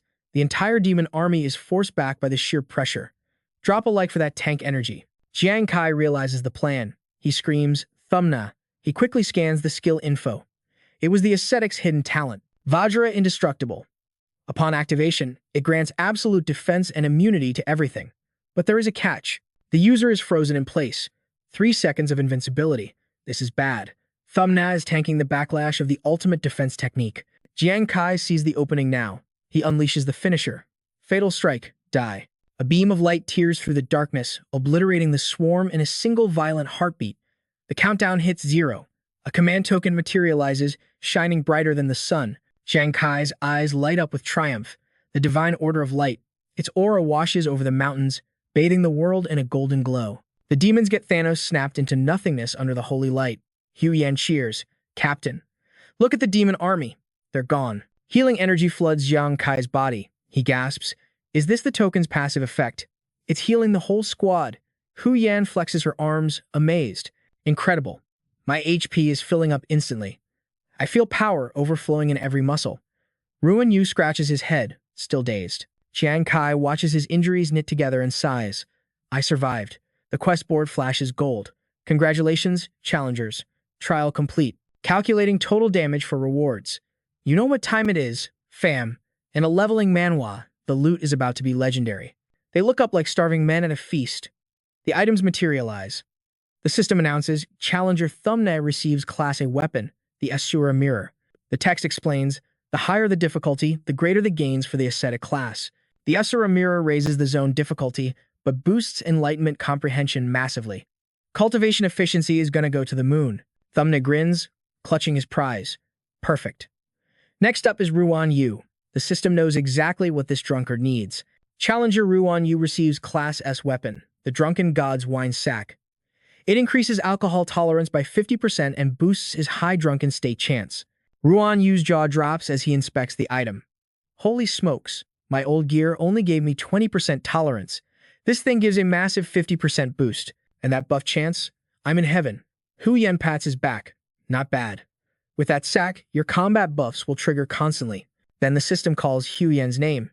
Challenger Hu Yan receives unique grade weapon, the Wind and Thunder Staff. She freezes, eyes widening before screaming, what? The system displays the stats. Spirit increased by 72 points, Strength up by 44, Agility up by 11. Effect 1, 50% mana regen. Effect 2, Lightning Tribulation summons a heavenly bolt for massive damage. She is officially OP. It stacks up to 9 charges with effect number 3, the Wind Domain. Level 1 literally lets you airbend reality itself, draining just a bit of spirit power to keep the storm raging. For upgrades, you just need Thunderwood and a Windbird Feather. Hu Yan was practically dizzy with hype, staring at the Wind and Thunder Staff in her hands like it was the Holy Grail. Yo, I actually pulled a unique grade weapon. Ruan Yu gasped, completely shook. Unique grade means it evolves, fam. Hu Yan, your power level is about to go to the moon. Even Shen Yi nodded with mad respect. An instant buff of over 70 spirit points? That is absolutely terrifying power, truly worthy of the unique tier title. Jang Kai smiled, looking at his squad with pride. Everyone secured a massive haul, but the gambler's exclusive weapon, that token was the real prize waiting for him. Suddenly, the light flared up, blinding the whole lobby. The system finally dropped his name, and chat is about to go wild for this one. Challenger Jang Kai unlocked the gambler's exclusive gear, the main god card, Divine Order of Light. Ruan Yu and Hu Yan held their breath, but Jang Kai just smirked. He knew this was his destiny. The token shot through the air like a meteor, blazing a trail of glory. It flew straight to Jang Kai's hand, instantly recognizing who the real boss of this dungeon is. Jang Kai checked the stat sheet. Main god card, Divine Order of Light. Unique exclusive weapon boosting all 4 base stats by 20%. Penetration up by 50 points. It permanently buffs critical rate by 15%, with critical damage plus 150%.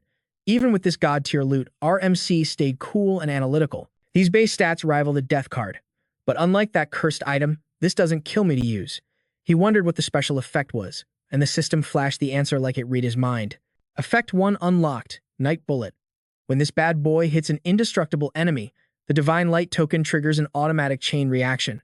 It bounces between targets like a pinball machine, keeping the user's full attack damage with 0 stamina cost.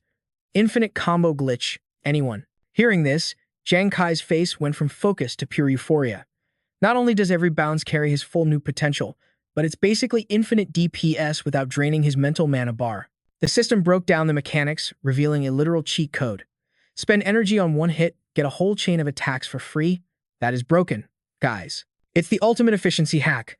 With his aim and that cracked critical hit rate, dealing catastrophic damage numbers wasn't just a possibility anymore. It was a guarantee. Jang Kai couldn't hide his grin. That is absolute perfection. But wait, don't click off, yet the system wasn't done showing off this legendary item. Effect number 2, Descent of the War God. By burning his own health points, the user becomes a living nuke, unleashing a devastating shockwave that scales with his total attack power. And here is the real kicker that changes the meta completely. If this skill reaps over 100 souls, it triggers a mass reset. It fully restores the status of the user and 4 teammates. A 30-day cooldown, but for a revive mechanic, worth it. Effect number 3, Artifact Binding. This item is totally indestructible, fam. Once claimed, it's soul-bound. It responds only to the owner, allowing for instant summoning and retrieval at the speed of thought. No lag, all skill. After processing these 3 divine effects, Jang Kai went into deep thought. This wasn't just a weapon, guys. It was a team-wide life support system for the battlefield. Sure, the activation conditions and that 30-day cooldown were pretty hardcore. It reminded him of how wrecked they were just moments ago. But restrictions aside, he just snagged a trump card worthy of a main character. A confident smile played on his lips. Suddenly, Hu Yan's voice broke the silence. Squad, look, a treasure chest. A dazzling, ornate box spawned right in front of them, pulsing with epic loot vibes. As the leader, he had to do the honors. Hu Yan hyped him up, eyes sparkling. Captain Jang Kai, check the loot. Shen Yi chimed in, yo, hurry up, man. Jang Kai slowly lifted the lid, and golden light flooded the room. Inside lay a hoard of S-class materials, the system's special reward for their dub. For a split second, even Jang Kai was stunned by the sheer value. Shen Yi wasted no time, grabbing a chunk of dark metal with trembling hands. Whoa, this stuff can skyrocket the durability of any tank gear. This is the holy grail for master blacksmiths. They would literally kill for a piece of this. He picked up item after item, geeking out completely. Feathers of the Dreamweaver bird, that's a king-tier monster drop. Perfect structure for crafting god-tier weapons. And look at this, the nightmare clock of the hypnotist. Shen Yi was spiraling into a crafting frenzy, losing his mind over the loot. Iridescent slime gel? That's the core ingredient for high-ranking disguise masks. And wait, ultimate alchemy solvent. Rumor has it this stuff can recombine magic materials perfectly. Just this one vial is worth enough to buy out the entire commercial district in the Holy City. We are rich, fam. He ranted on, listing the astronomical prices of their dungeon harvest. I never dared to dream of this. Someone pinch me. Seeing Shen Yi lose it, Ruan Yu pinched his cheek with a grin. It's real. Genius. Wake up. But Hu Yan, ever the pragmatist, lowered her voice. They're rare, sure, but honestly, none of this stuff fits our current builds. Well, there's one thing that could buff my Wind Thunder staff, Jang Kai noted, then made a command decision like a true boss. Our gear is already top tier. We'll use these mats as bargaining chips to trade for class change items later. Hu Yan's eyes lit up instantly. She was completely on board. True, selling these for liquid cash would make us a fortune. If our sovereign guild wants to go to war with the Xuanwu guild, we need to stack that paper. Just as the team celebrated their haul, the system alarm blared. Treasure chest detected. All players must evacuate the Divine Light domain within 60 seconds. A dimensional rift began to tear open. Jang Kai commanded, all right team, time to move out. The trio responded in unison. Roger that. They fell into formation behind him like pros. Meanwhile, elsewhere, a chaotic scene was unfolding. A colossal beast rampaged through the city, its roar threatening to tear the sky asunder. Suddenly, a blur cut through the chaos. She launched herself into the air, her blade raised high, ready to clash head-on with the Titan. With a war cry channeling every ounce of her internal energy, she brought the sword down. A single, clean slash bisected the monster before it could even whimper. The massive corpse crashed to the earth, while she landed as light as a feather. Like and subscribe for more epic battles. Yo fam, welcome back to the channel. Before we see who gets wrecked, smash that like button. Now, inside the lab, the researcher was losing his absolute mind. The Guildmaster's stats just broke the game. That impact force was like getting trucked by a freight train. But then, the sharp click of high heels cut through the noise. A voice dripping with fake sweetness filled the room. Guildmaster Shi didn't say a word. She just shot a glare cold enough to freeze hell over. Spotting Chunang, she asked with zero chill. So, did you handle business or what? Chunang looked super stressed. The plan was to banish Jung to City L, right into the monster mosh pit. But the transfer request got straight up denied. Jixie's face went dark. Was it Wei Ying pulling strings? Chunang nodded. Yeah. Zhang Fang has a squad locked down in the War God Hall. He's got connections. With Wei Ying playing defense, we can't touch him right now. She smirked, crossing her arms with that classic villain arrogance. I knew it. Zhang Fang is just a lapdog for the Xuanwu Guild. If he's brave enough to protect Jang Kai, he's definitely got a sugar daddy backing him up. Chunang hesitated. Boss, should we keep pushing? She's eyes glowed with pure evil energy. Chill. No rush. If we want to delete Jang Kai, a way better chance just dropped into our laps. 2 days later, Jang Kai's squad dragged themselves back to the villa, totally gassed from the dungeon grind. Hu Yan stretched, her bones popping like bubble wrap. I am absolutely cooked. I need my bed, stat. Ruan Yu, on the other hand, was thinking with his stomach, bro, I'm starving. I could inhale an entire cow right now. Before cutting them loose, Jang Kai gathered the squad. I know you're all running on fumes. We hit the Mitra Sulan lands for the loot run in 2 days. Until then, recharge your batteries. The girls hyped him up. Yes, Captain Jang Kai for president. But the Vi was killed instantly by the system interface flashing red. Huyan paused, her gossip radar going off. Someone sliding into the DMs, you're famous now, Cap. But she was dead wrong. It wasn't a fan, it was a code red. World boss event incoming. Southeast defense line is critical. The Sovereign Guild choked and didn't bring enough players. Shortfall of 100 players. Penalty. Temporary forced draft into the Light Guild for defense. You have 1 hour to accept or get banned. Jang Kai's eyes narrowed as he read the hollow screen. Looks like we just got conscripted to the Guangming Guild for the next war. Hu Yan frowned, looking totally confused. Guangming Guild? Who are these clowns? Ruan Yu, you ever hear of them? If they were big enough to boss us around, we'd know them. No cap. She nodded. Exactly. I didn't see their flag at the tournament at all. Shen Yi adjusted his glasses, going full detective mode. I actually looked them up. They're a new faction, only 2 weeks old, but their clout is rising fast. Their leader is Chen Chun Shang, a legendary 2-star war god. That's heavy. The team was shook. The war god hall ranks purely by skill. Shen Yi explained. 1 star, 2 star, 3 star. For a newbie guild to be led by a 2-star boss, that's unheard of. Ruin Yu rubbed his chin. That explains how they recruited so fast. Getting 100 members in 2 weeks is huge. Shen Yi lowered his voice, dropping the real bombshell. There's more tea. Chen Chun Shang isn't just some random beast. He's the former branch manager of the Xuanwu Guild. The 3 teammates froze. What? Jang Kai went silent, his brain working overtime. You said this Guangming Guild started half a month ago? That's way too sus. New Xuanwu boss takes over, and suddenly a top officer leaves to start his own gang. A cold light flickered in Jang Kai's eyes. He smelled a rat. And coincidentally, he's assigned to command our god guild. Yeah, right. Hu Yan blinked. Captain, are you saying? Jang Kai let out a chilling sneer. Everyone knows Hishika is ruthless. She wouldn't let a 2-star war god walk away unless it was part of the script. She's impatient to see me in a grave. Suddenly, a loud crash echoed as the villa gates got kicked open. Luan walked in with main character syndrome, his minions trailing behind. Guangming Guild in the house. Luan is here. Where are the scrubs from the God Guild? Jang Kai spun around, his voice sharp as a blade. Who gave you permission to enter? Hu Yan wasn't having it either. Where did this stray dog come from, barking on our turf? Shen Yi added coldly, get lost. The intruder laughed with pure disrespect. Guild? In front of my Guangming Guild? A trash team like yours calling itself a guild? That's hilarious, fam. Jang Kai stepped up, polite but icy. Trespassing and acting like you own the place. Is this how the Guangming Guild does business? Luan sneered, looking down on him. So, you're the Jang Kai stealing all the clout lately. No wonder you talk so much. Listen up. I'm the commander for this boss raid. You lot belong to me now. Right then, the system interface flashed red again. A holomap popped up showing the objective. It was a classic setup. Failure to complete the mission means the God Guild takes the L for all losses. The text continued. God Squad must send 4 members for a suicide run. Mission. Bait the King tier boss away from the defense line. Hu Yan exploded. Are you kidding me? Our average level isn't even 40. Sending a sub-40 team to bait a king-tier monster is actual insanity. Ruan Yu was raging. A level 40 squad can barely survive a commander tier. Have you lost your minds? Luin just stood there grinning like a troll. Regular squads can't do it, sure, but the God Guild? You guys are the global champs, he mocked them. What does that prove? It proves you're the strongest level 40 squad on the server. Elite of the elite. Jang Kai couldn't take the sarcasm and stepped right into Luin's face.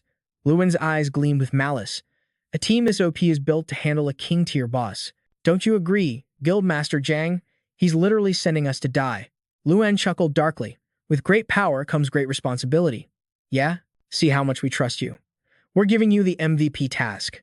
Satisfied with his power trip, he turned to leave. All right, message delivered. We're out. Can't wait to see your spectacular performance. He waved dismissively. Let's see how long that arrogance lasts, buddy. Facts. Hu Yan was low-key fuming, cursing under her breath. But Jang Kai? He just hit him with that devious smirk and whispered the play. Yo, isn't the weather kinda hot today? She caught the vibe instantly, eyes glowing. Say less. Suddenly, the clear sky turned black as ominous clouds swirled right over Luin's head. Boom. A second later, a massive downpour slammed onto Luin's squad. Bro, what is this RNG? His minions screamed out. It's pouring. My drip is ruined. Luin spun around, absolutely triggered. Shut your mouth and run. But the storm cloud was trolling them, following every step. Hu Yan watched them run with pure joy. Yo, big shots of the Guangming Guild. Careful not to slip, the floor is wet. She turned to Captain Jiang Kai, beaming. Look at them. They tried to act tough. Now they look like wet dogs. Absolute clown behavior. Ruan Yu laughed his head off. Let's see if they still want to talk trash after that. But Shen Yi was staring at the mission screen, totally locked in. Captain, he asked, looking stressed. Are we seriously just bait for a king-tier boss? I've got a bad feeling about this. Jiang Kai's face went stone cold. We lure, we don't kill. There's always a loophole. After calculating the odds, he dropped the command. Hu Yan, Ruan Yu, chill out for the next 2 days. Day after tomorrow, we raid the Dilac Temple. Shen Yi, hold it down while we're gone. The vice captain stood tall, loyal to the bone. Consider it handled, Guild Master. Jiang Kai nodded. Before dipping, he made a promise to the squad. We've got time before the map opens. Once we grab the loot, I'm power leveling everyone through a new awakening cycle. The team was instantly hyped. Yes, sir. 2 days later, at the Dilac Warp Gate, Jiang Kai pulled up to a familiar crew. Yuan Zhu's eyes went wide. Jiang Kai, I heard the God Guild got drafted. Is it true you guys are working under the Guangming Guild? Su Nuan stepped up, looking terrified. We heard their leader is from Xuanwu. Bro, isn't this walking straight into a trap? Jiang Kai faced them, calm as the eye of the storm. It's real. But don't trip, I've calculated every single variable. Lu and Jun spoke up, looking super serious. Commander Wei Ying has been swamped with issues lately. By the time he found out, it was too late to help. Jang Kai smiled with zero fear. I got you, Brother Lu. Some dungeons a man has to solo. The corner of Jang Kai's mouth curled up. If destiny is throwing hands, I might as well test my skills against a king-rank boss. In his mind, he was plotting. It was the perfect stage to test his new divine order of light. Lu and Jun slapped his shoulder with pride. That's the Jang Kai we know. Your courage is literally infinite. Then his face got serious. Right, Brother Lu, I need one favor. The older man didn't even blink. About your brother and sister? Exactly. Put your heart at ease. I've already got shadows guarding them 24/7. Relief washed over Jiang Kai. Thanks, Brother Lu. As the teleport formation roared to life, he checked the clock. Leading his squad into the light, he shouted, let's roll out. Inside the Matra zone, the center of the chaos, Jiang Kai and Hu Yan spawned in first. He squinted, surprised to see Alice's faction nearby. On the other side, the duo of Willis and Green popped out of the array. Yuan Yu was confused. This exploration needs a full squad to survive. Why did the Angler squad only send 2 players? Hu Yan had a theory. During the finals, I bet their teammates got deleted. Now it looks like they were a duo from the start. To enter this tournament with only 2 members? That's arrogance backed by terrifying power. The 2 figures started walking toward Jiang Kai's group. Yuan Yu warned him, yo, here comes that freak. As Jiang Kai analyzed his opponent, Willis broke the silence. Sup, Jiang Kai. Fate brings us together again. Jiang Kai's voice got deep and suspicious. That letter you handed me. What was actually written inside? The man let out a chilling laugh. That letter didn't come from me. My class is just the postman. I just deliver the mail. If not yours, then whose? Willis's eyes flashed with a cold, predatory light. The sender is way above your clearance level. To be honest, he might not even be human. Anyway, congrats on crushing Visa and getting this slot. 1,000 questions hit Jang Kai's brain. Then tell me, how do I break the seal? And what do you mean the sender isn't human? Willis stroked his chin, acting mysterious.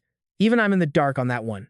I can only tell you this, if the seal stays locked, it just means you're too weak to read it. Yuan Yu raged out. You claim to know nothing? Stop acting like an NPC with these riddles. He's just capping. The man shrugged. Believe whatever you want. Jang Kai stayed silent, sinking into deep thought. No. My gut tells me he's spitting facts. It was a pity. Impossible to get info from a variable like Willis. Suddenly, a system screen popped up, shattering the tension. Welcome back to the arena. The Hisha zone has 500 lost ruins. Classic leveling setup. One key gets you into one zone. Each ruin has 100 treasure chests. Each chest has one item. Tiers are bronze, silver, gold, and hidden. There is a tiny chance to find a glowing god tier chest. No monsters in the ruins, but watch out for fatal traps. If you die, you get disconnected instantly. Once opened, the ruin is locked until you're done. Time limit is exactly 1 hour. When the timer hits 0, everyone gets yeeted out. No live stream for this event, but the top 3 teams' loot list goes public. Light began to form teleport gates. Alice grabbed her key and stepped into the array, throwing a salty look back. Everyone only has an hour. Even if you took first place, your luck ends here. Let's move. Alice and her team vanished. Willis and Green followed. What surprises are waiting? The suspense is killing me. Good luck, have fun, my adorable friend. Nuan locked in, her voice brimming with steel. Jang Kai, we bagged first place. Now we gotta maximize the gains. Jang Kai nodded. Big facts. That's exactly what I'm thinking. Jang Kai laid out the meta strategy. The Lost Ruins have 0 mob spawns. That makes it a safe zone for farming. We split into 3 squads to speedrun the loot. Yuan Shu, you're rolling with Nuan. He tossed a key like a boss. Hu Yan, Ruan Yu, you guys are team 2. Then his expression got serious. Don't get cocky, watch out for traps. Don't let the shiny loot blind you to the danger. Hu Yan checked her crystal ball like a pro. Captain Jang Kai. My RNG prediction says there's a huge surprise waiting in the northeast. Jang Kai nodded, locked and loaded. Solid. We aren't wasting a single frame. Operation start. The whole squad shouted back, hype levels through the roof. Location, Lost Ruin. The Forest of Exile. Beneath a massive ancient tree, the portal energy swirled like a hurricane. He stepped out, senses sharp, scanning the map. Asterisk. Ding. Asterisk. You have entered the Forest of Exile. Exploration timer starts now. Jang Kai looked around the desolate wasteland. Forest of Exile, name sounds super welcoming. Not. Let's hope Hu Yan's fortune-telling isn't capping. Suddenly, his green eyes flared, he spotted a glitch in the matrix. A lonely chest was chilling at the base of the ancient tree. A bronze-tier treasure chest. Jang Kai wasn't a noob, though. He didn't just rush in blind. He charged up his energy and fired a probe shot. Too easy. Is this bait? Asterisk boom, asterisk, the attack detonated, blasting the area to check for hidden traps. As the smoke cleared, the bronze chest popped open. Hologram alert. Item, Supreme Heaven Star Ore. 15 kilograms of pure god tier material. Effect, instantly upgrades the tier of grade A equipment. The shock hit him like a truck. He sprinted at the loot. No shot. I can't believe this. Enhancement mats that can instantly evo rank gear. A wicked grin spread across Jang Kai's face. He was already imagining his loadout hitting max level. Real talk, most top-tier players get hard stuck because they lack these exact mats. This ore is rarer than the gear itself. It's basically a shiny Pokemon. He swiped that Heaven Star ore into his inventory so fast. Jang Kai checked his bag, absolutely buzzing with joy. If a trash bronze chest drops Supreme ore, this run is going to be legendary. But suddenly times rumble, asterisk. The ground started shaking violently. He snapped into battle stance, aura flaring up. What the heck? A mob spawn? Impossible. System rules said no beasts in the ruins. Jang Kai stared at the floor. Wait times crash. Asterisk red-hot magma exploded from the abyss, shattering the ground like glass. The tectonic plates were crashing. Did opening that chest trigger a total server wipe? Damn it. They didn't call this the Forest of Escape for nothing. Jang Kai sprinted for his life. Hu Yan, your prediction absolutely wrecked me. Meanwhile, in the desert of origin, Hu Yan sneezed. Asterisk Akshu. Asterisk, she looked at her compass. Weird. Why am I sneezing? Is someone talking trash? Ruing, you shouted, hyped up. Hu Yan, look. Another treasure chest, and it's silver tier. Hu Yan rushed over. Luck is on our side, fam. That's our 8th silver chest. We struck gold. Ruin you. Open it up. He nodded. Say less. His blade tapped the lock and times pop asterisk. System window incoming. The heart of the Crimson Flame Lord. A crystal containing pure infernal power. It can be forged into a weapon granting eternal overwhelming fire attributes. He held the burning essence, hands shaking. Yo, this is a pure fire elemental crystal. The description says it can enchant weapons. Hu Yan's eyes turn into dollar signs. Silver chests never miss. The loot in this run is cracked. She looked at the horizon, feeling like the main character. I thought the Desert of Origin was going to be a nightmare, but it's just sand and ruins. Totally overhyped to scare the weak. Hu Yan's vibe was soaring. At this pace, we're going to clear the whole zone and set a world record. She raised her weapon, spirit burning. Let's absolutely crush this dungeon. Ruan Yu was right behind her. Let's go. Asterisk scene transition. Flower garden maze. Asterisk Sue checked her device. Found it. A bronze chest popped open. System voice, congratulations. You have discovered the level 120 job advancement recipe for martial artists. Yuan Shu roared. Blind luck for the win. We got the advancement recipe. But yo, the vines were creeping up, waiting for the perfect moment to jump scare them. Killing intent spiked. Yuan Shu sliced the vines in one hit. You chose death, but one vine caught his ankle. Ignoring the danger, he shouted, Su Nuan Nuan. You good? She backed off instantly. I'm safe. Nice reflexes. Yuan Shu glared at the plants. Every time we loot, these things aggro us. 0 setup time. No poison, but the paralysis is super annoying. If only we could torch it all to ash. Sunuan Nuan knelt, analyzing the vines. Maybe we don't need fire to delete them. A big brain play formed in her head. She pulled out a spray bottle. Sunuan Nuan misted the area. Check this out, it's a pheromone masker. Theoretically, the plants will think we're just rotting trash. No threat, no aggro. The vines chilled out and let go of Yuan Shu. He cheered. It worked. Yuan Shu looked at Su Nuan Nuan with total confidence. With this clearing speed, beating the zone timer is going to be a walk in the park. She smiled. You know it. Asterisk, 40 minutes later. Asterisk, the giant screen showed the Fire God Squad's stats to the whole world. Status. Exploring. Gold chests, 0. Yuan Shu and Su Nuan Nuan, 5. Hu Yan and Ruan Yu, 3. Total silver chests, 8. Bronze chests. Jang Kai, 2. Su Nuan Nuan, 18. Hu Yan and Ruan Yu, 20. Total, 41. The commentators were baffled. Yo, is Jang Kai throwing? 40 minutes in and he's only opened 2 bronze chests. Lei was shook too. Exactly. Isn't Jiang Kai supposed to be the carry? Enoch Sam was typing furiously in chat. Report him. What is this gameplay? The fishing squad and seasoned squad just caught purple chests. Malfam gasped. Purple tier. Does that mean the unseen level 120 mats just dropped? Lei stood up. The level 120 era is starting. Does this mean the US and Japan are going to take over the meta? He analyzed it with cold logic. Time is ticking, guys. The rivals are winning. Jiang Kai's performance is super sus. Is he caught in a high-level trap? Weighing is on the same wavelength. Fam. It is totally likely. These lost ruins are pure RNG madness. Some zones are chill. Others are straight-up fatal death traps. Let's dive back into the zone. 15 minutes later, welcome to the Forest of Escape. Jang Kai was speedrunning for his life away from a literal lava tsunami. Sweat was pouring down his face. I barely cracked a silver chest before the map started collapsing at Mach speed. A massive boulder attached to a burning tree came flying at him like a missile. He yeeted himself into the air, barely dodging the hitbox. But then, Jang Kai's eyes went wide. A golden light pierced through the chaos. That is a blinding golden aura, baby. Jang Kai reached out. It is a gold treasure chest. High risk, max reward. He flew straight toward the prize. He snagged the chest into his inventory. But the magma went nuclear, exploding with power. The ground crumbled beneath him. Big mistake. The entire zone is glitching out and imploding. Jang Kai pushed his speed stats to the limit, parkouring over the sinking terrain. He drifted against a rock to break, smoke rising from the friction. Suddenly, magma erupted right under his sneakers. The heat was searing. He pulled his leg back just in time. Behind him, the server is crashing and burning. Jang Kai dashed forward, just a little more. Faster. He gritted his teeth, going full try-hard mode. Dang it, the collapse is too fast. I can't shake this aggro. At this rate, I am gonna get swallowed whole.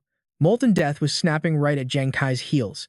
Suddenly, a magnificent multicolored aura exploded, lighting up the entire void. He narrowed his eyes in disbelief. That light, wait, could it be?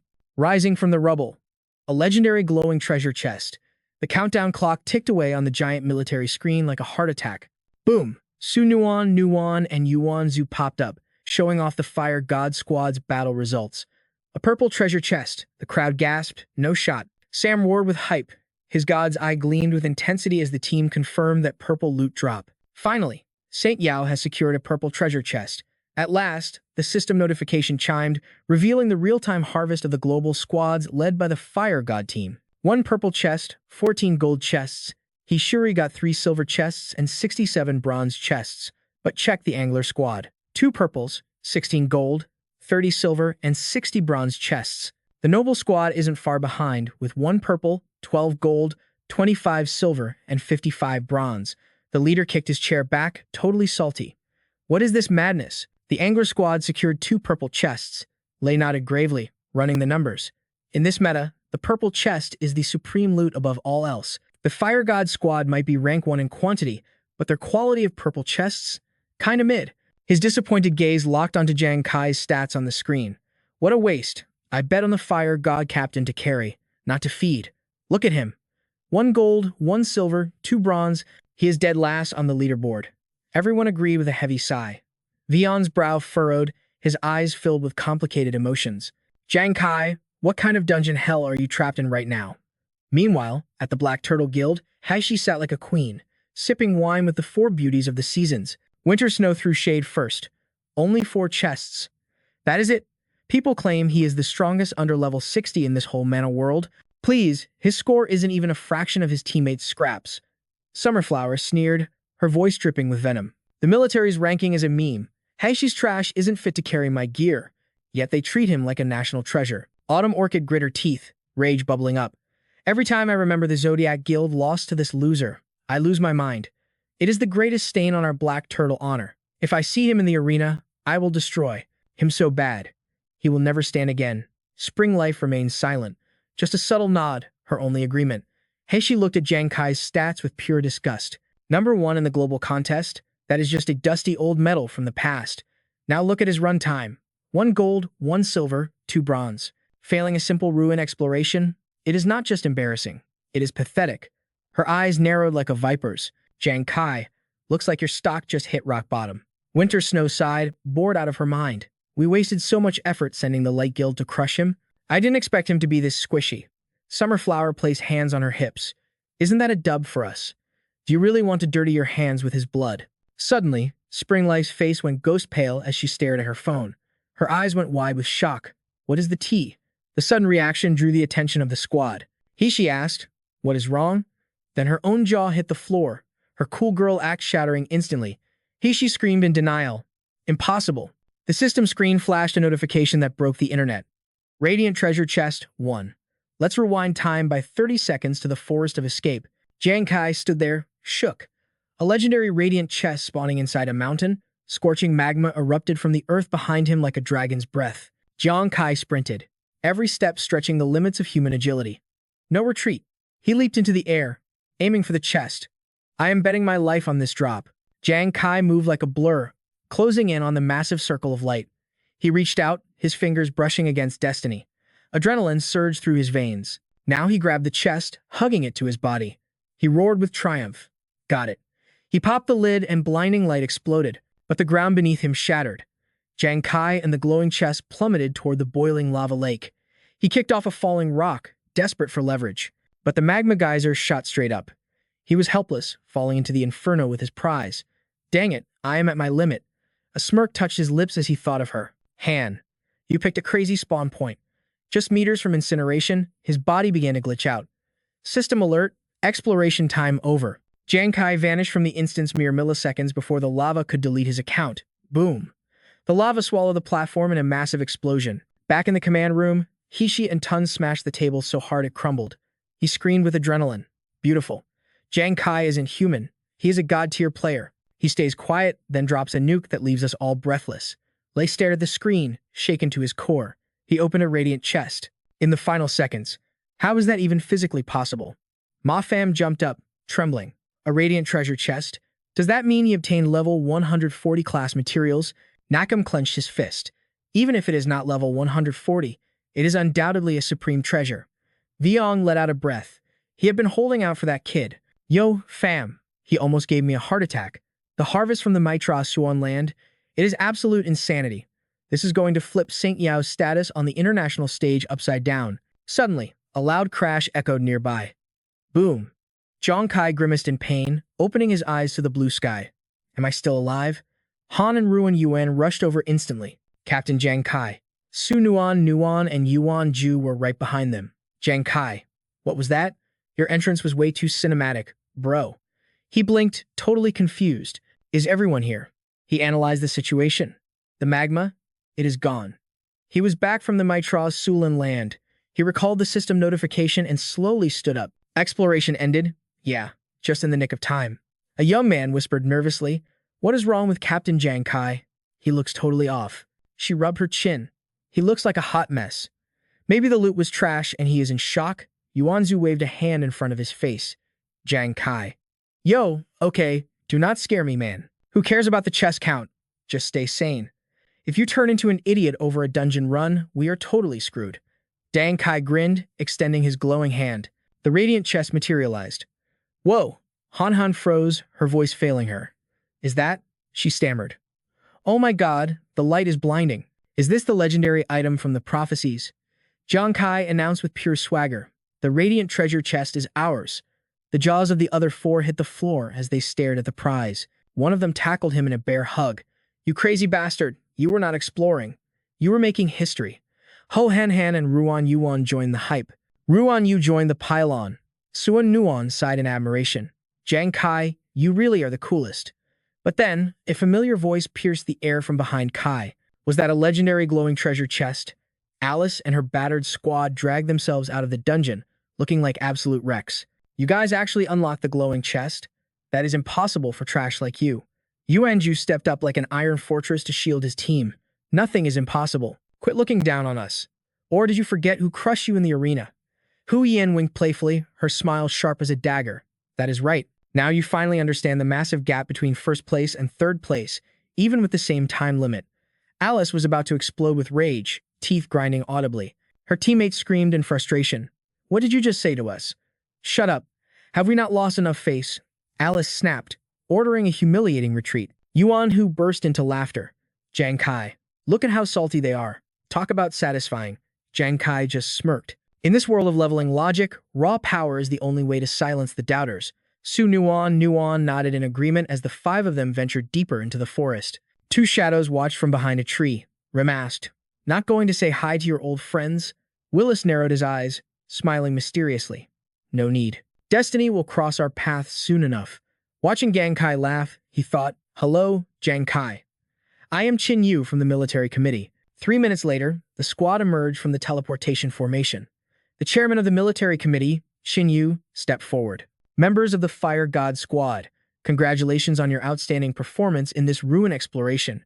Jang Kai eyed him warily. And you are? Qin Yu extended a hand politely. I am Qin Yu, head of the military committee. I missed you last time, but I finally caught the legends in person. Jang Kai replied with professional courtesy. Greetings, Commander Qin Yu. Hu Yan whispered, Suan Nuan. What exactly is this committee? They are the big shots, she explained. They oversee military organizations nationwide. Even local commanders have to bow to their authority. Jang Kai's expression hardened instantly. Commander Qin Yu, you are here about the loot distribution, aren't you? I have already discussed the rough ratios with Mr. Liu. He shrugged calmly. There is no rush on that front. Judging by the results, you guys hit the jackpot. You have worked hard today, so let us finalize the details at the military base tomorrow. How does that sound? Su Nuan rubbed her chin in disbelief. He is surprisingly chill for a high-ranking official. Jang Kai nodded. Deal. Suddenly, an aide rushed over. Commander Qin Yu asked, What is it? The aide whispered urgently. It is about Zhang Feng's transfer order to City L. Jang Kai's enhanced senses caught every word. What? Brother Zhang is being sent to City L. The squad froze in horror as Yuan Zhu broke into a cold sweat. Isn't City L a dead zone crawling with beast deities? Qin Yu nodded gravely. That is correct. Do you know Zhang Feng? Jang Kai's face went dark with intensity. Brother Zhang is my friend. Commander, What is the meaning of this sudden transfer? Qin Yu did not hide the truth. Zhang Feng is under the Black Tortoise Guild. Recently, the higher-ups there have been pushing hard to ship him out. However, he is also part of the War God Hall in Jiangzhou, and the commander there refused to release him. It has been a political tug-of-war. Hu Yan scoffed in disgust. That scum Black Tortoise Guild again. They are targeting him just because he helped Captain Jang Kai. Yuan Ju nodded furiously. It is a personal vendetta masquerading as official business. Su Nuan clenched her fists. That is unforgivable. She looked at their leader, Jang Kai. Jang Kai remained silent, but his fist was clenched so tight it trembled. Cut to night. A full moon hung in the pitch-black sky. Jang Kai leaned against a tree, staring into the void. Footsteps approached. Yuan Shu's voice cut through the silence. Too cool to sleep? Coming out here to act all mysterious and brooding in the moonlight? Jang Kai looked surprised to see the beers in his hand. Yuan Shu did not leave room for refusal. Sit down. Have a drink with me. Jang Kai took the bottle. Fine. Just do not get wasted and start screaming about being the #1 war god again. Yuan Ju chuckled, eyeing his teammate. Someone said there was a statuesque figure moping out here like a sad rock, so I figured it had to be you. Still thinking about Brother Jang and the loot split, Jang Kai gripped the bottle, nodding solemnly. Yuan Shu spoke clearly. I cannot fix the Jang Feng situation yet, but regarding the loot, we all agreed on the way back. You call the shots. Whatever you decide with the military tomorrow is law. We have zero objections. Hearing this, a wave of guilt washed over Jiang Kai. But this loot is the result of everyone risking their lives. It is your future. Yuan Ju slapped Jiang Kai's shoulder hard, cutting him off. Idiot. Jiang Kai, you are great at everything except getting out of your own head. You are spiraling. What are we to each other? We are brothers. We are a team. Do you really think we followed you into hell just to haggle over some crafting materials? Jiang Kai hesitated, but Yuan Shu stared straight into his soul. Yo, Jiang Kai. No shiny item is worth more than our brotherhood or the guild's future. Listen up, fam. The Fire God squad went from being called absolute trash to becoming national champions of this awakening tournament. Did we do that because of some OP gear? Nah. Flashbacks of their epic grind hit hard. We won because we trusted each other to watch our six. Even when our HP was almost zero, we clawed our way out of the abyss together. That trust is our ultimate fortress, a shield we hold even if our bones are shattered. Yuan Shu poked Jiang Kai's chest firmly. That bond is worth way more than any legendary loot drop. Don't get it twisted. The darkness in Jiang Kai's eyes faded as the truth finally clicked. Yuan Shu grinned. So quit tripping over useless worries. You're the captain, the absolute carry of the Fire God squad. Whatever you decide, we follow you into the fire. No cap. Jiang Kai felt a lump in his throat. The feels were real. A relieved smile finally broke through. Yuan Shu, you're yapping too much. He patted his friend's hand gratefully. Jiang Kai's aura returned to its usual main character energy. He realized with the boys backing him up, he could face any boss fight without a shred of fear. Cut to the next day. The guards ushered Jiang Kai's squad inside the military committee. You could cut the tension with a knife as everyone took their seats. Jiang Kai kept it cool and professional. Sorry for the delay, gentlemen. Qin Yu pointed to the empty seats, trying hard to hide his thirst for the loot. We just got here too. Take a seat. He signaled Su Nuan. She nodded, and boom, a blinding orb of light lit up the dim room. She opened her inventory, and countless item cards from the raid materialized on the table. Qin Yu's eyes practically turned into dollar signs. Is this the full haul? Is this everything you farmed from the ruins? Brother Jiang Kai, spill the tea. What exactly is inside those purple and glowing treasure chests? And how are we splitting the goods? Jiang Kai stayed calm as still water. The purple chest has key class advancement mats for a level 120 swordsman, 10 sets in total. His finger drifted to the glowing chest card. His gaze sharpened like a legendary blade. As for this bad boy, we keep it. Everything else belongs to you. Qin Yu's face twisted like he just bit a lemon. His eyes went wide with shock. You intend to hoard the reward from the glowing chest for yourself? Correct, Jiang Kai replied. I know we agreed on a 60-40 split with Captain Liu, but the value of this item breaks the scale. You can't just divide it up like pizza. Qin Yu nodded slowly, realizing he was trapped. Technically, you're right. Strictly speaking, you're taking less loot than you promised. He paused, his voice getting serious. But listen, that glowing chest is exactly what the military wants most. Its contents could change the entire meta of our nation. Yuan Shu leaned back and smirked. Commander Qin Yu, stop capping. You can delete the word could from that sentence. Qin Yu frowned, confused by the confidence. What are you implying? Jang Kai smiled and held up the card as it pulsed with rainbow light, a true legendary item straight out of a leveling manhwa. Because inside this chest are 3 complete sets of class advancement materials for a level 140 martial artist. Qin Yu looked like he'd been struck by lightning. His eyes bugged out, jaw hitting the floor. Lu Yu slammed his hand on the table, trembling with hype. 3 sets. That means Saint Yao won't just get 1 hope for a level 140 warrior, but 3 at the same time. We can clear the wasteland or fight a beast god easy. Our confidence just went to the moon. Qin Yu tried to compose himself, analyzing the play. He didn't leave yet. He knew it was time to make a deal. Jang Kai calmly sipped his water, looking completely unbothered. Qin Yu finally asked, "Brother Jang Kai, let's keep it real. What's the price tag? What does the military need to pay to get that card?" Jang Kai grinned. "Good. I like your directness, Commander. 4 conditions." He slammed his cup down. "First, I need complete level 40 advancement materials for a martial artist, a feng shui master, a drunkard, and an aesthetic. Plus 2 sets for the Destiny class." "Destiny class?" Qin Yu asked. "You mean those trash, defective materials?" Jang Kai nodded. "Exactly." Qin Yu sighed with relief. "That's easy work. I'll have someone grab them from the warehouse as soon as possible. What is your second condition?" Jang Kai crossed his arms, his face turning to stone. "Second, I've made a decision regarding a homie. Jiang Fang has wanted to quit the Xuanwu Guild for a long time, but they're holding him hostage with a massive debt contract." Jiang Kai's chill vibe vanished, replaced by a razor-sharp gaze. "I want the military to clear his debt and recruit him directly." Qin Yu wasn't surprised. "Using a king-tier card to buy a friend's freedom? Respect. Very well, I agree to this condition." Jiang Kai didn't waste a second. Condition 3. For the next 5 years, Commander Wei Ying must not be transferred out of Jiangzhong City. Qin Yu raised an eyebrow, confused. "Huh? Where did that request come from?" Su Nuan watched Jiang Kai, realizing his 200 IQ play. Is Jiang Kai worried Xuanwu will put a hit on the commander? That's crazy. Even though Brother Lu has protection, Commander Wei Ying is always on the front lines solo with 0 backup. He protects everyone else in silence. Now Jiang Kai is repaying that debt of honor. Jiang Kai's eyes remained cold, giving no spoilers.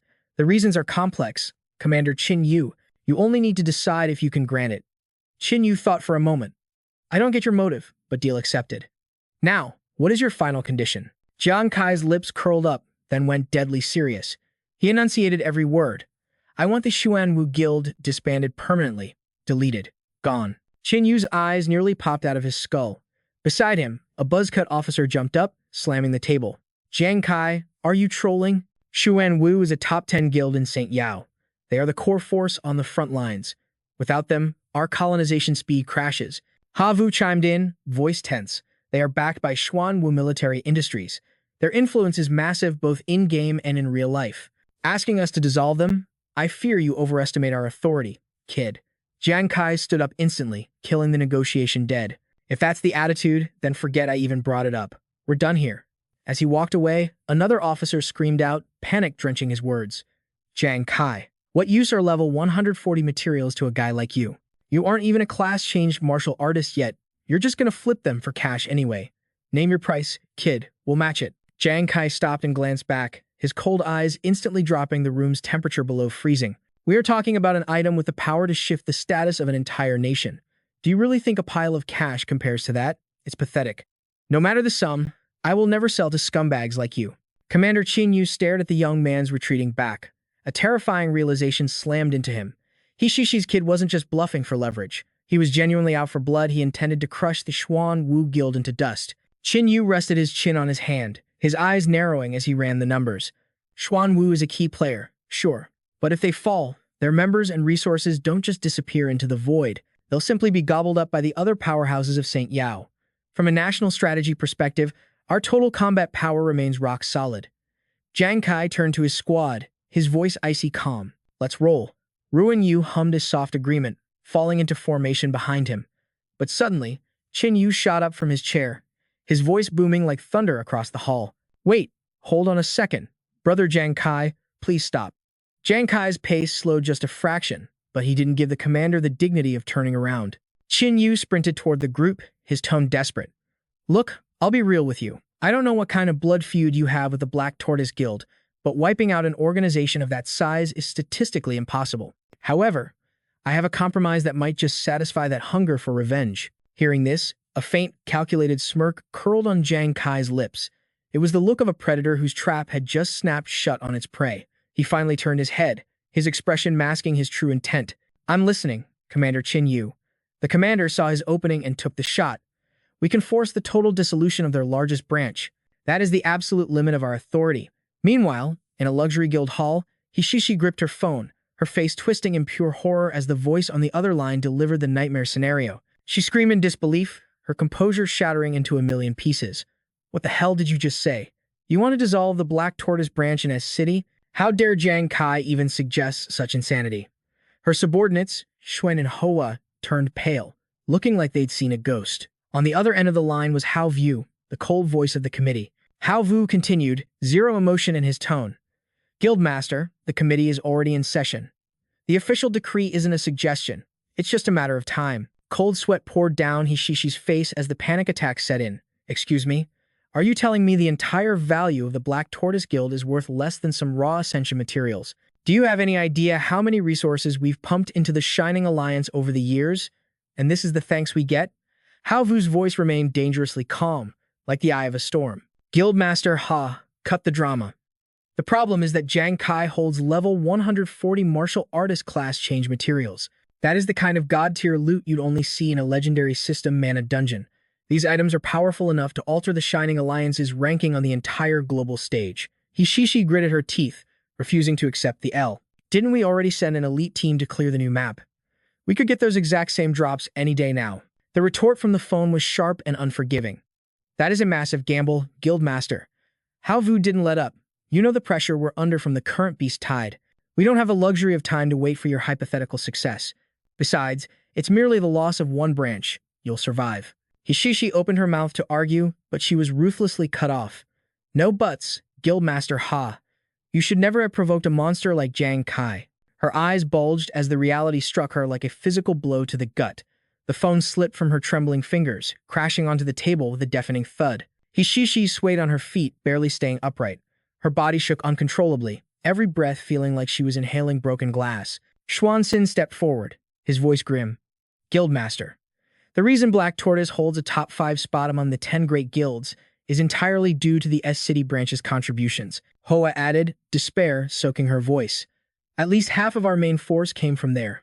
If that branch gets deleted, our combat power will plummet by at least 40% instantly. Hishishi's face contorted into a mask of demonic rage. All my preparation, everything I built, destroyed by him in a single move. Damn it all to hell. If that brat hadn't lucked out and found that glowing treasure chest, he'd be a corpse by now. How dare he step on my head and look down on me? As her scream faded, her phone screen lit up again. A robotic notification voice filled the silent room, sounding like a death sentence. The resolution has been passed. Guildmaster Ha, please dissolve the S-City branch before 3 p.m. tomorrow. She stood frozen, a statue of defeated pride. Her mind was a chaotic storm, rendering her completely speechless. Suddenly, her expression went blank. She backhanded the phone, sending it flying across the room. Her subordinates flinched as it shattered against the wall. Guildmaster. But Hishishi was already lost to madness, a murderous mantra playing on loop in her brain. Jang Kai. I will absolutely kill you. The next day, at the Black Tortoise S-City branch, the massive fortress-like military base stood tall, totally unaware of its impending doom. A digital notice flashed on the main gate, garrison area disbanding. The crowd of guild members erupted into confused whispers. Yo, what's going on? Disbanding? Is the system glitching? It has to be a mistake, right? We're Black Tortoise, one of the 10 great guilds of the Shining Alliance. You can't just delete a major branch like this without a reason. A frantic officer tried to calm the mob. Everyone, please chill out. This is a direct order from headquarters. But the crowd wasn't having it. Screw that. Where is Hishishi? She just got promoted and now she's kicking us to the curb. Tell her to get her face down here. We deserve an explanation. Watching the chaos from a safe distance, Jang Kai stared intently at the surveillance screen. Hu Yan smirked, clearly enjoying the show. Man, military efficiency really is chef's kiss. It's only been a day and they've already delivered on their promise. Haha, this is so satisfying to watch. Yuan Zhu laughed along with him. I can't stop imagining Hishishi's twisted, angry face right now. It's hilarious. Jang Kai walked in from the entrance, his presence commanding the room like a king. Is the whole squad here? Ruan Yu greeted him with a warm smile. Captain Jang Kai, you made it. Yuan Ju walked over and threw an arm around his shoulder. Jang Kai, what took you so long, man? You almost missed the best part of the drama. Hu Yen chimed in. Seriously, the Black Tortoise branch is in absolute shambles right now. Jang Kai nodded calmly. Brother Lu just updated me. They have until 3 p.m. today to completely erase their existence in S City. He peeped the squad, shifting into briefing mode. Also, because the drama was so wild, the Black Tortoise Guild actually rage-quit the upcoming map raid. It's the law of the jungle in this leveling game. When one rival drops, another steps up. The Demon Slayer Guild is sliding in to fill the gap. We gotta ensure the raid's firepower stays consistent, though. Hu Yen wasn't feeling it. Yo, what's the deal with the Shining Guild? Jang Kai broke it down. Shining is backed by Black Tortoise, but they move solo. They aren't stressing. In fact, they're snatching up all the Black Tortoise elites to buff their own squad. Hu Yen crossed her arms, totally salty. So basically, we still have to take orders from that trash bag Luan? Oh. Just the mental image of Luan with his slimy grin and punchable face made everyone sick. But Jang Kai? He kept his cool. Actually, this is a total dub. I've been waiting to expose whatever dirty tricks they try to pull. Meanwhile, way up on a skyscraper, a white-haired man was gasping for air, sweat dripping like rain. Little sister Yingzi checked her timer, beaming like sunshine. That was sick. 3 minutes and 20 seconds. You shaved 5 whole seconds off your last record. The big boss was too gassed to reply, hands on his knees while his lungs burned for oxygen. Yingzi's hype turned to worry real quick. Big brother, wipe that sweat off. Stat. The wind is brutal up here. You're gonna get sick. He grabbed the towel, waving her off. I got this. I ain't made of glass anymore. As he dried off, a fire lit up in his eyes. With these gains, I'll be strong enough to stand by Jang Kai's side in no time. Yingzi wasn't having it though. Still, you gotta move smart. Don't be a tryhard like our second brother, always pushing past the limit. Just as they laughed, a loud sneeze ripped through the air miles away. It was Jang Kai, looking fresh with the loot. He smirked, teasing, man, no wonder I'm sneezing. Someone is definitely talking smack about me behind my back. Seeing him pop up out of nowhere, Big Brother and Yingzi screamed in pure hype. Jang Kai, you're home. Inside, Big Brother set down some fruit, looking at him like a proud dad. Jang Kai, I saw you in the tournament. I never thought you'd get this. You're straight up the main character now. Yingzi nodded aggressively. Facts. Second brother, you were absolutely legendary out there. Then, she hit him with the pouty face. But for real, you ghosted us during something that huge. I was scared to death. Thank God the military finally confirmed you were alive. Jang Kai patted her head gently. It was an emergency and things got messy. My bad for worrying you. It took a minute, but she finally chilled out. Humph. Just don't scare us like that again. Smiling, he pulled out 2 vials of glowing liquid. Big bro, Yingzi, check this out.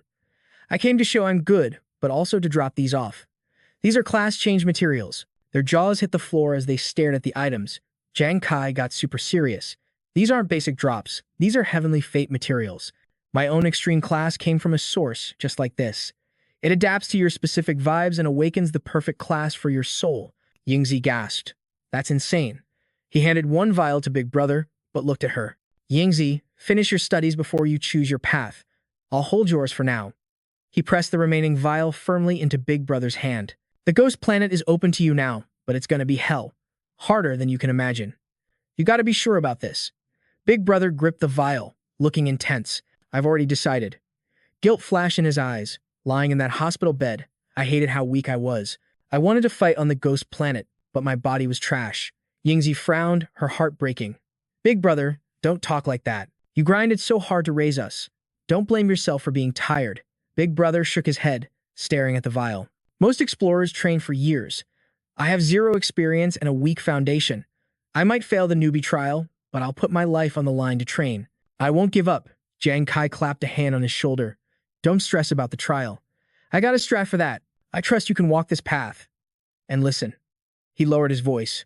Reach transcendent rank, and you can extract your stats into the real world. Back on Earth, you'll be like a black god, hunting beast gods and avenging our family. Yingzi put on her apron, breaking the heavy mood. Big Brother's been chefing it up lately, and I want to help. You two chat, I'll yell when dinner's ready. Big Brother smiled warmly. Bet. He waited for her to bounce, then turned to Jang Kai, face dead serious. Now, let's talk business. The commander told me about your role. Your bait for a king-class boss. I kept it from Yingzi so she wouldn't freak out. Jang Kai, keep it 100 with me. Can you survive this? Jang Kai nodded. Relax, bro, I'm good. But his brother wasn't buying it. That is a king-class monster, man. Jang Kai, I'm terrified for you. Jang Kai sighed, dropping the truth bomb. Brother, this isn't just about unlocking a new map. The Kasha Canyon is the final line between humanity and the beast gods. Generations have bled out just to give us this one shot. It means everything. War is coming, whether we like it or not. Someone has to step up and lure that beast. I can't back down. Seeing his brother's somber face, he whispered, Big brother, you mad? Big brother laughed, wiping a tear. You idiot. I'm just happy seeing you stand tall, holding up the sky like a real man. How could I stop you? He grabbed Jang Kai's shoulders. Promise me one thing. Protect yourself. If it gets too heavy, come home. We got your back, always. Jang Kai felt a massive weight lift off his soul. I got you, brother. Days later, inside the dungeon, Hu Yan was glowing with hype. Captain Jang Kai. Look, I awakened. Her status window popped up, Spirit Channeler, level 41. Ruan Yu literally jumped for joy. Yo, I switched to Wine Maniac. Let's go. Guys, comment down below which class you choose. His stats were popping off the screen. Explorer Ruan Yu, class, Wine Maniac, level 41. Jang Kai nodded, checking the drip. What about your innate talents, though? Hu Yan stepped up. My talent is Ghostly Whale. I can slide into the spirit realm and command wraiths to attack. Jang Kai raised a brow. Is the DPS high? She laughed nervously. Nah, not really. It's mostly for griefing the enemy, but it has a chance to trigger a fear debuff. Jang Kai got it instantly. Damage isn't the meta for you yet. Your crowd control is already cracked. With the Wind Thunder Staff and this whale, you've got 2 major control skills. You're basically untouchable. She blushed at the hype. That's what I thought too. Then Ruan Yu jumped in. Yo, Captain Jang Kai. As a wine maniac, my new talent is called Drunken Song of Madness. Jang Kai mused. Okay, that sounds way more intense than your old skill. Hu Yan nudged him. Well, spill the tea. How crazy is this song? He explained, eyes wide. It triggers primal instincts and boosts my physical stats. Plus, a chance to activate True Self State. The term stunned them. True Self State? Ruan Yu swung his sword in a clumsy but fluid arc. Yeah, I don't fully get it either, but the vibes feel special. Different emotions and environments trigger different buffs. It's total RNG. Hu Yan whistled. Sounds OP, even if I've never heard of it. Jang Kai stroked his chin. Going from Wine Ghost to Wine Maniac is an ultra-rare evolution path. Combined with a variable talent, nobody has the data on this. In this world, rarity equals infinite potential. Ruan Yu's face turned red with pride. Just then, Jang Kai's smartwatch buzzed like crazy. A hologram popped up. Jang Kai's eyes lit up. It's Yuan Shu. He says him and Su Nuan successfully completed their class changes too. Hu Yan beamed. The squad is perfect. Our combat synergy is finna be unstoppable now. Jang Kai nodded. Exactly. Plus, Shen Yi finished her advancement 2 days ago. Her base stats skyrocketed by 100%. I also hit level 40. Once I find the mats, my own awakening can finally begin. Hu Yan tilted her head, eyes sparkling. Captain, are we heading out to farm mobs and power level today? Jang Kai's expression instantly hardened. He stared into the distance. No. The regional boss spawns the day after tomorrow. Summon Shen Yi. We need to move to the quarantine zone right now to prepare for war. Hu Yan and Ruan Yu didn't hesitate. They shouted, understood. By the next day, the Deer Ridge axis revealed its majestic form. Mountains pierced the heavens like massive horns. Below, a fortress of steel had risen. Tanks, tents, and watchtowers showed the military's iron grip. Silhouettes moved efficiently through the camp, patrolling with eagle eyes. A guild officer pointed sharply at the horizon. You 4. Is the plan clear? He pointed to the tree line. The main god guild will lure the king tier boss to those coordinates. Don't sell this game, the officer warned. Jang Kai smirked, radiating calm authority. Relax. We never miss. Chen nodded but stroked his chin with a mocking sneer. Just remember your place. Try not to die too quickly. He turned, dismissing them like they were trash NPCs. Ruan Yu glared at him walking away, eyes burning with rage. That guy is so toxic. Look at the arrogance. He clearly wants us to be cannon fodder. Hu Yan clenched her fists. Agreed. He's disgusting. But Jang Kai remained unfazed. Ignore the haters. On the battlefield, follow my command. We counter every move they make. The squad huddled in the trees, finalizing their strat for the incoming storm. Meanwhile, the guild master of the Light Guild, Chen Chun issued a dark order. Make absolutely sure Jang Kai's team gets funneled into the trap, and the ambush squad, remember, no guild tags. The military will ban anyone caught infighting during a beast tide. Luwin flashed a snake-like smile. Rest easy, guild master. I spent a fortune on shadow mercenaries. They'll finish the job with zero trace. His expression twisted into something vile. I'll also be camping nearby to watch. There will be no mistakes this time. Chen Chun's internal monologue dripped with venom. Jang Kai, you were once the glory of the Black Tortoise, but you're done. Today you get deleted. The sun dipped below the horizon, and a million stars glittered in the sky. The world held its breath. The camp fell dead silent. But then, an unnatural glow pulsed from behind the peaks. Too bright to be the moon. Too ominous to be the dawn. Boom. The earth groaned and shattered. Thousands of monsters surged forward like a tidal wave of death, kicking up a blinding dust storm. High above, a horned humanoid stood like a demon king. He swung his hand down the signal to attack. The military roared to life. Soldiers scrambled as artillery turned the night into day. Fire and lead rained down on the beast horde amidst deafening cries. For the holy Solon lands, slaughter them, Commander Taejang bellowed. Hold the line. We just need to buy time for the 5 great guilds to slay the boss. But suddenly, the ground erupted. 3 massive beasts burst from the soil, armored crocodile nightmares with razor-sharp spines thrashing wildly. A soldier screamed, Squad 3, contain the golden horn croc dragon. Do not let it breach the defense line. Squad 4, open fire. But the bullets pinged off the monster's skull like harmless rain. It didn't even leave a scratch. The beast became a living wrecking ball, sending soldiers flying like ragdolls. Taejang collapsed, bloodied, requesting backup. The power gap is too huge. We can't stop them. Before he could move, a shadow loomed over him. The croc dragon's jaws unhinged, rows of serrated teeth poised to snap his head off. A sickening crunch silenced the scream.